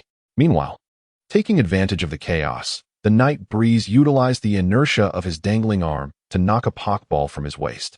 "Courage, come quickly." Yungara hastily retrieved the antidote to administer to the Nightbreeze. The antidote's effects manifested rapidly, restoring some sensation to his body, yet he remained in a state of paralysis. "It's still a mixed toxin, and now I must waste an antidote," he lamented, feeling a pang of regret for having to expend another antidote. Just as he was preparing to take the antidote for paralysis, dozens of ninjas clad in black bodysuits and white vests, their faces concealed by masks, materialized before him. Familiar with the narrative of Naruto, the Nightbreeze quickly recognized that these individuals were not members of the Yambu, but rather Root, the subordinates of Danzo. He could hardly believe that the old schemer, Danzo, was there to assist him. However, in his current state, he required time to recover from the paralysis and could only feign compliance to buy himself some time. "Moonlight Nightbreeze, you have colluded with the rogue ninja Orochimaru. You must accompany us," stated a ninja adorned with a leopard print mask. "Colluded? I am not XOX, nor do I engage in idle banter with the silent Nightwind. It is evident that you have a transaction with Orochimaru, a fact we are quite aware of, and your subsequent actions have further confirmed this suspicion. If you have anything to convey, direct it towards your interrogators. Our sole focus is apprehending you," the spotted masked ninja remarked coldly. "Orochimaru is right there. Are you not going to pursue him? I stated that our only concern is capturing you. Anything beyond that falls outside our mission's purview. Your assertion raises my doubts regarding your allegiance with Orochimaru. Your intentions are irrelevant to us. Should you refuse to cooperate, we shall resort to force." Upon hearing this, all ninjas swiftly drew their hidden blades, poised to launch an assault on Nightwind. Let chaos ensue, everyone. Yet, Nightwind remained unperturbed. He retrieved an antidote, and Yungara promptly assisted him in summoning forth all his Pokémon. Butterfree, Beedrill, Gyarados, Zubat, Grimer, Poliwhirl, Nidoking, Growlithe, Machop, Yungara, Chansey, Steelix, Onix, Diglett, Galarian, Heracross, Scyther, and all Pokémon materialized around Nightwind, ready for battle. "Nightwind, I strongly advise you against any rash movements. Observe how that spotted masked ninja is pointing towards Tion and Hinata." As the Nightbreeze swept through, Yufone looked up to see Tion and Hinata being held hostage by two Root ninjas wielding their kunai. The expressions on their faces were filled with shock, clearly indicating they had been caught off guard. "It is difficult for me to equate your actions with those of the Yambu when you commit such acts against fellow villagers. You members of the Root, must you sully the reputation of our Konoha Umbu in public?" Yifeng's gaze bore a menacing intensity upon the spotted masked ninja. his tone dripping with hostility. Yongjila and Bodchai, two agile spirits, exchanged knowing glances. Yongjila utilized a spatial swap technique, trading places with Tion. In that bewildered moment for the two root members, Yongjila unleashed an alpha thought wave, causing excruciating pain to the two. To ensure their incapacitation, Bodchai employed telekinesis to restrain the root members. Observing their control, Hinata swiftly employed the gentle fist technique to seal their chakra points, preventing any further resistance. At this moment, the intimidating presence of the Gyarados and Houndoom activated their abilities, instilling immense pressure and fear in all root members. They shivered involuntarily, their hearts filled with dread and anxiety. The spotted masked ninja was the first to react, drawing his blade and striking at Yifeng. The clash of metal rang out as Galala met the attack with his bone staff, producing a resounding thud. Although the spotted masked ninja's kunai quivered from the impact, he remained steadfast, refusing to be pushed back. Capitalizing on the ninja's momentary instability, the Scyther unleashed a bullet punch. However, a root member donning a goat mask used a wire to pull the spotted masked ninja back. Fire release, great fireball technique. Another root ninja seized the opportunity, forming hand seals and exhaling a fireball towards Galala. Quick as a flash, the swim frog deployed a water gun, dispersing the fireball into a cloud of smoke. Zubat and Beedrill rapidly maneuvered into the sky, swiftly surveying the battlefield. Nidoking unleashed an ice beam to freeze the lake's surface, creating a frigid battleground, while Steelix unleashed Rock Slide, transforming the area into a colossal stone maze. The root ninjas, undeterred, retaliated with a barrage of ninjutsu: Wind Release, Wind Cutter, Water Release, Water Dragon Bullet, Lightning Release, Thunderbolt, and Fire Release, Fire Style. The battlefield became a tapestry of jutsu as they attempted to dismantle the stone labyrinth. The adept swordsmen of the root navigated the rocky maze, searching for Yifeng's whereabouts. With the aerial reconnaissance provided by Zubat, intelligence flowed back continuously, revealing that Yifeng and Tion were sheltering within the coils of Steelix, which formed a makeshift command center. As they received professional treatment from the medic Chansey, they analyzed the battlefield situation. Chief of Staff Yongjila wielded a spoon as a makeshift conductor's baton, gesturing over the map with intent. Nightwind sat contemplatively in his chair, evoking a distinct sense of déjà vu among the three of us. With a clearly defined battle strategy in place, Nightwind instructed the Chief of Staff and Communications Officer, Yongjila, to relay directives to the various units, maintaining cohesive command over the battlefield. The Night Breeze keenly observed the unfolding events on the battlefield, a cold smile gracing his lips as his gaze shifted towards the artillery, the violent Gyarados, which had completed its dragon dance. He promptly instructed the communicator, Ujira, to relay orders. After receiving the precise coordinates provided by the largemouth bat, Gyarados opened its massive jaws and unleashed a torrent of high-pressure saline jets, slicing through the air like blades, swiftly advancing towards the enemy's position. The root ninjas swiftly activated their ninjutsu for defense. Among them, those proficient in earth techniques hastily employed the earth flow wall, while water-style ninjas invoked the water flow wall, attempting to stave off the saline assault. Yet, for the root members skilled in swordsmanship, the salt water became their waking nightmare. A few astute individuals utilized the shadow clone technique to evade the saline onslaught, while others either succumbed to the bladed strikes or braced themselves against the onslaught with their own bodies. Chapter 59, Stalemate in Battle. As the saline barrage continued, several root ninjas had already lost their combat capabilities, ceasing their movements. The early warning aircraft, the largemouth bat, reported the situation and the abilities exhibited by the root ninjas back to the Night Breeze. The engineer, Sandshrew, commenced earthworks based on the intelligence gathered, carving out tunnels toward the enemy. The assault troops, Carablast, Scyther, and Galvantula, lay in wait at the tunnel's entrance, poised to breach the defenses of the opposing root perception ninjas. Not far off, the armored forces, Nidoking, Heracross, and Kyurem, had reached their designated locations, swiftly setting an ambush as they awaited the opportune moment to strike. The bomber, Butterfree, soared through the skies, randomly dispersing toxic powders, sleep-inducing dust, and paralysis powder, enveloping the entire battlefield in a deadly shroud. These powders wafted through the air, creating a lethal zone. Wind Release, Great Breakthrough Fire Release, Great Fireball Technique Water Release, Water Chaotic Wave. Upon sensing the phosphorescent powders released by Butterfree, the root ninjas were compelled to immediately utilize ninjutsu to obliterate the drifting phosphorescent dust. The root ninjas, adept in swordsmanship, found themselves targeted in this manner. harboring thoughts of vengeance against the night breeze but feeling utterly powerless against the injustices of fate. Consequently, they resorted to displaying their unique abilities to evade the onslaught. The fighter jet, Beedrill, seized the opportunity to capitalize on their misfortune, intermittently launching missile strikes from a distance, setting toxic spikes as traps, and executing rapid slashes for backstabbing assaults with glee. Meanwhile, the engineer, Ariados, collaborated with the biochemical soldier, Mook, employing silk spinning, poisonous needles, and venomous traps to construct a series of perilous snares. These traps lay concealed on the battlefield like spider webs, perpetually threatening the lives of the root ninjas. Leopard. We cannot proceed in this manner. We have underestimated that fellow, remarked the goat-masked ninja, casting a grave look towards his companion adorned with a leopard-patterned mask. Let us call everyone back. I shall scout the area first. The leopard-masked ninja retrieved a scroll and ink, preparing to invoke his unique ninjutsu. Ninjutsu, super beast imitation.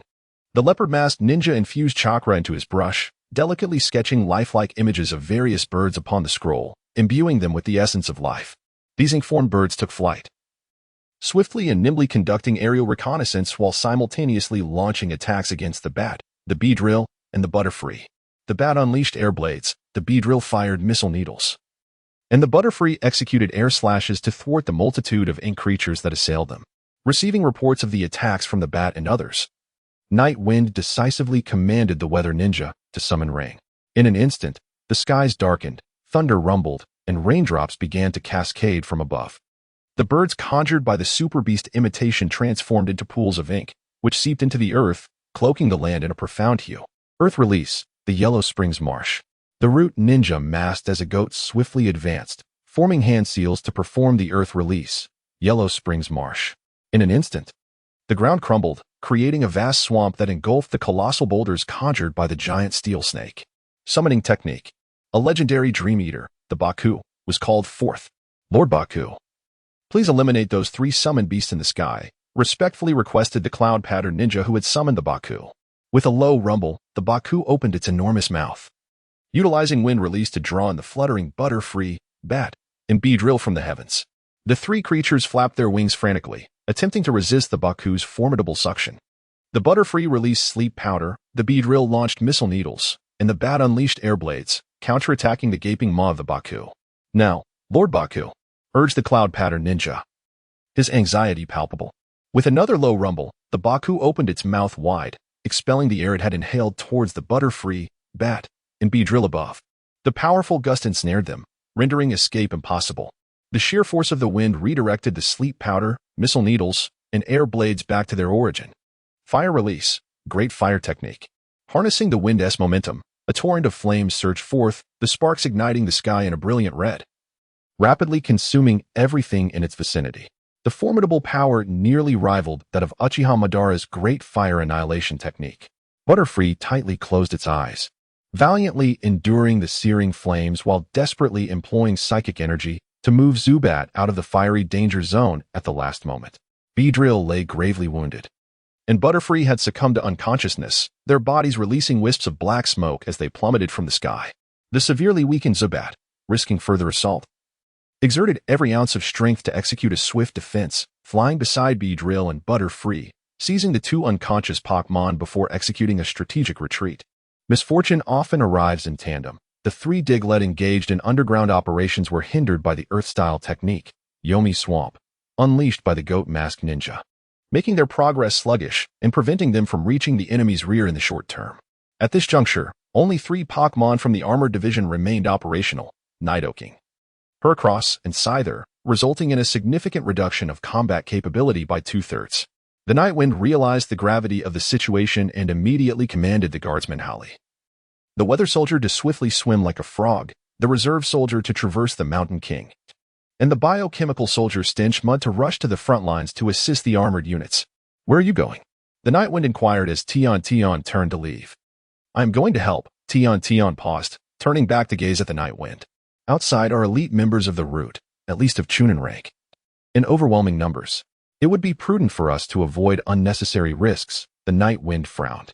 However, if we do not lend our assistance now, your spirits will dwindle further, which would be even more detrimental to us, Tion replied, casting a deep glance at the Nightwind. I can continue to produce spirits, but it requires a substantial amount of chakra. My guards have departed, and I need you to protect me, the Night Wind stated. Before consuming several soldier food pills to replenish his chakra and preparing the materials to create spirits, Tian, feeling somewhat helpless, nodded slightly and stood beside the Night Wind, vigilantly surveying their surroundings, fully committed to safeguarding him. At the front lines, one severely injured root ninja looked at the Nidoking, Heracross, and Kirim, addressing the other team members. If you had arrived any later, our squad would have been entirely wiped out. A root ninja, donning a dog-patterned mask, hurried forward, employing medical ninjutsu to tend to the injured comrade. What is the situation? He inquired anxiously. These three summoned beasts possess exceptionally tough bodies. Conventional weapons like ninja blades and shurikens are ineffective against them. Those two beetle-like summoned beasts excel in taijutsu, while the purple beast is highly venomous and can launch poisonous needles. We have yet to ascertain further information, the injured root member concluded, unable to elaborate further.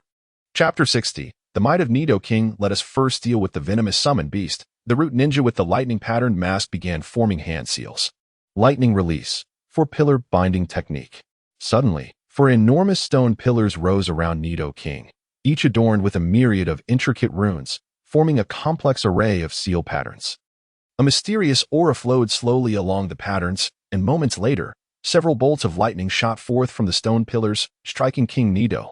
The body of King Nido was ensnared by the surrounding stone pillars, as currents of electricity surged continuously from them.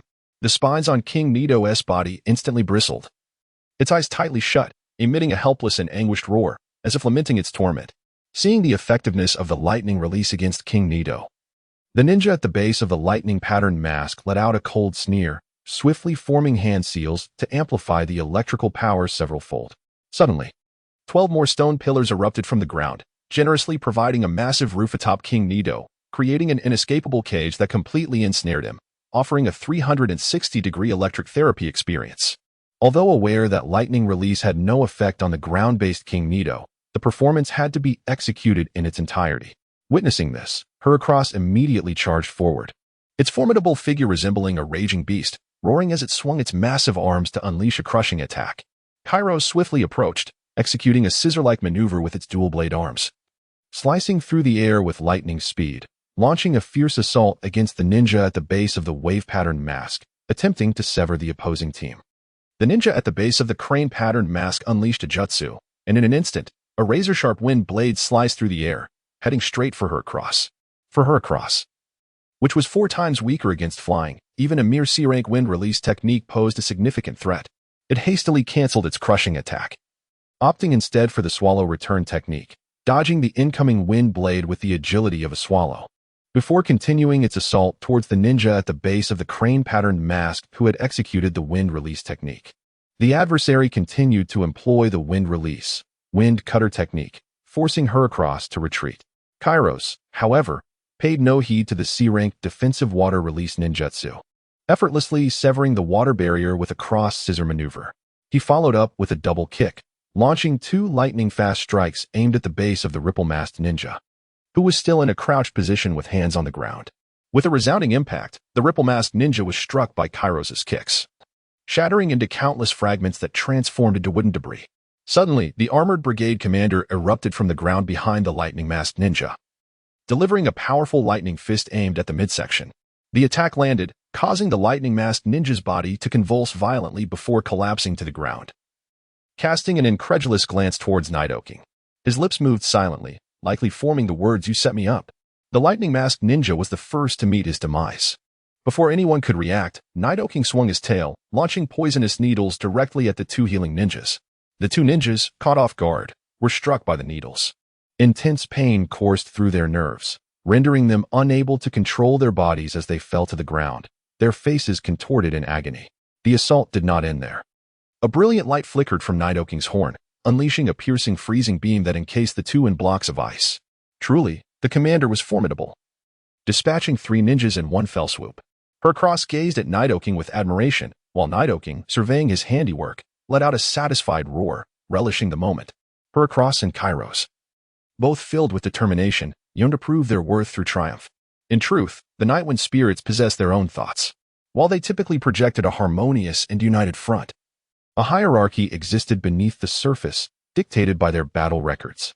The repeatedly defeated Steelix occupied the lowest tier, and had it not been for his seniority, the Nightwind spirits would hardly acknowledge him.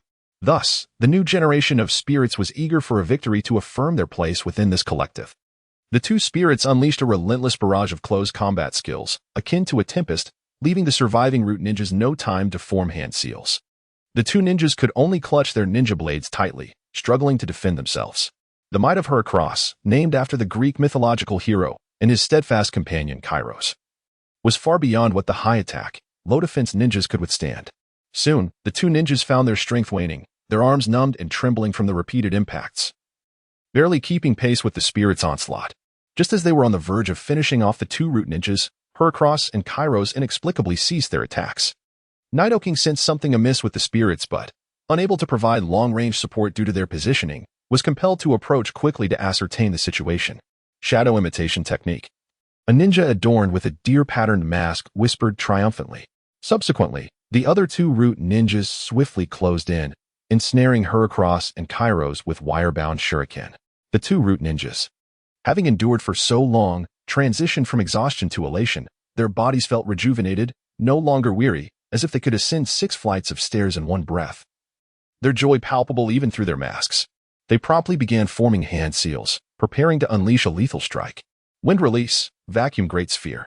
The crane-masked ninja inhaled deeply, rapidly condensing chakra within, and unleashed a torrent of air with the force of a rocket, aiming directly at Heracross. At such close range, bound and unable to evade, the attack was highly targeted. Heracross quickly executed his life-saving technique, a crimson glow enveloping his body, absorbing the wind release strike, barely clinging to life. Simultaneously, the ripple-masked ninja commenced his offensive. He concentrated the chakra within his body, unleashing a torrent of high-speed water attacks directed at Kairos. In stark contrast to Heracross's lamentable fate, Kairos remained remarkably composed. The water surged forth like a tidal wave, yet Kairos, unfazed, employed his abilities to harden his form, mitigating some of the physical impact of the onslaught and preserving half of his vitality. Both Pokémon were propelled backwards by the force of the ninjutsu. Chapter 61. Never Abandon. Never give up. The two Pokémon were sent flying by the impact of the ninjutsu, while Nidoking observed the reinforcements of his opponent. He swiftly unleashed an ice beam aimed at the ninja adorned with a flame-patterned mask. Just as the ice beam was released, the flame-patterned masked ninja completed his hand seals, spewing forth searing flames that rapidly ignited along the wire, enveloping both Heracross and Kairos. With bug-type Pokémon being doubly weak against fire, the flames spread with terrifying speed, instantly depleting Kairos's remaining health, not to mention the precarious state of Heracross, who clung to life by a thread. Two elves fell simultaneously, born on the same day, in the same month, and in the same year, and they met their demise together on the same fateful day. Henceforth, they would embrace one another in the depths of the night breeze, sharing joys and sorrows for a lifetime. The support team, S Ninja, adorned with a mouse-patterned mask, completed the hand seals for the earth release, earth flow wall technique, slamming his hands onto the ground. A wall of earth surged upward, effectively shielding against Nidoking's ice beam, which subsequently transformed into a barrier of ice. Realizing the futility of the attack, and with his vision obstructed by the earth flow wall, Nidoking, fully aware of his disadvantage, retreated without hesitation using his dig technique. Upon hearing the commotion, the root ninja peeked out to assess the situation, yet it was too late to intervene. The others turned to the deer-patterned masked ninja, awaiting orders. We must not pursue the desperate foe. The underground terrain is uncertain and the tunnels will be narrow. We cannot spread out without hindering one another, thereby diminishing our strength. Let us continue our search for Night Breeze's hiding place, the deer-masked ninja concluded. There were no objections, and they departed together. Suddenly, a disturbance occurred near Heracross. A section of the ground began to sink slowly, the soil cracking, and eventually collapsing. Nidoking cautiously surveyed his surroundings, confirming there was no immediate danger before emerging from the hole. As a spirit of the night breeze, Nidoking embodied the tenacity of never abandoning or giving up. Much like the previous Sabat, Butterfree, and Beedrill, he grasped Heracross and Kingler, lifting them as one would a bear with a stick, preparing to carry the two Pokémon from the underground cavern to a safer location before circling back to the command center to tend to his two young companions. To his astonishment, beneath the two Pokémon lay two explosive tags.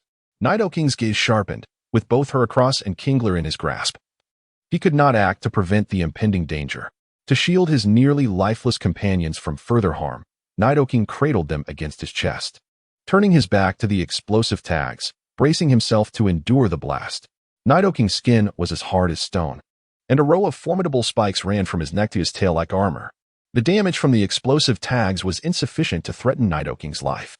The mere explosion triggered by the explosive talismans would likely compel those individuals from before to return, and at that moment, the situation for Nidoking could become dire. As he pondered this, a sound distinct from the explosion of the talismans echoed behind him. There was no sensation of pain in his back. Curiously, Nidoking turned to look, only to find that two root ninjas had replaced the two explosive talismans on the verge of detonation. Observing the swirling smoke in the air, Nidoking realized that the two root ninjas had employed transformation techniques to impersonate the talismans. The shadow mimicry technique had successfully transformed one of them into an explosive talisman. Specifically the previously encountered deer-patterned masked ninja, who now cast a cold smirk at the bound Nidoking. The sealing technique, self-inflicted curse-binding seal, was executed by another root ninja who had transformed into an explosive talisman. Instantly, a dark rune materialized upon Nidoking, enveloping him in an overwhelming binding force that rendered him immobile. "Dear, how did you know this summoned beast would return?" inquired the crane-masked ninja after performing the sealing technique. During the recent skirmish, he had not noticed the battle unfolding in the air. These summoned beasts exhibited extraordinary teamwork, and unlike typical summoned creatures, even when incapacitated, they would not vanish. In such a perilous moment, the severely injured bat spirit had not hesitated to risk its safety to carry away the incapacitated spirit. Though the purpose of retrieving the incapacitated spirit remained unclear, be it for revival, healing, or some other reason, they would not abandon their comrades. "What shall we do next?" asked the crane. "You go back and fetch the pig. I believe we can make use of this summoned beast on the battlefield behind enemy lines." If the pig had not gone to provide support, it would not have overlooked these summoned beasts. "Lord Dream Eater, I implore you," the goat-masked ninja said as he nimbly evaded a chaotic swing from a bone club, moving to the side of Dream Eater. With a mighty roar, Dream Eater opened its gaping maw, voraciously consuming the air around it. The violent flow of air created a pressure that made it arduous for the spirits to advance.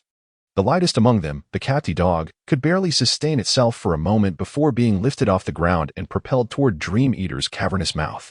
The catty dog unleashed flames from its mouth. Its body began to roll, spinning rapidly like a wheel, enveloping itself in fire. Enveloped in flames, Catty Dog charged fiercely towards the gaping maw of Dream Eater. Unable to withstand the searing heat unleashed by Catty Dog, Dream Eater hastily clenched its jaws.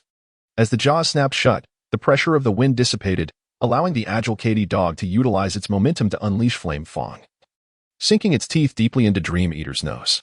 The creature howled in agony, its cries echoing with deafening intensity. The Earth-style, Earth Flow Great River technique was swiftly employed by the Earth Ninja wearing a goat mask, attempting to transform the soil beneath Catty Dog into a raging river in a bid to forcibly sweep it away.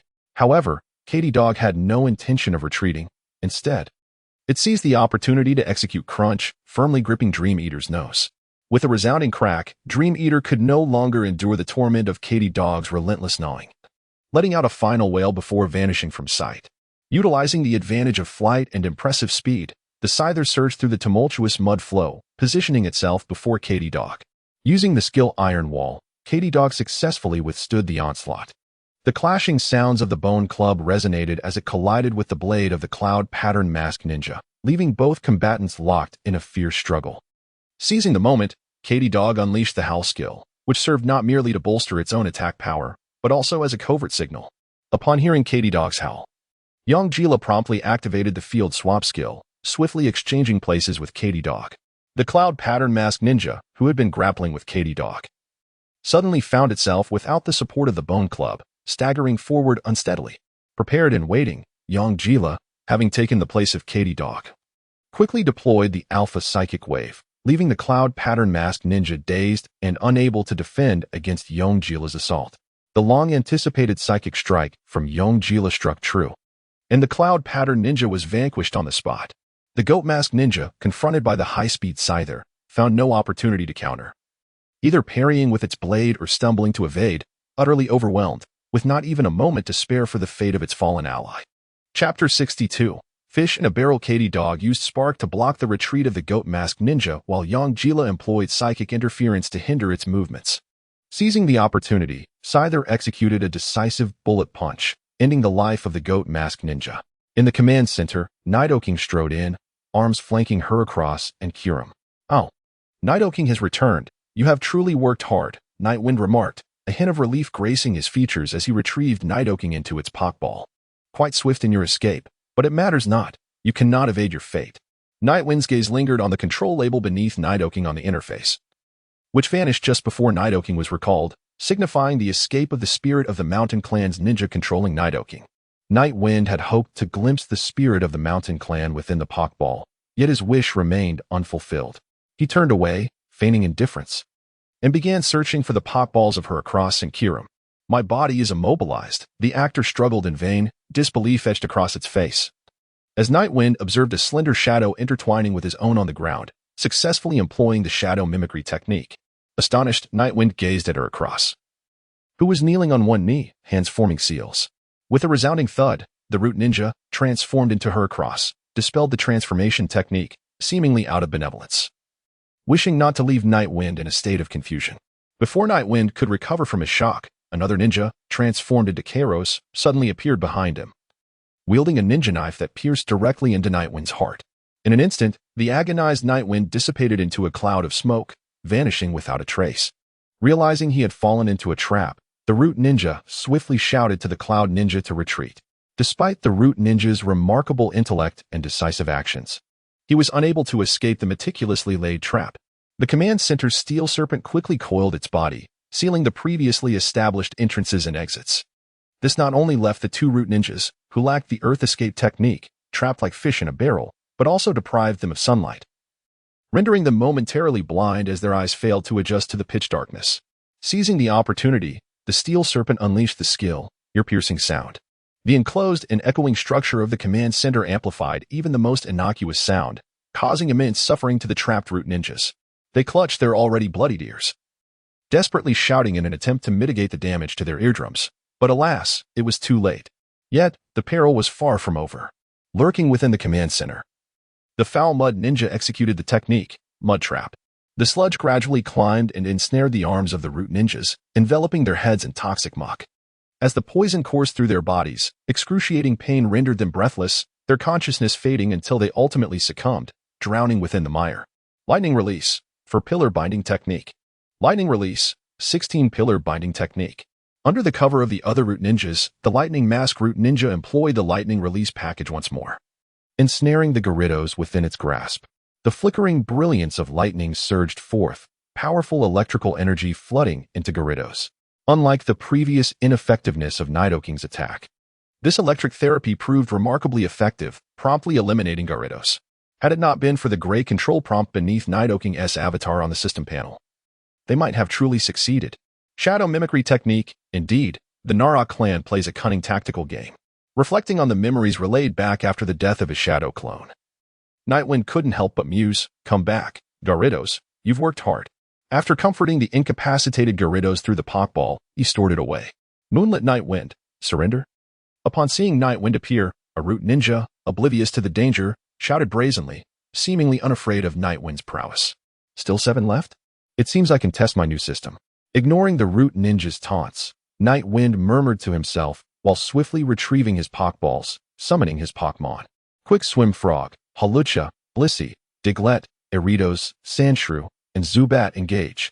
The main tank and healer, Quick Swim Frog, positioned himself at the front left of the formation, while the secondary tank and damage dealer, Hawlucha, assumed a position at the front right. Although Hawlucha had just completed his evolution and was slightly weaker than Quick Swim Frog in terms of attributes, he was still capable of fulfilling the role of secondary tank, thus standing slightly behind. The other Pokémon in the team also took their respective positions. Possessing remarkable physical prowess, the attacker, King of the Mountain, flanked by his allies, formed a protective wing around Nightwind. 3 moles swiftly burrowed underground, tasked with pursuing the fleeing enemy. Meanwhile, the largemouth bat hovered silently in the air, poised to strike at a moment's notice. Day after day, they balanced offense and defense. Olidos provided support, standing by Nightwind's side, while the round-bodied Happiny radiated a warm aura from behind, ever ready to heal. This time, Night Wind opted not to command directly, allowing the Pokémon to exercise their abilities freely, thereby fostering their synergy. The Root Ninjas sensed the palpable pressure emanating from Night Wind, igniting a sense of trepidation within them. Despite their overwhelming numbers, they felt diminutive in the face of Night Wind and his formidable Pokémon team. With chakra dwindling, the leader of the Pig Mask clan, observing the battered state of his comrades, issued orders with an air of indifference. Without hesitation, the remaining members, dragging their weary bodies, charged towards Night Wind in a formation reminiscent of arrows, hurling shurikens and other weapons at the advancing Frogadier and Hawlucha. Hawlucha's muscles tensed, resembling solid steel. As he crossed his arms over his chest and unleashed his power, his sinewy form swelling even further. The incoming shurikens clattered against Hawlucha's body, producing a symphony of metallic clashes, and then fell silent. Although Frogadier also boasted impressive musculature, he could not match Hawlucha's brutish strength, after all. He considered himself partially a mage. Utilizing his special attack, Frogadier unleashed a bubble beam, launching a stream of bubbles to intercept the incoming shurikens. Chapter 63. Frogadier ascends. The Night Breeze here is not one to endure without retaliation. It swiftly employs ranged attacks to counter the assault. The Mountain King harnesses the high-speed star technique, while the three Diglets and Galarian Meowth collaborate to unleash a barrage of mud. Meanwhile, Alidros enhances its physique through the sword dance technique. The Wind Release, Wind Cutter technique is executed by the Crane Mask Ninja, who forms hand seals, swiftly conjuring several blades of wind that successfully intercept the high-speed star mid-air. The Earth Release, Earth Flow Wall rises instantaneously, wholly shielding against the feeble mud projectiles, simultaneously obscuring their lines of sight.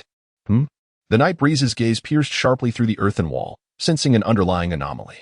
Although the Night Breeze was unable to wield most ninjutsu, it did not imply a lack of research into various techniques, after all. One does not need to have eaten pork to recognize a pig.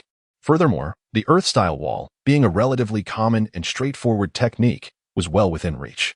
The most prevalent application of the Earth-style wall serves as a barrier to withstand enemy assaults, akin to Kakashi's canine-headed Earth-style wall. Alternatively, it can obscure vision, enabling unexpected tactical arrangements, as demonstrated by the shinobi of Awagakure, who ingeniously utilized two Earth-style walls and explosive tags to obliterate an attack.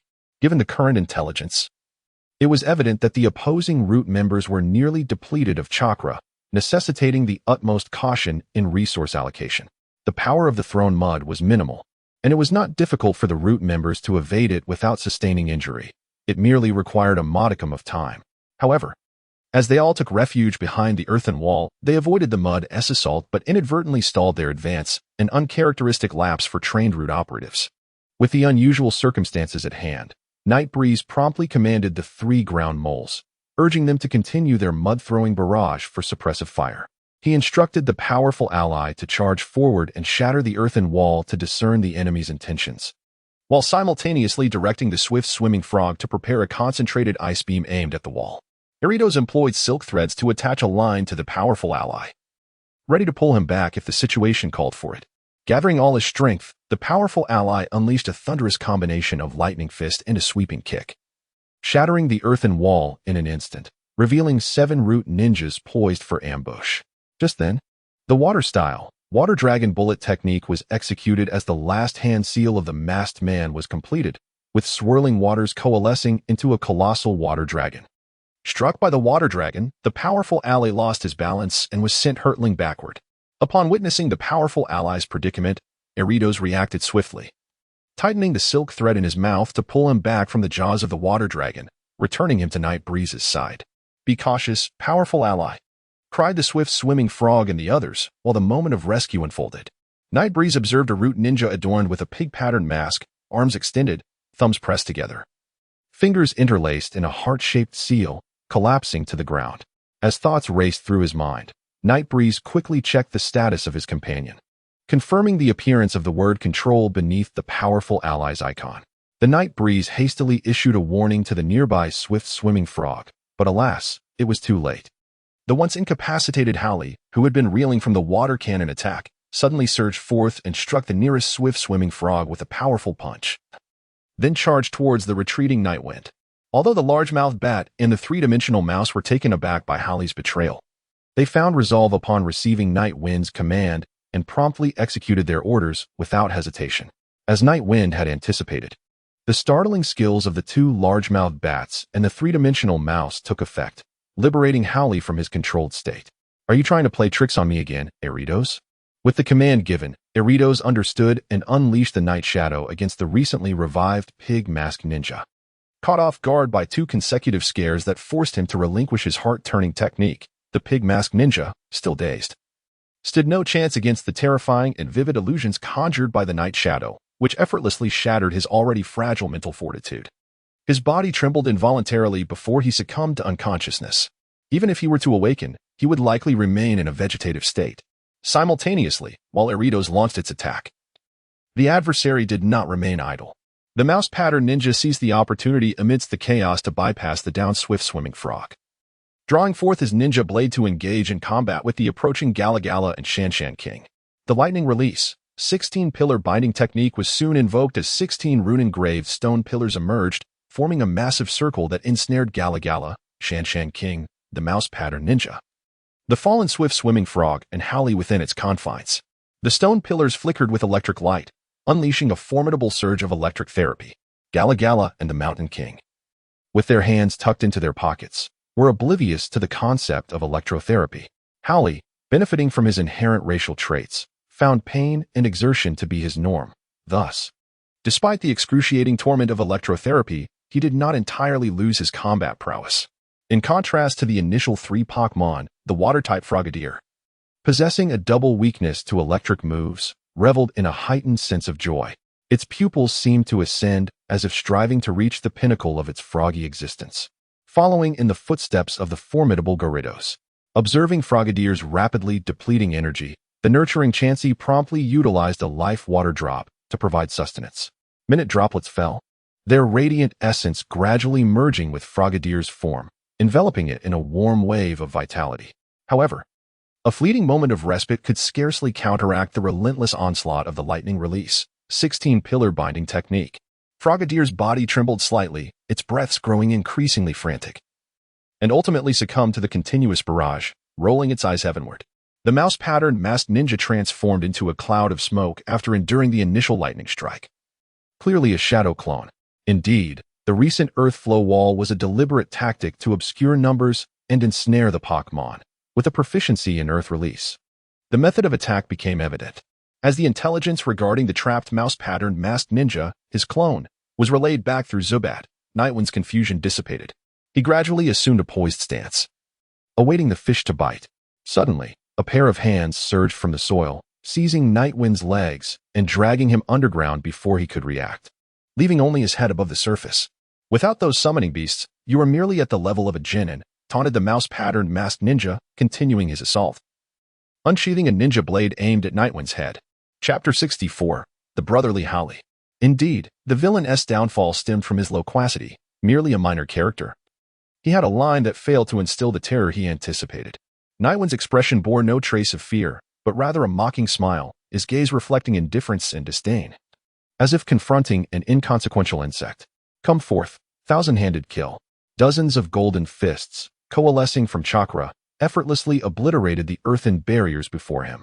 Nightwind's strikes fell mercilessly upon the mouse-patterned masked ninja. With each punch, a resounding crack echoed across the battlefield. 1 punch, 10 punches, continuing until 100 before the assault ceased. The night breeze brushed off the dust clinging to its form as it descended from the slope, which had been struck by a chakra-infused punch, to the ground below. Its gaze swept over the long-deceased root ninjas, cold and unfeeling. Meanwhile, as the night breeze sought to project an air of indifference, the battlefield underwent relentless transformations. 3 moles unleashed a sandstorm, engulfing the entire arena. Trapped within the stone pillars of the lightning release, 16 pillars binding technique, the Mountain King activated its tunneling ability, rapidly burrowing underground.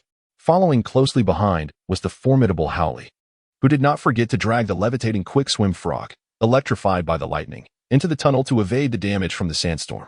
The Mountain King's sand-drawing trait was triggered, doubling its speed as it swiftly drilled beneath the lightning pattern masked ninja. Without hesitation, it broke through the surface, launching a vicious claw strike at the back of the lightning pattern masked ninja. Unfortunately, the ninja's back was too delicate. The Mountain King's razor-sharp claws pierced through its body, causing blood to spray forth, red, yellow, and green mingling together, splattering onto the ground. Simultaneously, the nearest sword-wielding ninja reacted with remarkable speed. He swung his ninja blade, slicing horizontally towards the Mountain King. The clash of blade against the Mountain King's hard back resulted in a shower of sparks that erupted, producing a sound akin to metal striking metal, yet it inflicted minimal harm upon the Mountain King. Seizing the moment, the flame pattern mask ninja initiated the fire release, great fireball technique, opting for the swiftest hand seals without hope for immense damage, merely seeking to repel the Mountain King. In the low visibility of the sandstorm, engaging in close combat with the agile Mountain King was a daunting prospect. Flames erupted from his mouth, transforming into a colossal fireball that rolled towards the Mountain King like a boulder. However, the Mountain King did not yield to the desires of the flame pattern mask ninja. It curled its body and spun rapidly, utilizing its high-speed rotation to disarm the sword-wielding ninja and mitigate a portion of the fireball's damage. The flame pattern mask ninja, witnessing the Mountain King's deviation from his script, felt a twinge of panic. What could he do? If he couldn't provoke it, could he not retreat? Exchanging a glance with the sword-wielding ninja, he subtly signaled a retreat, urging him to do the same and avoid sacrificing himself foolishly. The sword-wielding ninja thought to himself, "Am I so mindless in your eyes that I would engage in hand-to-hand combat with no weapon?" However, the ninja adorned with the flame-patterned mask held a higher position than himself, compelling him to silently harbor this grudge within his heart. On the surface, he had to feign loyalty, ostensibly shielding the retreat of the flame-patterned mask ninja. The flattery from the swordsmanship ninja was indeed gratifying for the flame-patterned mask ninja, quickening his steps as he withdrew. Since the demise of the lightning-patterned mask ninja, the 16 runic stone pillars, generated by the lightning style, 16-pillar binding technique, collapsed with a thunderous roar. Those trapped within, unable to follow Howley into the cave excavated by the Mountain King, were liberated. And under the sonic guidance of the largemouth bat, they circled behind the flame-patterned mask ninja, eagerly anticipating his retreat. "Watch your back," the ripple-patterned mask ninja urgently warned. Yet due to the blinding sandstorm, it was already too late for him to see the impending danger. The flame-patterned mask ninja felt a sudden chill, as if foreboding an imminent calamity. Instinctively, he turned his head, only to behold a massive bone club descending toward his spine. In a vengeful surge, Gala Gala, fueled by the desire for retribution for the near demise of the swift-swimming frog, swung the bone club with force, striking the flame-patterned mask ninja's spine and causing him to double over, his soul departing to the nether realm. In this clash, 4 out of the 7 core members fell, leaving only the crane-patterned, ripple-patterned ninjas and a swordsmanship ninja skilled in sealing techniques to endure the ravages of the sandstorm. The Night Breeze has suffered the loss of but a single swift swimmer, while the blissful egg continues to heal the Night Breeze and the Spirit, who are unable to withstand the ravages of the sandstorm. In this scenario, the Dragon Rider is assured of victory, blissfully unaware of the meaning of defeat. The assassination of the Night Breeze is now impossible. The Ripple Ninja tentatively suggests retreat. The crane-patterned ninja glances at the Ripple Ninja and the swordsmanship ninja, fully cognizant that this situation cannot be reversed. "You provide cover. I shall protect your wife and child," declares the flame-patterned ninja, resolute in his decision. Were it not for the ignorance of the Naruto world regarding the legacy of Wei Wu, the swordsmanship ninja would undoubtedly have turned against this villain on the spot. With the flame-patterned ninja's assurance, the swordsmanship ninja retrieves a fallen companion's ninja blade and, with a look of determination, charges towards the Night Breeze to draw the spirits back in defense, thus granting the other 2 ninjas a chance to escape. Alas, the Night Breeze, overhearing the trio's conversation, gazes upon the swordsmanship ninja, who, oblivious to the peril above, foolishly rushes towards him, shaking his head in pity. Just as the hapless swordsmanship ninja lunges at the Night Breeze, Howley has already returned to defense. The swordsmanship ninja strikes down, while Howley raises both hands, prepared to catch the blade barehanded. Sensing the imminent danger, the swordsmanship ninja deftly pivots his wrist, stepping to the side to transform his downward strike into a horizontal slash, evading Howley's grasp. With his foot planted firmly, he spins, leveraging the rotational force into a diagonal cut. Howley, unable to evade due to his current level, remains unfazed by the attack. His 70 points of defensive stats, combined with the healing from the blissful egg, rendering the blow inconsequential. Howley turns and unleashes a menacing glare. His head bears 3 tile-like protrusions, resembling a lizard's visage, with a long snout and sharp teeth. The mere sight of him glaring at someone at close range exudes a palpable pressure, especially considering that every member of his race is a muscular behemoth, exponentially increasing the intimidation factor for any ordinary person, excluding the third brother. As the swordsmanship ninja finds himself under the scrutiny of such a gaze, his body involuntarily trembles, a tightness in his core betraying his fear, leaving him no time to consider the fact that his defensive capabilities have diminished. Chapter 85. The four symbols seal as a support. Alitos has proven to be competent, skillfully seizing the moment to use his silk-spitting ability. The strands he expels entangle the swordsmanship ninja, constraining his movements. Meanwhile, Holly shows no hesitation and immediately retaliates with his skill. The double-powered attack pierced the chest of the sword-wielding ninja directly. Blood gushed forth from his chest as he coughed, his entire body trembling violently. Yet he did not collapse immediately. Drawing upon his last reserves of strength, he activated the four symbols seal, tearing his clothing to reveal the mark inscribed upon his skin. Blood erupted from his body, forming a spherical shape as it expanded and began to erode the surroundings. Even the Night Wind was taken aback. Who could have imagined that such an ordinary member of the Root would wield an S-class sealing technique once employed by Danzo of the Uchiha clan? Although it was merely used to seal a bridge in the anime, this was in the face of an insurmountable threat posed by the Mangeki Sharingan. As the dark blood continued to spread towards him, Nightwind snapped back to reality. Hastily recalling the Pokémon within his sight into their Pokeballs and urging Hinata and Tintin to retreat with Naruto, a Zubat emerged from a cave, struggling to drag the unconscious Frogadier to safety, simultaneously transmitting messages to other Pokémon through sound waves. Remembering two Pokémon, Nightwind swiftly returned to gather them into their Pokeballs before resuming his frantic escape, while Sasuke had long since been taken away by Orochimaru, leaving no trace behind. After racing several hundred meters, Nightwind observed that the black sphere had ceased to expand. He collapsed onto the ground, gasping for breath, striving to calm his agitated heart. This feeling of being out of control was truly vexing. If he were to take that step, Tintin would undoubtedly face similar circumstances. Should he retreat? The thought was maddening. Nightwind's right hand pressed against his sweaty forehead, shielding his eyes from the piercing sunlight filtering through the gaps in the trees. His mind wandering aimlessly.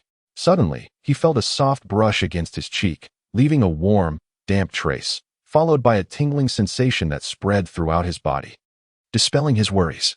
Opening his eyes, Nightwind saw a Houndoom panting at him, surrounded by the Pokémon he had yet to recall, all gazing at him with expressions of concern. The night breeze gently lifted its hand, caressing the small head of the cat-eye dog before it. The cat-eye dog, in turn, lowered its body, allowing the night breeze to stroke it more easily, its face adorned with an expression of sheer delight. "I'm fine. Thank you all for your efforts," the night breeze said as it stood up, affectionately patting all the Pokémon, relishing their presence and the warmth they bestowed upon it. "Are you all right?"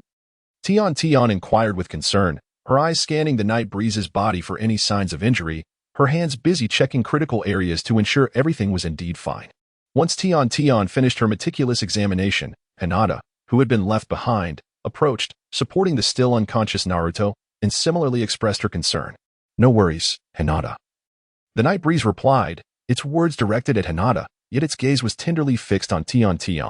One hand had stealthily found its way onto Tion's head. Employing the familiar head pat technique learned from the cat-eye dog, a blush swiftly crept across Tion's face, her cheeks aflame. As she instinctively lowered her head to conceal her embarrassment, a flutter of inexplicable excitement stirring within her.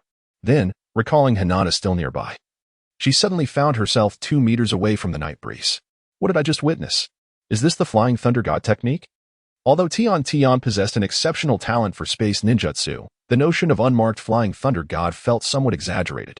The night breeze gazed at Tion, who appeared as bashful as a fawn, momentarily incredulous. This guy actually patted my head, and right in front of Hinata too. Surely, she wouldn't tell anyone, would she? No, she wouldn't. She couldn't. It's impossible, Tion pondered, feeling as though she had revealed a vulnerability. What shall we do next? Hinata, typically shy, felt it necessary to rouse the two dazed individuals, as Naruto remained her foremost concern. "We can't delay Naruto's situation any longer. You two should take him back." "I'll handle Sasuke," the night breeze stated, regaining its composure and adopting its usual demeanor after a brief cough. "Will you come back?" Tion, still looking downcast, pressed with a quaver in her voice, tightly clenching her hands into fists. Her heart brimmed with unease, uncertain if they would ever meet again once the night breeze departed. The night breeze stood still, and his mind faltered, utterly at a loss on how to respond to Tian, for he himself harbored no answers. Having departed from the village, his future brimmed with uncertainty and ambiguity, leaving him unable to assure that they would reunite once more. The night breeze lingered in place for a long while before finally speaking. "I will return." Tian, without lifting her gaze, tightly clenched her fists and, with a voice tinged with tears, inquired, "When?" Night breeze approached her slowly, enveloping her in his embrace, feeling her faint tremors. His voice was warm yet resolute. "So, are you prepared to abandon your girlfriend and leave alone?" Tian, no longer as reactive as before, closed her eyes, her mind flickering with the few cherished memories she had shared with Night breeze. Though abrupt, they stirred her heart. Her feelings for him were like a tangled mess, certainly filled with gratitude.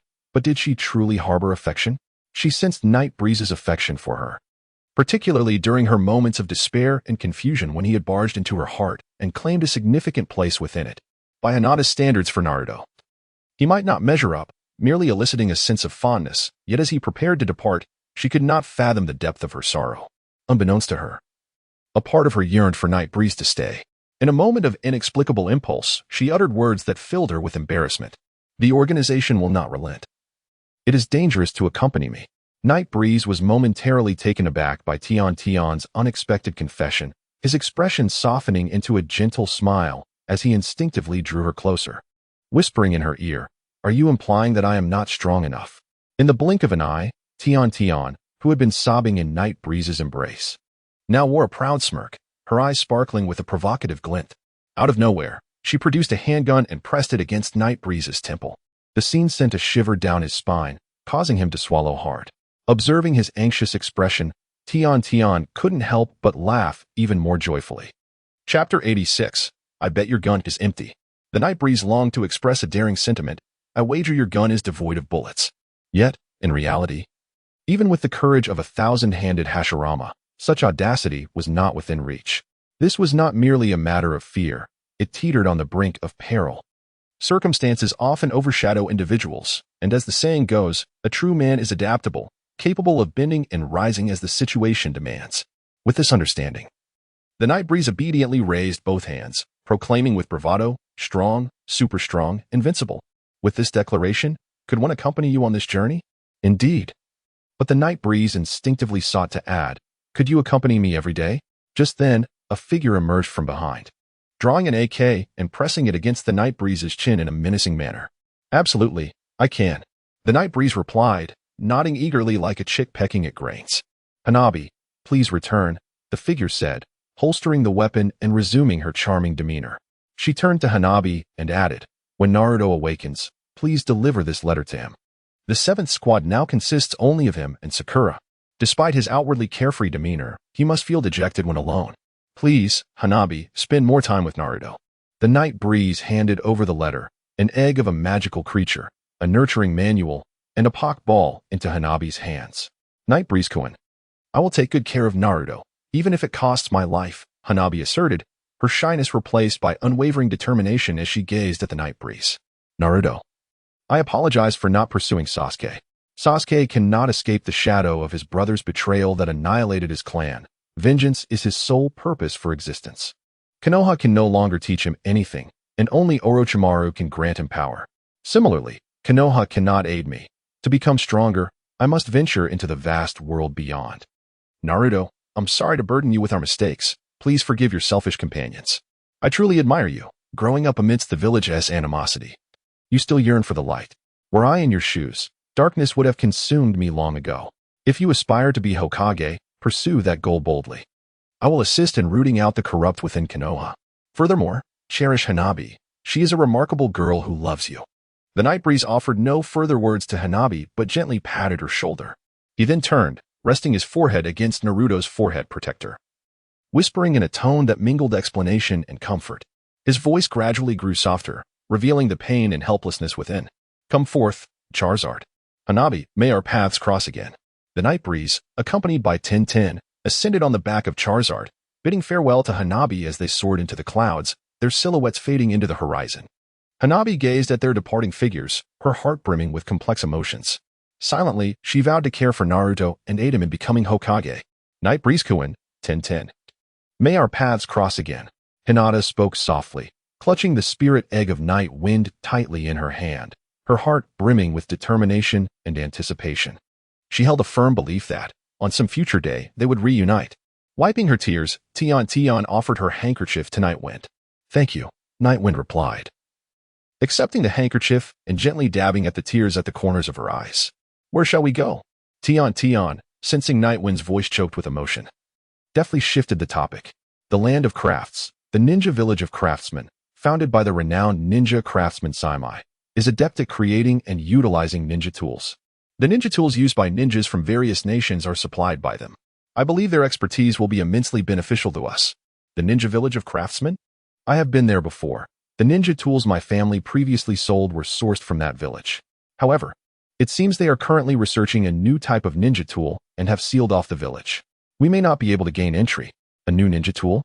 It appears we have arrived at a fortuitous time. A glimmer of excitement sparkled in Nightwind's eyes. Suddenly, a brief roar from Charizard interrupted Nightwind's contemplation. As the night breeze stirred, I looked up to behold a tall woman with alabaster skin, adorned with a starry headband, her chakra activated to its utmost potential, transforming into the resplendent tail of a peacock as she staggered through the air towards me. Yet, the manner of her flight and the dissipating tail indicated that she was gravely injured, or perhaps poisoned. Before she could approach us, her vibrant purple chakra faded away, and she lost consciousness, plummeting towards the ground. The narrative of Star Ninja Village is an original storyline from the Naruto series. I recall this woman, named Summer, who epitomizes the pinnacle of the peacock technique within the Star Ninja Village. She is one of the few who has mastered this art to its fullest extent without faltering. Despite her inherent fragility, she embodies a fierce maternal instinct, willing to sacrifice herself for her child. Though her role is limited, she leaves a profound impression. And it is certainly not merely due to her strikingly long legs. Reflecting on how Summer once prepared a meal for Naruto, providing him with a rare glimpse of familial warmth and the unfamiliar yet yearned for embrace of maternal love, my initial resolve to avoid unnecessary complications softened. I commanded the fire dragon to rescue the fallen Summer, and we descended to the ground, seeking a concealed cave to commence her treatment. The night breeze delicately laid Summer upon the flat ground of the cave, her gaze fixed intently on her injured form. Her skin was pallid, a bead of cold sweat trickling down her forehead, dampening a few strands of hair. Fortunately, the target was substantial enough to reveal signs of life, proving that Summer still breathed. How she fared was uncertain, as Tian approached with a pot of boiled water in hand. It was not poisoning, rather. It seemed as though some force had eroded her, severing certain meridians, likely the purple chakra seen earlier on her back. Jigglypuff could currently only prevent the situation from worsening. In time, she should awaken, but to eradicate the affliction would require careful attention over an extended period. Noticing that Tian had arrived at her side, Nightwind continued to feign examination of Summer's wounds while responding to Tian's inquiries. We should now be within the territorial bounds of the Bear Country's Star Ninja Village. It is a modest ninja village, yet its leader prides himself on being the Star Shadow. 2 centuries ago, a meteorite fell into the village, bestowing upon it the name Star Ninja Village. It is said that this meteorite possesses radioactivity, and the ninjas of the village train around it to invigorate their chakra, giving rise to the unique secret technique of the Star Ninja Village, the Peacock Mysterious Method. This phenomenon is likely the source of her plight, Nightwind remarked, waving a purple star before Tian's eyes. And the cost is the erosion of one's body by this power, ultimately leading to an untimely demise, Tian swiftly responded. Indeed. How can one find a way to balance both sides in this world? One must sacrifice to gain, yet this is not a favorable trade. Relinquishing life for a power that is not particularly formidable, Nightwind sighed, revealing a hint of helplessness. Chapter 87. The Peacock Mysterious Method. Is this the treasured star of the Star Ninja Village? Possessing such a treasure, she either stole it or fled due to turmoil within the village. Regardless of which scenario it is, associating with her would not be wise. This is not your usual style. Have you perhaps been captivated by those long legs? TSK? Are you jealous? I find it quite amusing. This is all for you. Do not slander me. I do not indulge in the delights of romantic paradise. The night breeze gazed sincerely at Tian. If it weren't for the cold sweat trickling down his back, he might have almost believed it. So, tell me, he urged, if you deceive me, you'd best be cautious tonight. Tian shook the scissors in her hand, squinting her eyes as she spoke deliberately. Ahem. You see this star? It inherently possesses tremendous chakra. You witnessed the situation with that female ninja just now. Under the influence of this star, the power of chakra activation is immense. If we could procure enough chakra metal to forge a ninja blade, embedding the star within it and channeling our own chakra through the chakra metal to activate the star, the resulting chakra could envelop the blade. The potency would be astonishing. However, whether this can be achieved remains to be seen through experimentation. Night Breeze silently commended his quick thinking. Tian nodded, her gaze thoughtfully fixed on the star in Night Breeze's hand. But how did you know she had the star? You're changing the subject. You must have something to hide, she teased, her instincts sharpening. Suddenly, Tian realized this and lunged at Night Breeze. As their playful banter unfolded, Shiori slowly opened her eyes. Feeling some relief from her bodily pain, she gradually propped herself up, quietly admiring the beautiful scene before her. Shiori couldn't help but think of her child, Smile. If not for the suffering brought by the star, Smile would be playing joyfully with the other children in the village. After a moment of sorrow, a maternal smile graced her face. She looked gratefully at Night Breeze and Tian, saying, "Thank you for saving me." Her voice carried an air of awkwardness, as she had interrupted the joyous moment shared by the two. Upon hearing the sound of Shiori, both individuals were momentarily taken aback. The first to respond, Tian, swiftly teleported to the side, turning her back on Shiori in a statue-like pose. The lucky egg can only temporarily alleviate your ailments. If you continue to wield the power of the stars, the radiation from them will further erode your meridians, leading to your demise. Nightwind, embodying a boyish bravado, stated earnestly to Shiori, "I am well aware of my physical condition. Thank you. Might I request the return of the star?" Shiori expressed her gratitude with a nod, raising her right hand to indicate the star in Nightwind's possession. "I recall that the cultivation of the stars was prohibited as early as the reign of the third star shadow. Considering your current condition, this star, which appears to be a treasure, is in fact a calamity. You speak true. The cultivation involving this star caused immense suffering to many ninjas, and some even lost their lives.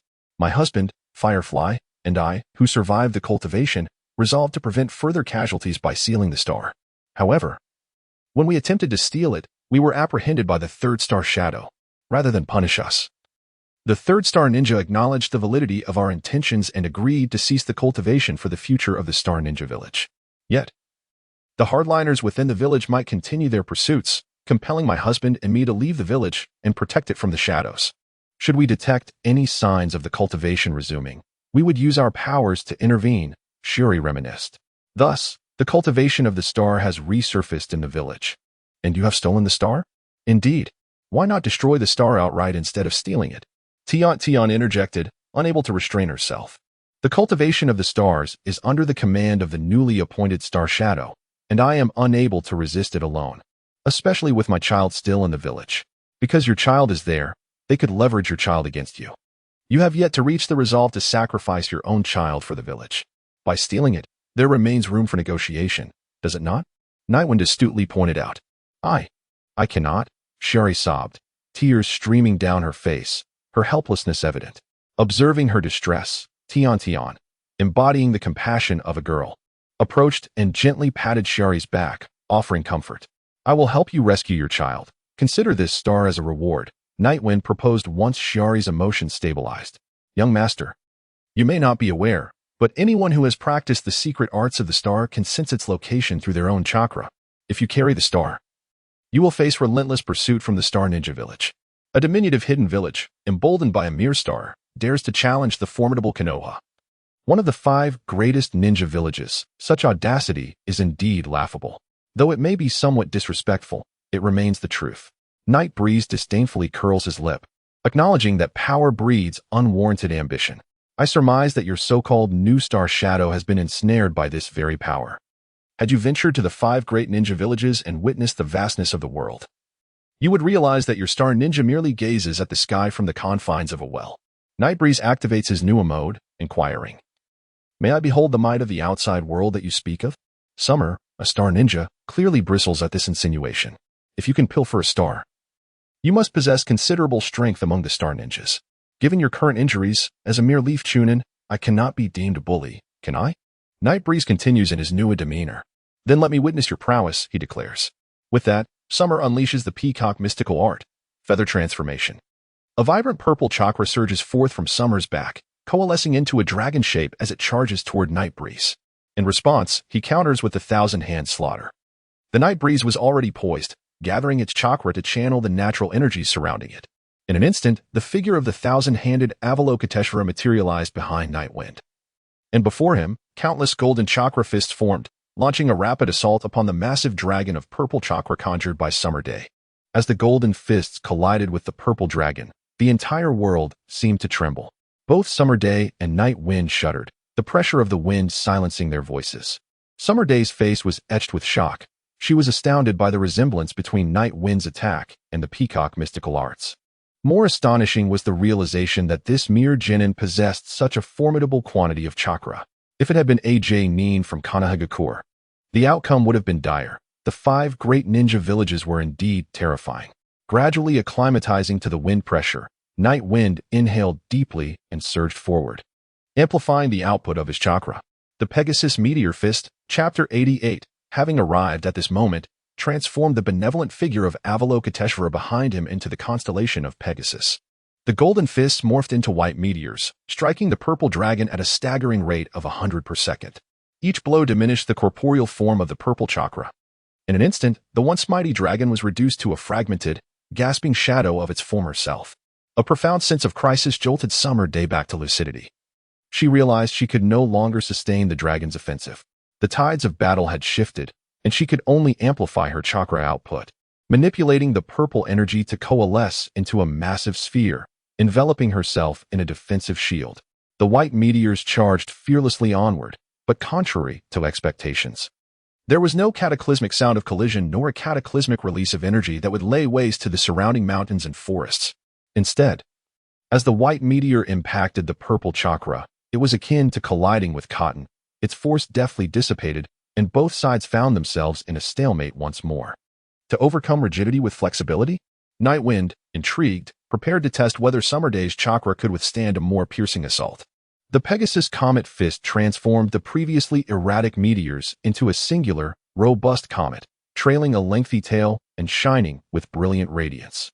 The comet accelerated with increasing velocity, resembling a sharp arrow aimed directly at Summer Day's center. As the comet made contact with the purple chakra, it penetrated through her defenses, driving deeper with unrelenting momentum. As if intent on shattering the final vestiges of restraint, Summer Day's sense of danger intensified. Her hands flew to form seals. The once passive purple chakra began to move erratically, its speed escalating as it encircled the isolated comet, compressing it relentlessly. As the comet, lacking reinforcements, gradually waned, it was ultimately cast aside in a display of waning strength. The Night Breeze smiled gently, a flicker of combativeness gleaming in his eyes. It bore a resemblance to the Hyuga clan's Byakugan, intriguing indeed. Lushan's 100-dragon dominance. The sound of the night wind reverberated throughout the valley. As the constellation of Draco emerged behind, a towering column of chakra surged skyward, swiftly transforming into hundreds of azure dragons, each appearing as tangible as reality itself. Their massive jaws agape, sweeping towards Summer like a tempest, as if intent on completely devouring her. Summer gazed at the oncoming azure dragons, a flicker of resolute determination shining in her eyes. With a deep breath, she focused on the assault of the night wind, channeling all the chakra within her. She coalesced it into a majestic phoenix, proud and resplendent. The phoenix soared, radiating an enchanting violet light, leaving a trail of purple brilliance in its wake. The 100 azure dragons intertwined with the violet phoenix, the azure and violet hues distinctly painting the sky, as deafening roars echoed throughout the valley. The energy waves tossed the entire valley into chaos, causing branches to be violently dislodged. "Lord Starshadow, look over there in the Hell Valley," remarked a bald Jonin adorned with the star ninja emblem, addressing the pale lavender-haired, blue-eyed Starshadow Chixing, who appeared even more ethereal than the Moonlight Clan. "Nighthawk, Death Burial, you two accompany me to investigate." "Yes, Lord Starshadow," the two subordinates readily complied. "Are all the ninjas from Konoha monsters? With such a volume of chakra, you dare claim this is merely a lowly ninja after an exhausting battle?" Summer gasped for breath, fatigue evident on her face as she bitterly retorted. "Not entirely. At least none of my contemporaries have bested me, though I still cannot contend with the leading teachers." After a moment of contemplation, Nightwind continued, "Perhaps you were right. Innocent bystanders suffer for their wealth, even if the 5 great ninja villages disdain the power of the stars. The Star Ninja Village's folly in provoking them with such power is a path to destruction. If you can rescue my child, this star shall be yours. Although it lies within your grasp, I possess no strength to reclaim it. Summer slowly propped herself up, gazing intently at Night Wind before her. The night breeze smiled faintly. Sensing the sincerity of Summer, he nodded in agreement to Summer's request. At that moment, the large-mouthed bat fluttered to Night Breeze's shoulder and whispered softly into his ear. As the Night Breeze listened to the report from the bat, a smile gradually spread across his face. Oh, it seems we can directly apprehend the thief by capturing the king, thus sparing us the trouble of infiltrating for a rescue. Let us resolve this. Night Breeze commanded the bat. Is that your spirit beast? What did it convey to you? Summer inquired curiously after watching the bat take flight. It has seen your Star Shadow. I have given it orders to eliminate Star Shadow directly, Night Breeze explained with a smile. Them? Is it possible not to kill them? Although Summer was unsure of what Night Breeze meant by them, she was evidently more concerned about the latter part of his statement. With her compassionate heart, she began to plead with Night Breeze. What is more important, the life of the next generation of Star Ninjas or your own? Due to your indecisiveness, children may already be suffering under the torment of stellar powers. If you cannot act, do not hinder others from taking action, Night Breeze suddenly responded coldly. The Night Breeze, inexplicably cold, rendered the summer day speechless, leaving it in stunned silence. The Valley of Hell, Lord Xingying, the phenomenon has dissipated. Should we proceed? Observed the bald Night Eagle. As he turned to ask Chixing, who responded, Now that we are here, we must certainly go and take a look. Perhaps fortune will favor us. Chixing, despite his unsightly appearance, spoke with an optimistic grin. Lord Xingying, what do you see there? Another black-haired star ninja, Shizong, pointed ahead to a peculiar yellow creature that had emerged.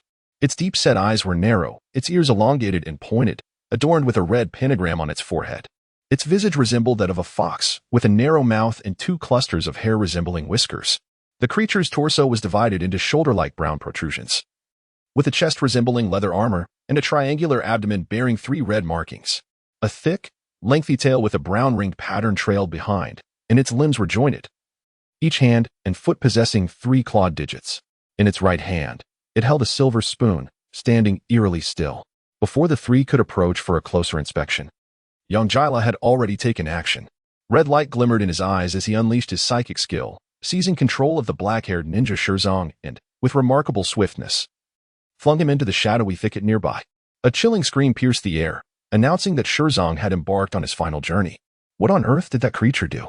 Night Eagle's face was filled with terror, beads of sweat manifesting on his bald head, betraying his inner fear.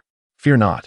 Let us combine our efforts with the peacock technique, Chixing declared, forming seals while chastising himself for his previous ineptitude. Chapter 89, The Star Ninja's Allegiance. The Peacock Technique, Feathered Beast, summoned a creature far smaller than the one used by the summer day, appearing behind Chixing to bolster their ranks.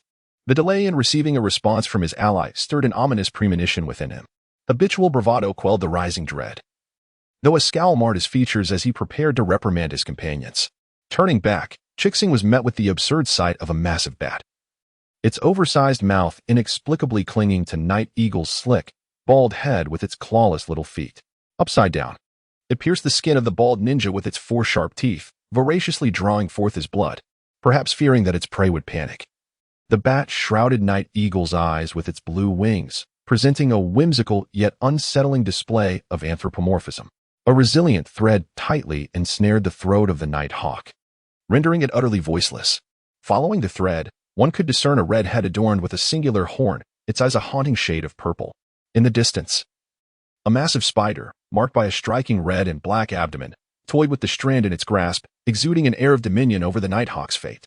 The sudden emergence of such unprecedented and unheard-of creatures within his territory instilled a profound sense of dread in the village chief, causing him to falter in his hand seals, his legs trembling involuntarily. At that moment, an entity emerged from the thicket, entirely cloaked in crimson armor, with 2 pairs of translucent wings on its back and enormous pincers adorned with patterns resembling eyes, dragging a lifeless carcass behind it. Following closely was a peculiar creature reminiscent of a mole, revealing 3 rounded heads, burrowing through the earth. The complexion of Chixing grew increasingly pale, his garments drenched in perspiration. He could sense the terrifying aura radiating from these beasts, an unprecedented fear that nearly suffocated him. Terrifying, so terrifying, Chixing's heart screamed in terror. He felt as though his body were ensnared by an invisible force, rendering him utterly motionless. He struggled desperately, yet that formidable power continued to anchor him in place. As if a colossal, unseen hand were relentlessly pulling him downwards.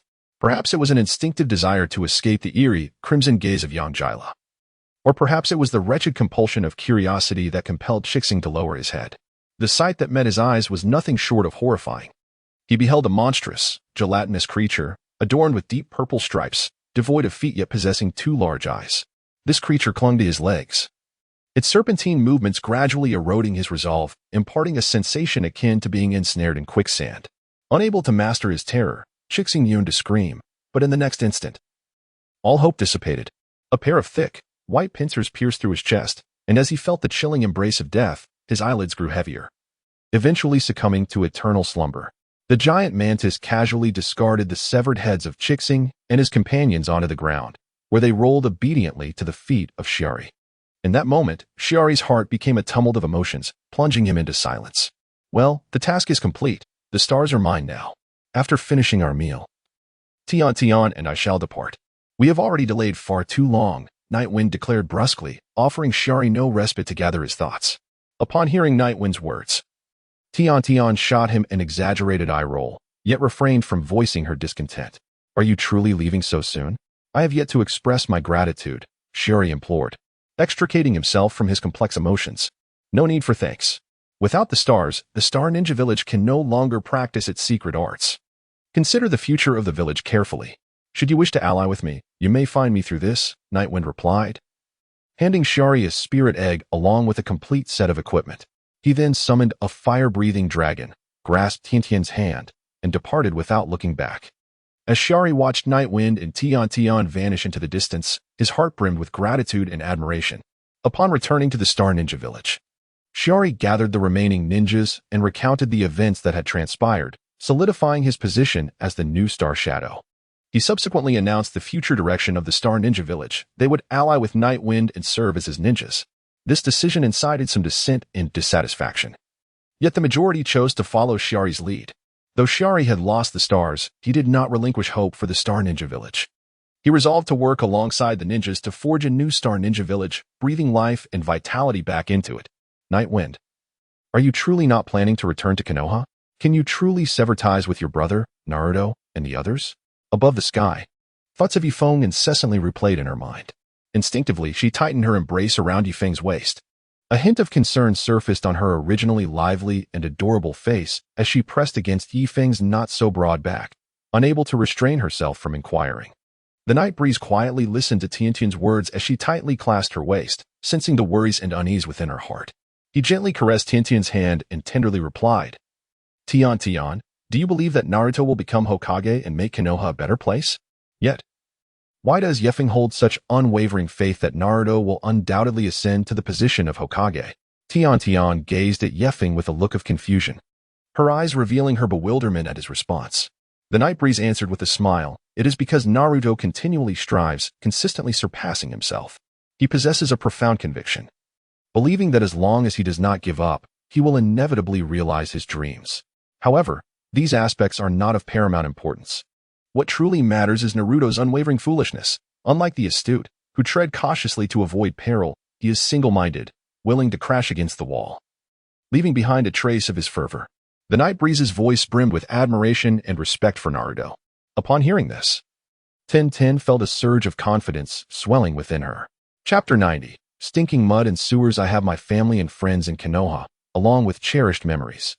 As long as Konoha does not label me a rogue ninja, I am certain I will return to see them. For a long time, I was oblivious to my dreams. Becoming a genin and witnessing Naruto's relentless journey towards his aspirations, I initially thought that only Shikamaru, Kiba, and Choji would acknowledge him, hardly even considering him a friend. Yet now, it is not just I, even Neji has gradually begun to change, unknowingly recognizing Naruto and rallying around him. I recall when Iruka-sensei had us write down our dreams. I submitted a blank sheet, for I had yet to summon my spirit, and Naruto was still the underachiever. I remember laughing at him back then, but now Naruto strides further down his path.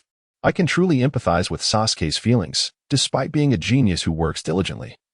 The gap between him and Naruto continues to narrow. How could Sasuke, driven by vengeance, not feel the weight of this? To wear the crown, one must bear its burden. Upon acquiring this strength, I understood what I must do to enact change. This world is inherently unjust. Lineage dictates everything, and most common ninja struggle to rise.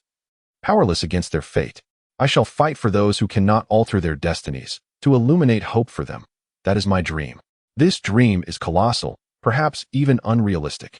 I require comrades, many comrades. Tintin, would you be willing to be my first ally? The night breeze spoke slowly, his gaze resolutely fixed upon Tintin. I am willing, she replied, her eyes shimmering with unwavering light, devoid of hesitation. It is possible we may stand against Konoha, even the entire ninja world. Night breeze. No matter how arduous the future may be, I shall remain by your side, supporting you. Tintin's voice carried a blend of determination and warmth, her eyes radiating trust and reliance on Night Breeze. The Night Breeze quietly gazed upon the ever-changing landscape before him. Her response seemed like a gentle zephyr, sweeping away the confusion within his heart, illuminating the understanding that he was not alone. Above the village of artisans, the Night Wind sat atop the back of Charizard, cradling Tion as they cast cold glances at the barrier enveloping the craftsman's village. Go, Zubat. The Night Wind retrieved Zubat's Pokeball from his waist, and in an instant, Zubat soared forth from the sphere. Utilizing its innate abilities, Zubat effortlessly penetrated the barrier, entering the craftsman's village for reconnaissance. Something has entered, remarked a burly man with brown hair, known as Water Tiger. It's merely a bat, replied a seductive ninja named Peacock, who had short, bright yellow strands entwined in her overall pale blue hair, dark pupils, and was clad in a black inner lining, a red leather jacket, and a sleeveless coat adorned with a fur collar.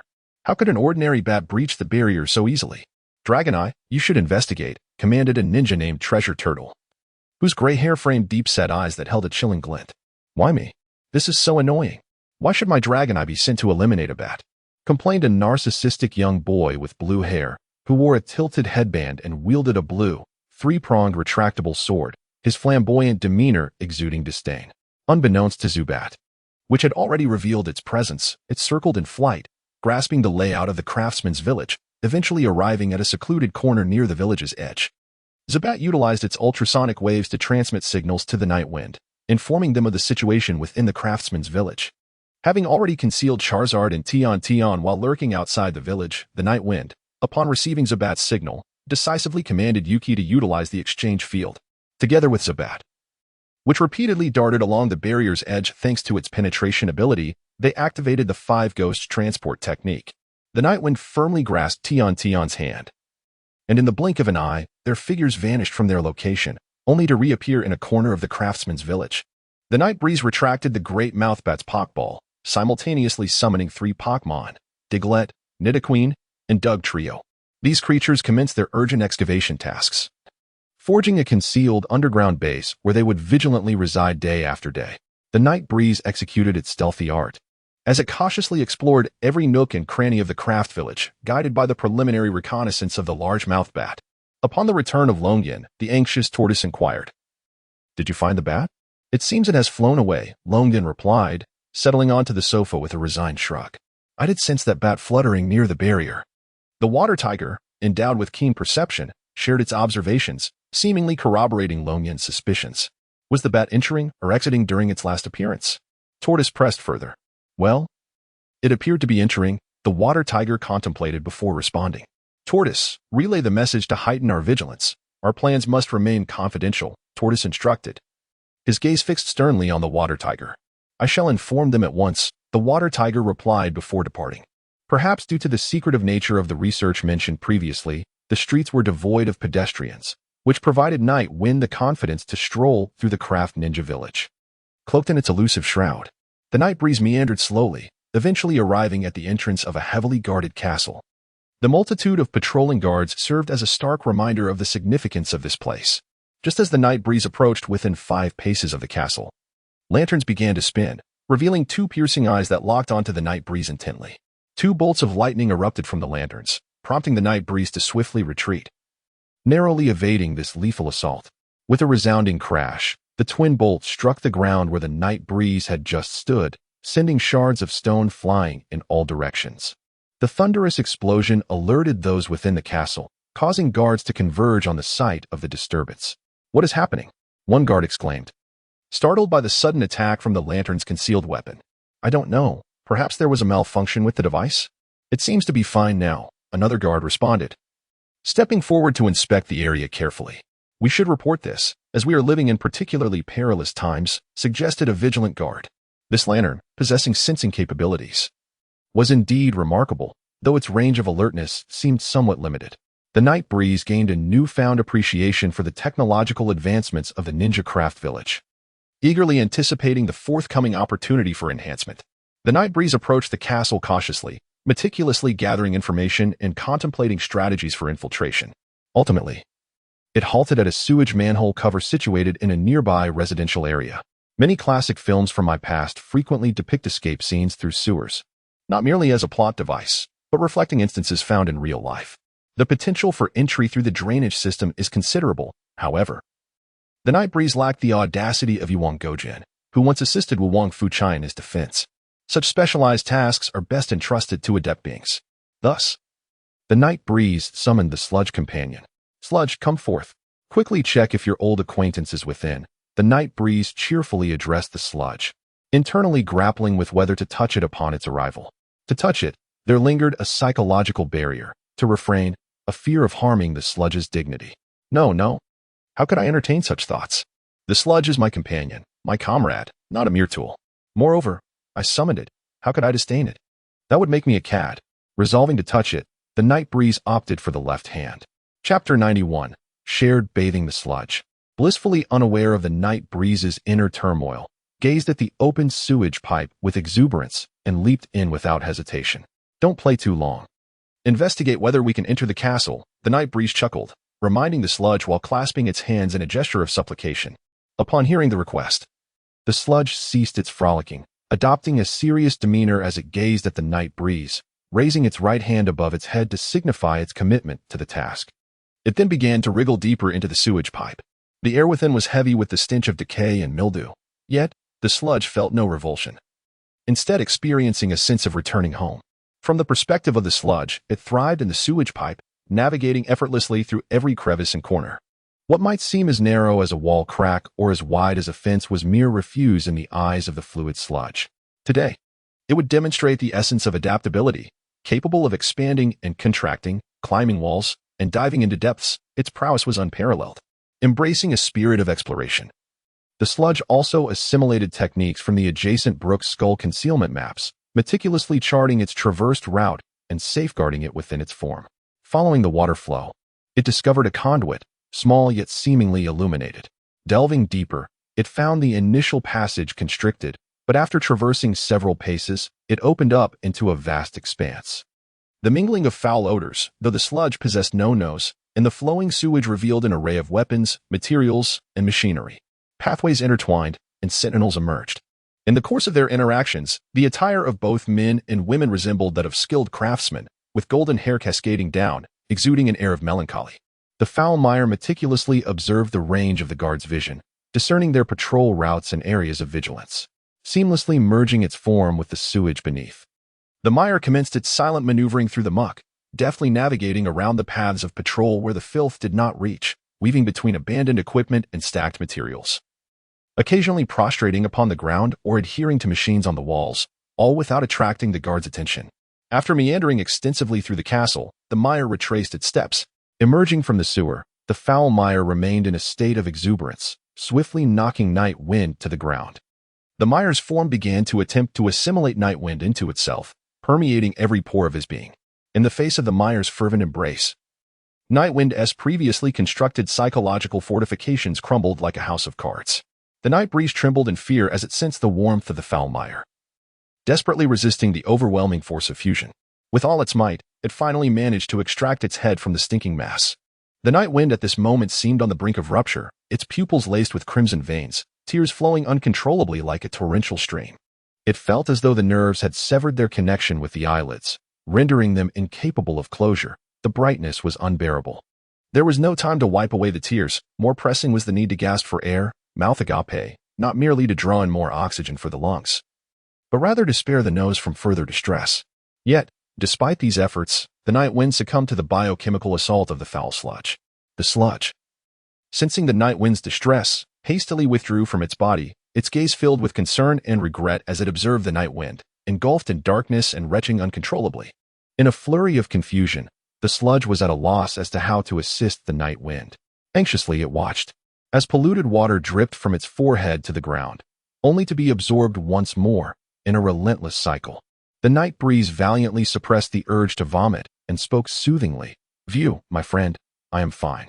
It is merely the stench of this sewer that I have yet to acclimate to. Please do not take it to heart.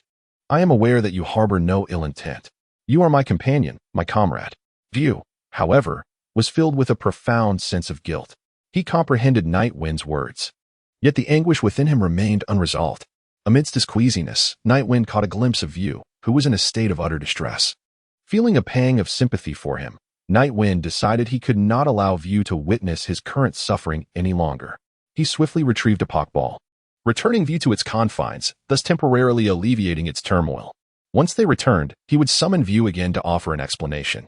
After a prolonged bout of retching, there was nothing left to expel, and his back throbbed painfully from the strain of the ordeal. The night breeze gnawed at him, compelling him to straighten his body with great effort. Like a floundering yellow croaker, he leaned against the wall, trembling as he made his way toward the base. Base. Night breeze, you have returned. Oh dear, you've fallen into a pit. It reeks, keep your distance. Once cheerful and bright, Tion instantly donned a look of disdain the moment he stepped within 5 meters of Night Breeze, hastily retreating behind other spirits. Night Breeze weakly attempted to explain. Tion, but before he could finish, Tion interrupted. Enough. Quickly, Swim Frog, take him for a bath. Butterfree, use your wind to disperse the stench. Without a moment's hesitation, Tion conjured a gas mask, disregarding the potential disarray to his hairstyle, and hurriedly donned it. Through the mask, he commanded Swim Frog and Butterfree in a muffled voice. Observing Tion's exaggerated antics, Night Breeze's lips twitched before he resignedly followed Swim Frog toward the bathing area. Perhaps this is what living is like, he mused, chuckling softly despite being shunned and driven away.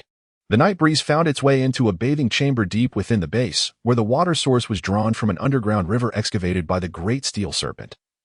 And the heat emanated from the fiery tail of the Charizard. Endowed with its unique characteristics, Charizard was appointed by Tion as the chief of the boiler room, spending its days and nights within, while even the fire dragon dared not voice any objections.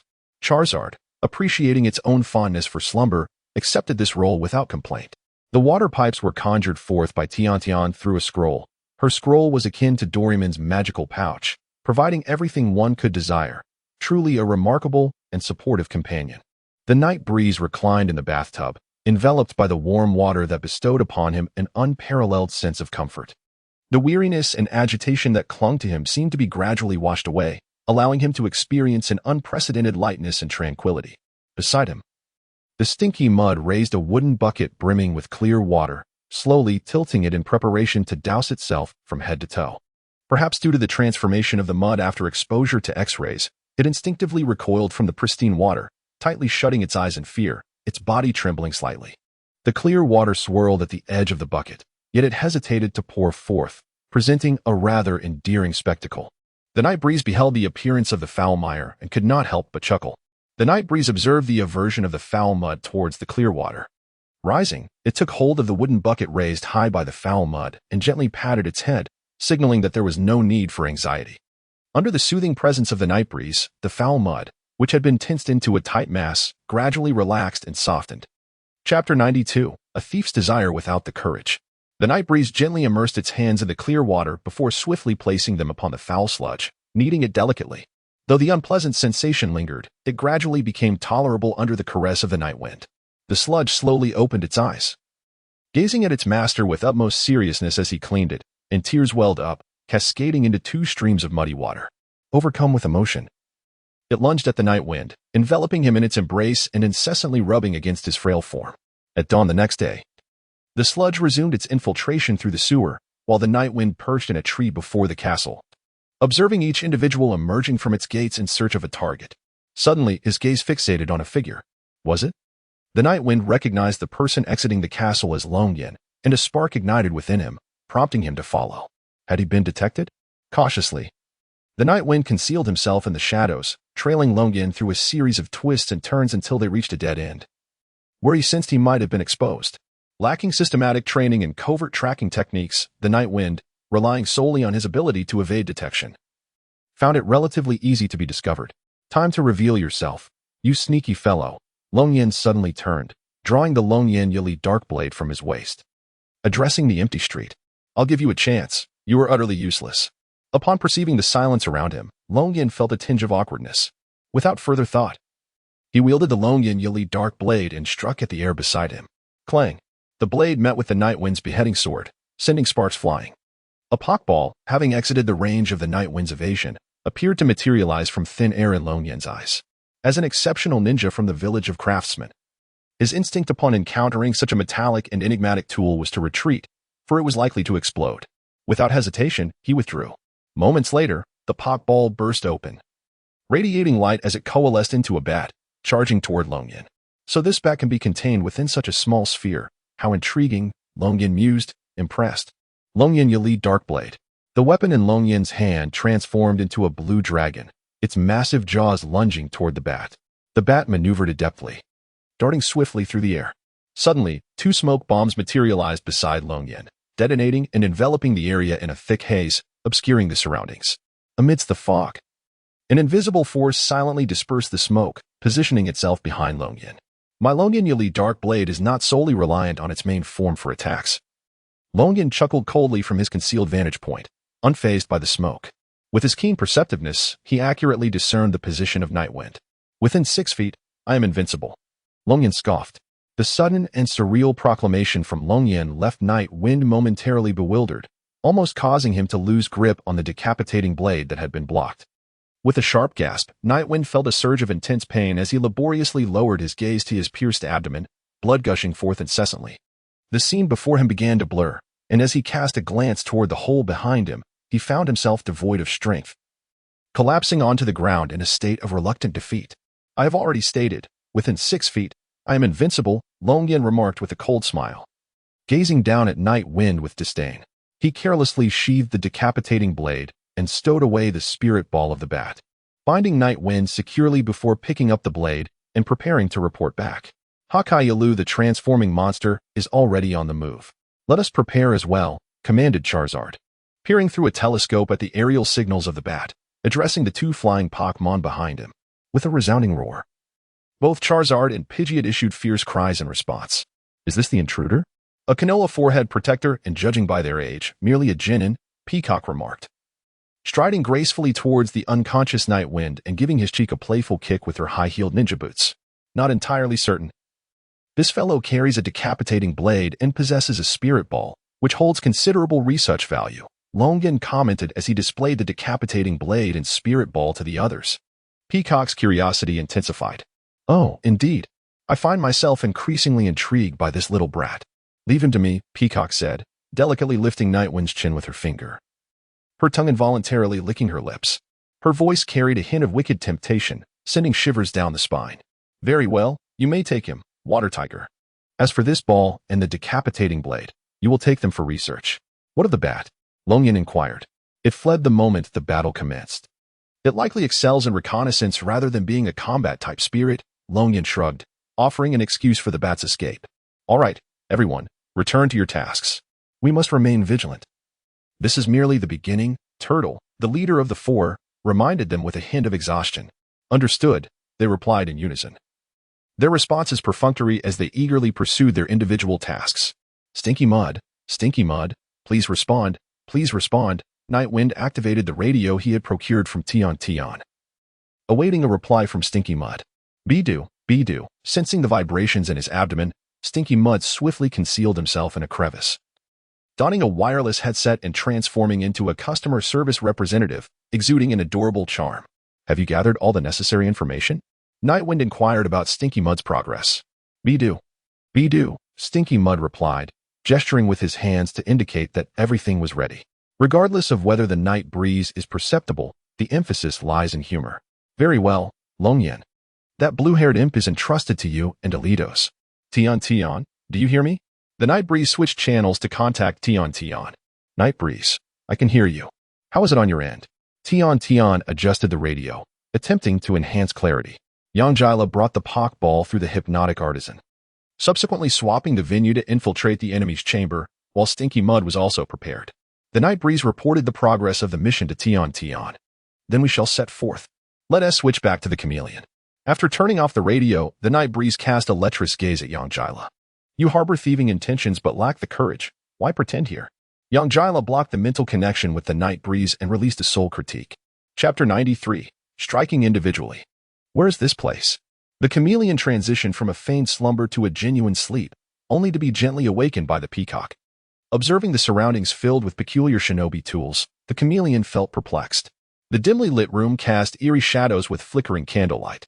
Welcome to paradise, little brother, the peacock said, cautiously pressing the soaring sword against the false Night Breeze's chest, beginning a slow descent. Her gaze radiated malevolent desire, as if relishing a thrilling game. Witnessing the peacock's intent to engage in such an exhilarating game, the chameleon felt compelled to act swiftly. With a peculiar twist, it transformed into the form of the peacock before it, evidently employing a transformation skill. Was it a metamorphosis or a bloodline technique, or perhaps an arcane art? Hey, transform back quickly. How can we joyfully play like this? I'm not as bizarre as you, the peacock exclaimed, astonished as the little boy before her suddenly morphed into her likeness, transitioning from shock to curiosity and ultimately to fury. A rage interrupted. Just as the peacock was about to escalate from verbal threats to physical confrontation, another astonishing event shattered her worldview. The figure of herself abruptly vanished, replaced by a fox holding a spoon. The fox shot a glare at her, inducing an inexplicable wave of nausea. Although humans and their physiology differ, feeling queasy from merely a glare seemed quite absurd. Fortunately, this sensation was fleeting. The peacock once again focused her gaze, only to find the same boy she had dragged back, devoid of any fox. Hello, big sister, Nightwind said, incessantly tossing the Pokeball in his hand towards the peacock, his eyes glinting with a hint of provocation. You little rascal have successfully incited my wrath. I shall slice away the fragments of flesh upon your body piece by piece. The peacock's expression darkened further, her voice laced with a frenzied, murderous intent. My petite frame cannot endure this. Allow me to present you with a formidable companion. Nightwind replied with a smile, seemingly unfazed by the peacock's threat. He gently waved his hand, hurling the Pokeball into the air, where it burst forth in radiant light, coalescing into the astonishing Steelix. A colossal roar reverberated through the room, sending chills down the spine. So massive, so formidable, the peacock gazed at Steelix, its immense, metallic golden body nearly touching the ceiling. A flicker of terror crossed her eyes as beads of sweat began to form on her forehead. Steelix, hardened. Nightwind's voice penetrated the peacock's ears like a chilling breeze. The metallic surface of Steelix became even more unyielding, resembling an impregnable fortress. Can it become any harder? If this continues, I cannot withstand it, truly cannot endure. I must resolve this spirit beast swiftly. Wind release, wind cutter. The peacock wielded her dual sword technique, unleashing a cross-slash imbued with wind chakra. In that moment, Steelix seized the opportunity to harden once more. Wind attributes correspond to flight, granting a twofold resistance. With 200 physical defense and having utilized harden twice, Steelix rendered the peacock's cross-slash as ineffective as a mere scratch. Steelix offered the peacock no chance for retaliation. It unleashed a piercing sound attack. Steelix opened its massive jaws, emitting a sound akin to metal grinding that pierced through the entire room. The echo in the confined space amplified the power of the sound attack to the maximum. The piercing noise reverberated in every corner of the room, causing the ninja tools on the walls to tremble as if manipulated by the sound waves. The peacock had initially anticipated that the colossal serpent would charge directly at her. Little did she expect its roar. Could it be that her previous assault was effective, only that it was slow to respond? However, the noise was unbearably loud, its piercing sound akin to the relentless flow of a mighty river, crashing into the peacock's ears like an uncontrollable flood from the Yellow River. Lingering long after it had begun, the peacock, tormented by the cacophony, felt as if her mind were ensnared by an invisible giant hand, the agonizing pain making it difficult for her to breathe. She pressed her hands tightly against her ears, yet the shrill sound penetrated her defenses, ruthlessly invading her fragile senses. The Night Breeze, well prepared, remained unaffected by the discordant noise. Whether it utilized its stealth was of little consequence. In that moment, the peacock, hands shielding her ears like an ostrich wishing to bury its head in the ground, curled up and knelt on the earth. Just as despair began to overwhelm her, The night breeze approached from behind, extracting a syringe to inject a special liquid. The peacock felt a sharp sting at her back but remained unresponsive, for the jarring sound was far more terrifying. As the liquid coursed through her body, she sensed an increasing heaviness, her eyelids succumbing to the encroaching drowsiness. Her consciousness began to fade, and she felt her body slipping out of her control, ultimately succumbing to a deep slumber. The efficacy of the sleep agent crafted from the powder of the great butterfly astounded the night breeze, who effortlessly lifted the peacock and carried her towards the rendezvous point. What on earth was that fellow Baoguei so worried about? Longyan muttered to himself as he returned to his room, shutting the door behind him. That damned individual had the audacity to use a smoke bomb, leaving him utterly filthy. The thought of the night breeze ignited another wave of irritation within Longyan. Drip, drop. Huh? Mud? What a foul odor. How could there be mud in my room? Longyan disdainfully flicked the mud that had settled on his shoulder, bringing it to his nose to sniff. Just as he attempted to look up to discern the source, it was too late. The stinking mud had already cascaded onto his head, while he struggled to control the foul substance, forcing it into his mouth, nostrils, and ears, all the while receiving a thunderous blow to his waist. Agonizing pain radiated throughout his body, twisting his features in agony. He wished to scream, yet only a muffled groan escaped his lips. At that moment, lurking in the shadows, Alito swiftly unleashed his silk-spinning skill. A slender thread shot forth from his mouth, snatching the Dragon Eye's blade from his waist. Without hesitation, Alito's advanced, employing his absorption technique, draining Longyan as one would extract juice from fruit. The self-proclaimed invincible Longyan collapsed, ensnared in a cocoon of silk spun by Alito's, dragged away by the foul mud. How are the research endeavors progressing, Water Tiger? The peacock inquired as she entered Water Tiger's laboratory, idly fiddling with the peculiar objects surrounding her.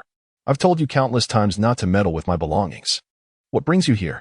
Why is that leaf brat finishing so quickly? The Water Tiger remained engrossed in tinkering with the Pokeball in hand, while responding to the peacock's chatter. Chapter 94, Tian Tian versus Treasure Tortoise. Indeed, that lad's scroll revealed several of these orbs, which I brought to show you. The peacock set aside an odd trinket and approached the Water Tiger, producing a Pokeball from an unknown source. The Water Tiger lifted his gaze, fixating on the Pokeball in the peacock's grasp. They're all unopened. I wonder if they contain spirit beasts as well. Did that lad mention how to open them? He extended his hand, gently accepting the orb to examine it closely. Look, each Pokeball has a tiny protrusion. Pressing that will unlock the ball. The peacock explained with a smile.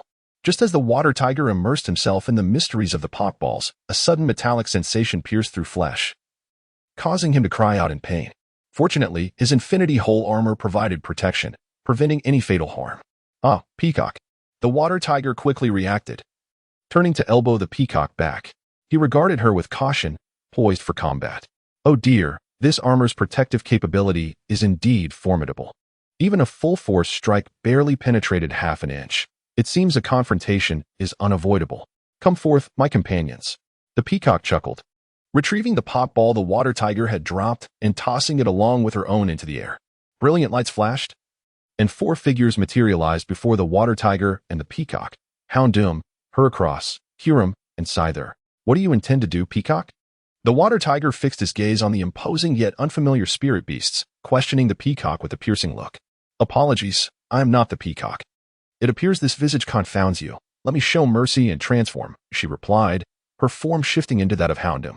What have you done to the peacock? Faced with this transformation into an unfamiliar creature, even the dim-witted realized the entity before them was not the peacock. Upon understanding, his immediate reaction was to inquire about her condition. However, this time the Ditto did not respond but instead joined the other spirits in a joyful skirmish. Scyther, the swiftest, launched the first strike with a bullet punch, followed closely by Heracross and Kyurem. Heracross aimed a brick break at the Water Tiger's head, while Kyurem executed a cross-cut targeting the Water Tiger's center. 2 Houndooms coordinated a low kick attack aimed at the Water Tiger's base. What could a burly man clad in chakra-absorbing armor do? While the Water Tiger's armor offered some defense against physical attacks, it was limited. He was left with no recourse but to endure the blows. The spirits were somewhat delighted, for since their summoning by Nightwind, none of their adversaries had proven weak. There are even records of defeat. When encountering such a punching bag that neither fights back nor retorts, the elf strikes inevitably grew heavier. It was not until the Water Tiger succumbed to unconsciousness, filled with resentment, that the elves ceased their assault, and Howley carried the Water Tiger away. Zubat. Have you determined the location? Asked Tian, perched on the back of Pidgeot, as she conferred with Zubat. Kakeru Zubat spiraled through the sky, its keen gaze fixed upon the castle below. The sharp cries of Zubat echoed continuously, responding to Tian's inquiry. Very well, Charizard. Use your dragon claws to breach that formidable wall. Pidgeot, unleash a whirlwind upon the foes within the chamber. Zubat, take this opportunity to disrupt the enemies with ultrasonic waves. I shall personally bring this battle to a close. With that, Tian tapped the two handguns at her waist. Charizard, without hesitation, flapped its powerful wings. And with a mighty roar, the thick wall crumbled before its claws as if it were mere tofu, debris, and dust scattering in all directions, revealing the scene within the room. The tortoise, startled by the sudden assault, hastily stood up, attempting to discern what had transpired through the haze, before it could fully comprehend. A whirlwind, born from the swirling dust, surged toward the tortoise. Reacting swiftly, the tortoise nimbly evaded by leaping and rolling to the side, successfully dodging the tornado's attack. However, just as the tortoise breathed a sigh of relief, a dark shadow streaked toward it from the corner of its eye. Without a moment's hesitation, the tortoise instinctively drew the radiant blade strapped to its back. The magical gem atop the pitch-black blade shone brilliantly, flooding the entire room with light. Zubat, already averse to sunlight, was instantly overwhelmed by the blinding radiance, falling into a dazed state and collapsing to the ground. It seems I underestimated you. Very well. Let me defeat you with my own hands, Tian declared as she leaped down from Pidgeot, positioning herself for battle with her twin pistols drawn at her thighs. Oh, is the battle not yet concluded here? At that moment, the night wind ushered in a host of elves who, after dispatching the floor guards, entered the room with the three unconscious members of the Quadrant Guardians. There's been a small mishap. The battle has now commenced, Tian declared without turning back, adopting a combat stance in preparation to engage the tortoise. The Night Breeze, observing Tian's demeanor, comprehended her intention to confront the adversary alone. He withdrew the Pokeball containing the large-mouthed bat and quietly settled in a corner, watching intently. You great nation ninjas are all alike. Lofty and disdainful of the small ninja villages, you shall pay dearly for this. Just wait and see, as I trample your Konoha village beneath my feet. Starting with you two little brats. With your heads as offerings, I see that the weapons of the other four celestial beings have been brought forth, and instantly, confidence surged within me, as the innate villainous taunts and declarations of intent filled the air. Come forth. The infinite whole-armored tortoise raised its luminous blade and proclaimed loudly. Subsequently, the infinite whole armor equipped itself onto the water tiger. Tian refrained from intervening, choosing instead to seize this opportunity to refine her combat style. It is only in the face of formidable foes that she can truly unleash her potential. The Night Breeze remained undisturbed as he retrieved a notebook from his backpack, preparing to chronicle the unfolding battle. Come forth, Peacock Twin Swords, Dragonite Fong, and the Hidden Blade, he declared, channeling a sentiment that starkly contrasted with his character. As the tortoise, adorned in the same kidney-deficient smoky eye makeup, uttered a line steeped in youthful bravado. Once the tortoise had completed his transformation, Tian wasted no time. Drawing her twin guns with resolve, in an instant, she emptied the magazine, unleashing 16 bullets that surged from the barrels, forming two fiery lines aimed at the tortoise. With a focused gaze, the tortoise unsheathed the Peacock Twin Swords, and in a flash, chakra surged within him, manifesting as a formidable wall of wind. Reminiscent of Yasuo's wind wall, deflecting the 16 projectiles launched by Tian. Unfazed by the thwarted bullets, Tian swiftly reloaded, adeptly altering her tactics, which included changing magazines, maneuvering in combat, and executing a series of strategic movements. Chapter 95, Ever-Changing. Bullets wove through the air, striking with both speed and precision towards the tortoise. His swordsmanship evolved as well. No longer merely thrusting upward, he unleashed a comprehensive technique that encompassed a full 360 degrees, utilizing wind blades to intercept the incoming barrage from all directions. As the dynamic skirmish yielded no decisive advantage, both parties found themselves locked in a stalemate. Continuing down this path will only deplete both parties' stamina. Tian retrieved a miniature scroll from his sleeve. With a resounding bang, the scroll unfurled instantly, enveloping the area in smoke, and in his hands, a formidable assault rifle had materialized. The gun spat fire as a torrential rain of bullets surged towards the tortoise once more. The assault rifle relentlessly unleashed a barrage of flames. The rapid-fire rate of the bullets significantly escalated. The tortoise, not to be outsmarted, intensified its chakra output and harnessed the centrifugal force generated by its own rotation to amplify the power of its wind blade. The wind blade coalesced into a tornado, encasing the tortoise within its protective embrace. Bullets struck the tornado with resounding thuds, yet they could not penetrate the tempest's defense. As the tornado spun swiftly, the bullets became enmeshed in its whirl.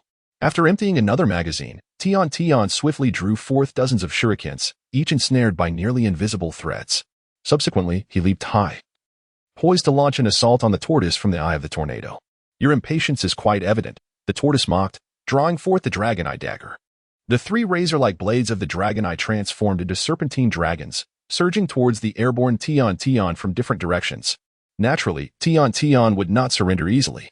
He unsheathed the dual pistols affixed to his jade-clad legs, aimed at the tortoise, and emptied the magazine in a swift maneuver to create a diversion. A multitude of bullets formed a fiery line directed at the tortoise. The tortoise promptly dispelled its magical aura, preparing to counter the incoming hail of bullets with its wind blade. With the chakra's sustenance dissipated, the tornado vanished in an instant. Seizing the opportunity, Tion deftly manipulated the threads in his grasp, guiding the shurikens like sharp arrows aimed at the tortoise's vital points. With little time to spare, the tortoise spun rapidly once more, resurrecting the tornado to shield itself anew. The shurikens, tethered by the threads, attempted to pierce through the tornado, but to no avail. The sounds of thunderous clashes erupted as shurikens were deflected by the tornado, swirling helplessly in their wake. Without the wind blade, the bullets still posed a threat. As they neared, the tortoise could only command two serpentine dragons to swiftly intercept and shield against the lethal projectiles. With a focused gaze, Tion experienced a flash of inspiration in his mind. She instantly conjured a robust chain, casting one end into the ceiling while the other ensnared the approaching dragon. With a sudden pull and shake, she swung the chain in a sweeping arc, lifting both the dragon and the treasured tortoise into the air. The tortoise, already deprived of its footing, struggled to execute precise wind slashes due to the chain's violent oscillation, failing to sever it. Naturally, she would not allow the tortoise any opportunity. She adhered her chakra to the ceiling, retrieved her rifle, swiftly reloaded with a new magazine, and began firing with rapid bursts. In response to her formidable firepower, the tortoise refrained from attempting to sever the chain again, relying instead on the two dragons behind it for defense. One dragon incessantly shielded against the bullets, while the other contracted, preparing to envelop the tortoise and protect it from harm. Simultaneously, the tortoise seized the moment of the dragon's contraction to unleash a series of wind slashes, while the infinite whole armor on its chest released a fiery torrent, channeling the last gust of wind into a fire wall aimed at pushing her back. Faced with such a barrage, she had no choice but to abandon evasion. After a brief moment of gathering her strength, she leaped into the air, deftly avoiding the initial wind blades. As she descended, she hurled several smoke bombs to the ground, providing cover for her landing. Following this, she summoned a shield large enough to shield her body, bracing against the incoming fire attack. Freed from her interference, the tortoise swiftly severed the chain and fell back to the ground.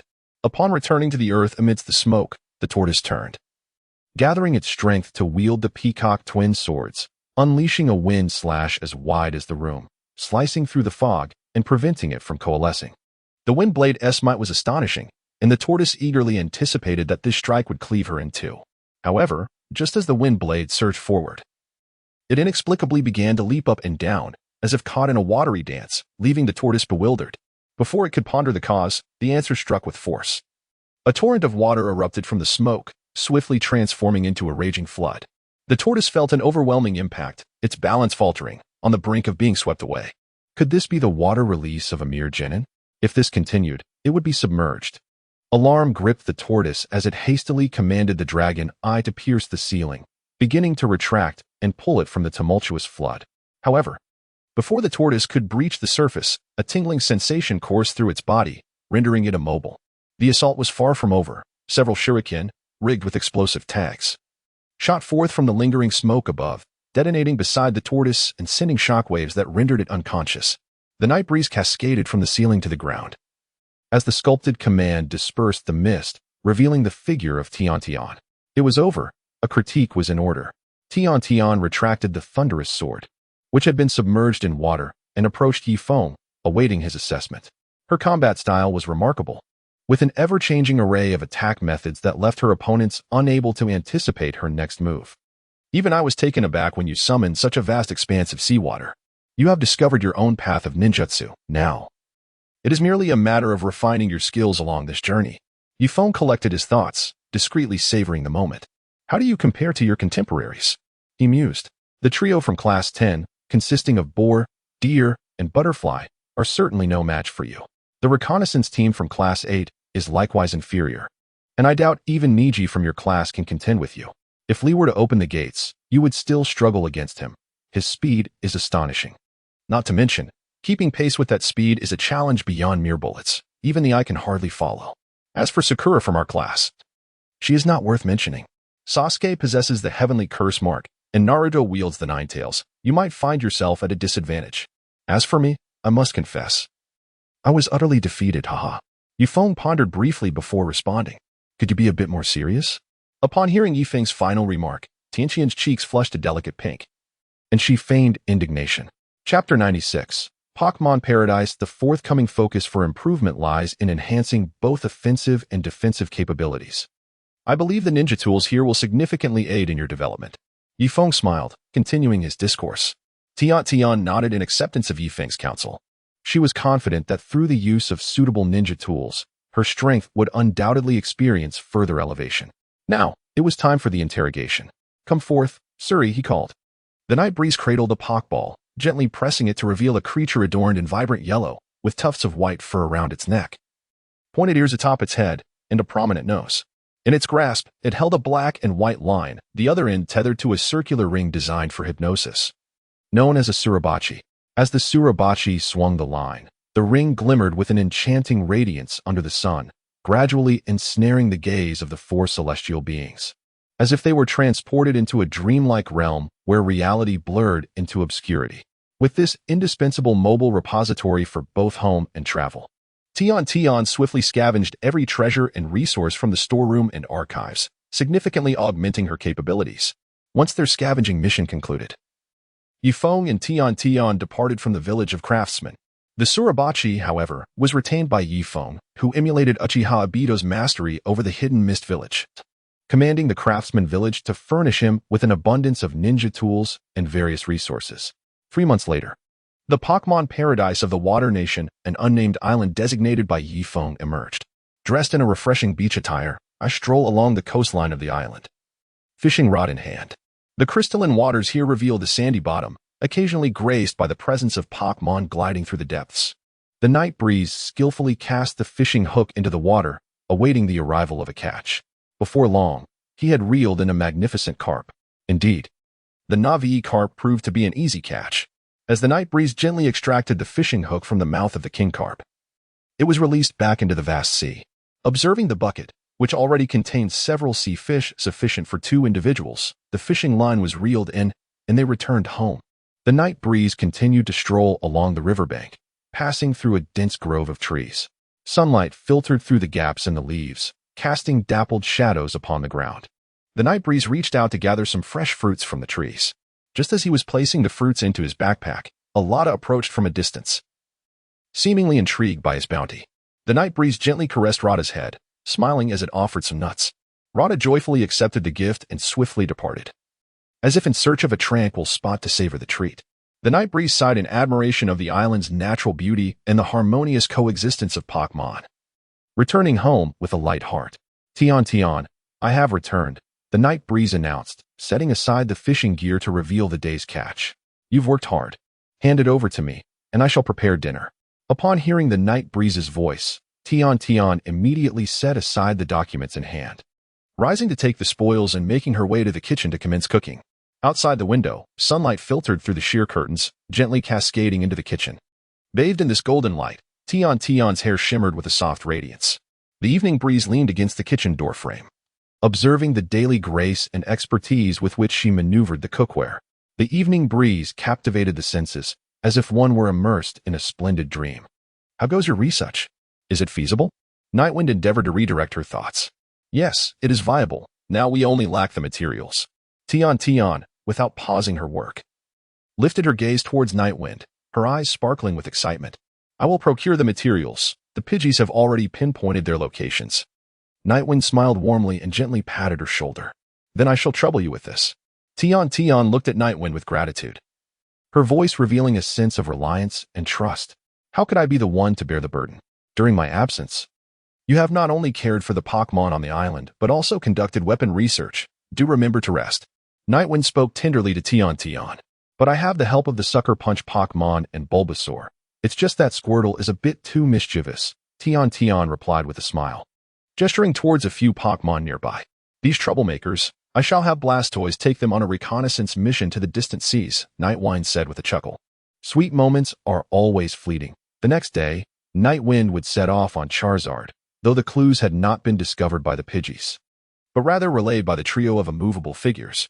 Master, the immovable one called out, his voice laced with reverence for Nightwind. Ah, let us change the address. I'm not accustomed to being called master by such a stout individual, Nightwind responded with a playful frown. Let us call you sir then. The immovable one immediately amended. That works. From now on, I shall be that esteemed sir, and the plan to annihilate Konoha is I digress. Nightwind nodded in satisfaction. Have your Pokémon hatched? Nightwind inquired. Yes, we are all very fond of them, the immovable one replied, with Bu Yuan and Bu Feng nodding in agreement behind him. As long as you like them. Nightwind beamed a comforting smile. Where are the ninja swords? The immovable one produced a scroll from his pocket, unfurling it to summon 3 ninja swords. Explosive Blade, Dull Blade, and Long Blade. The immovable one presented each sword to Nightwind. The Thunderblade, Fong, is still in the hands of the rogue ninja, Black Chisel Thunder Fong. On several occasions when we prepared to encircle him, he always managed to escape beforehand. The Twin Blade Flounder remains in the Hidden Mist Village, and we are still devising a way to infiltrate. The Great Blade, Sharkskin, is in the possession of the rogue ninja, Kisame Hashigaki. His whereabouts are unpredictable, and we have yet to ascertain his location. The immovable one continued to relay the information, with the 3 lowering their heads, awaiting reprimand. All right, I understand. You have worked hard. Please inform me of Black Chisel Thunderfong's movements. I shall personally pay him a visit. Your next task is to locate the legendary 2 beams of light in the clouds, the 6 paths ninja tools of the brothers Golden Horn and Silver Horn. Nightwind broke the silence, speaking gently to them. By the way, here are the rewards for this mission, and as she spoke, she handed 3 Pokémon eggs to the trio. The immovable ones received the Pokémon eggs, their eyes brimming with anticipation. The Nightwind summoned Pidgeot, binding a scroll of ninja tools to its leg, instructing it to carry 3 ninja swords in search of Tion. Pidgeot soared high, swiftly navigating through the clouds towards the direction of Tion. Subsequently, the Nightwind and Charizard left a long trail of flames in the sky, heading towards the location of Black Ho Thunderfong. Chapter 97. The characteristics of the lightning rod in the Yajang Grass Gold Mine. Thunderfong sensed the approach of a formidable presence, prompting Lamon to urgently alert Black Ho Thunderfong. Where? Black Ho Thunderfong placed his hand on the lightning blade. On high alert. In the sky. We must ascend to a higher ground. I shall strike it down with lightning. His gaze unwavering. Black Ho Thunderfong made a decisive call. We don't have time. The enemy is already diving. Lamon warned anxiously. Black Ho Thunderfong swiftly turned his gaze skyward, only to see an orange dragon plummeting rapidly, accompanied by 2 black dots, one large and one small. However, the distance was too great to discern clearly. Ninjutsu, Fong of Lightning. Lightning, descend. Black Ho Thunderfong channeled chakra within him, and the surrounding electricity began to gather. Under the guidance of the lightning blade, 2 massive bolts of lightning surged from the heavens, accurately striking the Charizard in midair. Black Ho Thunderfong let out a sigh of relief, believing the enemy had been struck down by the lightning. Yet, at that moment, he heard Lamon's voice. All the lightning has been absorbed by a summoning beast. There was an undertone of helplessness in Lamon's words. What did you say? Black Ho Thunderfong exclaimed in shock, unable to fathom that the enemy possessed a summoning beast capable of absorbing lightning, a sense of unease settling over him. They're coming, Lamon warned. A searing flame erupted from Charizard's mouth, launching towards the ground.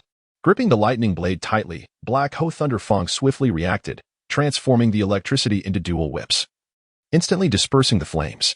Charizard finally landed, and the Nightwind along with Gala leapt down from its back. Black Ho Thunderfong fixed his sharp gaze upon them. One of the 7 ninja swordsmen, Black Ho Thunderfong. Is this the lightning blade? Quite fitting with your name, the Nightwind jested. Who are you? Wait. How do you possess the decapitating sword? Did that rascal, Pipa Shirzong, meet his demise? Hai-Rhea warily observed Nightwind and Gala. A multitude of questions blossoming in his mind as he urgently inquired, Dead? The second wielder of the decapitating blade is the specter known as Momochi Zabuza. It was he who bestowed this blade upon me. Who exactly are you? How could Zabuza entrust a blade to a Leaf Village ninja? Haiheiraya furrowed his brow, filled with skepticism and distrust towards Nightwind's words. I am Tsukiyakari Yafing. I hold a keen interest in the individual behind you and the Raikiba in your grasp. Join me as my subordinate. Nightwind chuckled softly, a hint of arrogance in his tone. You insolent brat. Ninjutsu, lightning fang. Haiheiraya summoned the chakra within him, causing the Raikiba to gather surrounding lightning, manifesting into a colossal bolt. The lightning surged toward Nightwind with unparalleled ferocity, just as it was about to strike. The bolt inexplicably veered, hitting Gala instead, inflicting no harm whatsoever. Haiheiraya cast a furtive glance at the Raikiba in his hand. His heart a tempest of anxiety and conflict. The night breeze discerned the hesitation of Black Ho Thunderfang, and with a gentle smile, he remarked, Thunderfang.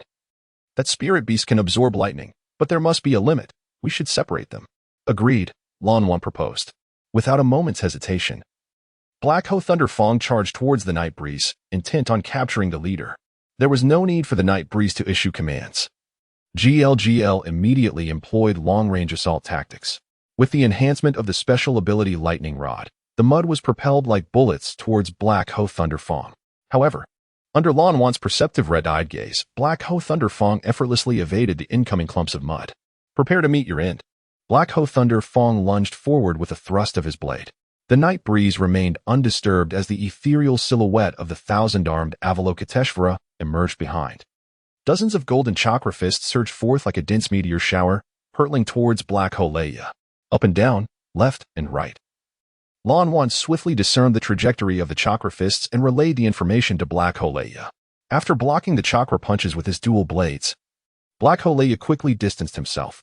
It seemed that engaging in close combat offered little advantage. Could he possibly escape?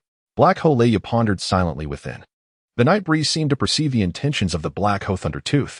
He retrieved 3 Pokeballs, summoning forth a trio of creatures, a trio of Diglett, a Steelix, and a Scyther, who materialized beside him.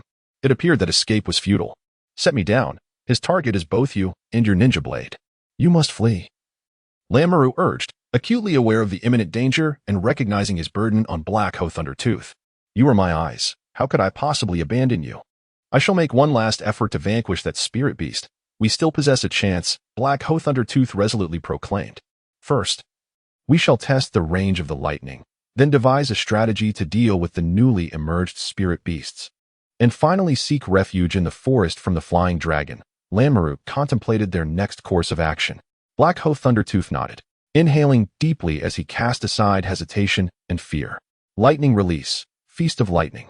He bellowed, thrusting his dual blades into the ground and unleashing a torrent of blue lightning that spread forth like branches. The azure lightning swiftly enveloped the entire battlefield, with immense currents dancing chaotically in the air, exuding a terrifying power. Gala stepped before Night Breeze as the initially sprawling blue lightning began to converge upon him. Gala's form was ensconced in the electric energy, standing firm and impervious to harm. That spirit beast can only attract lightning within a 30-meter radius. Lamoureux elucidated to Black Ho Thundertooth. Ninjutsu, mist concealment technique. Black Ho Thundertooth nodded in agreement, as a dense mist seeped into the air, rapidly engulfing the entire battlefield. The fog was thick and heavy, rendering visibility nearly impossible. Steelix coiled its massive body around Night Breeze, forming a sturdy shield of protection. The 3 Diglett swiftly burrowed underground, vanishing from sight. Scyther and Gala stood back to back, alert and prepared for any unforeseen eventualities. The Night Breeze had no intention of dispersing the mist with the use of the Ba De Dai or the Baidiao, without the enhancement of the Thunderfang blade. The power of the Black Ho Thunderfang was significantly diminished. Nonetheless, it should still possess the strength of a seasoned jonin. The Night Breeze decided to first assess the capabilities of the 2 sprites, gauging their ability to vanquish one another. Gala utilized focus energy, enhancing its critical hit ratio in preparation for the impending clash. Meanwhile, Scyther employed the defensive technique Iron Defense, bolstering its own resilience. 2 colossal bolts of lightning began to converge upon Gala and Scyther. Due to Galagala's unique ability, the surrounding lightning was swiftly attracted, curving towards its form. Unfazed, Gala steadily absorbed the electric energy. This predicament left Scyther, caught between the bolts and Gala, to evade desperately lest it be struck by the surging currents. Chapter 98. Capturing the Black Hoe Thunderfang. After exchanging a glance, Gala and Scyther swiftly distanced themselves by 30 meters, minimizing the angles of attack facing Scyther. After executing a swift maneuver, Scyther began to circle around Gala, searching for the whereabouts of Black Hoe Thunderfang within a radius of 30 meters. The dense fog obscured visibility, rendering the brilliance of the lightning dim and complicating Scyther's evasion of the bolts. The thick mist, the flickering lightning, the rumbling thunder, the delayed assault, and the elusive enemy all conspired to create an intangible pressure upon Scyther's heart. With lightning-type attacks proving ineffective against Gala, it remained unconcerned, casually surveying its surroundings. Amidst the fog, countless spheres of lightning gradually traversed the haze, encroaching upon the space around Gala, compressing Scyther's area of movement. What is this sand? The moment I contemplate fleeing, it ensnares my legs, Black Hoe Thunderfang lamented, kicking at the sandy ground in a futile attempt to break free from his confinement. Yet, despite his efforts, the sand appeared unyielding, firmly trapping him in place. It must be the work of that spirit beast underground. We are too far beneath the surface for our attacks to reach it. Lon expressed his exasperation at their predicament. This is dire. Perhaps we should capture the ringleader. Black Hoe Thunderfang proposed a new strategy. Futile. This fellow is well prepared. That steel serpent has ensconced him thoroughly, and lightning is unlikely to affect it either. We cannot tunnel underground to launch an attack, and furthermore, their spirit beast resides below. Thunderfang, you should surrender to him. He promised to spare you, Lon whispered anxiously. A hint of resignation evident in his brow. Do not jest. We are united in this, Black Hoe Thunderfang replied, his gaze fixed ahead, fully aware of the perilous situation they faced. However, he resolutely declined Lon request. At present, only the red mantis was vulnerable to lightning's wrath. Thus it must be the first target. Lon took a deep breath and declared, I have already set the trap for it. Let us commence with it. Leia silently nodded. The thunder prison conjured forth as lightning cleaved the sky. 2 bolts shot forth from the thunder blade, intertwining with the floating thunder spheres above, forming a prison of electricity that ensnared the giant claw mantis, inexorably tightening around it. Return, giant claw mantis. A red light enveloped the creature, drawing it back into the pockball. Unbeknownst to them, Yifeng emerged from the protection of the steel serpent. Surveying the mist swirling with electricity, you may be impervious to my influence, but that does not imply I am powerless against you. Let us converse. I harbor no malice. Yifeng's voice resonated through the stillness of the night sky. Leia stepped forth from the fog, gripping his weapon tightly, his gaze resolute and unwavering. He understood that the forthcoming moments would determine their fate. You have established dominion here, exploiting the local populace, and more critically, controlling the mineral resources. Do you truly believe that your strength alone can withstand the might of the great shinobi village? Yifeng's words struck deep into the hearts of Leia and Lon, exposing their innermost anguish. Leia and Lon fell into silence, acutely aware of the truth in Yifeng's assertion. If that is the case, what do you wish for me to do? Leia inquired through gritted teeth. The night breeze smiled, its eyes sparkling with brilliance, and spoke. Assist me in seizing the hidden mist village, and I shall grant you that which you desire. I emerged from the hidden mist village. Despite the incessant turmoil within, I fear that with just the 2 of us, we may not stir much of a tempest. For after all, the 4th Mizukage is a flawless Jinchuriki. Leia hesitated, reluctant to place his trust in the promises of the night breeze. The gaze of the night wind grew more resolute as he proclaimed, I am not alone. I command a formidable army of spirits. If you're willing to join us, I firmly believe we can alter the fate of Hidden Mist Village together. The whispers of the night breeze plunged Rhea and Ranmaru into profound contemplation. Once ninjas of the Hidden Mist Village, they harbored a profound concern for the fate of their homeland. The gaze of Night Wind was cast toward the horizon, as Leia and Lon fixed their attention upon him. The land of crafts has been brought under my dominion. I require not your presence on the front lines, but merely your reports from the Mist Ninja Village and your assistance in nurturing the spirits. Furthermore, I desire to take Leia to forge more formidable weapons. The words of Nightwind resonated deeply within Leia and Lon, stirring their innermost thoughts. Should you choose to ally with me in seizing the Mist Village, I shall bestow upon you powerful Pokémon for your protection, offer healing to the individual behind you, and provide you with a sanctuary. Nightwind's voice was imbued with an alluring charm, as if he were unveiling a splendid future before them. Leia and Lon exchanged glances, aware that this could be their singular opportunity, the only path to altering their wayward fates. They longed to cease their wandering and yearned for a home to rely upon. As their hesitation gradually dissipated, Leia finally spoke. "We are willing to join your ranks and assist you in capturing the Mist Village." The night breeze smiled as it extended its hand, and Leia and Lan Wan grasped it firmly. "Come back to the base with me." The night breeze summoned the fire dragon and the Pidgeot. Nightwind perched upon the back of a Charizard, while Black Hole Leia sat steadily on the back of a Braviary, embarking together on their journey to the Nightwind base. The outer seas of Pokémon Paradise roared with tumultuous waves as the wind howled fiercely. Enormous splashes crashed against the small vessel, sending forth a mist of white water. Guizhong Manue gripped his dual-blade flatfish tightly, his brow slightly furrowed, his gaze solemnly fixed upon the approaching large ship, a pursuit force dispatched by the fog-hidden village. "Shuiwei, you must take them away. I will hold them off." Guizhong Manwei gently patted Shuiwei's head, chakra slowly flowing into the dual-blade flatfish. "Brother, we shall go together." Shuiwei urgently grasped Guizhong Manue's hand, unwilling to let her brother face danger alone. "Lady Terumime, please take good care of my younger brother." Guizhong Manwei leaped off the escape boat, treading upon the waves, his figure darting like lightning towards the pursuing vessel behind them. "Manwei, do not linger in battle. Prioritize the safe departure of the little ones." The first beauty of the Mist Village, Terumime, stood at the bow of the ship. Her delicate face marked with a grave expression. Her emerald green eyes sparkled with intensity, while her auburn, cross-patterned long curls danced in the sea breeze, with one eye obscured by her hair and her pink lips slightly parted. Chapter 99. Garlic? Tortoise? Terumime did not hinder Manwei, understanding the necessity of leaving someone behind to cover their retreat. Otherwise, the pursuing genin would face devastating consequences. "None of you will escape." Betrayal of the village leads only to death. Emerged from the cabin a figure with green hair and purple eyes, bearing a facial scar resembling stitches.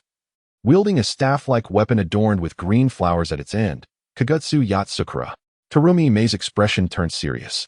She had not anticipated that this escape by the genin would provoke Kagutsu Yatsukura.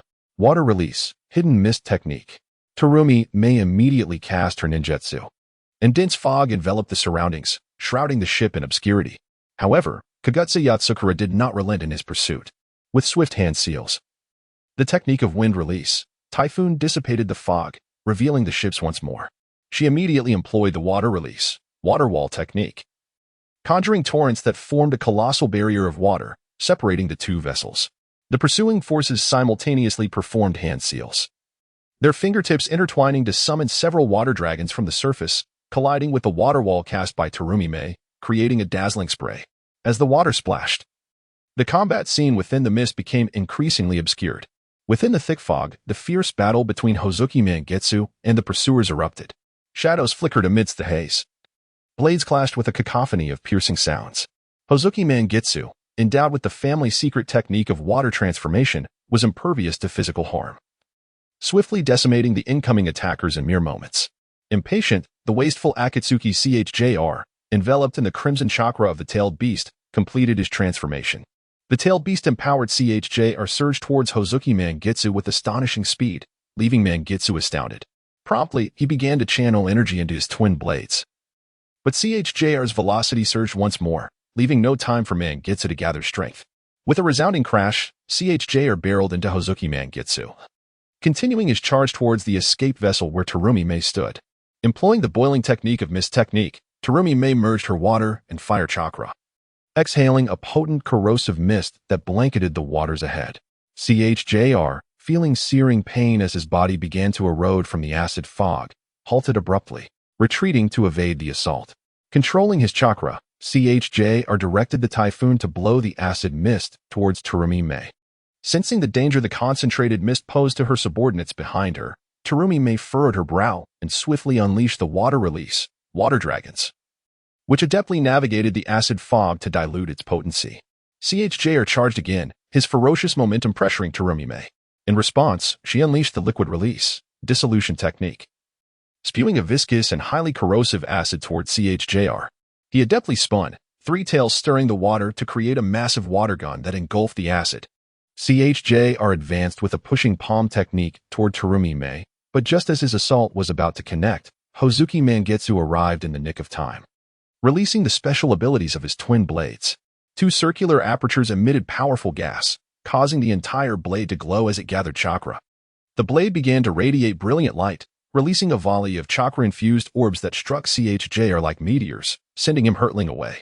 Lady Terumi-Mei, are you unharmed? Hozuki Mangetsu inquired with concern. I am well, Terumi-Mei replied with a gentle smile. As CHJR regained his composure, a fervent light flickered in his eyes. He felt the tailed beast chakra within him stir, signaling the moment to unveil his true power. He opened his mouth wide, channeling the tailed beast's energy. A massive surge of energy coalesced within his mouth, compressing into a high-density tailed beast ball. The destructive aura it radiated seemed to freeze the surrounding air. CHJR swallowed the condensed energy, preparing for release. With a fierce roar, he unleashed a powerful energy beam, striking towards the escape vessel where Terumi-Mei was located, scorching everything in its path as if determined to reduce all to nothingness. Stepping forth, Hozuki Mangetsu prepared to confront the impending threat. He enveloped his liquefied form with vast amounts of seawater, transforming it into a colossal aquatic beast, which became an insurmountable barrier, shielding both Kajitsunemitsu and the fleeing ship from the devastating onslaught of the enemy. The energy beam collided with the immense water wall, producing a deafening roar. Brilliant light illuminated the entire sea surface, scattering the surrounding splashes into mist that lingered in the air. As the radiance gradually faded, only remnants of the fleeing vessel remained, while the gigantic water creature, embodying the spirit of the moon, had vanished without a trace. Mizukage, the six-tailed beast, had defected, and a member of the Umbu hurriedly approached Kajitsunemitsu, anxiously reporting the situation. Nanny, he exclaimed, preparing to assist Kajitsunemitsu in shedding his beastly form and regaining his humanity. He cast his gaze towards the debris on the water's surface, weighing his options, and ultimately resolved to follow the Umbu in pursuit of the defector.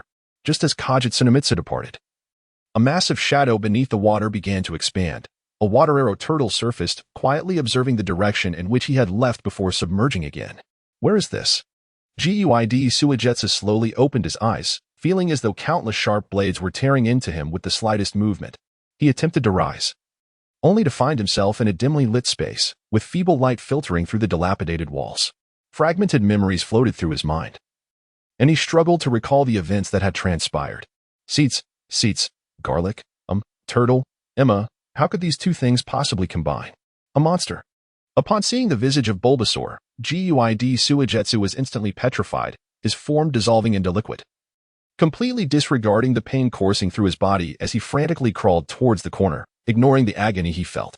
Enough noise. Suigetsu, what are you screaming about? Wairi Ringo, awakened by Suigetsu's cries, struggled to sit up, experiencing symptoms akin to his. Also waking was CHJR, his forehead slick with cold sweat as he leaned against the wall. Seeds. Bulbasaur, using its vines, gently lowered several wooden barrels to the ground before turning away. Food and water. CHJR strained to crawl towards the barrels, his eyes glimmering with a flicker of delight as he beheld their contents. It was evident that these provisions were crafted by human hands. It seemed we had been rescued. Given the current circumstances, it does not appear to be a Misty Ninja. Let us first eat to restore our strength, Lin Jin Yuli analyzed. They sat together on the ground, heartily consuming their food and drinking from the spring, reveling in the satisfaction that nourishment and hydration brought. In this moment, they felt as though they had been reborn, infused with hope and vigor. Chapter 100. The Adventures of Terumi-Mei. Have you all finished eating? Meow. A cat adorned with a shiny, oval coin upon its forehead entered the room and spoke. The ability of a cat to speak astonished Guidang Suigetsu, Lin Jin Yuli, and Nagajiro, who gazed at the talking feline in amazement. My name is Meow Meow, a Pokémon. My mistress saved you, and you are now quite safe. However, she needs to know your origins, so it is best you speak honestly. Meow Meow introduced itself, a playful smile gracing its lips. Guidang Suigetsu, Lin Jin Yuli, and Nagajiro exchanged glances, silently contemplating how to proceed. In unfamiliar territory, maintaining composure and cooperation was paramount. Very well, let your mistress come forth, Lin Jin Yuli replied calmly. We will not allow any risks to be taken with our mistress's safety until we are clear on your origins. This is a directive from our master before their departure. Should you be dishonest, we have our own means of extraction, albeit the process may be quite painful. Meow Meow's expression turned serious. Before Meow Meow could finish, a Sulper and a Machoke entered, their gazes wary as they scrutinized the group. There is no need for such apprehension, we shall be forthright, for we truly harbor no ill intentions. In fact, we are quite grateful, Gui Ding Suijetsu quickly interjected, attempting to ease the tension of Meow Meow and the others. Names, please? Meow Meow began to inquire. Gui Ding Suijetsu, Linjin Yuli, Nagajuro, they responded. Meow Meow exchanged knowing glances with the Sulper and Mac Hoke, seemingly satisfied with their answers. The situation unfolded as Meow Meow relayed the information in full detail to Tian Tian, who was immersed in weapon research. Tian Tian listened intently, her eyes focused and serious. Let us hold off for now. We shall make decisions upon Nightwind's return. For now, I must begin my retreat to forge weapons. This task will fall upon you. Meow Meow, Tian Tian concluded after a moment of contemplation. Tian Tian set down her pen and approached Meow Meow, gently stroking its forehead. Rest assured, my mistress. I shall handle it. Meow Meow closed its eyes, relishing the warmth and tranquility. Ah! The Charizard let out a roar, catching Nightwind's attention. The Night Breeze immediately gazed upon the sea's surface, where it soon discerned a figure adrift with the currents. The dragon, understanding the Night Breeze's intent, plunged downward in an astonishing display of speed. With powerful claws, the dragon firmly grasped the individual and securely lifted him to safety. The Night Breeze revealed that the figure was indeed Kaido Manyuki, who held tightly onto a pair of twin knives, the double-edged flatfish. Obtaining the double-edged flatfish was truly effortless. Night Breeze remarked with a smile. It seemed that there were disturbances within the Hidden Mist village. Heichoileya furrowed his brow, feeling perplexed by Kaido Manyuki's sudden appearance. For now, we need not concern ourselves with such matters. Our objective is to gather strength, Night Breeze responded nonchalantly. Only this island remains unsearched, thought Kirame as she dragged her severely injured body onto the Pokémon paradise. Digging, digging, digging. As Kirame entered the dense forest, a small sock floated to the surface of the water, its eyes sparkling with hearts, following closely behind her. Hispy. Kirame struggled through the thick foliage, her breaths coming in rapid, labored gasps. Each step seemed to extract the last of her strength, her weary body issuing warnings. Yet she understood that she could not afford to halt at this moment. Suddenly, a piercing buzzing sound shattered the silence around her. A sense of alertness flickered in her mind. She recognized that this sound was no ordinary noise. She looked up to see a creature with a single red eye, its tail adorned with yellow venomous stingers, and its large, thick white stingers swirling in the air. Ah! A startle surged through Kirame's heart. Severely injured, she resolved to avoid any unnecessary confrontations and prepared to retreat. However, the Beedrill offered her no opportunity. Swiftly approaching her with its wings and repeatedly striking with its 3 poisonous stingers from both hands and tail. Water style, water barrier. Realizing that her adversary had no intention of letting her go, Kirame's gaze sharpened as she quickly formed hand seals. A torrent of water immediately coalesced into an impregnable wall before her. The Beedrill was obstructed, yet it persisted, continuously assaulting the water barrier with its hands and tail stingers, sending splashes flying, but to no avail. Hispy, hispy. Yet, the Beedrill was not alone. With its cries, more and more Beedrill emerged from the surroundings, preparing to encircle Kirame. Ninjutsu, mist concealment technique. Observing the situation, Kirame swiftly performed hand seals, exhaling a mist that enveloped the entire forest in a shroud of fog. The water vapor spread, obscuring visibility, causing the Beedrill to lose their target. Hispy, hispy. Dozens of large wasps buzzed incessantly in the mist, darting back and forth at high speed in a futile attempt to locate the whereabouts of Kimi. This stroke of luck search was evidently ineffective, leaving only yellow afterimages in its wake. Not far behind a tree, Kimi pressed her back against the trunk, gasping for breath, beads of sweat trickling down her forehead. A profound sense of fatigue enveloped her, and she felt her strength waning, nearing its limits. With her eyes tightly shut, she pressed a hand against the reopened wound on her abdomen, gathering water chakra in her palm to alleviate the pain and promote healing. Her anxiety grew, not due to her own predicament, but from a deep concern for the safety of her comrades. The nearby islands had yielded no signs of life. This island was their last hope, yet the creatures inhabiting it were formidable, making survival uncertain even if they managed to reach its shores. Suddenly, the light behind her closed eyelids dimmed further, prompting Kimi to hastily open her eyes and assess the situation. Before her hung a creature with a pale blue head and abdomen, adorned with a white horn atop its head. It possessed 3 pairs of legs, each marked with yellow and deep blue patterns. Its abdomen bore 2 dark blue spots and a crescent-shaped mark, as a round silk spider dangled from its belly, emitting threads before her. Its pair of crimson fangs opened and closed rhythmically, and its glossy black eyes fixated intently on Kimi, though the round silk spider appeared somewhat endearing. The sudden proximity and direct gaze elicited a primal fear of spiders from the depths of her soul, a sentiment Kimi shared. Ah, ah, ah, a shrill, piercing sound erupted from Kimi's mature voice, resonating outward with a force akin to a disruptive skill, striking the unsuspecting round silk spider first and foremost. The spider was momentarily stunned, disoriented as if thrust into a cacophonous marketplace. It hurriedly covered its head with its forelegs, though devoid of ears. It had some form of hearing, the specifics of which are elusive yet undeniable, striving to shield itself from the sonic assault. However, no matter the effort, the intensity of the sound waves proved overwhelmingly powerful for such a small creature. Chapter 101.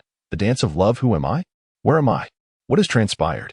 The round silk spider's mind raced in turmoil and confusion. It looked up at Kimi, a visage of bewilderment and fear etched upon its features.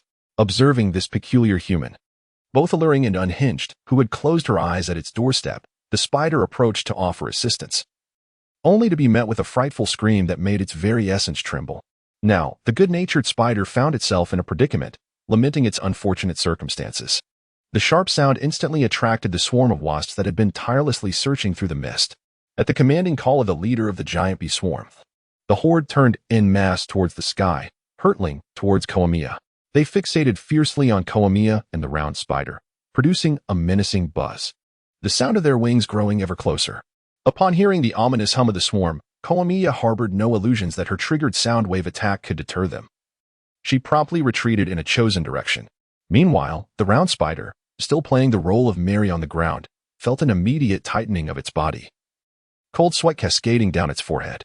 In a one-on-one encounter, the round spider was confident of victory, but against a multitude, its diminutive stature rendered it vulnerable, barely sufficient to withstand a single sting.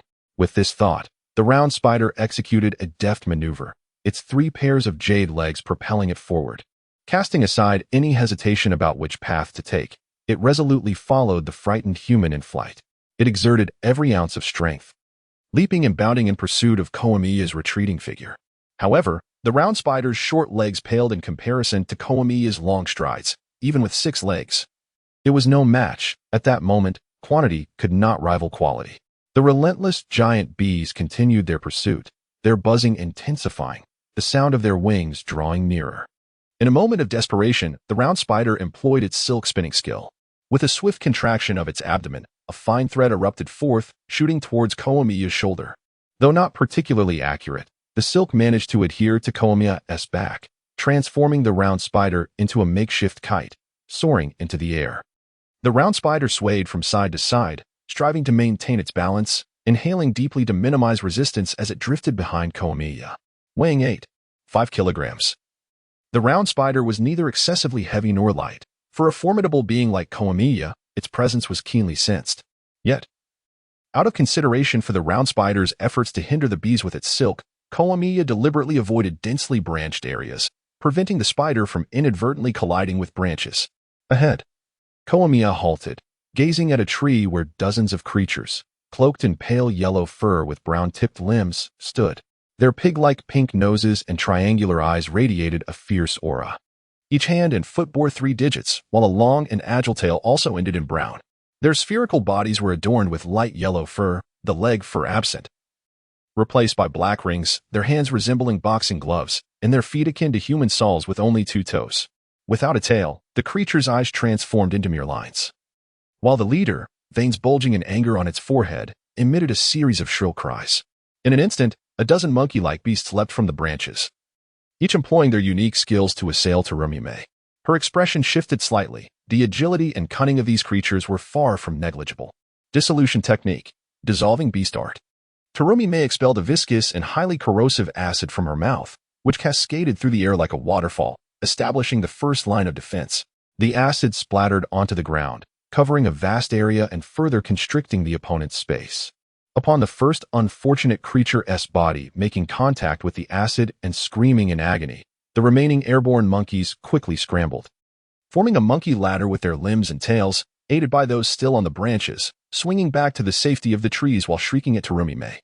Her countenance darkened. She had not anticipated the monkey's cleverness. which thwarted her attempts to find an opening for a counterattack.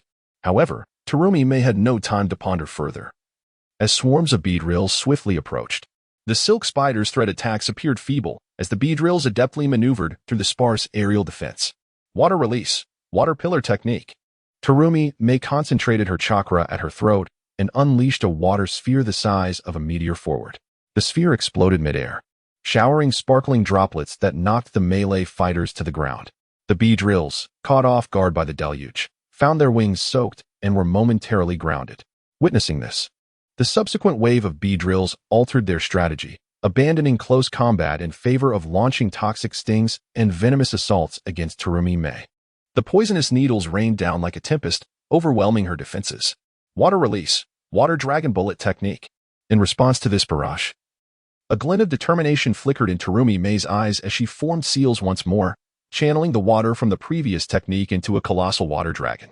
This dragon writhed through the air, devouring the incoming projectiles before surging towards the airborne beedrills.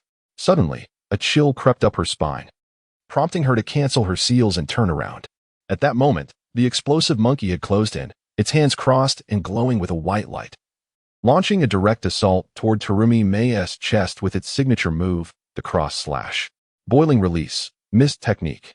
Terumi May's expression shifted as she realized the imminent attack. She hastily began forming seals to conjure a defensive ninjutsu. Before she could complete her seals, a torrent of water suddenly struck the explosive monkey, sending it reeling back.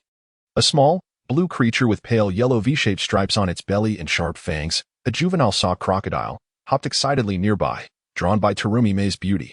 Upon seeing Terumi May unharmed, the young saw crocodile joyfully opened its mouth, revealing a sparse array of sharp teeth as it danced its love-infused steps, pointing towards a side path, urging Terumi May to flee in that direction. Fortunately, Terumi May's vision remained sharp. A nearsighted individual would have struggled to discern the crocodile's small claws. Chapter 102. The Evolution of the Young Saw Crocodile Ninjutsu. Mist Concealment Technique. A thick mist enveloped the forest, concealing Terumi May as she stealthily approached the young saw crocodile. When the crocodile beheld the round spider now perched on Terumi May's shoulder, it froze in place, its heart shattered at the sight of its beloved. Yet Terumi May had no time to observe the young crocodile's emotional turmoil. She swiftly cradled it to her chest and dashed down the path. The crocodile remained in a state of petrification, but its fragmented heart had begun to mend, its eyes once again filled with love. Before the mist could dissipate, the explosive monkey rallied its monkey companions, relentlessly pursuing Terumi May with an unyielding spirit. Meanwhile, the beedrills ceased their chase, retreating with their injured, realizing further pursuit was futile. This entire scene was observed by a pair of patrat flying overhead. One immediately returned to the base to inform the translator, while the other continued its surveillance. There was an intruder, and conflicts arose with the beedrill and the monkeys. Upon receiving the report from Pidgey, the translator immediately furrowed her brow, contemplating strategies for response. Pidgey translator. Urgent assembly. Notify the guardian Bulbasaur to escort that group of humans directly here. They must be seeking these creatures. In short, we must ensure that our mistress remains unharmed. Pidgey. Meanwhile, Kaguya was racing ahead, her injuries rendering her increasingly feeble. Coupled with the weight of the Spinarak and the Totodile, she ultimately collapsed to the ground, breathless. The Spinarak hurriedly descended from her, scanning the surroundings as if searching for something. It keenly sniffed the air, seemingly detecting a scent, and departed in pursuit of it. Digging. The Totodile quickly scrambled to its feet, straining to help Kaguya up, not due to her weight, but because of its own short stature, and settled her beneath a tree. It gently nudged her leg with its head, attempting to provide some comfort. The Spinarak then returned from a nearby tree, carefully offering an orange fruit to Kaguya with its teeth. Upon receiving the orange, Kaguya inhaled the fragrant sweetness and felt a surge of gratitude. She delicately brought the fruit to her lips, savoring each bite. The juice flowed down her throat, soothing her parched mouth and gradually replenishing her energy. Such delightful moments are always fleeting. At this juncture, the raging prime ape, accompanied by its troop of monkeys, had encircled the forest. The air was filled with the howls of the monkeys, casting an atmosphere of tension over the woods. Digging. The Totodile stood resolutely before Kaguya, facing the prime ape with unwavering eyes, embodying the dignity of its masculinity. Though it could not match the prime ape in strength, the Totodile remained steadfast in its protection of Kaguya. In a fit of rage, the prime ape, embodying the spirit of strike first, speak later, charged forth with its monkeys towards the Totodile. Gritting its teeth, the Totodile fearlessly confronted the onslaught. It unleashed a barrage of water guns at the prime ape, yet each was effortlessly evaded. The prime ape nimbly dodged the water attacks, rapidly closing the distance to the Totodile. Observing this, the Spinnerack immediately deployed its silk, intertwining strands between the trees to weave a robust web, creating a natural barrier to hinder the monkey's advance towards Kaguya. However, the monkeys were not foolish. They refrained from recklessly charging into the web. Conversely, they circled in the outer layers, poised to strike, perpetually seeking an opportunity to breach the web of the insect. The fire-burst monkey, seizing the moment, launched a frenzied assault upon the little saw crocodile, which, in a state of panic, thrashed its body in a frantic attempt to evade capture. Yet, the fire-burst monkey had anticipated this, utilizing a skill to feign aggression, provoking the little saw crocodile and sending it into a state of confusion as it swayed back and forth. With deft agility, the fire-burst monkey accurately grasped the tail of the little saw crocodile and, leveraging its momentum, executed a throw that sent the crocodile soaring into the air, helplessly tumbling as it neared the ground. The orb-weaving spider swiftly deployed its silk, ensnaring the airborne little saw crocodile and drawing it back, cushioning its fall with its own supple body. This act mitigated the impact, alleviating the damage sustained by the little saw crocodile. Still disoriented, the little saw crocodile struggled to regain its balance, swaying unsteadily as it endeavored to stabilize itself. In a ruthless display of opportunism, the fire-burst monkey offered no respite to either creature, immediately unleashing a cross slash towards the little saw crocodile. Caught off guard, the little saw crocodile was struck with tremendous force, its body propelled through the air like a top devoid of equilibrium, before crashing heavily to the ground. The earth trembled slightly, raising a cloud of dust. Observing this, the orb-weaving spider promptly executed a relentless entanglement maneuver, its elongated legs springing into action against the fire-burst monkey. In response, the fire-burst monkey employed a kick, delivering a powerful blow to the spider's legs. The orb-weaving spider was knocked to the ground by the sheer force, its contorted form quivering as it valiantly struggled to rise once more. Once again, the fiery monkey was sent tumbling by a powerful kick. At that moment, the little saw crocodile had also regained its composure from the chaos. Observing the fiery monkey tormenting the round silk spider, it let out an enraged roar and, without hesitation, lunged forward to bite down on the fiery monkey, aiming to seize its body. However, the little saw crocodile's attack posed little threat to the fiery monkey. The agile creature deftly dodged the crocodile's bite and employed its kicking skill once more, pinning the little saw crocodile beneath its foot, rendering it immobile. The fiery monkey then cast a fierce gaze towards the elegant Kogami-Mei, its eyes glinting with menace, as if to convey that she would be next. Kogami-Mei clutched the half-eaten tangerine in her hand, anxiety coursing through her. Sensing the imminent danger to Kogami-Mei, the little saw crocodile began to emanate a radiant white light, which gradually enveloped its entire form. Simultaneously, it underwent a remarkable transformation. This sudden evolution was a privilege reserved for the main characters. The fiery monkey dared not disregard the unfolding spectacle, retreating in astonishment, its eyes wide with disbelief. The once diminutive form of the little saw crocodile steadily grew larger, its size surpassing that of the fiery monkey. A striking blue hue enveloped its body, adorned with beige patterns blossoming on its belly, akin to a masterful work of art. 48 sharp teeth protruded from its mouth, gleaming with a chilling brilliance. Red bony plates were distributed across its head, back, and tail, enhancing its imposing presence.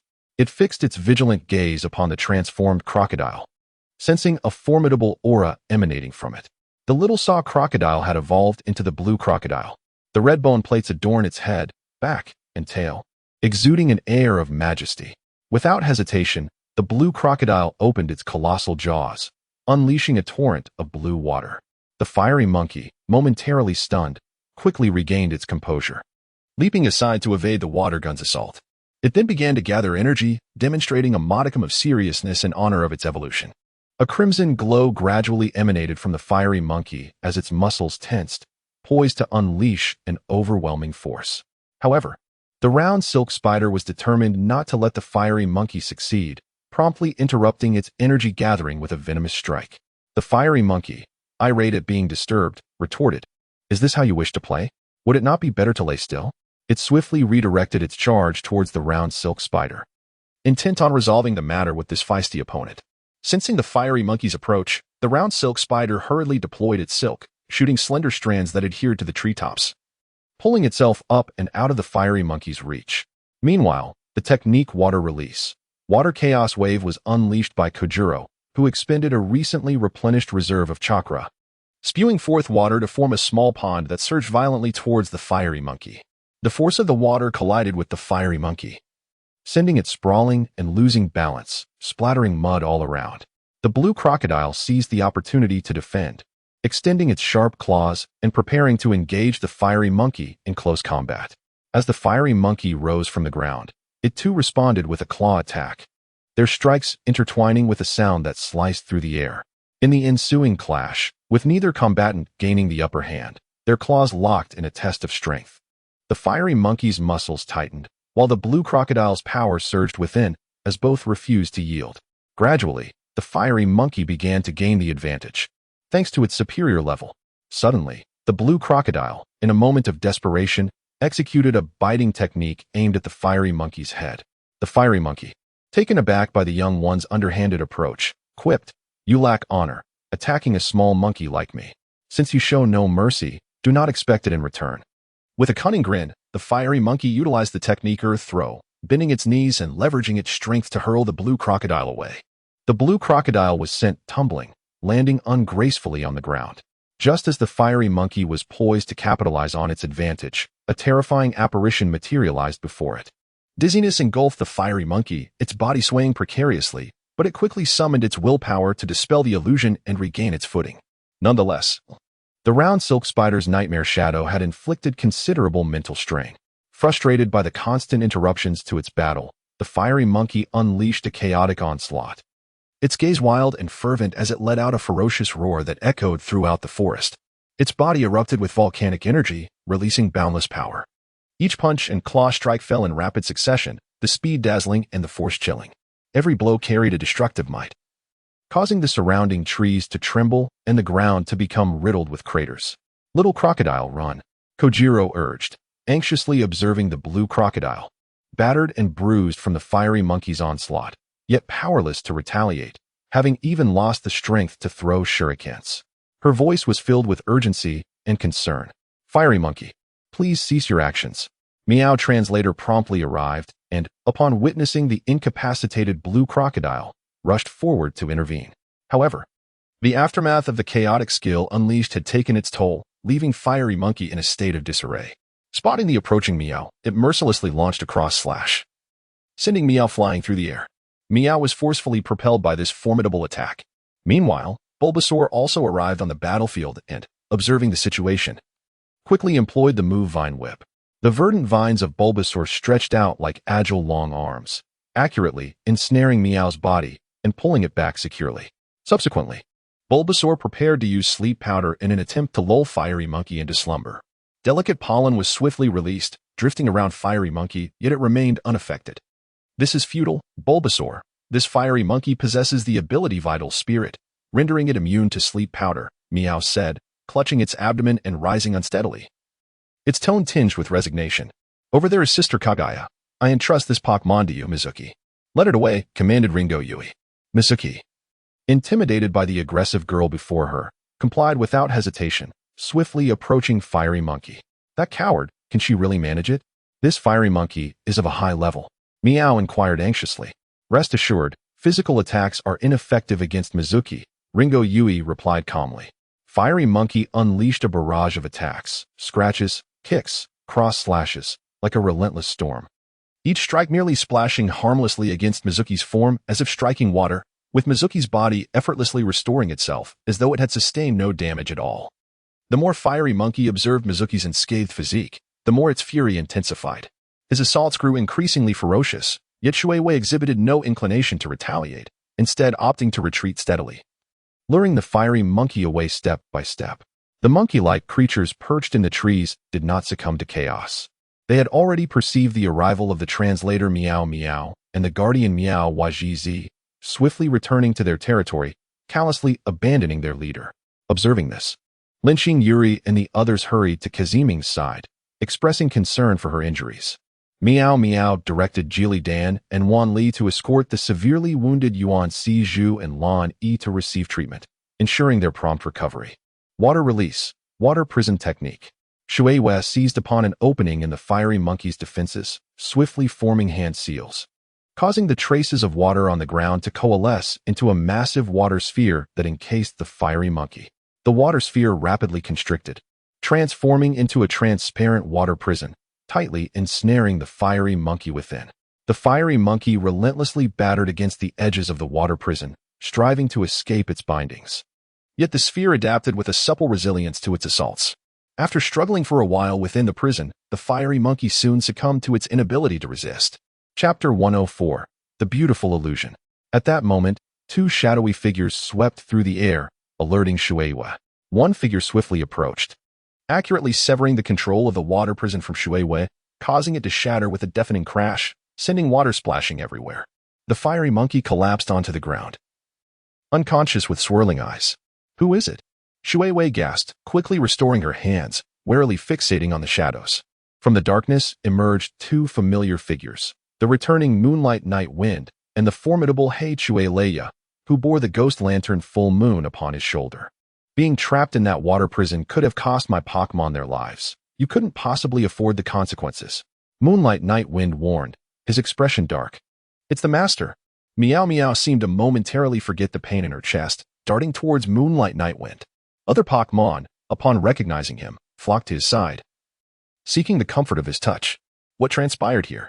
Moonlight Night Wind inquired, surveying the chaotic scene. Thus and so, Meow Meow succinctly recounted the events to Moonlight Night Wind. Brother, how's my brother? Just as Meow Meow conversed with Night Wind, Shui Yue's gaze shifted to another individual. Discovering that her brother was being carried by a figure wrapped in bandages, her heart raced, and a look of joy illuminated her face as she rushed to Hei Chue Leia's side to assess her brother's condition. Why does that person look somewhat familiar? Lynching Yuri, hearing Shui Yue's voice, turned to notice Hei Chue Leia, struggling to recall his name. She squinted, attempting to dredge up memories of Hei Chue Leia. It is Hei Chue Leia, one of the former 7 ninja swordsmen. Look at the sword at his waist. It is the Thunder Blade. Moreover, the massive sword on his back is the Decapitation Blade, yet he wears the headband of Konoha. Nagatu walked over, providing the answer. The night breeze detected the gaze of the crowd and offered a faint smile, comprehending their apprehensions. After all, they resided in a realm shrouded in blood mist, making their wariness of strangers perfectly reasonable, especially when it came to a ninja from the Leaf Village. My esteemed friends of the mist, he began, I am Yekong Yefeng, a ninja from the Leaf, and I assure you, I am no spy. If there are inquiries to be made, let us find a more suitable location. However, considering that this beautiful sister is already quite weakened, it would be prudent to attend to her comfort first. With a gesture towards the weary Kohara May leaning against the tree trunk, he deftly shifted the topic. The crowd exchanged glances, and with a consensus, Akane Yuli assisted Kohara May to her feet, following Yefeng as they made their way back to the base. The group traversed the forest in silence, sunlight filtering through the sparse leaves, casting dappled shadows that adorned Yefeng with an air of mystery. Occasionally, dried leaves crunched beneath their feet, producing a crisp rustling sound. Nearby, curious sprites peeked out to investigate, offering respectful bows upon recognizing Yefeng. At last, they arrived at a concealed base. Yefeng opened the grand door, ushering everyone inside. The interior of the base was modest yet immaculate, adorned with an array of ninja weaponry that emanated an intense aura of combat. The night breeze guided everyone into the depths of the base, where it gestured towards 2 treatment tables, saying, please place Kazumi Mei and Kaido Manzuki here. We shall do our utmost to tend to their injuries. For now, you may rest and await their awakening before we discuss matters further. The group nodded in agreement, gently laying Koizumi Mei and Kaido Manzuki upon the treatment tables before taking a seat together on a long bench in the corner of the room. In this tranquil yet enigmatic chamber, only the faint sounds of breaths and heartbeats reverberated through the air, as time seemed to freeze, each second stretching into eternity. The group remained silent, their thoughts occasionally drifting far away, only to return to the present moment, stealing glances at the figure of Hei Chua Lei sitting across from them. They endeavored to suppress their inner unease and impatience, silently awaiting the answers that would unfold. They have awakened. You may enter now, Meow Meow announced. Go check if Tion is busy. If she is not, bring her here. I have matters to discuss with her. The members of the Fog Ninja swiftly surged toward the two treatment tables, inquiring with concern about the conditions of Koizumi Mei and Kaido Manzuki. Before long, Tian arrived. She entered the room, greeted everyone with a smile, and took a seat beside Night Wind, quietly awaiting developments. The atmosphere in the room was thick with tension and anticipation, as all eyes turned toward Night Wind for a response and an answer. As the protagonist, Night Wind was not permitted to speak first. It was a matter of face. You ask me, and I must respond. A protagonist must not shy away from such duties. At this moment, the role of the translator became evident as Meow Meow recounted the circumstances and events in detail for both parties. First and foremost, I wish to express my gratitude to Night Wind and Tian for saving us. This kindness shall forever be etched in our hearts. Upon digesting Meow Meow's words, Koizumi Mei made her decision, gently rising to her feet to bow appreciatively towards Night Wind and Tian, her voice soft and filled with gratitude. Tian, however, exhibited no particular reaction, merely smiling without uttering a word. The night breeze was restless, for the enchanting Mia wore a blue strapless dress, revealing her snow-white skin. The continuous aftershocks of her beauty and the profound ravines that filled the night breeze's gaze without reservation. Look, Tian was right beside her. How could she dare? Images of Tian wielding scissors flashed ominously in her mind. Avoiding the sight, little Yifeng's cheeks flushed slightly, her anger rendering her stubborn. What to do? I am truly anxious. After a long silence without response, Mia lifted her gaze to meet Yifeng's. Observing Yifeng's comical expression of wanting to gaze yet hesitating, a smile crept upon Mia's lips, her eyes sparkling with mischief and challenge. She thought to herself, how could her charm possibly be resisted by such an inexperienced child? This fellow might even be cuter than Jur. Until Yifeng's gaze returned to the expanse of blue, passively dispelling the enchanting illusion. No need for formality. Consider it our lodging fee in the land of water, Yifeng said with a slightly embarrassed smile. Mia furrowed her brow, contemplating Yifeng's words. She understood that Yifeng sought more than mere accommodation. She intended to establish a base in the land of water. How long does Yifeng plan to stay here? Mia was determined to get to the bottom of it. If I must impose a deadline, I hope it would be 10,000 years, Yifeng declared. The territory of the land of water does not permit anyone to encroach upon it, Lingu Yuli exclaimed sternly. And what can you do about it? Do you need me to lend you the Thunderblade? Yifeng's tone remained calm, but exuded an air of inviolable authority. Chapter 105. The Age of Dreams. Mia slightly frowned, signaling Lingu Yuli to remain calm. Losing control of emotions would only exacerbate the situation. If that is the timeline, our lives are certainly not worth so much, Yifeng. Mia attempted to ease the tension while subtly hinting that Yifeng's demands were excessive. Then add your 7 ninja blades. Oh, but they are not even in your possession now. How troublesome, Yifeng continued to feign ignorance. Can you even comprehend human speech? It is not that we are offering too little. It is that you are asking for too much. Lingu Yuli could no longer contain her emotions, slamming her palm on the table. Still, the same question remains. What can you do about it? Yifeng extended a finger, playfully poking near Lingu Yuli's ear, feigning annoyance at the noise. Lingu Yuli was on the verge of a meltdown, gritting her teeth as she shouted, "Ah, I want to kill you." In her eyes flickered the flames of anger. Mizuki and Jur hurriedly stepped forward, exerting all their strength to restrain Ringo from making any impulsive moves. They understood that opposing Night Wind would yield no benefits, only inviting greater troubles. A tense atmosphere enveloped the air as Kimi contemplated her strategy. Night Wind, I sincerely apologize, but I cannot represent the Hidden Mist Village, for I am not the Mizukichi. Kimi endeavored to find a suitable reason to decline Night Wind's request. If you were the Mizukichi, it would be a different matter. I believe you would be far more fitting for the role than that fellow, Kajitsun Yagura, Night Wind remarked, dismissing the issue. Just as Kimi hesitated, Night Wind produced a Pokeball from his robe, placing it on the table for display. Both Kimi and Ringo were captivated by the Pokeball, gazing at Night Wind with curiosity. The Night Wind elucidated. This is a vessel designed to contain spirits. Once a spirit is subdued, it will wholeheartedly become a friend to its master, unerringly obeying their commands. What? The crowd exclaimed in unison. As the night breeze swept through, Yifeng reached into his pocket and retrieved a Pokeball, placing it elegantly on the table for display. Both Terumi Mei and Ringo Yuri were captivated by the orb. Their curiosity piqued as they turned their gazes towards Yifeng. This sphere serves as a vessel for capturing spirits. Once a spirit is tamed and a genuine friendship is forged, it will unwaveringly obey the commands of its master, Yifeng elucidated. Upon hearing this, Terumi Mei's eyes flickered with intrigue, and Ringo Yuri rose to her feet in excitement. Terumi Mei felt a subtle shift within her as she began to grasp the significance of the Pokeball that Yifeng had presented.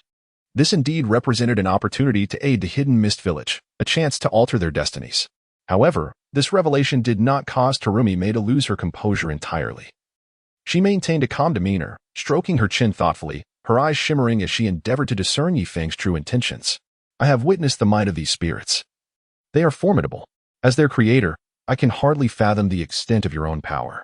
As a leaf ninja, why have you chosen to come to the land of water instead? It would be disingenuous for Terumi Mei to claim she was not moved, yet she remained composed.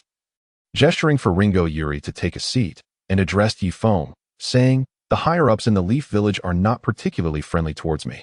Which is precisely why I have ventured out with 1010. A hint of resignation colored Yifeng's voice as he seemed to recall some unpleasant experiences.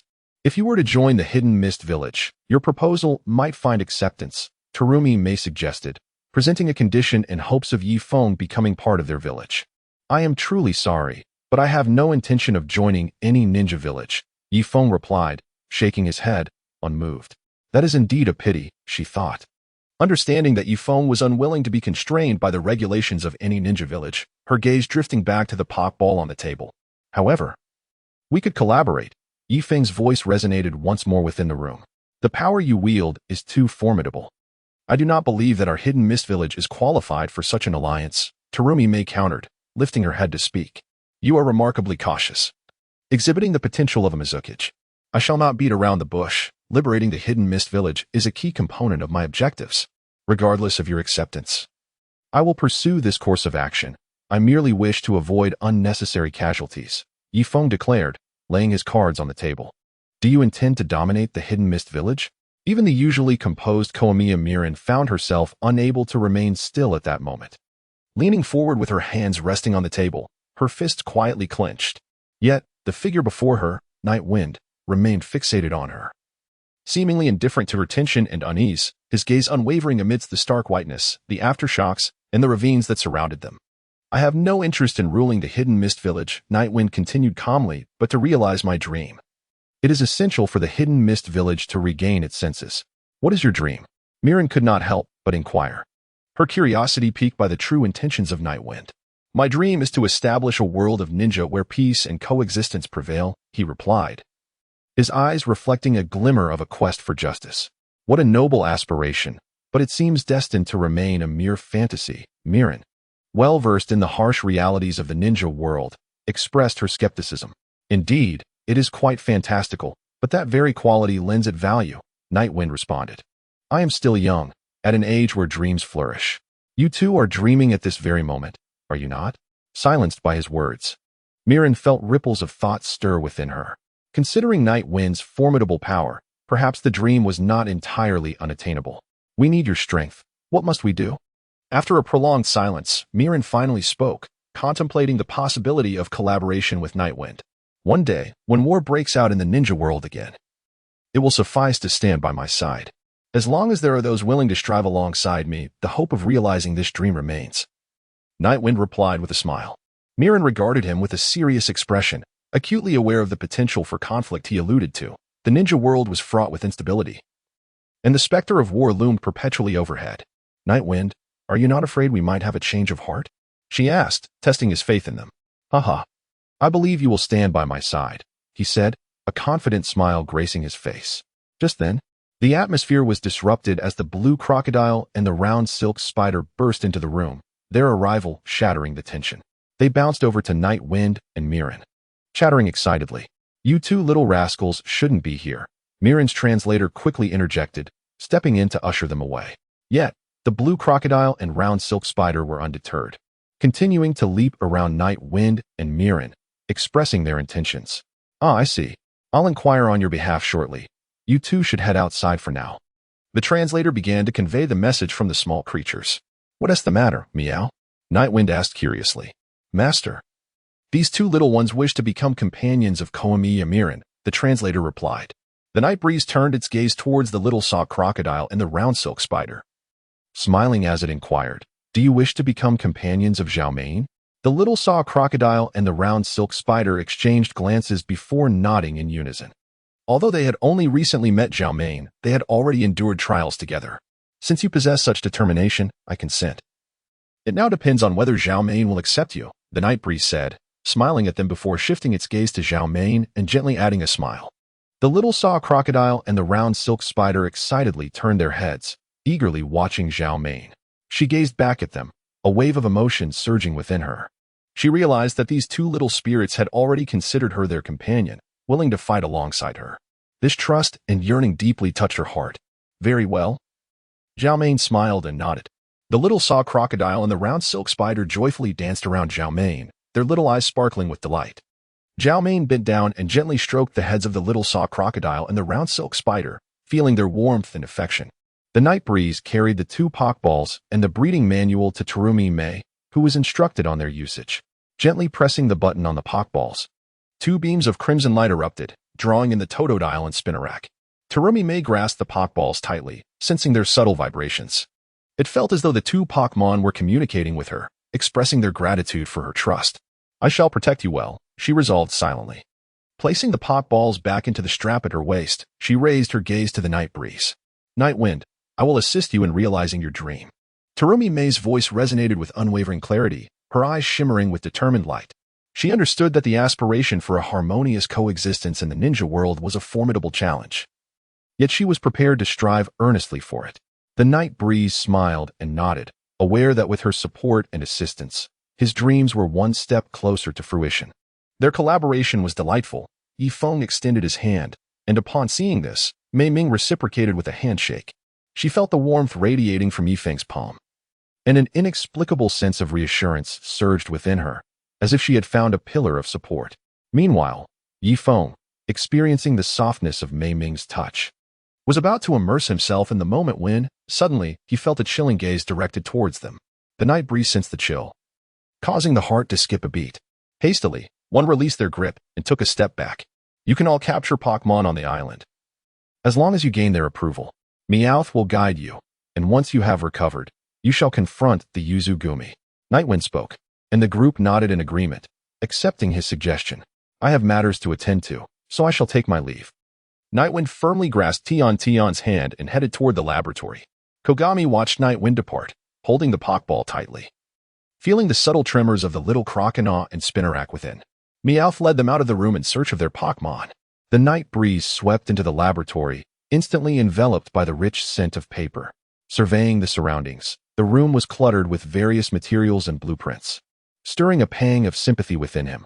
These materials and designs symbolized the relentless effort and dedication of Tion, representing all that she had sacrificed in pursuit of her dreams. "Do not overexert yourself," the night breeze gently remarked, caressing Tion's soft hair with concern. Tion lifted her head, smiling as she nodded. "Rest assured, I will take care of myself. Allow me to show you the fruits of my labor from these past days." With that, she retrieved an enormous pair of scissors, towering over her, from a box. The blades gleamed coldly under the light. The handles were adorned with an adorable rabbit motif. This extraordinary pair of scissors, known as the severance of all things, was capable of cutting through anything in existence, due to its remarkable hardness. It could also serve as a means of defense while emitting a dazzling light over a vast area as a form of concealment.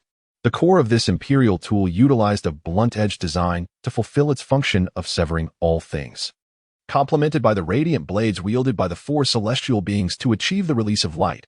Tion excitedly elaborated. The night breeze gazed at the enormous scissors, identical to those in the original text, and could not help but feel a sense of admiration for Tiantian's craftsmanship. The night breeze gently patted Tiantian's shoulder, affirming that her talents would serve as a formidable support in achieving their goals.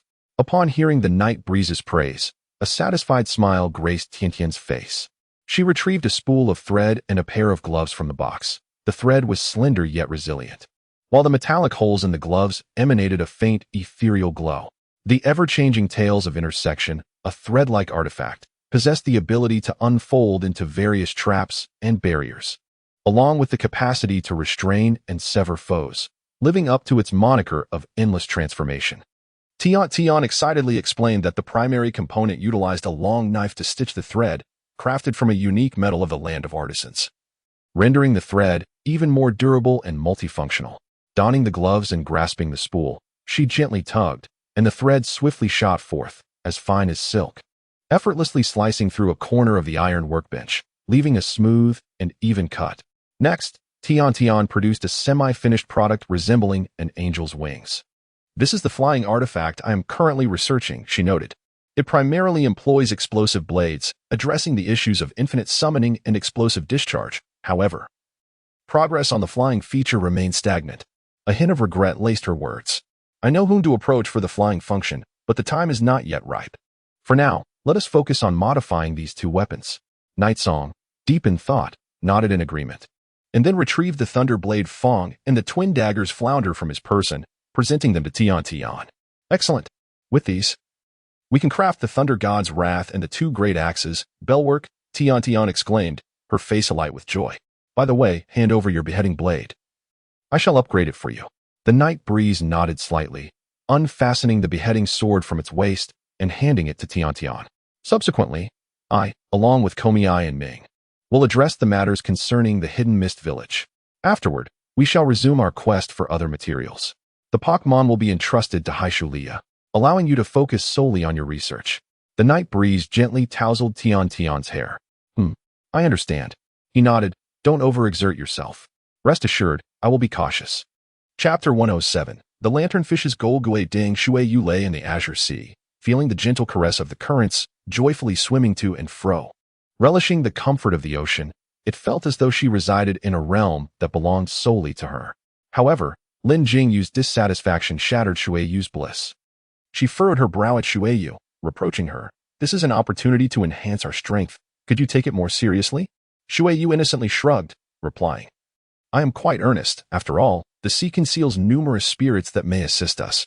Forget it. I can't be bothered with you." Lin Jingyu shot Shuiyu a disdainful glance, dismissing her explanation. "Look at this fish. It's so plump. Why not roast it and have a meal?" As she turned her head, preparing to disregard Shuiyu once more, she suddenly heard Shuiyu's voice again. Curiously, Lin Jingyu glanced back and saw Shuiyu cradling a fish that was entirely blue, adorned with charming little feet, its eyes of brilliant amber, with black cross-shaped pupils. Two tentacles extended from its tail, each tipped with a glowing, yellow droplet. "Hey, don't be reckless," Lin Jingyu exclaimed, realizing the human holding it had ill intentions. The lanternfish released an electric shock through its two tentacles. Shuiyu was instantly overwhelmed by a powerful current that coursed through his body, rendering him immobile. Helplessly, he collapsed onto the ocean's surface, his form almost liquefying. The lanternfish seized the opportunity to vanish into the depths of the sea. Lin Jingyu quickly detected something amiss with Shuiyu. She dashed to his side, attempting to revive his consciousness. Observing him closely, she noted that his body was gradually regaining its solid form. At that moment, she could feel a faint current circulating around Shuiyu. The effects of the lanternfish's electric shock lasted about 5 minutes before gradually subsiding, the current dissipating into the ocean. "Cough, cough," Shuiyu spluttered, slowly rising to his feet. He rubbed his numbed body, striving to regain awareness. "That spirit is called the lanternfish. It dwells in the depths of the ocean where light cannot penetrate, making it rarely spotted on the surface. As you can see, this spirit possesses both water and electric attributes, making it quite a rare find here," Meow Translator interjected, offering an explanation. "This spirit is indeed impressive, possessing two attributes. I have decided to capture it," Shuiyu resolved, preparing to dive into the sea to pursue the lanternfish. However, just as he was about to plunge into the depths, Meow Meow promptly halted his actions. "Wait, it will be quite challenging to catch it this way. It resides in the deep sea," Meow Meow advised. "But how else am I supposed to capture it?" Shuiyu, somewhat perplexed, inquired, "What is that over there?" "That is a fishing rod," Meow Meow replied, indicating the rod standing nearby. Shuiyu approached the rod, scrutinizing it closely, a flicker of doubt arising within. "Is this truly reliable? My master utilizes this very rod. The spirits in the sea will surely bite. However, one must possess a stroke of luck to catch a lanternfish.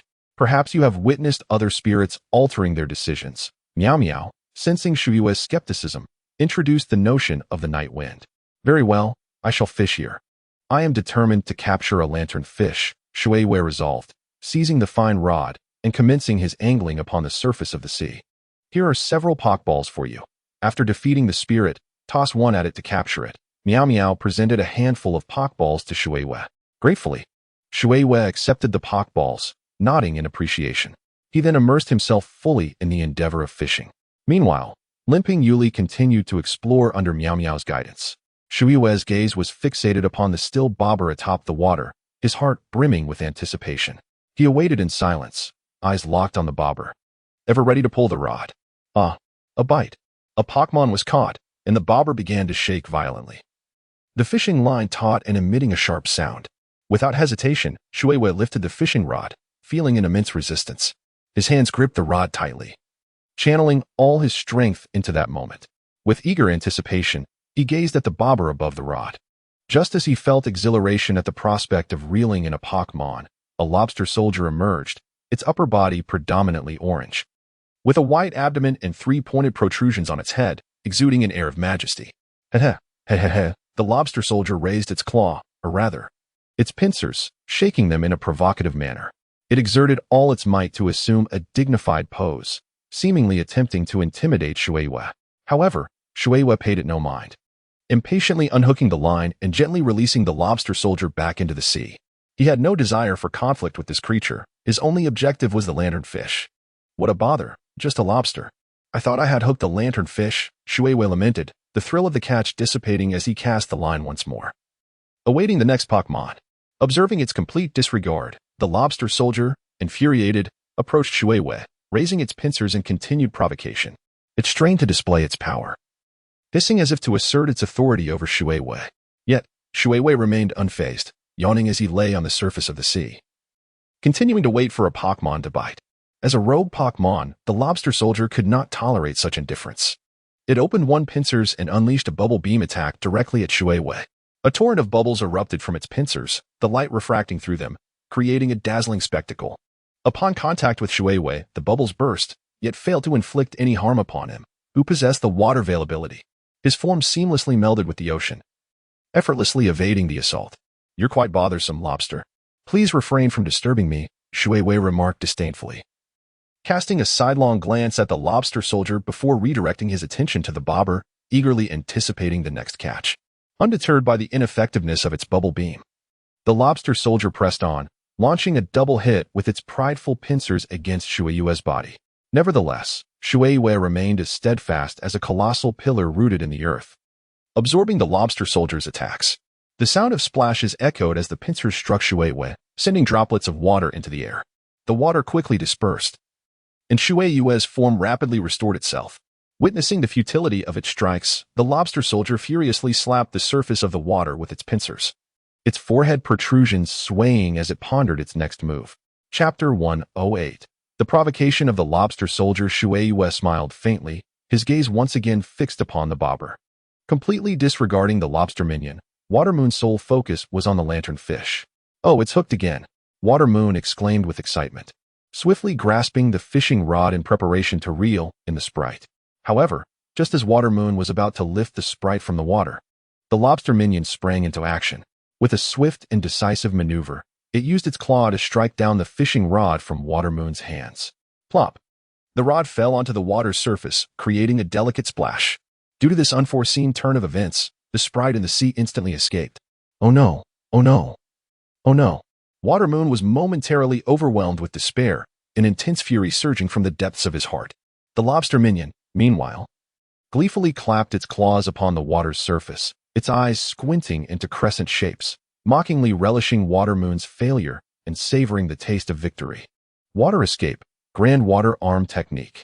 Watermoon concentrated all the moisture in his body into his left arm, thereby augmenting its strength, and struck down heavily upon the still triumphant lobster minion's head, sending it flying. The lobster minion's head collided with the reef, a violent wave of dizziness overtaking it, leaving its mind in disarray, ultimately causing it to lose consciousness. Witnessing the lobster minion fall into a stupor, Watermoon's anger dissipated, and he resumed his fishing. An hour later, the lobster minion finally regained consciousness, a dull ache throbbing in its head. Struggling to sit up on the reef, it slowly recalled the recent events. Glancing at Watermoon, who was still engaged in fishing, its eyes narrowing in resentment. Wielding its claws, the lobster minion charged towards Watermoon, intent on tearing apart the one who had humiliated it. striving to reclaim its dignity.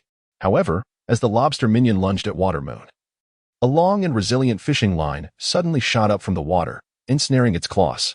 Bound by the unexpected line, the lobster minion found itself unable to advance another inch. Water Moon, observing the approaching lobster minion, swung his fishing rod with force. Thud! The lobster minion collided once more with the reef, letting out a muffled grunt before slipping back into unconsciousness. What a fool, knowing full well it was no match, yet still charging headlong. Water Moon shook his head in resignation. He had no desire to engage in conflict with the Pokémon, yet the lobster minion's stubbornness left him feeling somewhat exasperated. He dragged the lobster minion to the shore and resumed fishing. Water Moon's attention returned to the bobber, eagerly anticipating the next catch. Another hour passed. Ah, awake again? As Shueihua heard a faint sound, she turned around in astonishment to discover that the lobster soldier had awakened, surprising her with its swift recovery.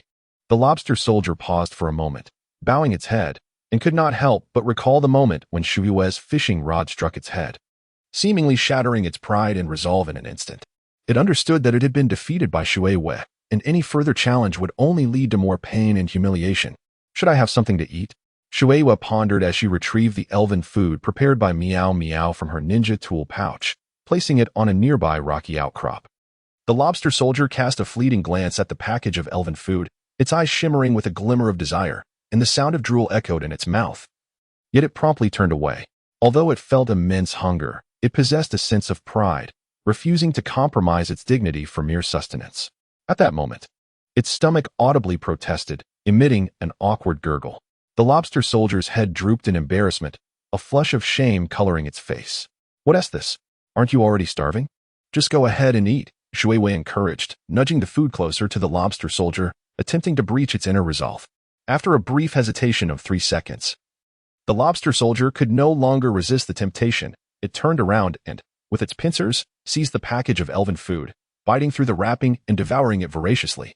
Had it hesitated any longer, it would have betrayed its classification as a mischievous Pokémon. Why not indulge when food is available? Only when satiated could one muster the strength for revenge. The aroma and flavor of the food instantaneously filled its mouth, causing the lobster soldier to cast aside all thoughts of pain and defeat. Having eaten its fill, the lobster soldier lazily reclined on the rocky outcrop beside Shueihua, basking in the warm and gentle sunlight. A light breeze brushed against its shell, offering a refreshing touch. The lobster soldier stretched its body, savoring this moment of comfort, and gradually drifted into slumber. Hee, it's fallen asleep, Shueihua remarked with a smile, shaking her head as she observed the lobster soldier in its peaceful slumber. The sea breeze, the sunlight, and this leisurely moment enveloped Shueihua in an overwhelming sense of tranquility. He sat quietly upon the rocky outcrop, savoring the bounties of nature. Such tranquility was a blessing, granting him solitude while Shueihua reveled in the peace. As the sea breeze caressed the shore, the waves between the rocks grew more pronounced, their splashes resonating with clarity. Shueihua lifted his gaze, fixating intently on the buoy dancing upon the water's surface, eagerly anticipating the forthcoming surprise. His eyes sparkled with excitement as he subconsciously tightened his grip on the fishing rod. Taking a deep breath to steady his mind, he remained poised, ready to strike at any moment. A ripple traversed the sea's surface, subsequently forming a small whirlpool near the buoy. Shueihua's eyes remained locked on the whirlpool, patiently awaiting the moment when a Pokémon would take the bait. Suddenly, the fishing rod vibrated violently in his hands. Instantly alert, he gripped the rod firmly. Standing resolutely on the rocks, prepared to engage in a contest with the creature of the sea. The bait has been taken.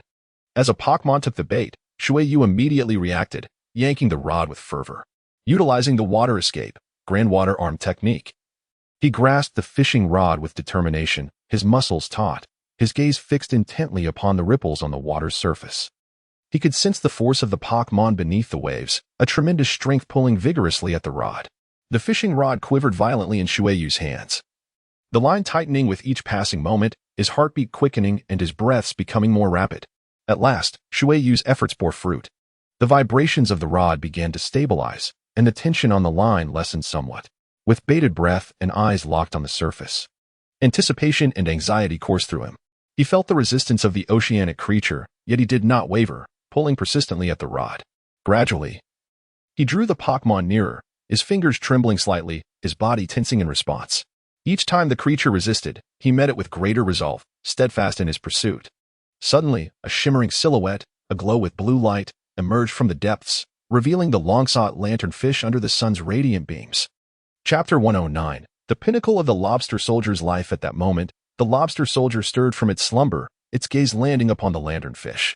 Recognizing the human who had once threatened it, the lanternfish seethed with indignation and, without hesitation, unleashed a bubble beam attack directed at Shueyu.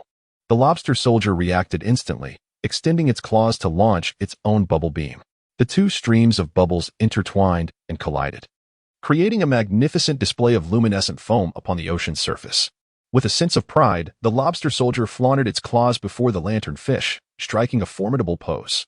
Ha ha ha ha ha, the lobster soldier proclaimed, asserting its role as protector of Shueyu, forbidding any further aggression from the lanternfish. You're quite impressive, Shueyu remarked, amused by the lobster soldier's exuberance. Ha ha ha ha ha, the lobster soldier gleefully waved its claws, its shell glistening with a subtle golden hue under the sunlight, reminiscent of a victorious hero. It seemed to inquire of Shueyu, do you see how formidable I am? You're puffing up a storm, don't block the way. Shueyu chuckled at the lobster soldier's antics, playfully nudging it aside to approach the lanternfish. Lanternfish, will you be my partner? With an excited voice, Shueyu called out to the lanternfish. The lobster soldier, feeling slighted by Shueyu's complete disregard for him, unexpectedly pinched Shueyu's rear with his claws. Taken aback by the lobster soldier's sudden move, Shueyu, unable to employ her water transformation technique, yelped like a kitten whose tail had been stepped on, leaping 3 feet into the air. With a delicate touch of her toes on the ocean's surface, she swiftly flipped in midair, landing with the precision of a swallow back on the reef. The lobster soldier, filled with pride, danced with glee, unable to contain his delight at Shueyu's reaction. A flicker of anger crossed his mind as he contemplated retaliating, but he chose to ignore the lobster soldier, casting a sharp glare before redirecting his focus onto the lanternfish. The lanternfish, sensing the intensity of Shueyu's gaze, felt a chill run down its spine. Memories of the previous beastly behavior exhibited by this human flooded its mind, instilling a heightened sense of caution. Consequently, the lanternfish lost interest in the antics of Shueyu and the lobster soldier, instinctively submerging itself in the water, preparing to escape. Noticing the lanternfish's movement, Shueyu realized that she could not let this opportunity slip away. She leaped from the reef onto the water's surface, ready to pursue. Determined, she vowed to capture the lanternfish this time and make it her companion. In an instant, 2 tentacles emerged from the sea, emitting a faint electric current that surged through the water towards Shueyu, aiming to thwart her chase. This is precisely the skill of the lanternfish, electromagnetic waves. Shueyu instantly recalled the experience of being shocked previously. He had long been prepared and swiftly leaped, performing 2.5 somersaults in midair to evade the electromagnetic waves skimming the ocean's surface. Concentrating his energy, he attuned himself to every ripple in the ocean, his gaze penetrating the crystalline waters as he meticulously observed the swaying seaweed and the subtle currents, searching for the silhouette of the lanternfish. The lanternfish seemed to merge with the sea, its form shifting between visibility and obscurity. As time ticked away, Shueyu persevered in his search, his body growing weary. Yet the fervor in his heart remained unwavering. At last, he spotted a faint blue glow flickering in a corner of the seabed. Shueyu recognized it as the lanternfish he had long sought. He plunged into the water in pursuit. Meanwhile, the lanternfish sensed it had been discovered and ceased its evasion, directly unleashing its skill, electric flash. The luminescent organs on its 2 antennae released alternating currents, enveloping the lanternfish in a surge of energy as it charged toward Shueyu. Upon witnessing the lanternfish, crackling with electricity, rush toward him, Shueyu's mind descended into chaos. The confidence he once held, feeling as though he had the upper hand, dissipated entirely. In a moment of panic, he altered his swimming style, resorting to a dog paddle as he swam toward the surface. Fortunately, Shueyu had not descended too deeply. Propelled by his fear of the lightning, he swiftly made his way to shore, his damp body pressed against the rocks, his rapid breaths echoing in his ears. The lanternfish, however, was not foolish enough to abandon the ocean, relinquishing its contact-based electric flash skill and swiftly transitioning to a ranged water gun attack. A stream of water jetted from the lanternfish's diminutive mouth, instantaneously aimed at Shueyu. Upon realizing that it was merely a stream of water approaching him, Shueyu regained his composure, his feet firmly planted on the ground, asserting his confidence from a position of advantage. He disregarded the lanternfish's water gun assault, unflinching and disdainful. The stream of water continued to batter against Shuei, yet for the water-formed Shuei, these flows bore no consequence. Observing the ineffectiveness of the water attack, the lanternfish regarded Shuei with a mocking expression. In my heart, I silently mused, "Oh, how delightful. So you wish to play this charade with me, do you? We shall see if I can deliver a jolt that will end this farce." Two antennae discreetly made contact with the flowing water, initiating the release of electric currents. Shuei remained utterly oblivious, falling prey to the onslaught. She experienced a sudden surge of electrifying sensation, rendering her body weak and incapable of maintaining balance, ultimately collapsing onto the rocky surface. The lanternfish, catching a glimpse of Shuei's somewhat disheveled visage beneath the waves, emitted a series of jubilant chirps, seemingly mocking her plight. The recent electric assault had granted it a clearer understanding of Shuei's vulnerabilities. It recognized that no matter how formidable she might be, she could not brave the depths. And on the water's surface, it could fully exert its prowess, thus securing an invincible position. With a chuckle, the lobster minion reveled in Shuei's apparent depletion, proudly flaunting its petite form while brandishing its pincers in her direction. Shuei, having regained her corporeal form, shaped her hand into a pistol, relentlessly firing streams of liquid resembling bullets at the lanternfish. The lanternfish swiftly dove to evade her attack. The liquid splashed upon contact with the ocean's surface, but its potency diminished significantly upon entering the depths. The lanternfish adeptly navigated through the underwater vegetation, skillfully dodging each of Shuei's projectiles. As it resurfaced, its triumphant grin became all the more pronounced. Shuei, gazing upon the lanternfish, grew increasingly anxious. The electric element was a formidable adversary, preventing her from entering the water. While on the surface, she found herself utterly powerless against the lanternfish. In a fit of desperation, her eyes caught sight of the lobster minion, still grinning foolishly at the side. An idea sparked in her mind.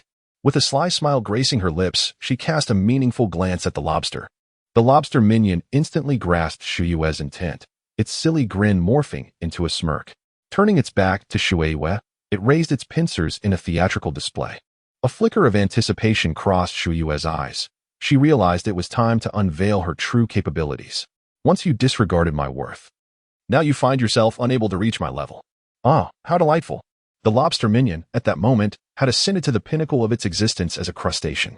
Chapter 110, Lobster Brother. I have a plan. Seeing the lobster minion assume its stance, Shuei remained unperturbed and gently inquired, "Lobster Brother, I acknowledge my earlier transgressions.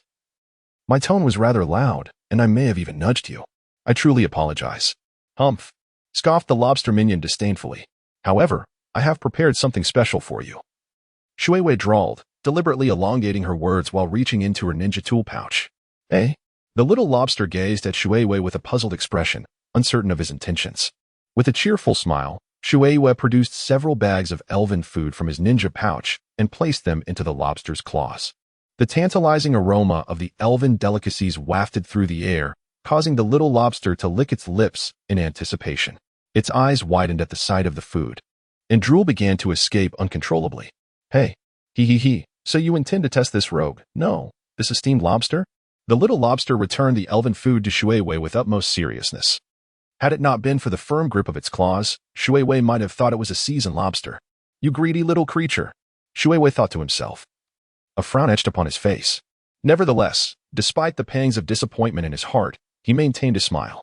For the sake of the lanternfish, his pride was worth sacrificing. "Little lobster, do you think this elven food is sufficient?" He feigned concern as he inquired. Reluctance to part with the bounty often leads to missed opportunities, and thus, Shuei laid out all the elven food gifted by Meow Meow before the little lobster. The lobster was momentarily stunned, its eyes wide with desire, and its claws trembled in anticipation. The vibrant colors and unique shapes of the elven food, each exuding an irresistible fragrance, were in stark contrast to the meager scraps it had previously consumed, perfectly suited for aquatic creatures. With a firm grip, it seized a piece of elven food, fearing it might escape, and cautiously placed it in its mouth to savor. In an instant, a wave of exquisite flavor enveloped its palate, leaving it utterly entranced. The little lobster reminisced about its arduous past, recalling how, at birth, it had to survive on meager leftovers and seaweed due to its frailty. Now, with such a feast before it, the lobster felt an overwhelming sense of gratitude. It quickly grasped another morsel, relishing each delectable bite in succession. The food, meticulously chewed, brought forth a profound sense of happiness, an experience it had never known before. In that moment, the little lobster conceived a bold idea to follow Shueisha, leveraging its formidable presence to command Shueisha's loyalty, ensuring that delectable meals would be prepared for it daily. With a mischievous smile directed at Shueisha, it seemed to convey a message: if you provide me with these delights, I shall accompany you. The little rascal, how could he not grasp your intentions? Shueisha observed the lobster soldier relishing his delicacies, feeling quite pleased with his own scheme. Each individual, along with their spirit companion, harbored ulterior motives yet ultimately sought the same outcome. Truly, this was fate, ineffably marvelous.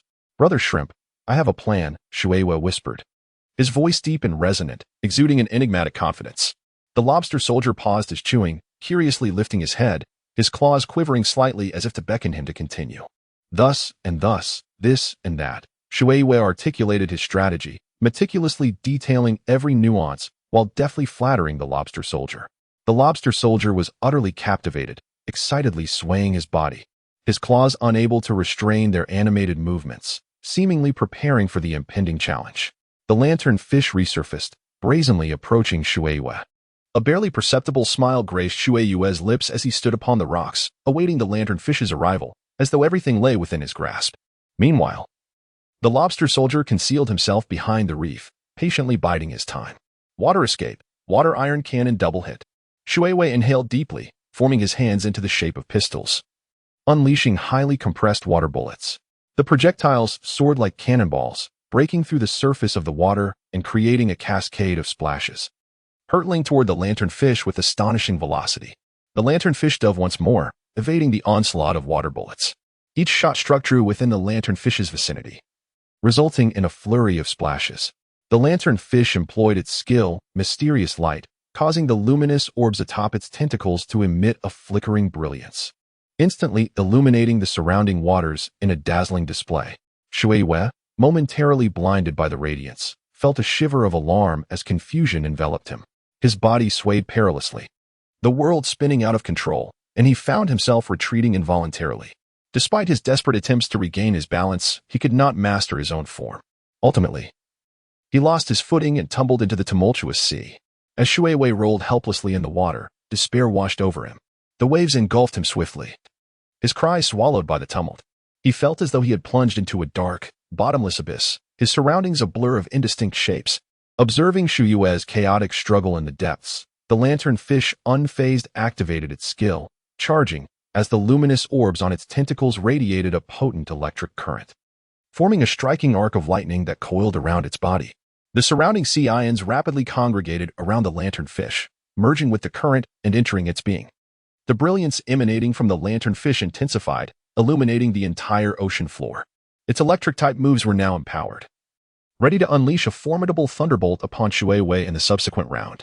The lobster soldier thought to himself, this was not what we had agreed upon. Indeed, this little subordinate is utterly unreliable.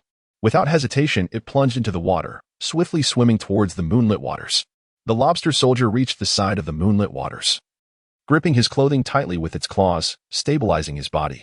Under the protection of the lobster's pincers, the moonlit waters gradually regained composure, though he remained engulfed in confusion. The lobster soldier exerted all its strength, propelling both itself and the moonlit waters towards the surface. The lanternfish's gaze shimmered with a hint of disdain and arrogance, as if it had already foreseen its impending victory. With unwavering confidence, the lanternfish unleashed its skill, electric flash, its body quaking as a dazzling electric beam pierced through the waters. The flash darted through the sea with a speed so swift it was nearly imperceptible. The lanternfish brimmed with confidence, believing the strike would surely vanquish both the moonlit waters and the lobster soldier. Yet the moonlit waters remained disoriented, unable to act independently.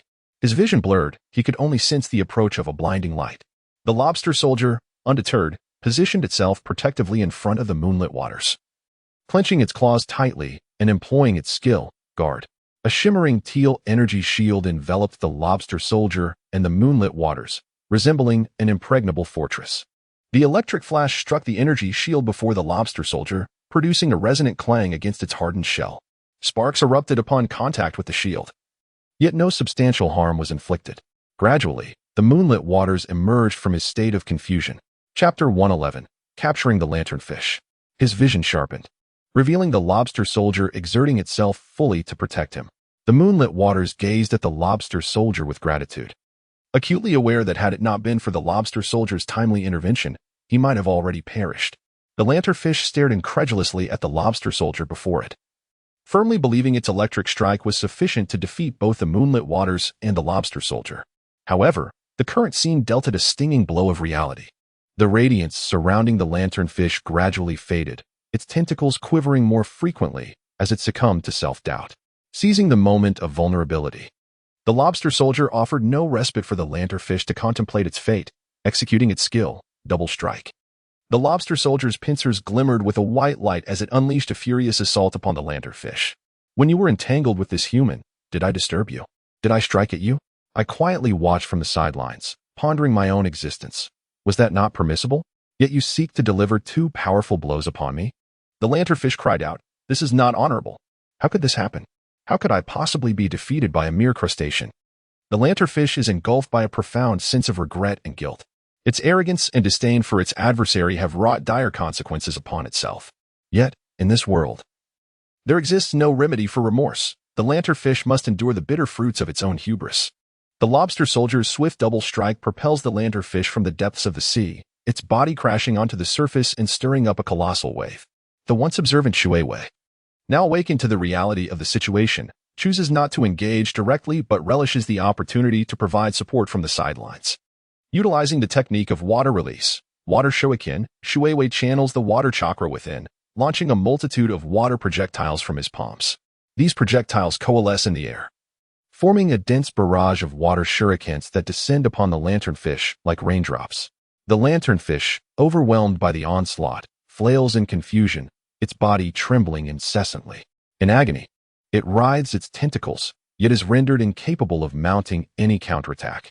The lobster soldier, wielding its claws with finesse, employs bubble beam to ensnare the nearly unconscious lanternfish once more into the air. However, the lanternfish refuses to concede defeat. Gritting its teeth, it unleashes the ability Sonic Boom, a powerful sound wave rapidly expanding outward. This unexpected strike catches the lobster soldier off guard, plunging it into a state of disarray. Dazed, the lobster soldier turns without hesitation, directing its water gun at Shuei. A flicker of alertness flashes in Shuei's eyes as he swiftly adapts. Having transformed into water, he merges seamlessly with it, emerging unscathed even when struck by the water gun. Employing the water release, water cannon, Shuei once again shapes his hands into the form of pistols, compressing water bullets that shoot forth like projectiles, instantly hitting the lanternfish. The lanternfish's cross-shaped pupils distort into a whirlpool, signifying its complete loss of combat capability. Exhilarated, Shuei rushes toward the lobster soldier, eager to offer a grand embrace. Yet, what awaits him is the lobster soldier's relentless double strike. The claws, wielded with wild ferocity, crash down upon Shuei's face like blades. The water moon swiftly hydrated its head in response, causing the shrimp claw to merely splash water without inflicting any harm. In its state of confusion, the lobster minion attempted to continue its assault, mistakenly perceiving a rock as a lanternfish. It immediately used its taunt skill against the rock. Seeing the rock unresponsive, the lobster minion continued to strike it fiercely with its claws, sending fragments flying, yet the rock remained undisturbed. The water moon, unable to bear the sight, observed the lanternfish floating on the surface and retrieved a Pokeball. Silently praying, it hoped to capture the lanternfish within. The Pokeball arced gracefully through the air, striking the lanternfish perfectly. In an instant, the ball opened, releasing a dazzling red light that enveloped the lanternfish. The water moon anxiously watched the Pokeball, hoping for a successful capture. The Pokeball swayed 3 times to the left, then 3 times to the right. As the water moon swallowed nervously, with a soft click, the red light on the button of the Pokeball gradually faded, and it ceased to shake. The water moon sighed in relief, having successfully captured the lanternfish. Carefully, it picked up the Pokeball and placed it in its backpack. Turning to the lobster minion, it noticed that the creature had also regained its composure, completely oblivious to the chaos that had just transpired. Observing the confusion etched on the lobster minion's face, the water moon smiled, realizing that the creature had returned to normal. Approaching the lobster minion, it extended a hand in gratitude. The lobster minion hesitated for a moment before reaching out with its claw, shaking hands tightly with the water moon. Their gazes met, forging a silent understanding between them. Seeing the lobster minion's cheerful demeanor filled the water moon with warmth, solidifying its resolve to be partners. Lobster minion, will you be my companion? The water moon asked, its voice imbued with sincerity and hope. Upon hearing the invitation, the lobster minion erupted with excitement. Ha ha, ha ha ha, it chuckled. I sparkling in agreement with the water moon's proposal.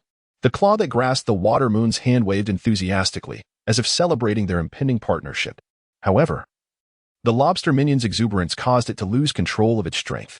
With a mighty sweep of its claw, it inadvertently hurled the water moon through the air. The water moon soared like a shooting star before ultimately landing on the ocean's surface. Understanding that this was merely the lobster minion's playful way of expressing affection and excitement, the water moon chuckled. Ha ha ha, this is the Pokémon you captured, water moon. Weren't you trying to catch the lanternfish? Have you given up so soon? At that moment, Linchin Yuri appeared beside Shuiwei, mockingly stating, I, of course, have tamed the lanternfish, however, with such a foul temper. I doubt any spirit would wish to accompany you. Shuiwei turned to Linchin Yuri and retorted, Lanternfish, come forth. She called loudly. The lanternfish emerged from the Pokeball, emanating a faint electric current. It did not regard Shuiwei kindly. Its gaze was filled with disdain and arrogance. A powerful electromagnetic wave erupted from the lanternfish, striking Shuiwei directly. An electric jolt coursed through her body, causing her to collapse helplessly to the ground. Linchin Yuri, witnessing Shuiwei curled up in agony, could not help but burst into laughter, remarking, So, you managed to summon the lanternfish, yet it seems reluctant to heed your commands. Shuiwei gritted her teeth, enduring the pain, and recalled the lanternfish into its Pokeball. Unable to maintain her composure, she defiantly declared, I am curious to see which spirits you can tame. Chapter 112. Uninvited guest Linchin Yuri retrieved 3 Pokeballs from her waist, releasing the spirits contained within. A graceful Wingull soared into the air, its wings shimmering with silvery light under the sun. A nimble meerkat leaped onto Linchin Yuri's shoulder, its tail resembling a warm scarf, playfully brushing against her cheek as if engaging in a frolic with its master. The last Pokeball unleashed a sharp-toothed fish, which swiftly plunged into the water, moving with the speed of lightning, agilely darting through the depths. Shuiwei observed Linchin Yuri, who was equipped with land, sea, and sky spirits, and then glanced at her own side, where a lobster soldier was still amusing itself with bubbles. She felt the profound disparity between herself and her opponent, both in terms of the number of spirits and their strength, significantly trailing behind Linchin Yuri. With a sigh, she mused, One day, I shall surpass you. As if making a solemn vow to herself, she picked up the lobster soldier and departed without looking back. Meanwhile, as Kamain and the others gradually regained their strength and their bond with the spirits deepened, a group of uninvited guests was making their way toward the Pokémon paradise. The sky was shrouded in dark clouds, foreboding an ominous presence. The sea surrounding the island churned violently, seemingly heralding an impending storm. Is this the island? Ching inquired. Are those rebels indeed on this very isle? Citrus Izong coldly inquired of Ching beside him. Indeed, Terumi had sought to win me over, revealing that they were on this island. Ching nodded, a flicker of hesitation crossing her brow. Just as they were engaged in discussion, the translator Meow Meow hurried into the operations room, tightly clutching a message dispatched by Bobo. Master, 3 fog-shrouded vessels of Pokémon have appeared in the sea, approaching from the west. It has been confirmed that the 4th-generation water shadow, Citrus Izong, is aboard. The Water-type Legion inquires whether to launch an attack, repelling the enemy beyond the paradise, Meow Meow reported breathlessly, relaying the latest intelligence. No. Let the Water-type Legion track and monitor them. Once the main force lands on the island, eliminate the remaining personnel and tow the ships away. Inform the wild Pokémon on the island to temporarily evacuate to the west side for refuge, Nightwind stated. His gaze fixed on the sand table depicting Pokémon Paradise, contemplating for a moment before speaking. Upon hearing this, Meow Meow nodded in agreement and swiftly exited the operations room to carry out Nightwind's orders. Soon, the Pokémon residing on the western side of the small island received the urgent evacuation notice. They communicated the urgent message of retreat in their unique ways, with Swampert and Swampert leading the others to swiftly exit the marshlands. As the Pokémon hastily evacuated, the western side of the small island fell into silence. Only the waves lapped against the rocky shore, producing distant, resonant sounds. As night falls, the surface of the swamp in the Pokémon paradise reflects the moon's faint glow, resembling a scattering of candle flames. In a concealed corner, Nightwind and Komi may await in silence. The trap has been meticulously set. Tion approaches Nightwind and whispers, You've worked hard. Nightwind nods slightly, a faint smile gracing his lips. What must I do? Komi May inquires as she moves closer, ready to heed Night Wind's guidance. They are after you, so I need you to reveal yourself to lure out Kajitsu no Mikazuki. My Pokémon will intercept their pursuing forces, and then the three of us will unite to vanquish Kajitsu no Mikazuki, Night Wind instructs. Komi May nods in understanding and promptly sets off. As the night breeze swept through, the spirits sprang into swift action, concealing themselves within the foliage, eagerly anticipating the arrival of Kajitsu Yashiro. It is too quiet here, muttered Nagi, sensing an unsettling shift in the atmosphere. Indeed, something felt amiss. Kajitsu Yashiro had also halted, warily scanning every nook and cranny. Ching promptly activated his Byakugan, his right eye meticulously probing the currents of energy surrounding them. Someone approaches, just one individual, he reported, a hint of surprise flickering in his gaze as he recognized the chakra signature. Is it merely her? Does she dare to come alone? Is she courting death? Nagi questioned incredulously, struggling to comprehend that Terumi May would confront them single-handedly. Indeed, just her. My Byakugan does not err, Ching retorted, casting a discontented glance at Nagi, his confidence in his precious ocular ability unwavering. Enough of the bickering. Since she has emerged, it spares us the trouble of seeking her out, interrupted Kajitsu Yashiro, his demeanor cold. They had been waiting far too long. Terumi May took a deep breath, her gaze resolutely fixed ahead. She understood that she must face Kajitsu Yashiro. For the future of the hidden mist village, she was prepared to fight to the last breath. Stepping forth from the mist, she locked her eyes onto Kajitsu Yashiro. A cruel smile curled at the corners of his mouth, for he could hardly contain his eagerness to eliminate Terumi May himself. The blood mist shall come to an end. Kajitsu Yashiro, Terumi May's voice sliced through the fog, firm and resolute. And do you think you stand a chance? Keijitsu Shik let out a disdainful sneer, and the pursuing squad behind him immediately launched an assault towards Terumi May. The water release technique, mist concealment, thickened the already misty marshland, completely obscuring visibility. How audacious of them to flaunt their meager skills in front of me. With my Byakugan, I calmly discerned Terumi May's location and directed the pursuit team to encircle her. Terumi May, however, did not engage with her pursuers. She glided through the misty marsh like a phantom, effortlessly altering her direction and speed. Despite the guidance of Keijitsu, the disparity in strength rendered the pursuit team incapable of intercepting her. Members of the pursuit team grasped at nothing, their anger mounting as they scoured the area for her whereabouts. Something felt amiss. It seemed as if Terumi May was aware of their positions, always managing to escape through the gaps before being ensnared. Keijitsu's brow furrowed slightly, astonished by her evasive maneuvers. Those worthless fools, utterly inept at accomplishing anything. Keijitsu demanded, give me Terumi May's coordinates. His patience with the pursuit team had waned, and he was prepared to handle this nuisance personally. Southwest, 50 meters. Heading towards us, Keijitsu relayed Terumi May's position through his Byakugan's insight. With a deep breath, Keijitsu swiftly formed hand seals and unleashed a powerful whirlwind in Terumi May's direction. Her expression darkened as she found herself unable to evade the attack. Yet she remained composed. With rapid hand seals, she gathered her water chakra, exclaiming, water release, water barrier. A colossal wall of water surged before her, acting as a formidable shield. The whirlwind raged against the water barrier but could not penetrate it, roaring violently outside. Water vapor continuously evaporated from the surface of the wall, enveloping the surroundings in mist. Chapter 113, The Great Explosion. Seeing that the water barrier had not been breached, Keijitsu scoffed and formed hand seals once more, preparing to unleash a devastating assault. Just as he was about to strike again, dozens of steel wires erupted from the marsh, each spaced a few meters apart and adorned with explosive tags. The moment the explosive tags were pulled, they emitted a dazzling light, signaling imminent detonation. Keijitsu swiftly transformed, utilizing his chakra to envelop himself, K, and CH in protective tails. The members of the pursuit team, in a state of panic, scrambled to fend off the impending explosion. Lord Shik, Terumi May is retreating, K reported, continuously monitoring her movements with his Byakugan. Upon hearing this, Keijitsu's brow furrowed, a flicker of displeasure passing through his gaze. Wrapping his tail around both CH and K, he sped towards Terumi May's direction. The pursuit team, witnessing this, quickly adjusted their formation, prepared to follow closely behind. They were filled with urgency, for Keijitsu was not one to be trifled with, should he turn against them. Doom would surely follow. However, as they readied their pursuit, a flurry of rocks and mud suddenly erupted from the thick fog, bombarding them relentlessly. The stones whizzed through the air, and the mud splattered everywhere, forcing the pursuit team to scatter once more.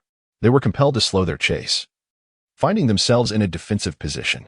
Lord Shik, the pursuit team has been intercepted. There may be a trap ahead. Zhongji could not help but voice his concerns to Koguchi Yatsukura. The veins at the corners of his azure eyes throbbed, and beads of sweat emerged on his forehead as he rapidly scanned the surroundings. However, Koguchi Yatsukura scoffed coldly, exuding an unwavering confidence that belied any fear. In the face of absolute power, all schemes were rendered futile.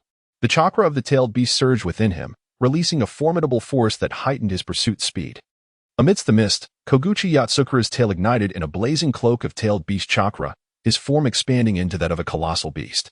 His eyes sparkled with a frenzied light, as if intent on tearing apart any adversary in his path. Zhongji and Qing found themselves ensnared by Koguchi Yatsukura's chakra tail. Feeling the air around them grow increasingly sweltering, the oppressive chakra nearly suffocating, Koguchi Yatsukura unleashed a thunderous roar, brimming with fervor and murderous intent. Kagami Mei inhaled deeply, her hands swiftly forming seals as she gathered a copious amount of chakra in her throat. She expelled a water sphere the size of a meteor towards the ground, which crashed into the swamp, instantly sending up a torrent of slick mud. As the water sphere struck, it spread outward, forming a massive water column that obstructed Koguchi Yatsukura's advance, enveloping the muck into a protective barrier.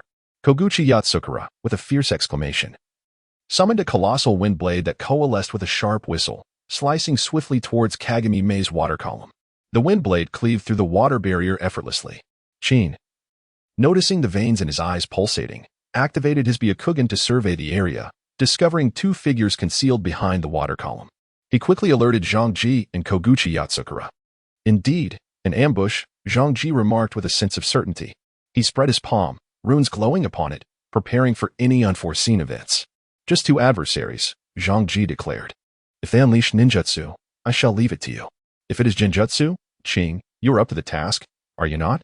Koguchi Yatsukura remained dismissive, and both replied in unison, no problem. The night breeze perched upon the lofty branches, gradually infusing the decapitating blade with lightning-infused chakra. This electric essence coursed through the metallic veins of the sword, as arcs of electricity danced along its surface, emanating an awe-inspiring aura. It moved with the swiftness of thunder. The night wind howled as the figure lifted the colossal blade high above, delivering a formidable downward strike. Brilliant arcs of electricity erupted from the blade, wielding an aura of annihilation as it descended towards the quagmire below.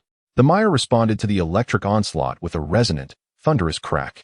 A myriad of fine cracks swiftly spread across the surface, causing mud to splatter and cleave the mire in twain, revealing the open ground beneath. Observing this, Zhongji immediately unfurled his palm, the runes upon it glowing as they absorbed the rampant lightning chakra. His face was etched with astonishment, his hand trembling slightly. Although he had successfully absorbed the chakra, the sheer volume of its terrifying essence was overwhelming. From a distance, Tian, peering through the scope, discerned the formidable nature of Zhongji's ability and, seizing the moment while Zhongji remained momentarily dazed, decisively fired his weapon. The gunshot reverberated through the night, prompting Keiki Yaza to swiftly wave his arms, the resultant air pressure shattering the bullet into fragments, leaving only a searing gust in its wake. From her mouth, Kei Mei unleashed a viscous and highly corrosive acid, hurling it towards Keiki Yaza and his companions. In the face of this sudden threat, both Keiki Yaza and Zhongji reacted immediately.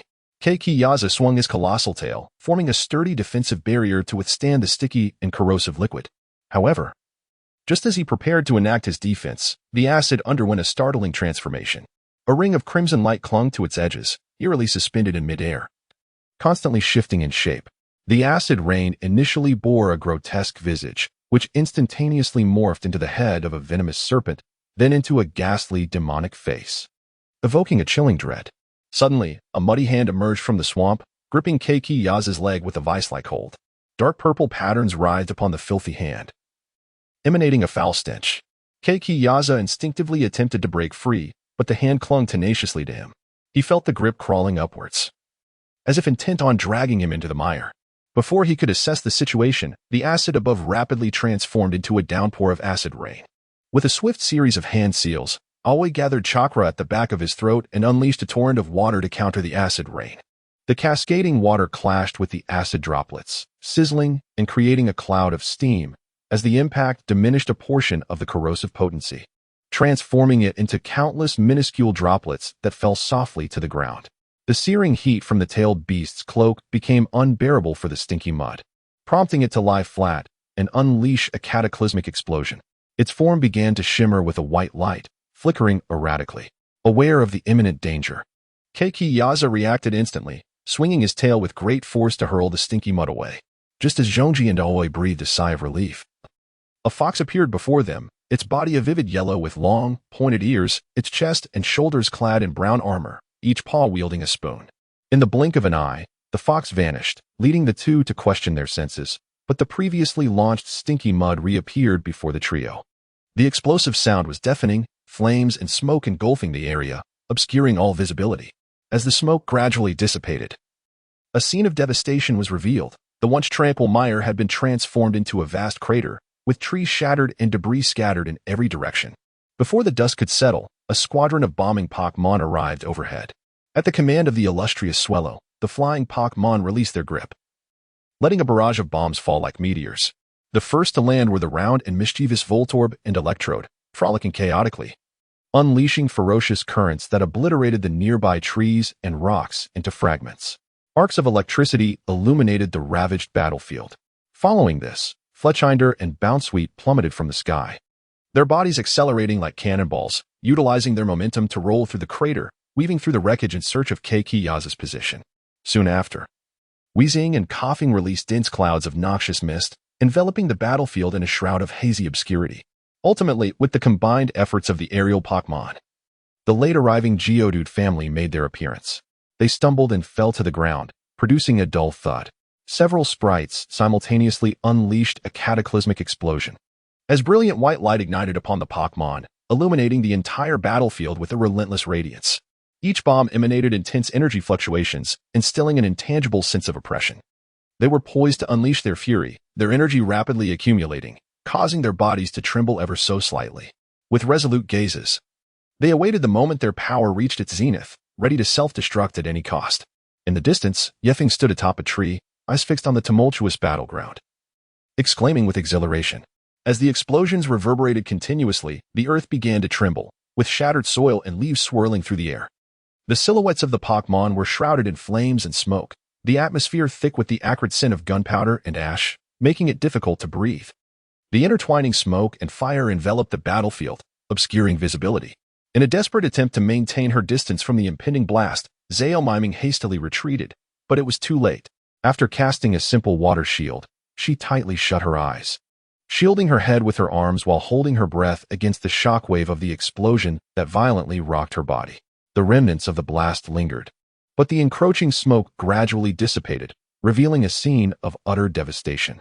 She beheld the charred trees at the periphery, the grassland reduced to mere fragments, with remnants of rocks and debris strewn about in a desolate tableau. Amidst the haze, she faintly perceived some Pokémon collapsed on the ground, soon being dragged into a chasm by their comrades.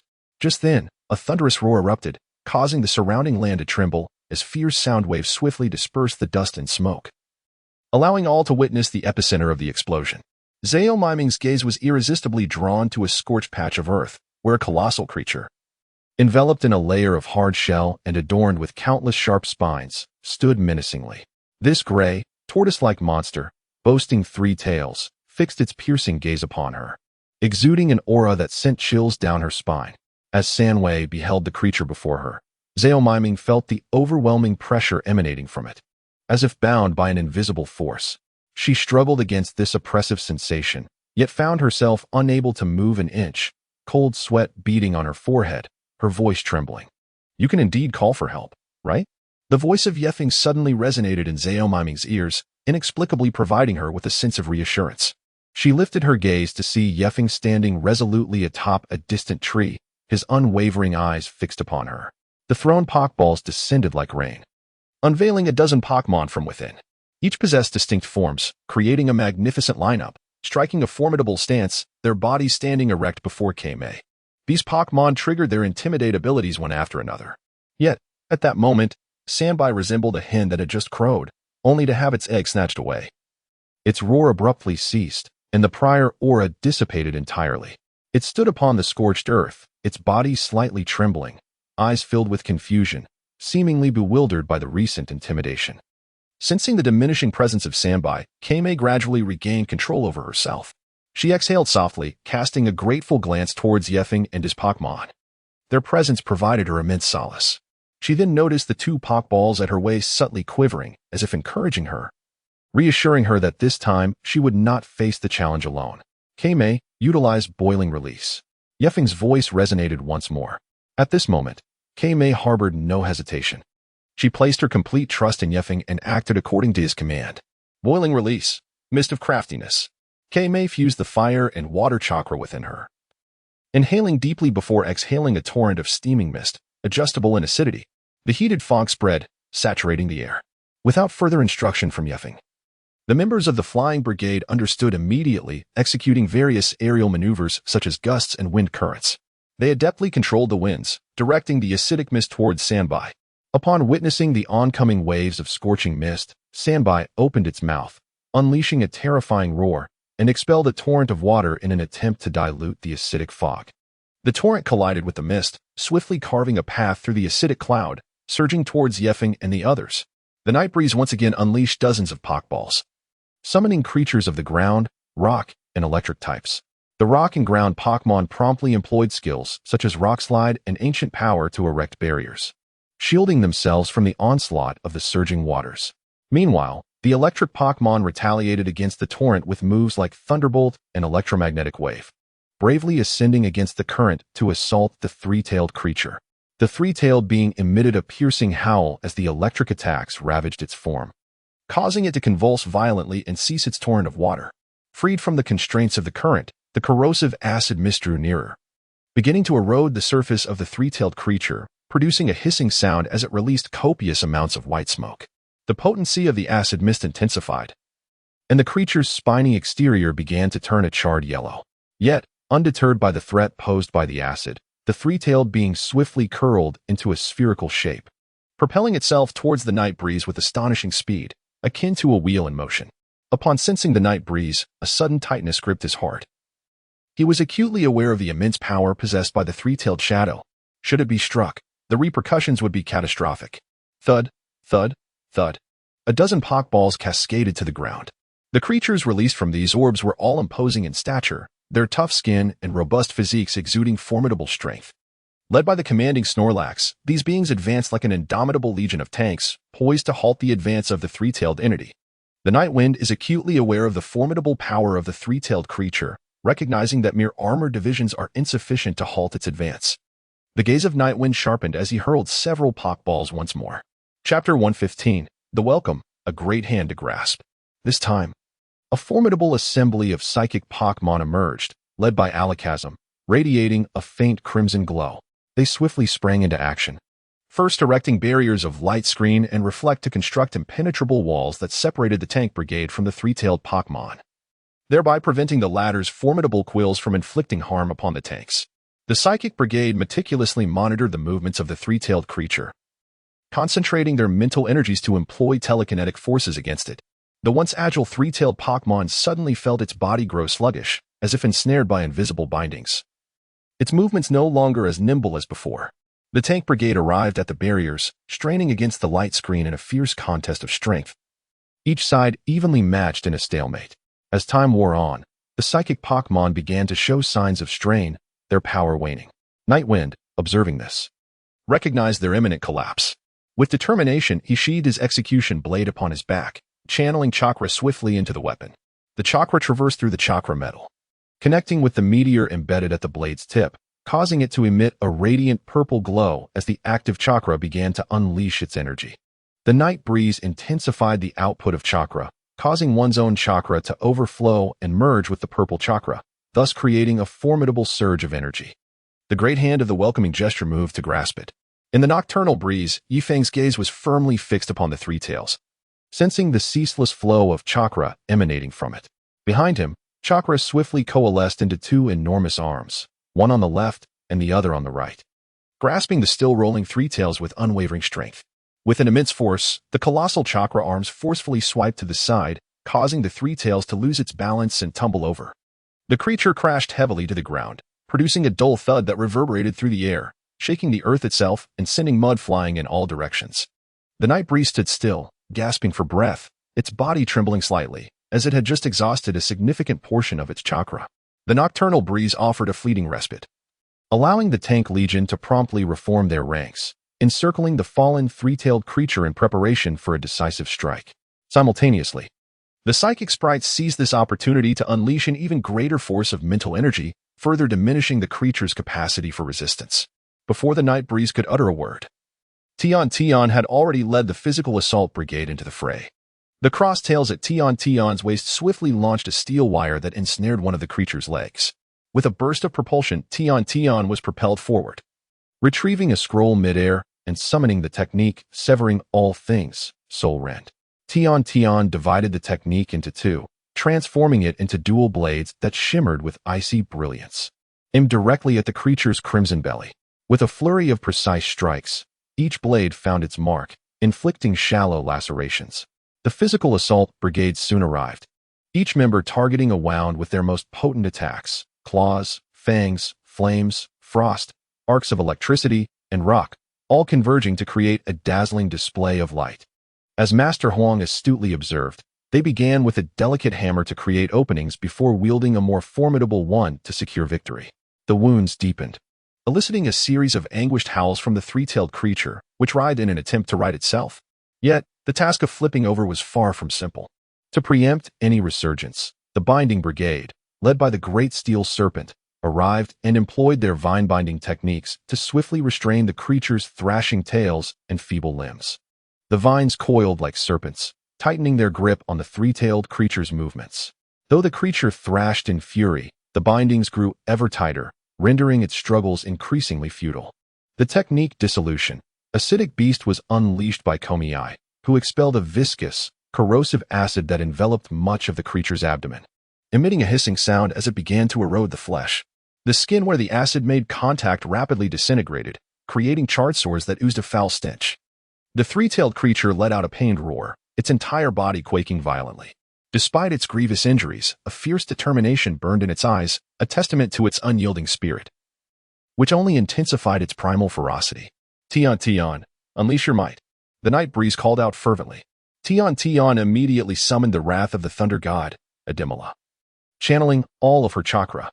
The atmosphere thickened with tension as currents of electricity gathered, forming a radiant orb of lightning. This orb swelled in size, emitting a low hum akin to a miniature sun. Arc flashes erupted around Tion, casting a brilliant glow while producing a piercing buzz.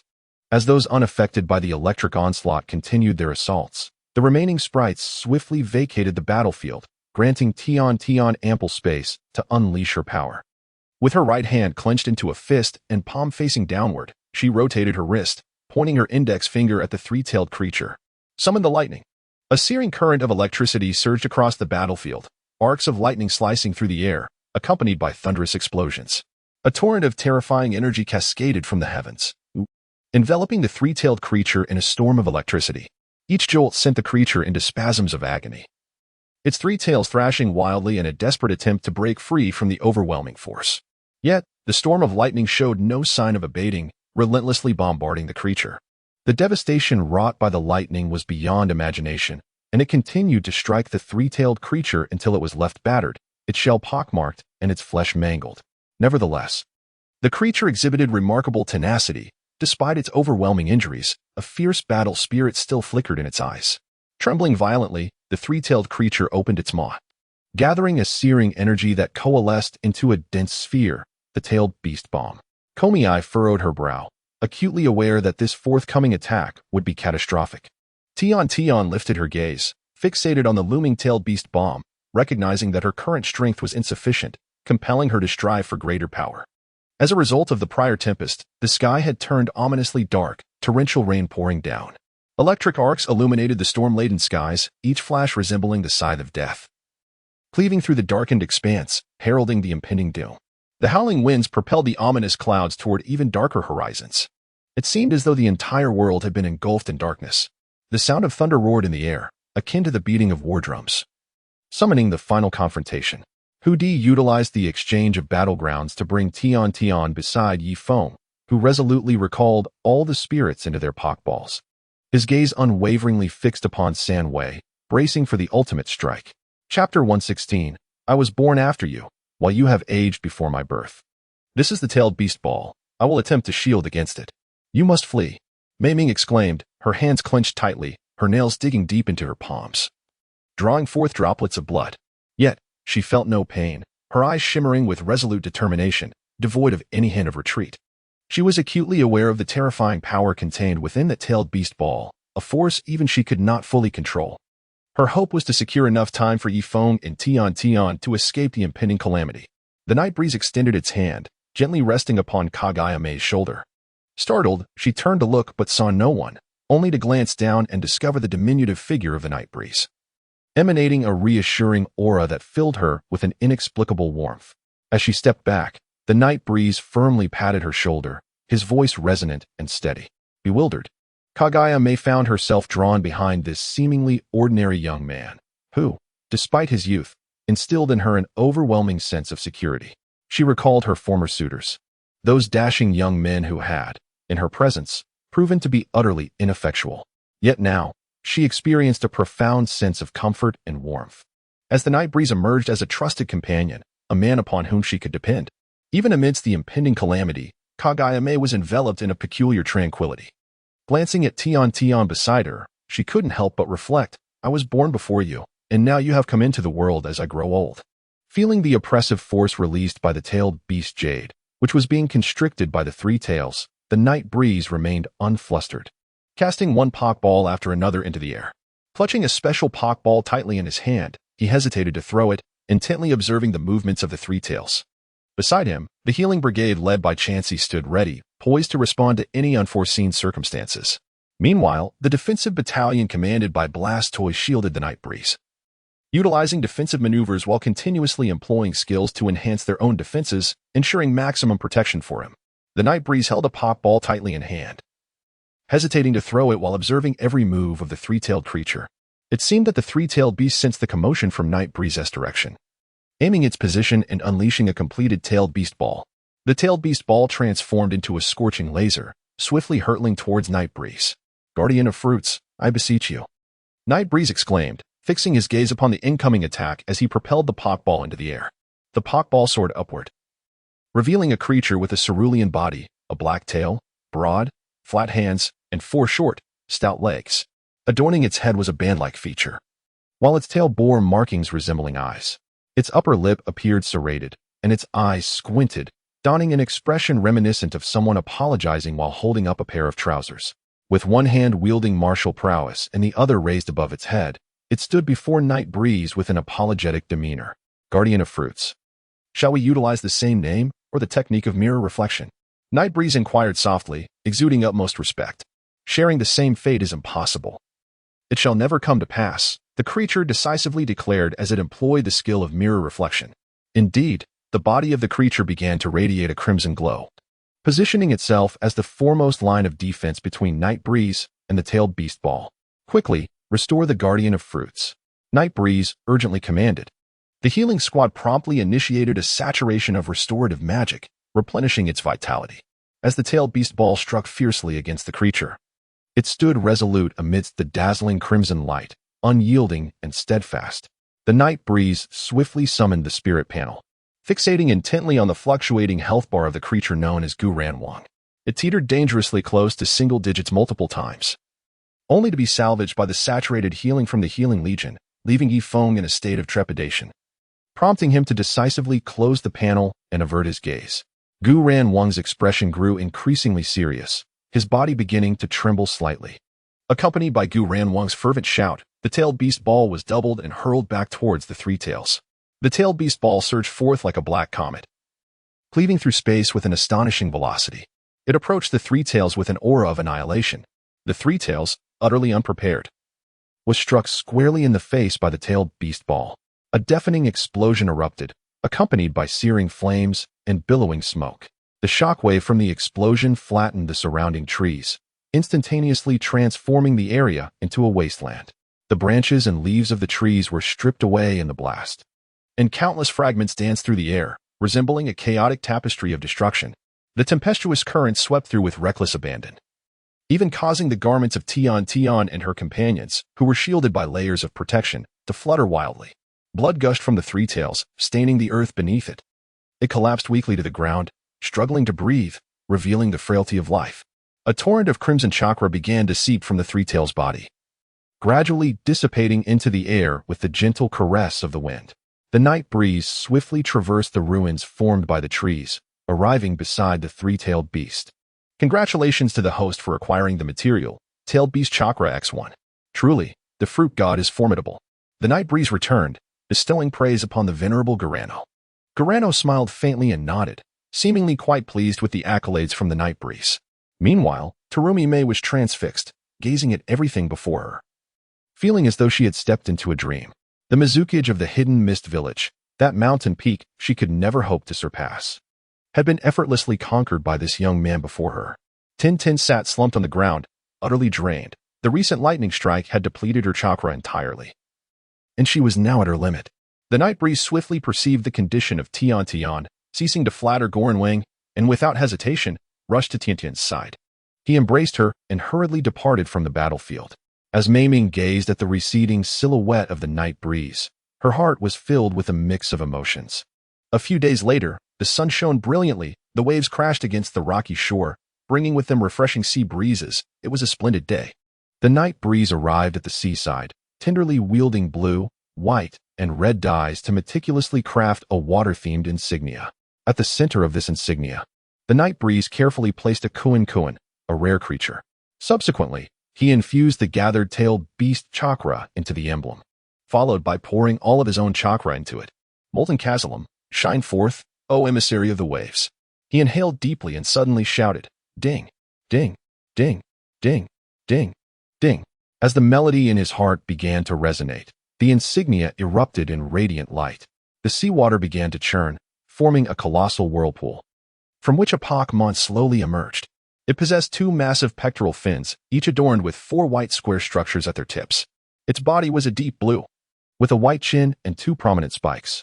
Red stripes reminiscent of a whale adorned its eyes, dorsal fins, and torso. Chapter 117, Ghost Lantern City. Kyogre, his first divine beast, filled the night breeze with unparalleled joy as he released it into the waters near the hidden fog village. Despite his immense confidence in Kyogre's prowess, he worried that such a formidable being could be casually caught by a mere little girl with a fishing rod. Ultimately, he decided to keep Kyogre close at hand.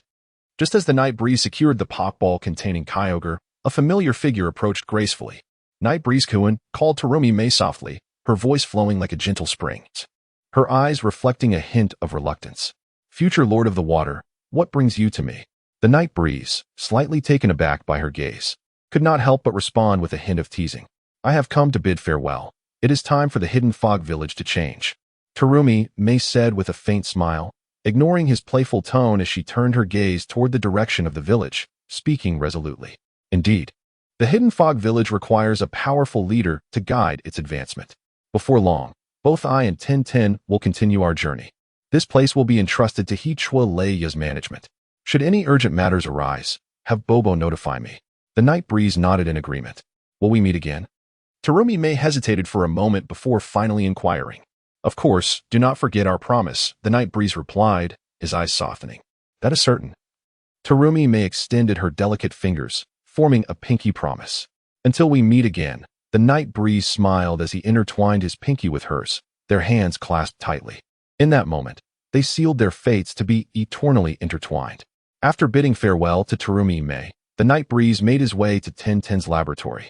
It was a spacious and bright room, embellished with an array of bizarre devices and experimental apparatus that dazzled the eyes. Tintin sat at the table, her face alight with anticipation as she watched the night breeze enter. How is Sister Terumi Mei's hand? Is it soft? Tian spoke first, casting a meaningful glance at Yifeng. Ah, how is your hand? The sudden inquiry startled Yifeng as he entered, his expression flustered as he responded. I was just testing the Omni Observer and happened to catch a glimpse. It startled you, didn't it? Haha. Observing Yifeng's comical demeanor, Tian chuckled heartily, clutching his stomach. You're not angry? Yifeng asked, a hint of awkwardness in his smile. Angry? It was merely a promise. Am I the type to be petty? Tian replied, raising his voice in jest. Certainly not. Certainly not. Yifeng quickly concurred. All right, let's discuss serious matters. The artifacts they retrieved have all been modified. The white eye has been installed in the Omni Observer, and the heart of the medium has been sealed in a scroll. Where shall we go next? Tian's expression shifted to one of gravity. What you lack now is merely chakra. The next step is to address that issue. Yifeng contemplated for a moment before responding. With ample chakra, like Naruto, you could become a Jinchuriki? Tian inquired. No. The chakra of tailed beasts is far too perilous. There are alternative powers, and they have already sought a location. We should first tackle the materials for the future site of the Omni Observer. Where to? Tian asked, intrigued. To Ghost Lantern City, Yifeng answered. Ghost Lantern City. A prison established by the grass-hidden village at the behest of various nations is located on a small island near the village, surrounded by tumultuous seas. The island derived its name from the abundance of a berry called Ghost Lantern. Before being imprisoned, Yifeng forged an identity and was sent to serve his sentence in the city of Ghost Lantern. The night breeze meticulously scrutinized the prison. Within its towering, impregnable walls, vigilant ninjas patrolled each corner, ever watchful for any attempts at escape. He was assigned to a modest cell, shared with a few inmates who had already begun serving their sentences. However, they exhibited little interest in his arrival. After casting a fleeting glance at the newcomer, they simply shifted positions and resumed their slumber. The night breeze sighed softly. He hoped that no clandestine dealings would transpire within this cell, for the sacrifice would be far too great. The night breeze lingered in the corner of the cell, meticulously observing the surrounding environment. The dilapidated chamber was permeated with a damp and musty odor, while the dim lighting cast an oppressive gloom over the entire space. The walls of the cell were etched with countless inscriptions, some chronicling the diaries of the ninjas, others expressing their heartfelt yearning for their homeland. The night breeze gazes upon these inscriptions, as if it can perceive the anguish and remorse of these transgressors. The night breeze gradually acclimated to the life within the prison, subsisting on the same meager sustenance as the other inmates, stale bread and thin gruel. In the cell, they either sat or reclined, bearing an appearance of utter exhaustion. Night breeze engaged in little communication with them. Each individual silently guarded their own space. The night breeze can only await the opportune moment, anticipating when the lord of the city, Wu Wei, will come to realize the immense chakra that resides within him.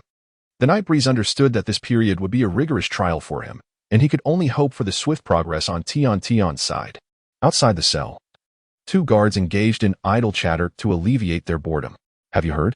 The newcomer lost control of his chakra and obliterated an entire village, one guard whispered, his tone laced with astonishment and fear. Is that true? How terrifying. However, a prisoner subjected to the Lord Mayor's fire release, heavenly prison. Attempting to manipulate chakra is akin to courting death. For someone like him, with such a vast and volatile chakra, he might very well end up incinerated. The other guard replied, too frightened to speak loudly.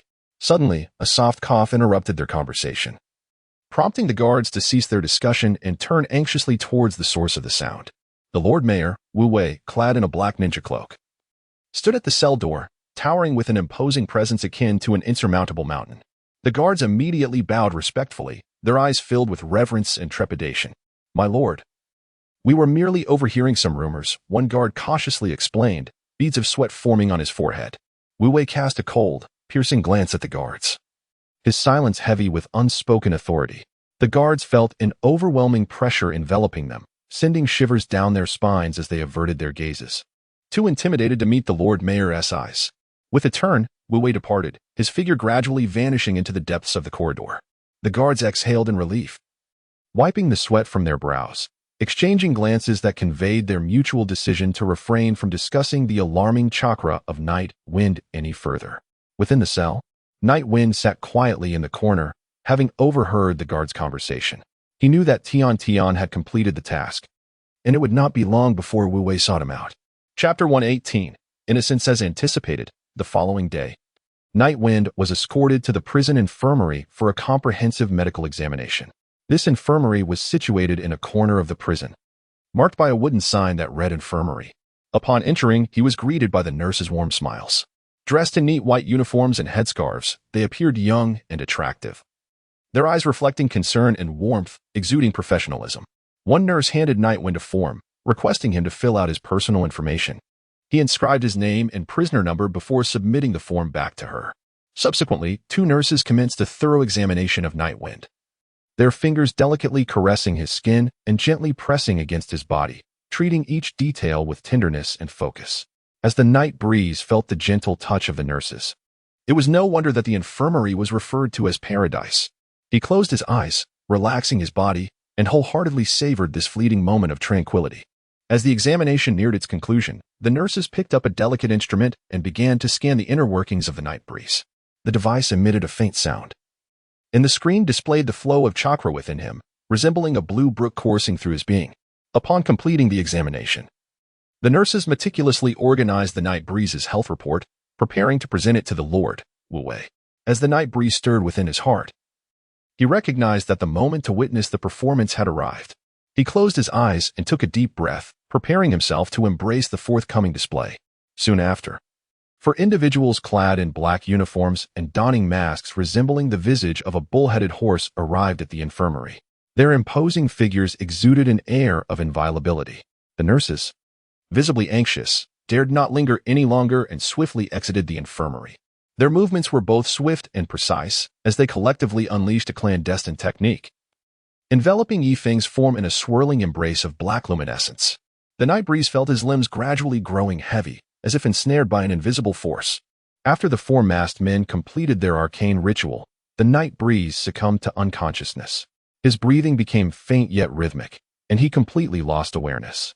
The city lord Wu Wei personally arrived at the medical chamber, clad in a black ninja cloak, exuding an aura of mystery. After dispelling the fire release, heavenly prison from the night breeze, Wu Wei gazed intently at him and began to perform an enigmatic technique. He pressed his palm against the night breeze's chest, extracting the chakra within him and channeling it to an exquisite box hidden beneath the ground. This box emanated a mysterious glow, resembling a miniature sun, shimmering with the light of the night breeze's chakra. After a considerable time, the box ceased its absorption of chakra. Satisfied that the box had acquired sufficient chakra, Wu Wei cast one last glance at it before turning to leave the medical chamber, leaving the night breeze to lie alone upon the bed. The night breeze felt the once flowing azure stream of chakra within him gradually dissipate, replaced by an overwhelming sense of emptiness. With great difficulty, he propped himself up on his left arm and sat upright. The room was enveloped in silence, save for the echo of his own breath reverberating through the air. Just as he prepared to depart the infirmary, a sudden and thunderous noise erupted from the prison yard. The night breeze was aware that the box of bliss had emerged. From the infirmary, the night breeze procured a metal rod and rhythmically struck the ground. Soon, the earth began to swell, revealing the small head of the Mountain King. At that moment, a towering beam of light suddenly erupted from beneath the prison square, and a colossal box slowly ascended from the depths below. The 4 masked men, upon witnessing the appearance of the box of bliss, hastily urged the lord of the city, Wu Wei, to make a wish to revive the grass ninjas. Wu Wei approached the box, arms raised high, his face brimming with anticipation, and let out a deafening cry. "Please, let me reunite with my son." The 4 masked men realized they had been deceived and rushed forward in an attempt to thwart Wu Wei, but it was too late. The box emitted a soft sound. The figures upon it fell away, and the box gradually opened, revealing a young boy clad in tattered white ninja attire, none other than Wu Wei's son, Wugo. His gaze was devoid of any emotion, as if he had lost his very soul. He stared blankly at the 4 masked men and his father, exhibiting no reaction whatsoever. Seeing his son, Wu Wei's eyes shimmered with tears of excitement as he rushed to Wugo, extending a trembling hand to caress his son's cheek. Just as Wu Wei was about to express the longing that had consumed him over the years, Wugo suddenly struck, delivering a swift blow that pierced through Wu Wei's chest. In disbelief, Wu Wei gazed at Wugo, his eyes flickering with anguish and despair. Wu Wei's body began to tremble, tears glistening in his eyes as he struggled to utter words. But no sound emerged. He understood that his son had irrevocably lost himself and could never return to who he once was. As Wu Wei's strength waned, he gradually sank to his knees. His vision blurred, yet he could sense Wugo's gaze, cold and hollow. Wu Wei's heart ached as it shattered, filled with boundless sorrow and regret. Yet he could not tear his gaze away from Wugo. In that moment, Wugo's form rapidly transformed into Wugo, cloaked in darkness, adorned with a pair of enormous, fallen angel-like black wings.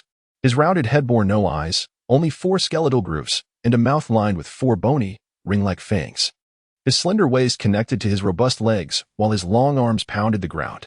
The being, devoid of emotion, coldly gazed at his fallen father, seemingly indifferent to his existence. His wings flapped with a terrifying gust, slicing through the air and rending the earth asunder as his body hovered above, emitting a piercing shriek that filled the square with an icy dread. Almost every corner lay in ruins, with soldiers hidden in the buildings swept away by the tempest, meeting their untimely demise. Clenching his fists, he plunged down onto the ground, causing the earth to tremble violently, sending dust swirling. A crater was left in his wake, smoke billowing and debris scattering. The guards scrambled to evade him, fearful of being harmed. As chaos ensued from his destruction, the square descended into pandemonium. People fled in all directions, their cries and wails mingling with the sounds of collapse, forming a dreadful symphony of death. No one could withstand his onslaught. Even the criminals unable to harness chakra found themselves incapable of escape. Chapter 119, The Insightful Wisdom of Understanding Hearts. Just as this being wreaked havoc, a sudden flame descended from the heavens, interrupting his wanton slaughter.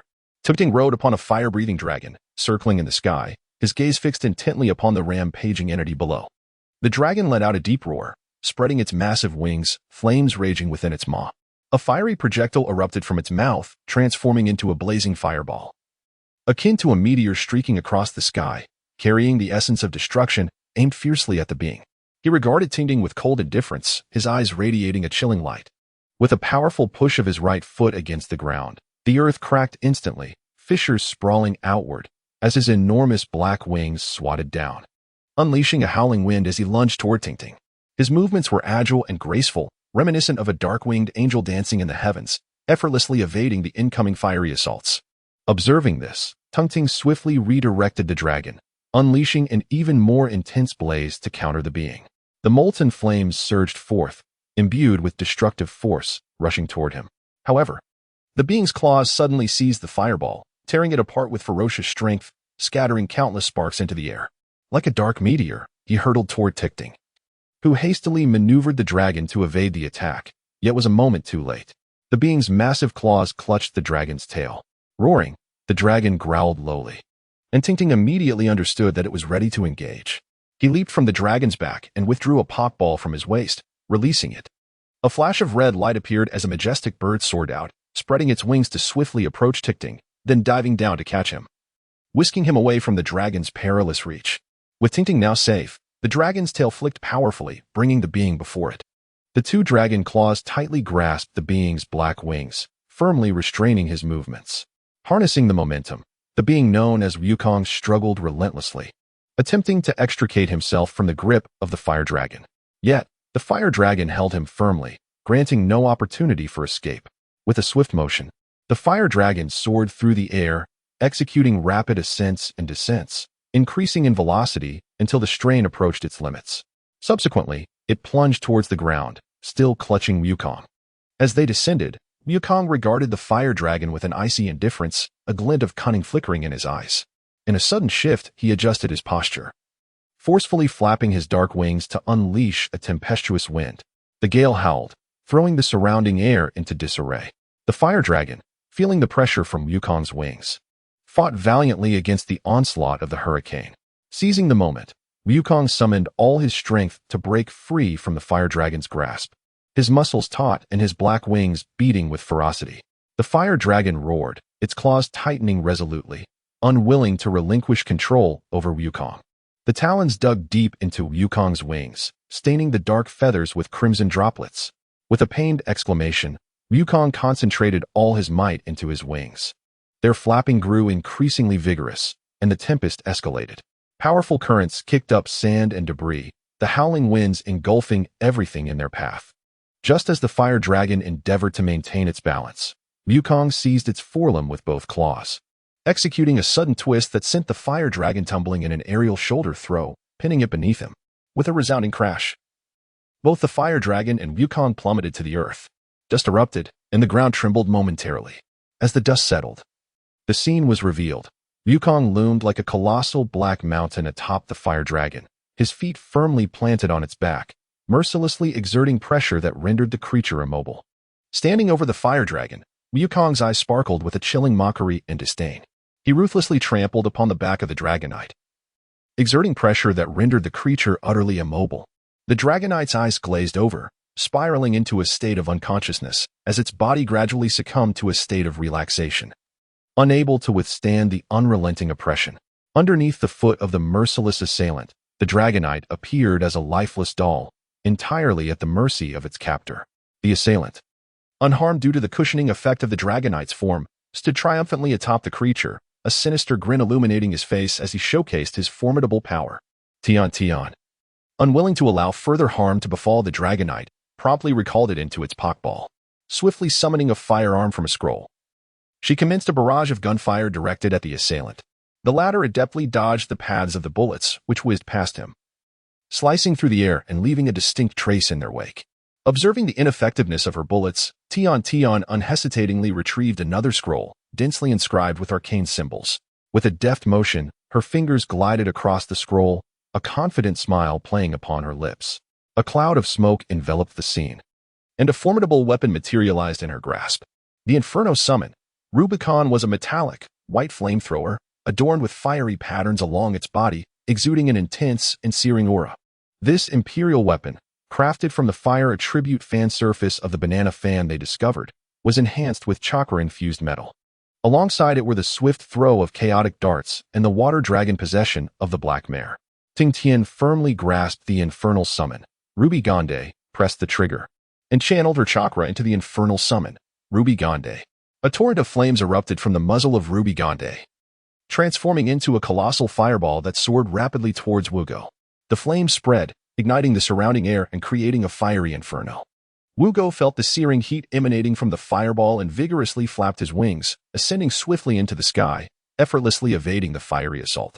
He darted towards Tung Tian with astonishing speed, his wings stirring a formidable gale. Tung Tian pulled the trigger once more, her body spinning continuously as flames radiated from her, forming a 360-degree fire wall that enveloped her entirely. Wugo's black wings blazed with fire, the fierce flames reflecting in his cold gaze. He exhibited no sign of retreat. Unfazed by the flames licking at his form, he raised his claws, wielding an unstoppable momentum, and struck down towards Ting Tian. Unperturbed by the flames consuming his black wings, he lifted his claws with indomitable force aimed at Ting Tian. However, just as Wugo's claws were about to descend, dozens of nearly imperceptible threads swiftly entwined around his claws, completely halting his attack. Ting Tian gazed at the ensnared Wugo, a flicker of triumphant amusement dancing in her eyes. These threads had been meticulously prepared by Ting Tian, all set at random positions, making them unpredictable even to herself, proving remarkably effective against Wugo, who could see into the hearts of others. Seizing the moment while Wugo's attack was thwarted, Ting Tian immediately took advantage of the opportunity to regain the initiative. She gripped the fan atop the infernal summon, Ruby Gande, tightly, causing it to spin wildly, emitting a deep, resonant roar. The flamethrower began to consume the surrounding air, drawing in a substantial amount of oxygen into its barrel, thereby bestowing greater power upon this imperial weapon. Chakra surged continuously into her arm, infusing the infernal summon, Rubigant. As she felt the fiery patterns on the flamethrower gradually heat up, accumulating formidable strength, Tian gripped the infernal summon, Rubigant, tightly, her body trembling slightly as she gazed at the purity. At last, the flamethrower reached its maximum potential, unleashing a fierce blaze that erupted from its muzzle like a blazing meteor, striking the purity with astonishing speed. The moment the purity sensed the flames, its ebony wings abruptly folded inward, enveloping its form tightly to create a protective barrier. The fire raged upon its black wings, the inferno illuminating its cold, piercing gaze. Yet it inflicted no harm upon the purity. Seeing that the flames could not penetrate the purity's defenses, Tian's eyes flickered with resolve as she swiftly altered her strategy. Retracting the infernal summon, Rubigant, her fingers deftly danced across the scroll, and a cloud of smoke dispersed, revealing the imperial weapon, Thunder Goddess Wrath, a Dimmler, now firmly in her grasp. Electricity coiled around her arms, shimmering with a dazzling brilliance. Simultaneously, the ring-like artifact, Water Dragon Possession, Black Marlin, on her finger began to unleash its powers.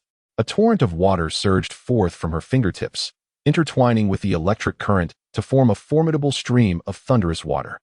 The lightning-infused water struck towards the pure one with the swiftness of a lightning bolt, droplets scattering in the air, radiating a resplendent glow as the current danced, creating a magnificent spectacle. The Pure One unfurled its wings, effortlessly deflecting the thunderous water, remaining unperturbed by the electric and aqueous forces. Tion's gaze turned grave. She understood that the Pure One was not an adversary to be easily vanquished.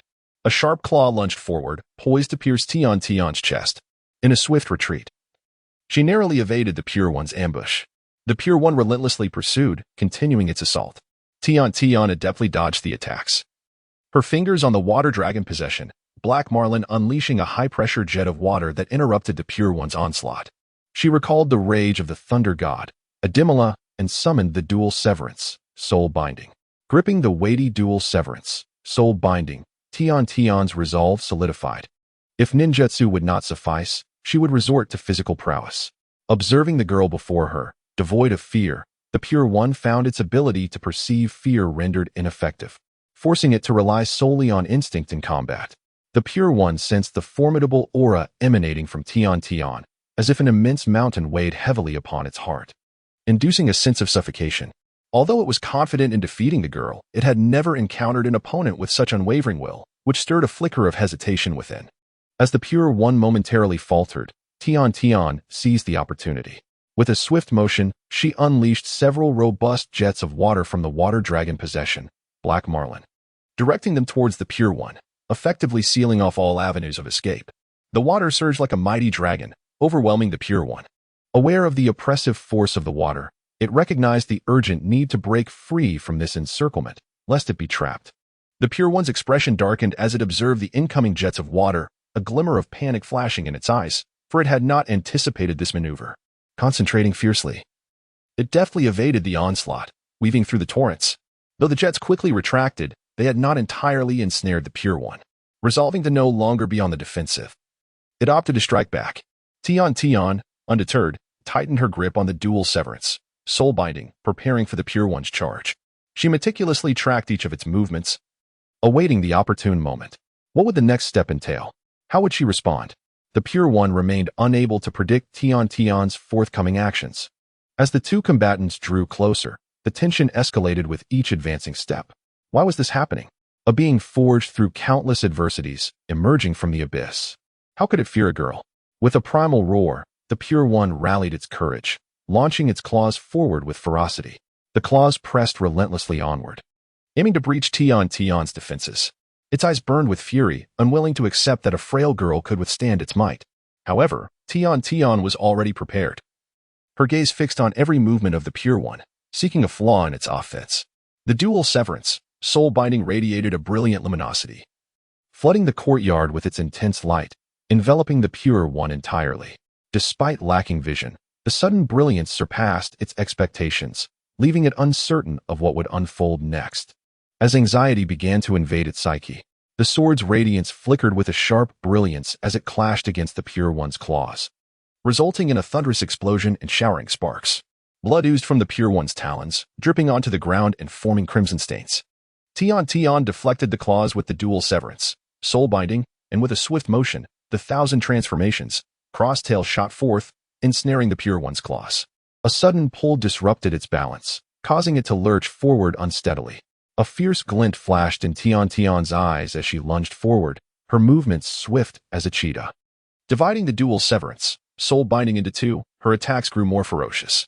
She executed an array of sword techniques with finesse. The blades glimmered and slashed through the air, dazzling the eye as she relentlessly assaulted the Pure One, bolstered by the weapon's might. The Pure One, besieged by this sudden onslaught, was forced into a defensive position, desperately evading each of Tion's strikes. Yet, its movements gradually grew clumsy, the sword's brilliance cleaving through its form, blood splattering in the wake of its retreat. Exhausted, the Pure One sought an opportunity to escape this lethal confrontation. However, Tion pursued relentlessly, denying it a moment's respite. Finally, she seized an opening, the blades flashed, and the Pure One's black wings shattered.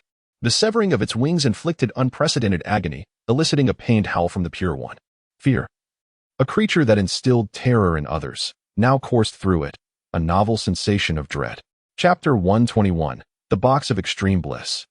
Second round, the Pure One gazed at its torn black wings, acutely aware of the searing pain coursing through its body, which muddled its thoughts and plunged it into the abyss of terror and despair. Yet, amidst this turmoil, A singular thought persisted in its mind, to distance itself from this terrifying girl. In a panic, the Pure One fled. The loss of one wing compromised its balance, causing it to stumble repeatedly in a state of disarray. Tian regarded the Pure One's plight with cold indifference, her gaze imbued with disdain. That has been resolved. Ifeng emerged from the remnants of a shattered structure, observing the Pure One with a slight smirk. Just a coward, lacking the oppressive aura of the three-tailed. Tian scoffed, expressing her dissatisfaction with the Pure One's performance. She once believed that Wuku would be a formidable adversary. Yet it has become evident that he is merely a timid creature. The city lord, Wu Wei, struggled to lift his gaze, feeling a profound sorrow and helplessness for Wuku's plight. Please, do not take his life, he implored, his voice tinged with desperation. He recognized his inability to alter the circumstances, yet he could not bear the thought of Wuku enduring further suffering. The city lord possessed a resilient spirit, and indeed, the prison mark had not yet faded. Nightwind gently caressed the lingering crimson mark upon his skin. I beseech you, do not kill him, Wu Wei implored, his eyes pleading as they turned toward Nightwind. His entire being trembled, each word requiring monumental effort to utter, yet his voice was scarcely audible. Wuku is no longer human. He is no longer your son. He harbors no feelings for you. He is transformed into a monster, a perilous entity. I know, I have wronged him. I beg you, spare his life. I am willing to do anything. Coughing, Wu Wei's tears flowed unceasingly, regret gnawing at his very soul.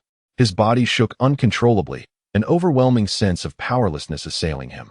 He understood that the harm he inflicted upon Wuku was irreparable, yet he was prepared to sacrifice everything to reclaim even a fragment of the past. Wu Wei's voice gradually diminished, his body quaking intermittently, and he coughed up a mouthful of blood. The night breeze cast a profound glance at the Lord Wu Wei, and an inexplicable emotion surged within him. He sensed the anguish and helplessness of the Lord, and a flicker of hesitation passed through his gaze. Wugo, this time, it is your father who will safeguard you. It was unclear from where Wu Wei summoned the strength, but his once feeble body erupted with a final burst of energy, laboriously making its way to stand before Wugo. Placing himself as a shield between the two of them, he felt the depth of the Lord's suffering and despair, and he understood the profound love Wu Wei harbored for his son. The gaze of Tian also revealed a hint of sympathy. The night breeze gently extracted a pokeball from the backpack, and with a soft press of the button, a Happiny materialized before them. Happiny, use life drops. Night Wind instructed tenderly. Happiny nodded, swaying its body as it released a cascade of enchanting droplets. These droplets cascaded onto the body of Lord Wu Wei, transforming instantly into warm beams of light that swiftly seeped into his wounds. Gradually, Lord Wu Wei's body began to heal, his breathing steadily calming. With the miraculous power of the life drops, his injuries slowly faded, and his skin regained its original luster. Feeling the vitality coursing through him, he gazed gratefully at Night Wind and Happiny, saying, Thank you. You have saved me. First, lift my prison's restrictions, Night Wind replied calmly. Lord Wu Wei nodded, placing his hand on Night Wind's shoulder. The red mark seemed irresistibly drawn to Wu Wei's hand, flowing rapidly into it. The red glow flickered in his palm before gradually vanishing. To untie the bell, one must first tie it. Let us make another wish to separate Wu Gu and this creature. You should know the way to wish, Night Wind suggested, awaiting Lord Wu Wei's affirmation. Indeed, that is a method, but it requires immense chakra. I have prepared for this for 3 years, Lord Wu Wei stated with a gentle nod. Do not worry about the chakra, Night Wind replied as he approached Wu Gu, lifting her effortlessly and casting her into the bliss box without giving her a chance to resist. The moment Wu Gu entered the bliss box, the figure that had detached from it returned to seal it once more. The bliss box returned to a state of tranquility as if nothing had transpired. Quietly awaiting the next opening, I will rely on you for the upcoming battles, Tian said, looking at Night Wind, hoping that this creature would be stronger. She was prepared. No matter the adversary, she would not falter. Wu Wei picked up the tube connected to the bliss box, feeling its chilling touch. His heart heavy with the weight of his choices. He understood that his decisions would determine his son's fate. The night breeze silently gazed upon Wu Wei, offering no words. You can simply channel your chakra directly through this tube, Wu Wei spoke. The night breeze observed the formlessness, devoid of superfluous words. He concentrated the chakra within him while simultaneously infusing the chakra from the decapitating blade with the essence of fallen stars, mingling it with natural chakra before directing it into the conduit. As the chakra flowed in, the tube instantly glowed with a crimson light. greedily absorbing the incessant stream of chakra. The red luminescence gradually spread, enveloping the entire box of bliss. The night breeze seemed to perceive the box of bliss as if it possessed a consciousness of its own, imbued with an insatiable yearning for greater power. The night breeze calmly observed all that transpired, a glimmer of vigilance reflected in his gaze. The crimson glow of the Elysium box intensified, resembling a blazing inferno. At last, the night breeze infused the last vestige of chakra into the Elysium box. Instantly, a tremendous transformation unfolded. The red light erupted, manifesting as a dazzling beam that soared into the heavens, illuminating everything in its vicinity. The onlookers fixated intently on the Elysium box, as the figures upon it disintegrated once more, unveiling the enigmatic and eerie portal of dimensions, awaiting the wishes of the gathered crowd. Wu Wei inhaled deeply and shouted, "Please separate Wugo from that monster. Allow Wugo to regain his sanity." As his voice reverberated, two silhouettes emerged from the Elysium box. Wugo's complexion remained pale, yet he appeared less frenzied. His eyes reflected clarity, and though his injuries were not entirely healed, he exuded a demeanor of calmness and composure. The other figure was the previously encountered monster, Wu, whose form had altered dramatically. He now resembled a more humanoid shape, with well-defined muscles radiating an overwhelming strength. A vertical pupil slowly opened atop his head, its inky depths flickering with fervor as it fixated on Tian Tian. Involuntarily, Tian Tian tightened her grip on the duality of all things. Soulbreaker. Chapter 122. All fear arises from insufficient firepower. Suddenly, Wu surged forward, his body akin to a bolt of lightning, hurtling towards Tian Tian. His gaze brimmed with rage and resentment, seemingly determined to redeem himself in this battle. Tian Tian sensed the fervent aura emanating from Wu. However, she harbored no fear, resolutely preparing to confront him with the duality of all things. Soulbreaker. She understood that her adversary was formidable, and only by exerting her utmost effort could she hope to contend with such a powerful foe. Their figures intertwined in a blur, their speed rendering them nearly imperceptible. Yet, the clash was not as intense as anticipated. No sparks flew from their encounters. Tian Tian's strikes fell like a tempest, fierce and swift. But Wu's agility allowed him to deftly evade each assault, sustaining no injuries. Thanks to her own impeccable defense, Tian Tian too remained unscathed. She knew this stalemate could not endure indefinitely. She needed to uncover Wu's vulnerabilities to turn the tide. Thoughts whirled in her mind as she sought a means to vanquish her opponent. Wu scrutinized Tian Tian's every move, an air of disdain evident in his eyes. He was acutely aware that his current strength far